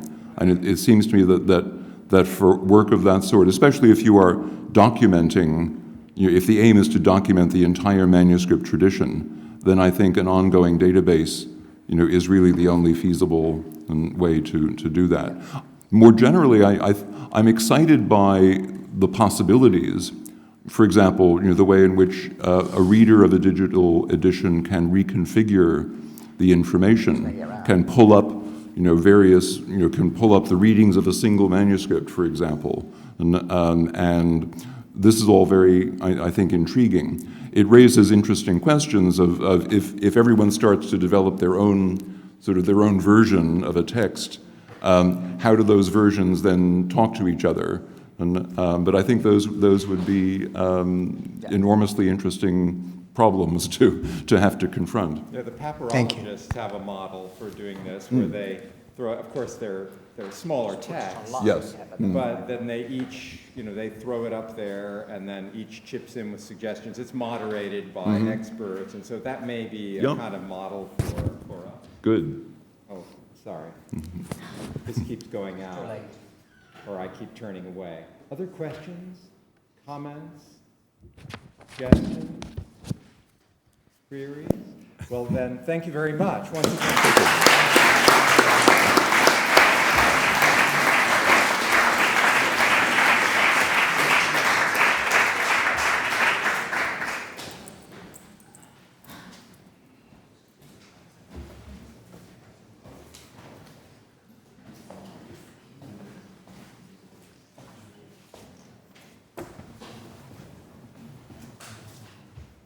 Hello, good morning.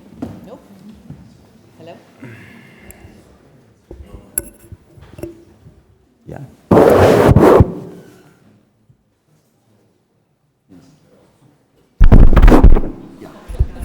Okay, va bene.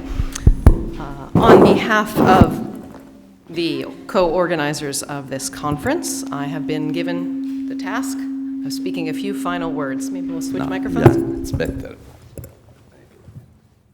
Good. I have long been warned not to speak of politics or religion, but I do want to draw attention to a small temporal miracle that has occurred over the past 2 days. We have been remarkably punctual. We've never been more than about 15 minutes behind at any point, so for that I thank you. It's also my happy duty to thank our fascinating speakers, our stimulating interlocutors, the direttore of the Scuola Normale, Professor Gianpiero Rosati, and the rest of the faculty and staff at the Scuola, including Adalberto, Eduardo, Elisa, Maria Giovanna, for their truly palatial hospitality. I have only 2 brief things I want to say. The first, to the speakers, we are looking into a couple of options for publication. We'll be in touch. Please do start thinking about whether that would be of interest to you to make your paper available for that. And the second is that I want to make just a very few remarks about the International Ovidian Society, ovidiansociety.org. It's very much still a fledgling organization. We would be delighted for interest, thoughts, ideas, suggestions, particularly those that you want to execute yourself. So please do get in touch with any of us, and we look forward to further activities. Thank you. Thank you, Laurel.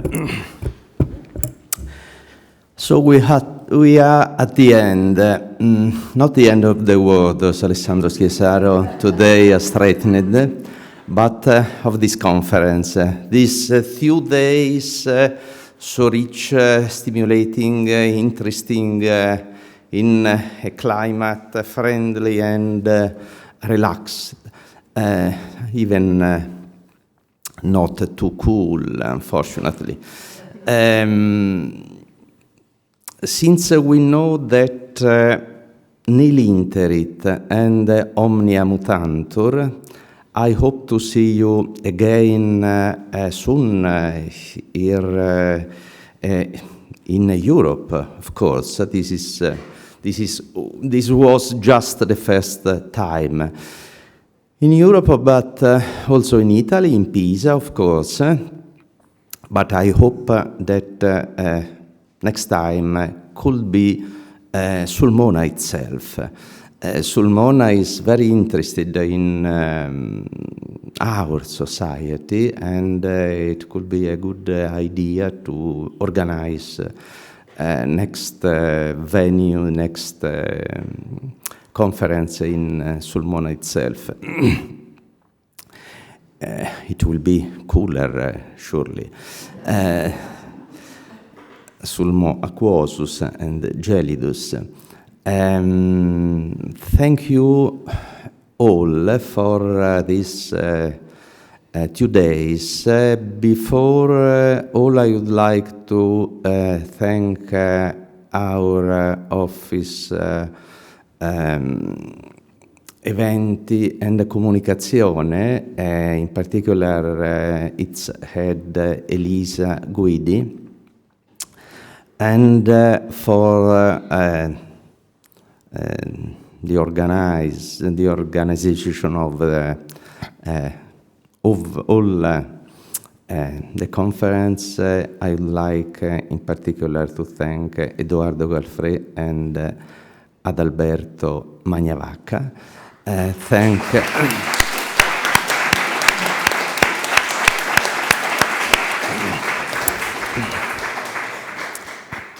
Thank you all, and see you soon.